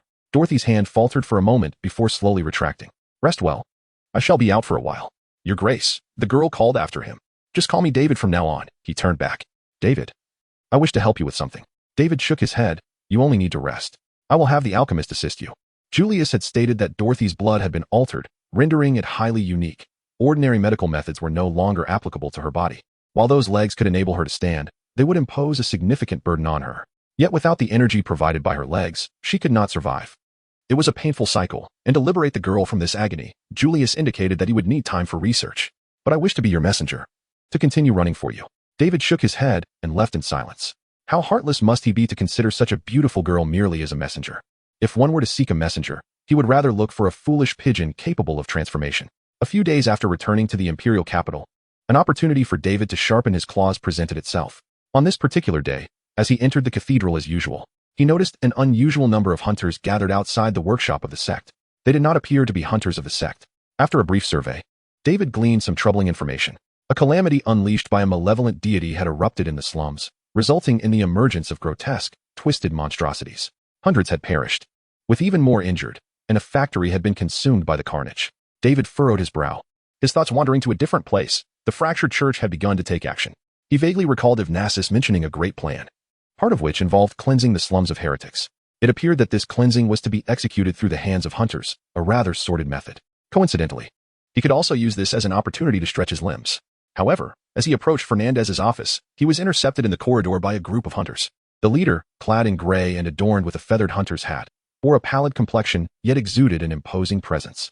He cast a glance at David's hunter insignia and coldly proclaimed, "A second-tier hunter is unqualified to partake in our hunt." David tilted his head slightly, retorting, "I merely wish to see if there is any way I can assist. Do you think I need your help?" The gray-clad hunter shot him a piercing glare, his voice dripping with disdain. "What are you, a mid-tier hunter of a sect? Do you truly believe we require your assistance?" In the eyes of the gray-clad hunter, sect hunters were mere worthless beings, and this newcomer was the most worthless of them all. In the past, David might have quietly retreated to avoid conflict with such hunters. However, on this day, provoked by an incessant malice, he felt an overwhelming urge to slice open the chest of the hunter before him to inspect whether his innards were equally pallid. At that moment, a hand gripped David's shoulder, and a whisper reached his ear, "Do not be impulsive." The figure of Lucio, the hunter with a mustache, emerged behind David. He gently pulled David back while positioning himself in front of the gray-clad hunter, his voice icy. "Mind your words and demeanor. Lord David is a nobleman." "Nobleman?" The gray-clad hunter chuckled derisively, exchanging glances with his companions, who joined in the laughter. "Well then, noble scion," he sneered, "I suggest you seek prey in safer locales. Such as the rats in the sewers, they appear to be in dire need of culling." Ha. With that, he and the other guffawing hunters strode into Fernandez's office. Slamming the door behind them, Lucio rolled his eyes, awkwardly recalling that he had previously uttered similar words to David, only to be saved by the noble scion on 2 occasions.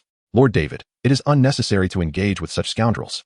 "Who are they?" David shook his head slightly, still mulling over the gray-clad hunter's remarks regarding sewer safety.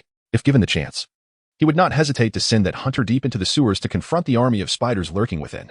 They were hunters of the Lejuef family, tasked by Lord Fernandez to address the cult problem in the slums, thereby allowing them to claim the spoils of vanquishing the heretics for their family's storehouse.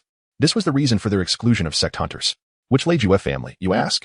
The Iron Thorns, the family of Duke Xavier. David grimaced inwardly, thinking, what a small world of adversaries. He then noticed Lucio's arm still suspended in a sling. "Has your arm healed?" "Yes, Floyd has taken care of it for me." Lucio shrugged, though he had yet to fully recover. The physique of a hunter is extraordinary, yet for Lucio, who had evidently not undergone any physical enhancement, to heal from a severed arm within 10 to 15 days seemed quite implausible to David. It appeared the Doctor's skills were remarkable indeed. That night, at the southern district's boundary, on the edge of the factory area across from the lower reaches of the Lionheart River, David, clad in a black hunter's coat, made his way through the damp, chilly alleyway, moving stealthily within the shadows. The alley was flanked by dripping pipes, and a foul, moldy odor mingled with various strange scents, assaulting his nostrils.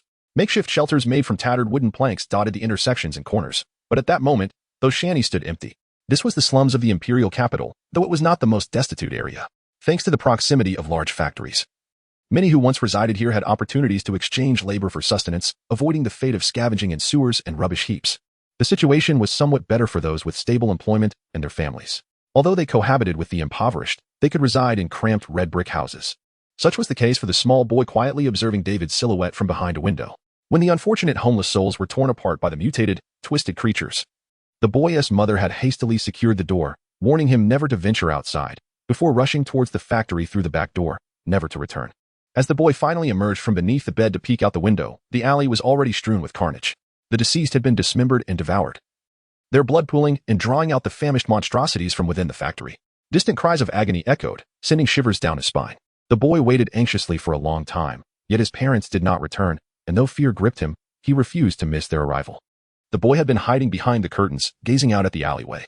Soon, more wandering monstrosities emerged within the passage, seemingly driven only by an insatiable hunger for flesh, devoid of any rational thought.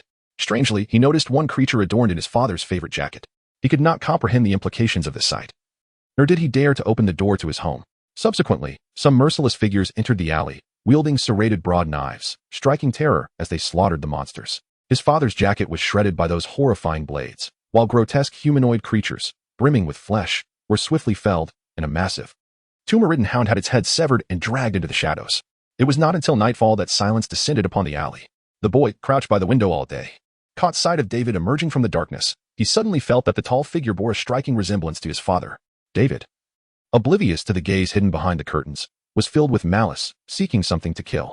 The enforcement squad of the imperial capital had completely sealed off this area, proclaiming it devoid of humanity. A glint of cold light flickered in the corner of the alley. David lowered his head and spotted a serrated knife lying on the ground.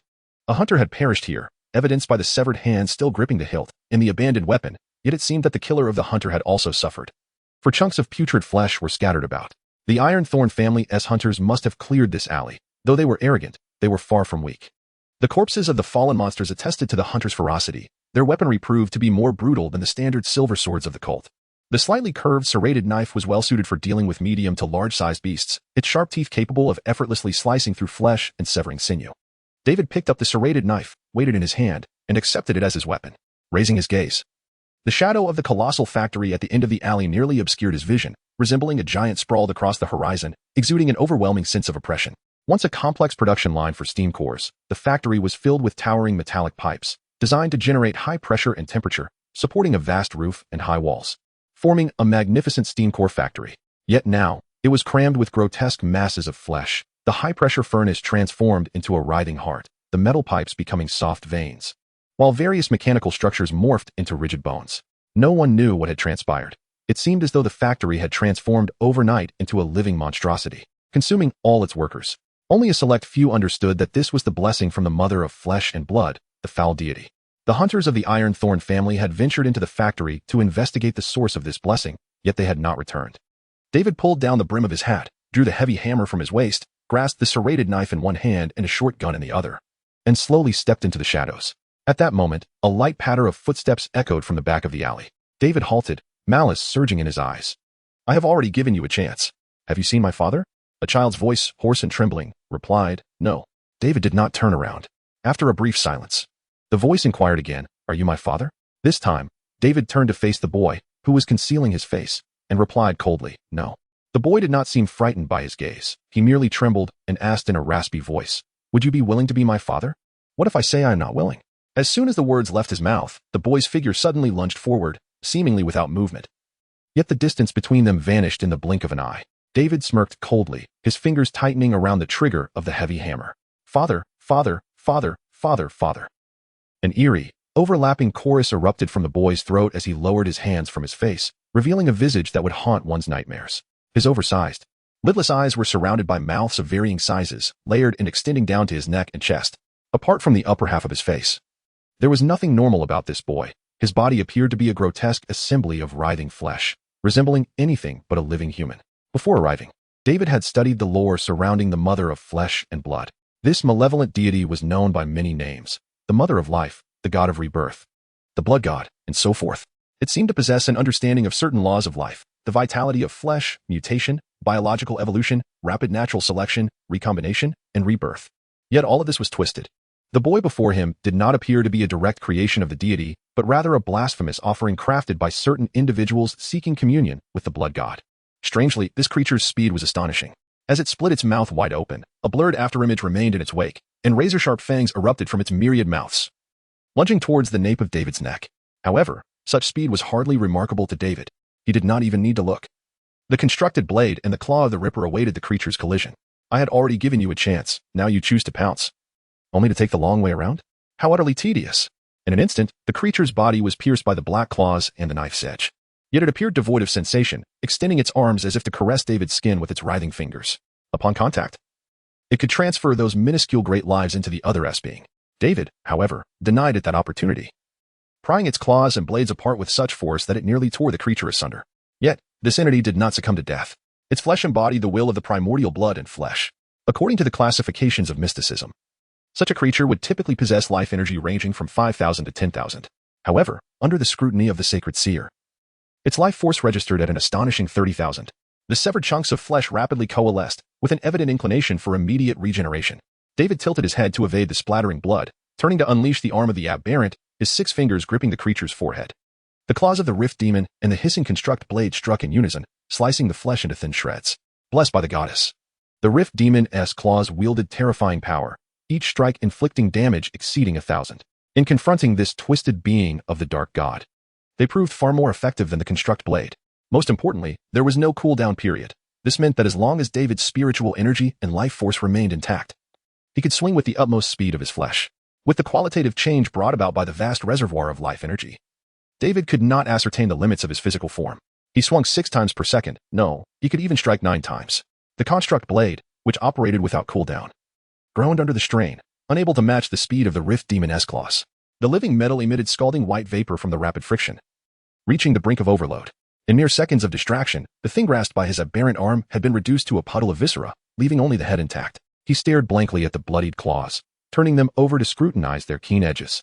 David had long grappled with a perplexing question. Despite possessing life energy that surpassed all visible beings, that immense vitality had not conferred the exaggerated advantages he had imagined. Aside from slightly thicker skin and a marginally quicker self-recovery, he still felt like a mortal. Only today did he realize where that energy had truly flowed. Into his arms. They had been absorbed by the limbs he had grafted onto himself, transformed into potential awaiting his discovery. Furthermore, the divine power infused during the ascension ritual seemed to have activated the potential of his demonic hand, enabling it to surpass a specific threshold. Now it appeared to revert to level I, yet it was terrifyingly potent and capable of further advancement. Was it a matter of hierarchy? David pondered for a moment. A hypothesis surfacing in his mind. The mystical forces of this world appeared to be constrained by hierarchy, a limitation even the godly hand could not transcend. However, with his inherent qualities, should he break free from these hierarchical confines, he could unleash unimaginable power. If other hunters were scaling peaks, David was already a towering giant, merely striving to shake off his shackles and rise from the earth. Retracting his claws, he kicked away the lifeless head, shaking the bloodied coat, and pressing onward. Complex questions could wait. Tonight demanded unrestrained hunting. After reducing the first sightless creature to a mushy paste, David had successfully vented some of his malevolence. Yet he sought further release. At that moment, however, the head that had rolled aside captured his attention once more. The back of the little boy's head was bald, the blood-soaked skin marked with a symbol that seemed somewhat familiar to David. The sculptor? Indeed, he had encountered a similar mask-like emblem in the sewers, resembling yet differing from this one. The mark upon the boy appeared imbued with some form of sorcery, as if it were introducing itself to anyone who beheld it, presenting its masterpiece, much like an artist branding their creation.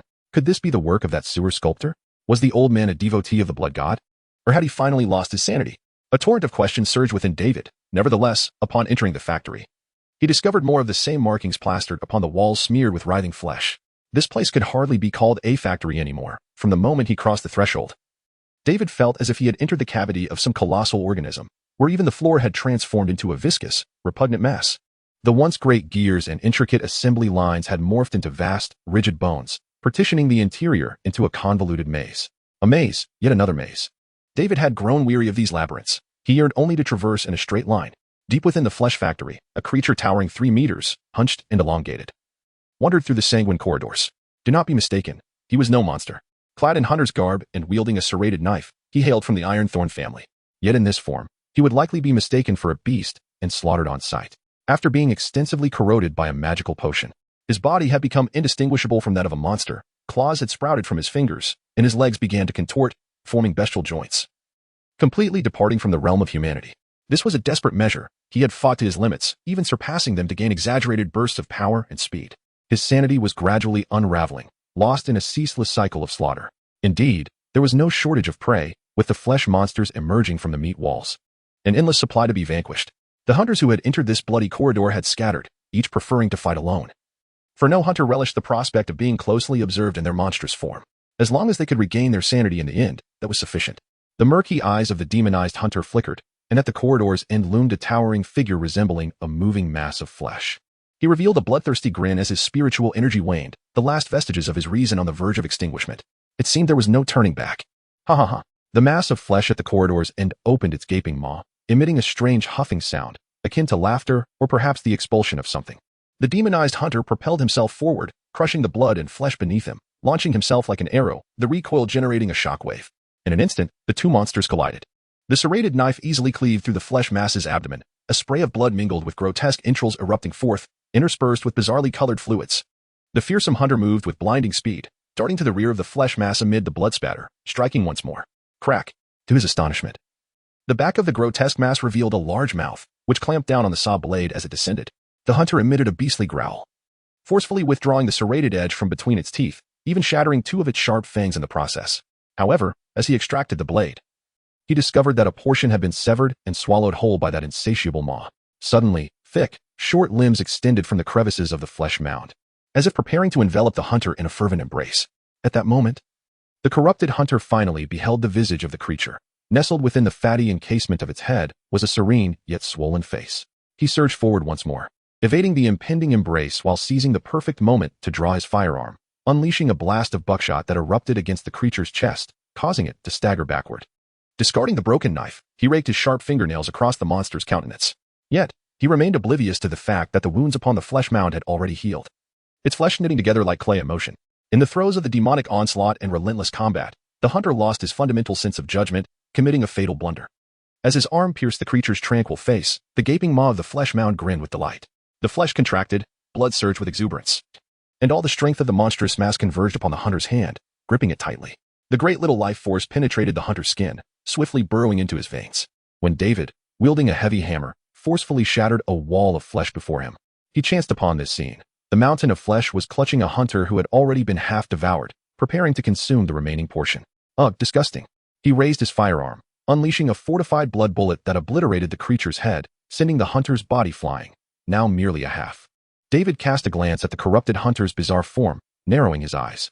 At that moment, the exploded head of the flesh mound twitched, the meat coalescing once more into a new face. Ah, the essence of life. The visage suddenly opened its mouth, emitting a sigh-like sound. Can it speak? David tilted his head.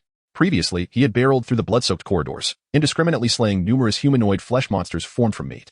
Those beings possessed formidable regenerative abilities, making them difficult to kill unless reduced to mere fragments at once. Yet, this conscious, articulate flesh creature was a first for him. You carry the breath of life. Your mother. The flesh mound stretched its arms wide, its towering form slowly advancing towards David. Each time it spoke in a halting manner. The great mouth on its belly exhaled a wisp of eerie red mist, which immediately caught the attention of David's divine observer. Born from the third-tier flesh ritual, it bore a life energy of 150,000, augmented by miniature flesh monsters capable of transformation, consumption, and regeneration. David, with a look of disdain, unleashed his constructed blade, electricity crackling as it seared through the red mist, incinerating a considerable portion. Alas, his constructed arm lacked a flamethrower. Otherwise, dealing with such troublesome little entities would have been most efficiently achieved through fire. Mother. The flesh creature suddenly accelerated, its entire mass rolling towards him like a ball. Silence. What on earth was happening tonight? One moment, he was being called father, and the next, mother. It was utterly bewildering. David raised his weapon to fire, but the mass quickly pressed against the muzzle, shoving him towards the flesh wall behind. With a thunderous rumble, the wall gave way, and the claws of the rift demon stretched forth, tearing through countless flesh with blinding speed.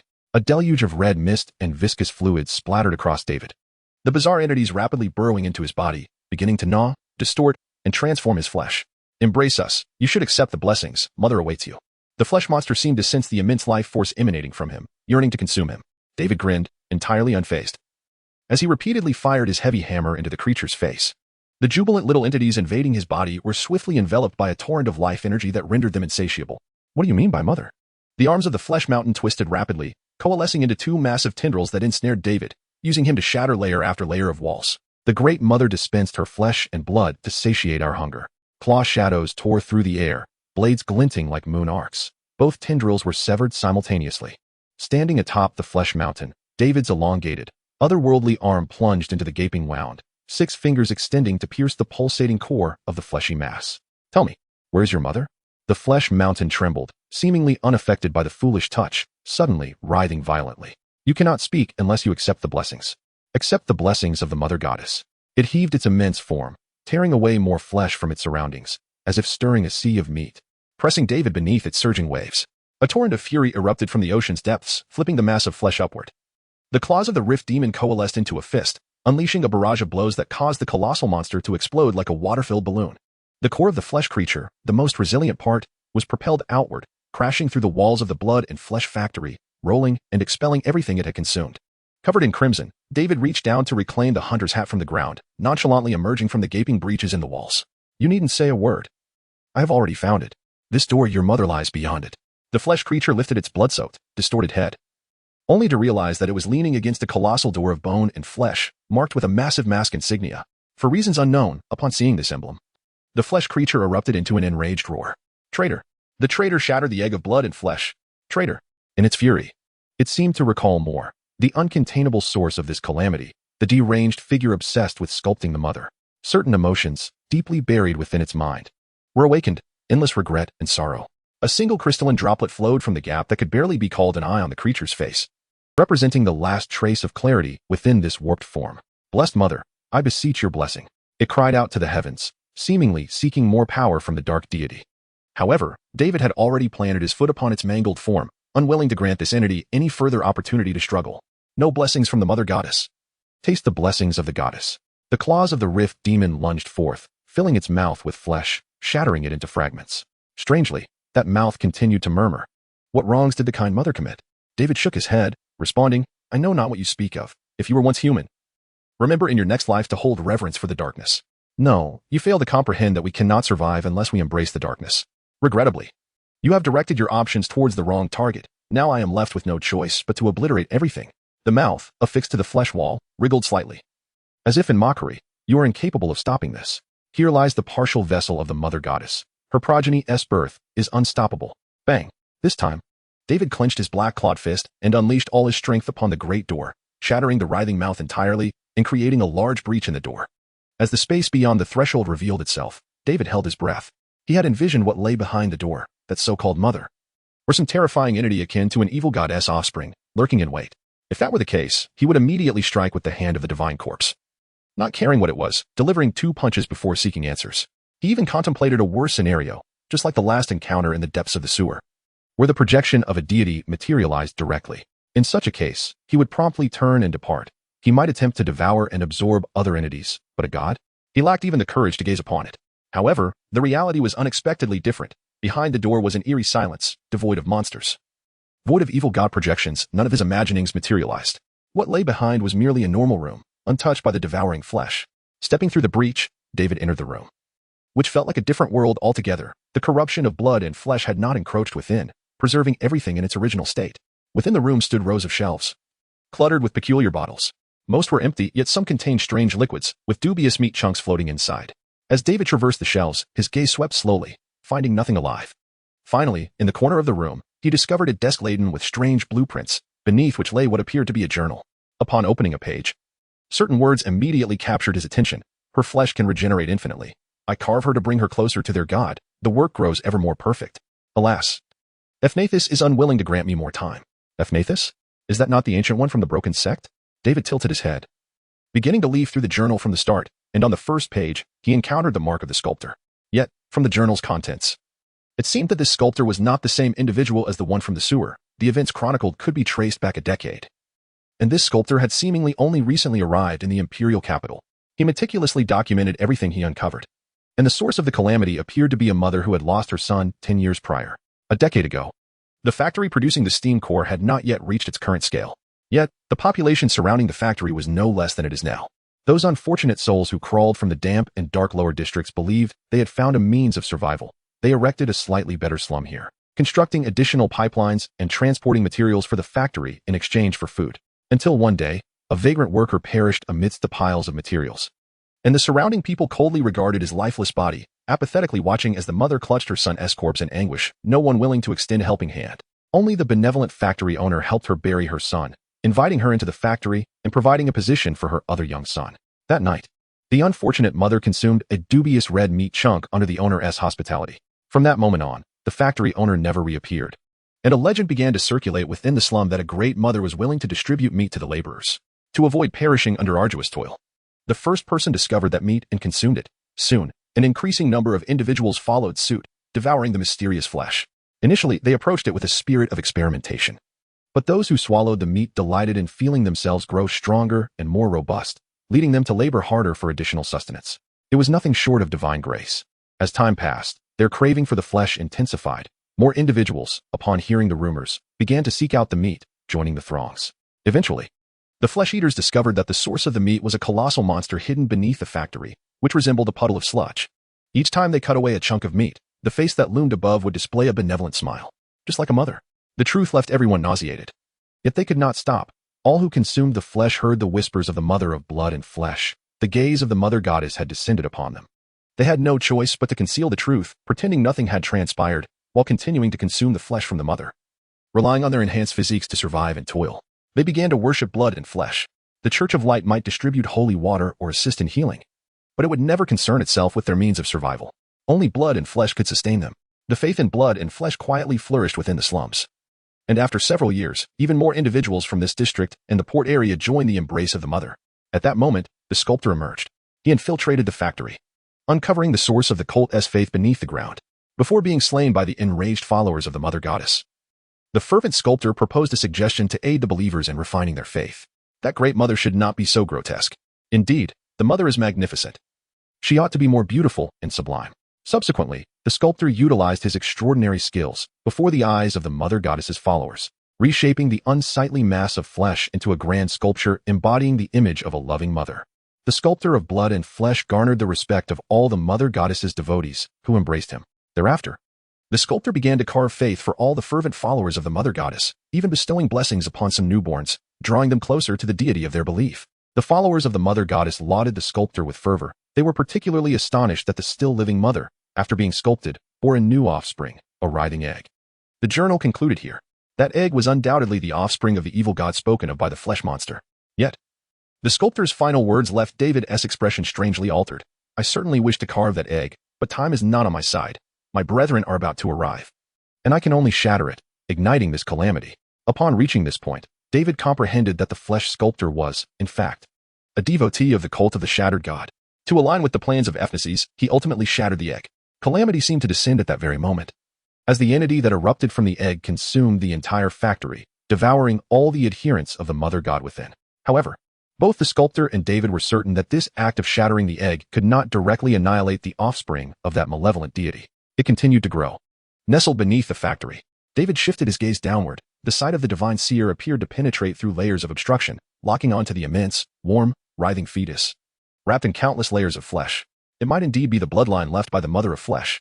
Anyone with a modicum of understanding and mysticism would recognize that such an existence inherently possessed a high rank, comparable to the apostles of deities, often referred to as divine aberrations.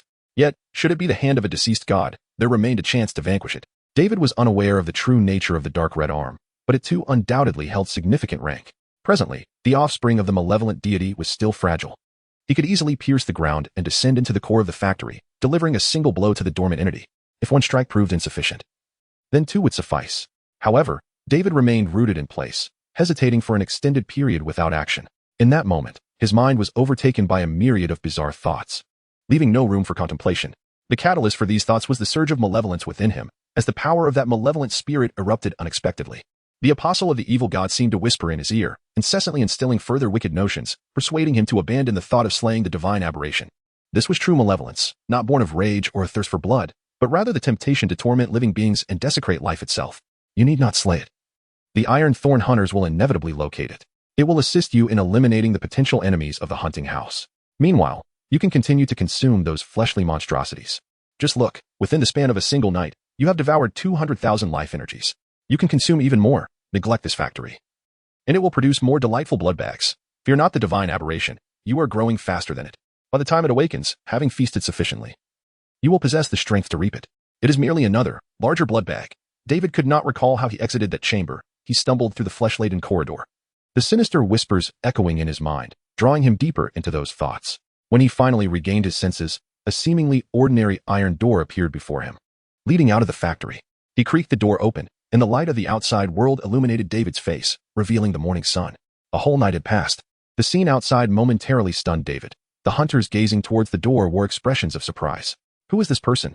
Questioned the hunters from the Iron Thorn family, their minds clouded with suspicion.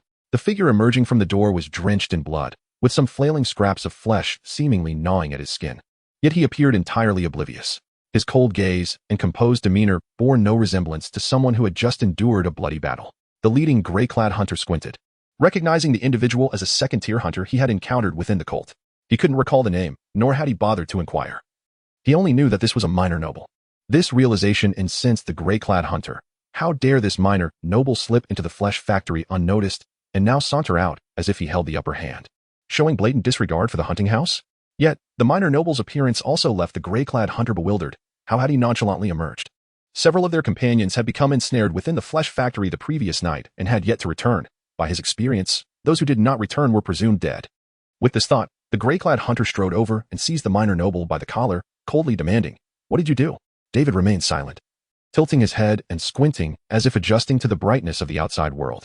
The gray-clad hunter's eye twitched, his patience fraying. "Listen, I ask you again, did you see any other hunters inside?" David met the gray-clad hunter's gaze, remaining silent for a moment. Just as the hunter was about to lose his temper, David finally spoke. I encountered nothing. I merely took a stroll inside. The gray-clad hunter regarded him with skepticism. Did you reach the depths of the factory? What was there? The depths? I found nothing. Perhaps there was simply nothing at all. With that, David pried the gray-clad hunter's hand away, stepping past him towards the factory's exit. The hunters did not impede him. They could hardly believe his claims of encountering nothing. Was all that blood merely ketchup? This disbelief was precisely why they dared not stop David. To emerge from the flesh corridor, so composed, indicated formidable strength. Unbeknownst to the hunters, as David departed, a strange smile crept upon his lips. When he had remained silent before the gray-clad hunter, he had been engaged in a fierce internal struggle against the malevolence within his soul. He could have relayed the information he had discovered to these hunters, warning them of the divine aberration lurking beneath the factory. But ultimately, David succumbed. Perhaps it was his inherent animosity towards the hunters dispatched by Duke Xavier that led him to yield to his own wickedness, choosing to turn a blind eye. The malevolent spirit's words rang true. This flesh factory was indeed a vast blood bag, capable of absorbing even more monstrosities, allowing him to fortify himself further during this time. As for the fate of the hunting house, what did it matter to him?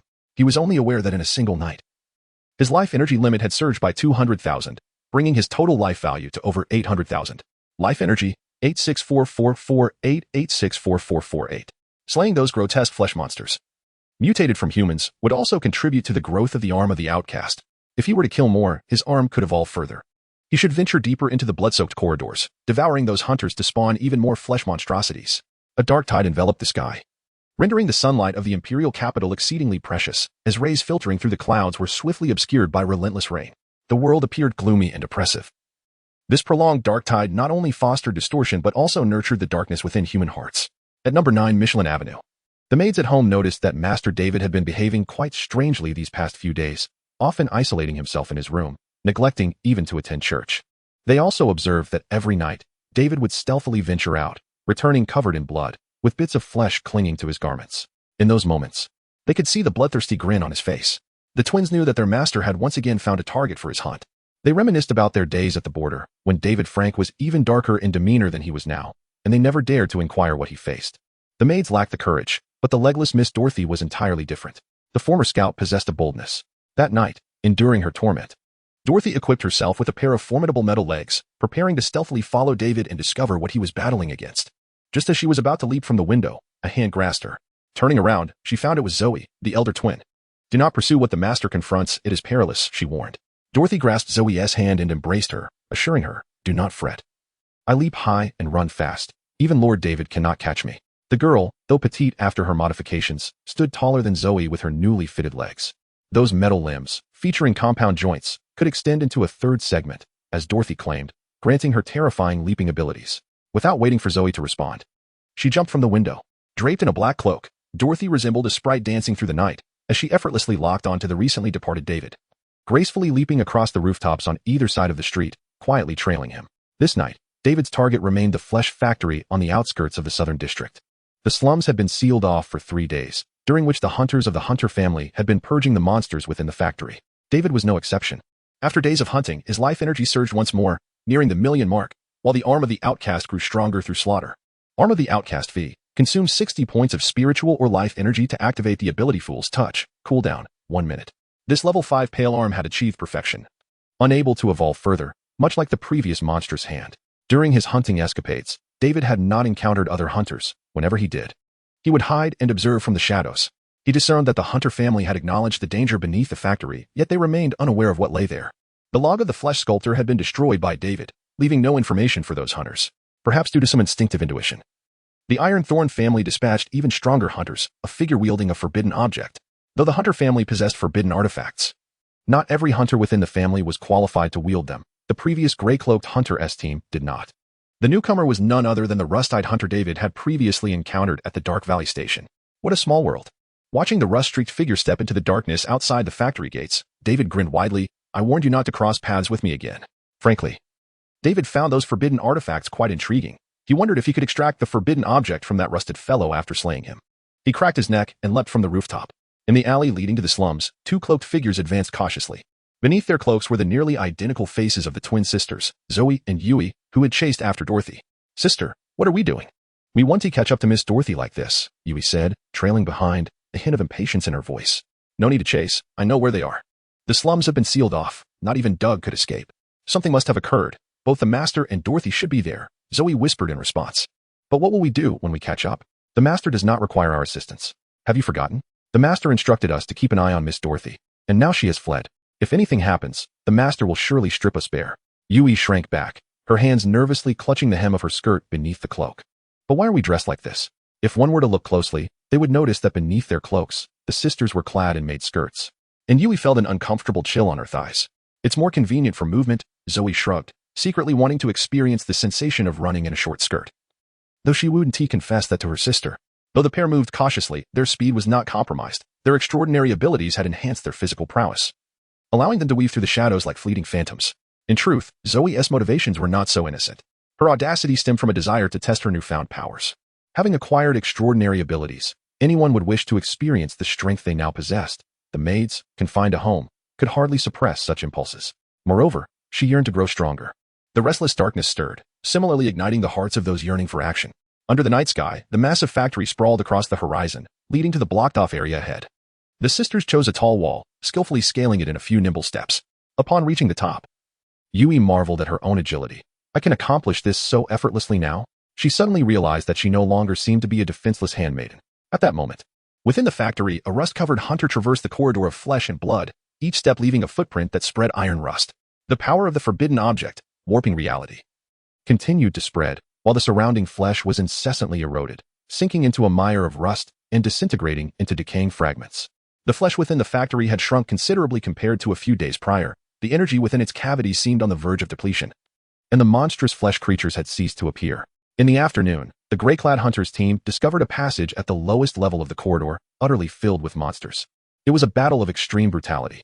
The creatures emerging from the passage were stronger than those previously encountered. They appeared to have been waiting for the hunters' arrival, dragging away and devouring dozens of exhausted hunters, leaving not even bones behind.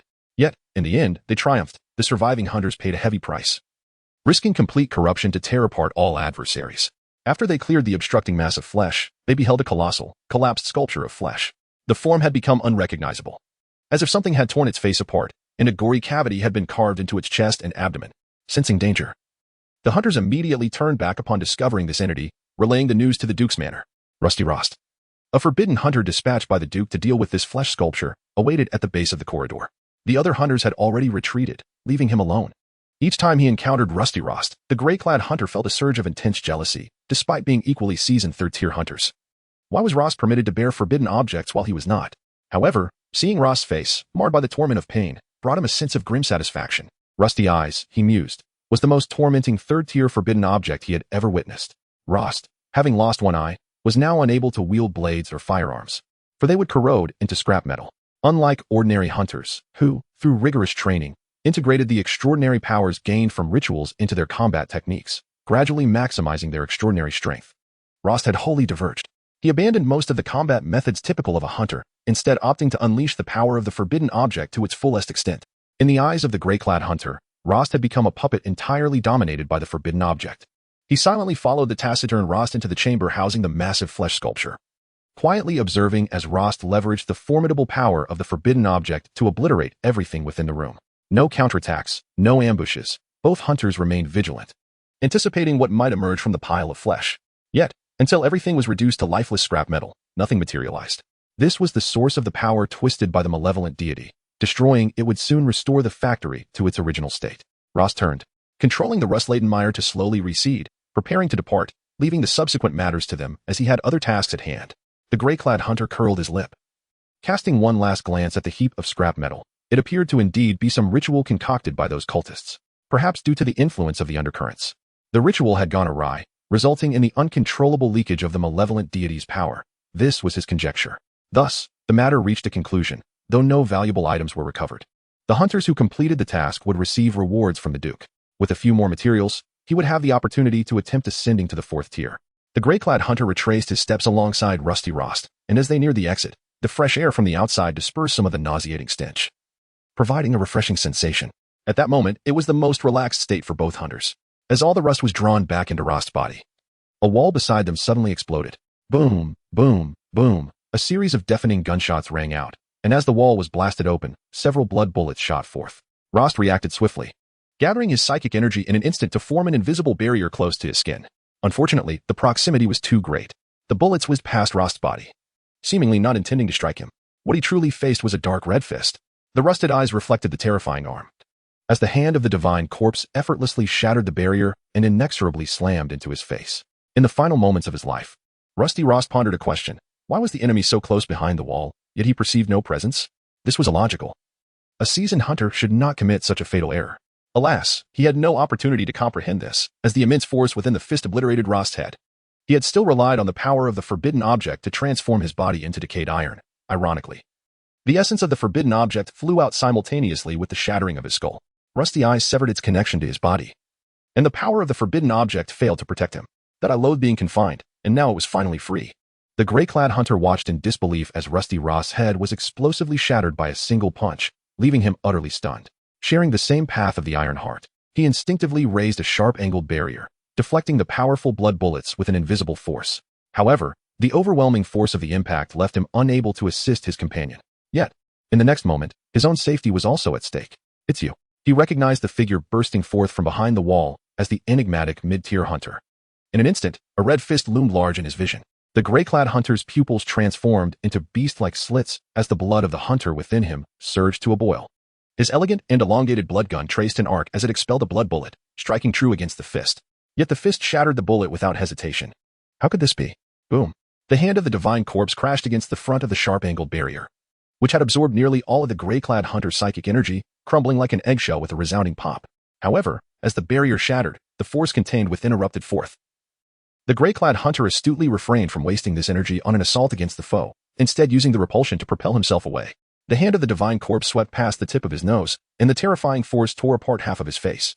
The gust of wind from the punch compressed the surrounding air, violently slamming the gray-clad hunter against the distant wall. Despite sustaining severe injuries, the hunter refused to give in. His body trembled rapidly, bones and muscles cracking audibly, while the last remaining eye radiated a frenzied light. David, with his back turned to the exit, approached the hunter on the ground step by step, a hint of surprise flickering across his calm visage. The second punch, infused with 50,000 points of spiritual energy from the divine corpse's hand, had been evaded by his opponent. The spiritual barrier, astonishingly, also functioned as reactive armor, impressive, yet ultimately inconsequential. He had no intention of allowing the hunter the chance to transform into some monstrous entity. Accelerating, he dashed forward while continuing to fire in suppression. The blood bullets, infused with 400 life energy, crashed into the hunter's re-established barrier as if they were free of cost, proving once again the resilience of the path of the iron-hearted. The hunter, stretching his body, also retaliated with gunfire, while David's demonic claws swept through the air with blinding speed towards the blood bullets. I can catch the bullets, he thought, yet none were deflected. Nonetheless, even being struck by blood bullets held no significance. They could be disregarded entirely. The frenzied gray-clad hunter sprang from the ground, fully unleashing the effects of the demonic potion, shredding his clothing in the process, while his feathered cap was knocked off by grotesque, sharp horns. Abandoning his saw-edged knife and firearm, he collided directly with the charging David. Claws, fangs, and horns, the mad hunter chose the most savage method for his final struggle, unleashing the reinforced bones gained from the second-tier ritual, rendering his claws capable of shredding even the toughest steel. Alas, 2 fists were no match for 5 hands, let alone the 5 hands of a giant. Once the barrier was shattered, the aberrant arm seized the hunter's throat. In a desperate twist, the frenzied hunter's claws ruptured his own arm. Yet, the effect of the foolish touch was still successfully activated. Soon, a brutal dismemberment ensued, as the demonic claws and constructed blades swiftly divided the hunter's body. Normally, a hunter's life energy would not be exceedingly high, and from the infusion of power bestowed by the goddess's blessing ritual, it was evident that most transcendent beings relied primarily on spiritual energy. As long as their spiritual energy remained intact, they could continue to fight. The more seasoned the hunter, the better they understood how to leverage spiritual energy for survival.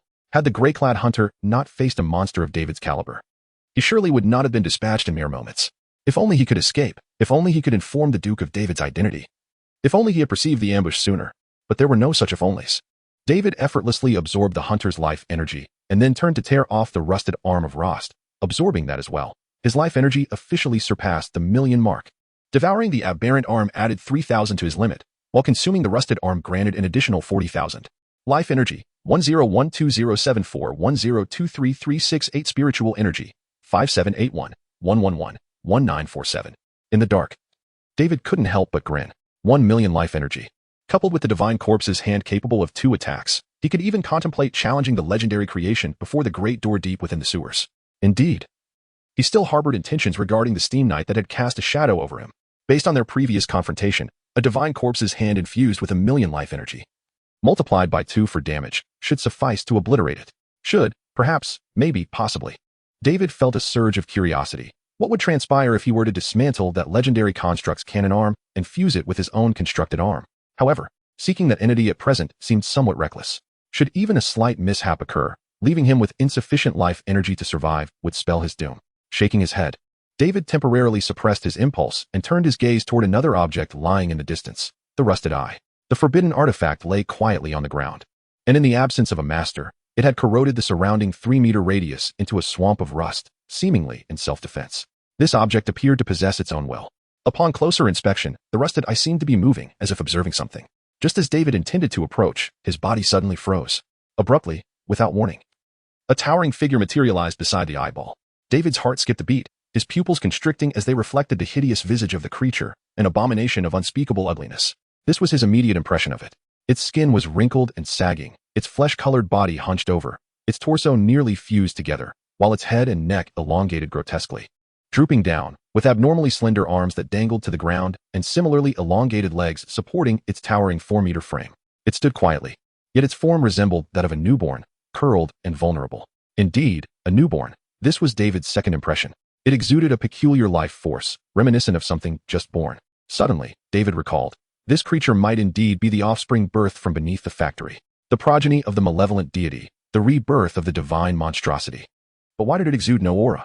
How could it appear silently? The rusted Ross could not comprehend such mysteries.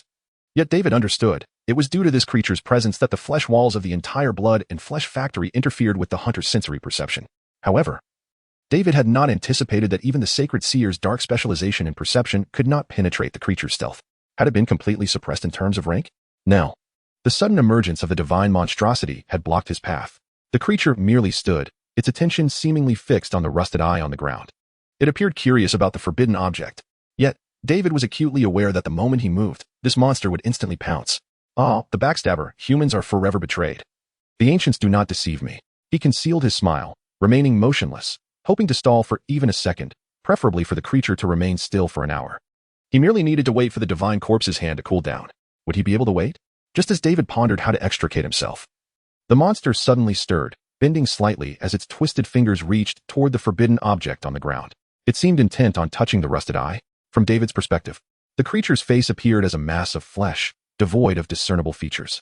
As it slowly reached out, the center of its face began to writhe and change, swiftly revealing a gaping hole, perfectly sized to accommodate an eyeball. David's lips curled into a smirk. Oh, the eye, this child is so naive. You must not let it escape. The distorted fingertips prodded the eyeball, as if a divine aberration encountered a forbidden object. David reacted quickly, raising his hand to shield his vision while colliding against the wall on the opposite side. He heard a piercing scream, accompanied by a profound sound resonating from the void. A thunderous crash echoed as something tore through the fabric of reality. A hammer of silver flames, glistening with metallic sheen, descended like a pillar from the heavens, crashing into the vast sea of flesh and blood.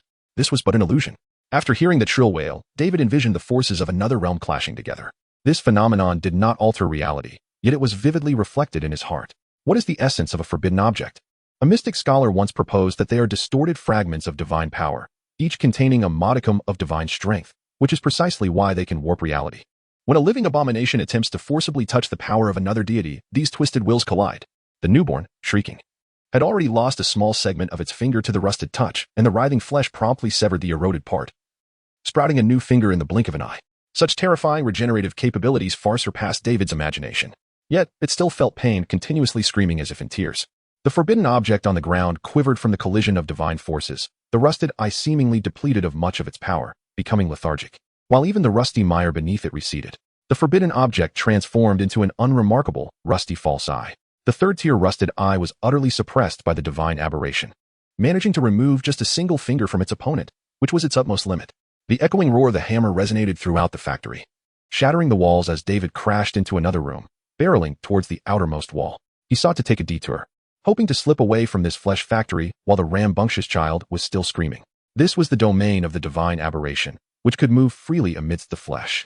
He must avoid entanglement within the factory. David's movements caught the creature's attention, and it swiftly turned its head, angrily screaming at David as if to vent all its grievances upon him.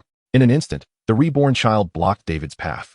The claw of the rift demon shot out like a shadow, while another pale arm stealthily reached out, the arm of the aberrant cooling just in time. Yet, The creature's reflexes and speed were far more exaggerated than David had anticipated. That hollow, I seemed to perceive everything in slow motion. The black claw was easily brushed aside, and the fingers of the aberrant arm grazed the creature's lax skin, but it did not react at all, due to the suppression of rank. The foolish touch could not even take effect for a mere tenth of a second. However, this newly birthed monster seemed oblivious to the concept of combat. After deflecting the rift demon-esque claw, it did not immediately attack David's body, but instead seized the illusory arm. David felt an immense force as the reborn child's twisted fingers crackled and transformed, morphing into a hand indistinguishable from a human's by the time it grasped him. It continued to grow. The rift demon-esque claw was forcefully broken, and David's body was hurled through the air, but this was precisely what he desired. With careful calculation of angles, seizing the opportunity to make the illusory claw vanish, he could propel himself towards the outer wall. The hammer fired 2 shots behind him, and the last wall shattered, allowing David to tumble out of the factory. With a loud bang, the air was displaced by his rapidly moving figure and the reborn child. In the blink of an eye, burst forth from the breach, its speed still astonishingly swift. However, now free from the flesh's embrace, it could no longer remain elusive. David, suspended in mid-air, grinned widely. Come on. If you have the capability, kill me. The divine aberration crashed into David, and the 2 colossal beings collided with tremendous force, shattering the factory's outer walls as they tore through countless barriers, echoing bang, bang, bang as they soared into the distance. A series of explosions reverberated through the slums under the night sky, causing numerous buildings to collapse in a straight line, even alarming the enforcement teams outside the sealed area. At that moment, 2 figures stealthily emerged at the edge of the gaping hole created by the destruction, none other than the sisters Zoe and Yui. They had been hiding nearby, witnessing David being propelled away by some monstrous force during the explosion. Zoe could sense the extreme danger, realizing that her master was seemingly no match for the foe. Meanwhile, Yui peered cautiously into the factory, her heart racing at the sight of the writhing flesh walls. However, a small ball on the ground captured her attention. Suddenly, a live figure clad in a black robe descended from the heavens. What are you 2 doing here? Dorothy exclaimed in surprise upon recognizing the sisters. Upon seeing Dorothy, Zoe rushed towards her. Miss Dorothy, can you help me catch up to my master? What do you intend to do? Dorothy paused momentarily, having just concealed herself on a nearby rooftop, witnessing the incident where David was flung away in clear detail. Even a blind person could discern how terrifying the creature was that had struck David. An ordinary person could not possibly participate in such combat. I want to assist my master. There is no time to explain. Just take me to a place where I can see them. I can utilize my abilities from a distance. Zoe insisted, hopping onto the petite girl's back. The unexpected weight nearly left Dorothy breathless. How can you be so inconsiderate to someone with a disability? Fortunately, the robust energy from the life metal surged through Dorothy's veins, invigorating her with vitality. Carrying one maid was no challenge. She could easily manage several. In truth, Zoe was simply too anxious, her mind solely fixed on aiding David. Dorothy felt similarly. Should the maid truly possess the ability to assist David, she would not hesitate to join her in this perilous endeavor. Yui, find a safe place to hide. Do not follow us, Zoe instructed her somewhat dazed sister before leaping into the night sky, riding on Dorothy's back. As the 2 vanished in an instant, Yui shivered, finally realizing, what do you mean, you're leaving me behind? She glanced around, sensing something stirring in the shadows, which heightened her fear. Just as the young maid contemplated fleeing this eerie place, she suddenly recalled the object she had seen moments ago. The small sphere lying silently on the ground seemed to beckon her. Turning around, she approached the ground near the factory's exit and, upon closer inspection, realized that the sphere was, in fact, a rusted false eye. In truth, the 2 sisters had witnessed the battle occurring at the factory exit when they were hiding outside. The young master had slain the hunter with a single punch, and this eye had fallen from the monster that had previously fixated on it. It appeared to hold significance. Conjuring this thought, Yui tore a corner of her cloak and wrapped the eye in the fabric, lifting it cautiously. The eye showed no reaction. Once assured of its safety, Yui took a deep breath and promptly turned to leave the factory, dashing into the night. David was under assault. Behind him, fragile brick walls crumbled as the grotesque child of rebirth relentlessly charged forward, seemingly intent on pushing him to the ends of the earth. Yet, David remained unperturbed. He merely crossed his 4 arms in front of him to shield his head and chest, refraining from counterattacking, allowing the creature to vent its fury. As he was thrust into several buildings, he could hear terrified screams from civilians hiding within, their cries sometimes attracting the attention of the abomination, which would swipe its hand casually, reducing those who screamed to mere pulp. This seemed to teach the newly born monstrosity a lesson. However, when it attempted to strike David directly, he did not disintegrate. Instead, he was sent careening in another direction, crashing through more walls. The creature grew furious, perceiving within David a life force comparable to its own, vast and familiar. They were meant to plunge into the crucible of flesh together, to merge, to grow, and to be reborn as offspring of the Great Mother. We are brothers. We ought to be brothers. Yet that brother now repelled it, refusing to communicate. Unable to comprehend its language, only wishing to escape. With no other recourse, it resolved to shatter him into fragments. However, turning David into pulp was no simple task. Most of the creature's wild attacks were deflected by his hardened, demonic claws and constructed arms. The damage from slamming into walls was negligible. Even at this moment, David remained calm. The newborn abomination had no understanding of combat, merely flailing its arms chaotically, each strike powerful enough to demolish a small house. Yet, the residual force of those blows inflicted less harm than a bullet from an undead foe. David did not dare retaliate. He must not allow the creature to learn any genuine combat techniques. Slashes, rips, or piercings were out of the question. With such terrifying strength, a mere grasp could tear him asunder. Fortunately, the creature appeared somewhat daft, akin to a blank slate, devoid of meaningful content thus far. David maintained his defensive posture while the creature mirrored him, crashing into him. They obliterated countless homes in the slums, weaving between streets and interiors, transforming vast areas into ruins. Strike harder, strike more fiercely. The nobles of the imperial city would soon notice your emergence. Rest assured, I shall see you off in the end. The holy observer could not perceive the creature's health bar, but it was evident that the child of rebirth possessed a substantial life force, David's ultimate target. The largest health pack. Meanwhile, on a relatively intact rooftop near the battlefield, Dorothy and Zoe quietly landed. From a distance, Zoe spotted the two monsters grappling in the ruins. As David was about to be struck again, Zoe unhesitatingly activated her ability. The first-tier ritual of the Nightmare Path was aptly named Love. This ability was exceptionally useful. As long as Zoe could see her target, she could invoke the power, regardless of whether the subject was aware of her presence. However, the effect of love was not coercive. Unlike mind control abilities that directly invade thoughts, the nightmare's love merely imposed a strong suggestion within the target's heart. Higher-tier nightmares could entirely warp a target's will, but Zoe was not yet capable of such feats. When she directed her ability at the abomination, it felt nothing due to the disparity in their tears. The child of rebirth merely sensed a peculiar soul casting its gaze upon it from afar, and it looked up curiously. Curiosity aside, its assault on David did not cease. The creature had fortuitously discovered a method to prevent David from being flung away, pinning him to the ground and pummeling him. This left David in a predicament. Without the ability to mitigate the force, a single blow from the creature could leave him dazed, his insides a chaotic mess. Observing from a distance as Zoe's ability bore no fruit, she grew anxious. She had just intended to divert the creature's attention toward herself when it ignored her completely. In a flash of inspiration, she continued to activate her ability, altering the target of her suggestion to David. This was a suggestion of love, not hate. Making the enemy fall in love with the young master would surely prevent further attacks, right? It seemed plausible. Almost instantly, the abomination felt that curious gaze once more. But this time, the unique soul's resonance was alarmingly close. Though the effect on it was negligible, it could not alter its will. However, the creature was inherently curious about everything around it, having been deprived of knowledge by the mother goddess. Thus, upon entering this world, its greatest desire was to learn how to consume more flesh and blood, to continue its growth. Consequently, as it sensed the soul's vibrations, it halted its actions, focusing intently on the being it had pinned down. The strong heartbeat, the rapid breaths, the flowing blood, the taut muscles, and the indifferent gaze. Suddenly, the creature's body emitted a crackling sound as its amorphous form began to stretch, gradually resembling that of a human. Seizing the opportunity, David swiftly wriggled free, scuttling away on his forearms and two legs like a large cockroach. However, a hand caught his leg. The newly transformed child of rebirth yanked him back, slamming him to the ground. "You bastard!" David exclaimed, his vision swimming, unable to suppress his curses. "Bastard?" The reborn child mimicked David's words with a strange, distorted voice, rapidly learning the human language under the influence of soul vibrations. Suddenly, a piercing whistle echoed through the air, and the reborn child looked up to see several massive black iron rods slicing through the night sky, crashing down in an instant. Boom! The ground of the ruins shattered violently as the heavy iron rods fell, striking the abomination and even piercing through its limbs, pinning it to the ground. The terrifying impact elicited a howl from the creature, its head splitting open as it painfully expelled a mass of blood and flesh. The hunters of the imperial capital had launched their attack. The enormous iron pillars were evidently formidable weapons, possibly even forbidden artifacts, leaving the newly emerged abomination dazed.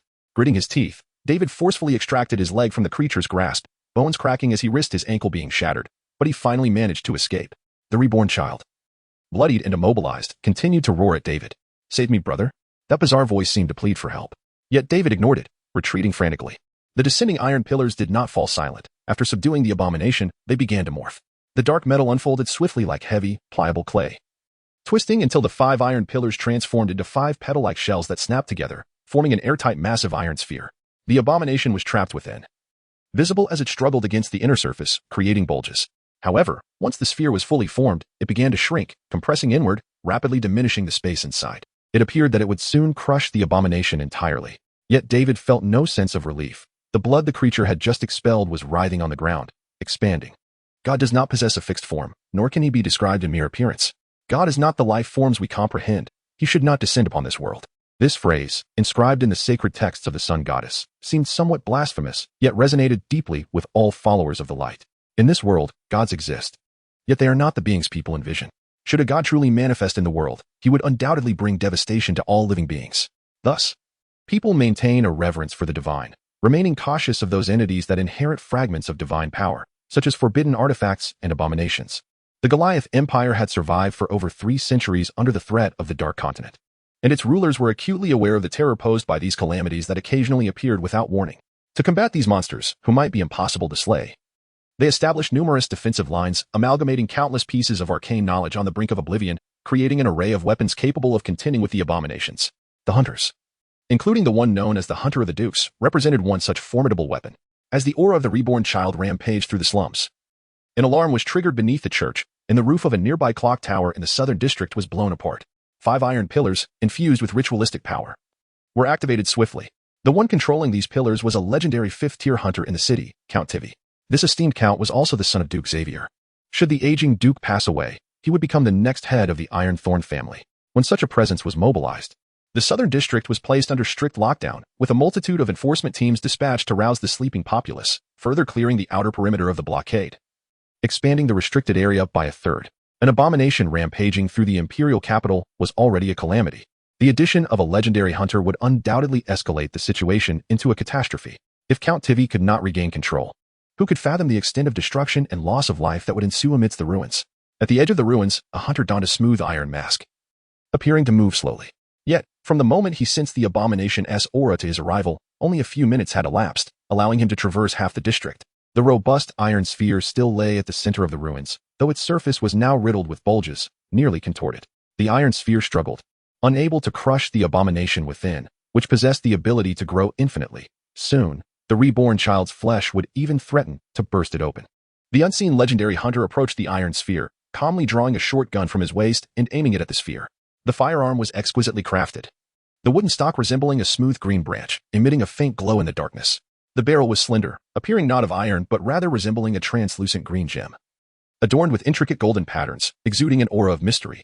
The weapon in the legendary hunter's grasp was no ordinary gun. It was a genuine legendary artifact known as the Ferryman, ranked 5th among the top firearms in the Goliath Empire. The name Ferryman of the underworld alone was enough to instill dread in countless creatures lurking in the shadows, with the souls slain by its fire capable of filling the river Styx. This gun's history surpassed even that of the Ironthorn family, and ordinary hunters were not even worthy of touching it. At this moment, even Tivy, holding it, felt an involuntary chill envelop him. But the entity temporarily confined within the iron sphere had captured his complete attention. He sensed that the ferryman was growing agitated, yearning for battle with the creature. Tivy glanced around the iron sphere, confirming the absence of any other living beings nearby, before raising the gun and pulling the trigger. A rush of wind whistled past his ears as David, with a broken foot, was being carried by Dorothy, leaping across rooftops. Faster, faster. It's coming after us. David urged the girl, hoping she could run even quicker.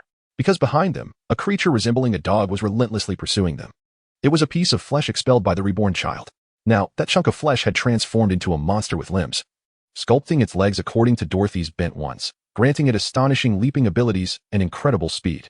However, this little abomination was not as formidable as its original form.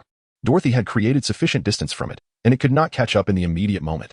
Just as the writhing piece of flesh was about to fully form, Dorothy descended from the sky, swiftly hoisting David onto her back, and began to flee, nearing the outskirts of the slums, with the open expanse of the Lionheart River ahead.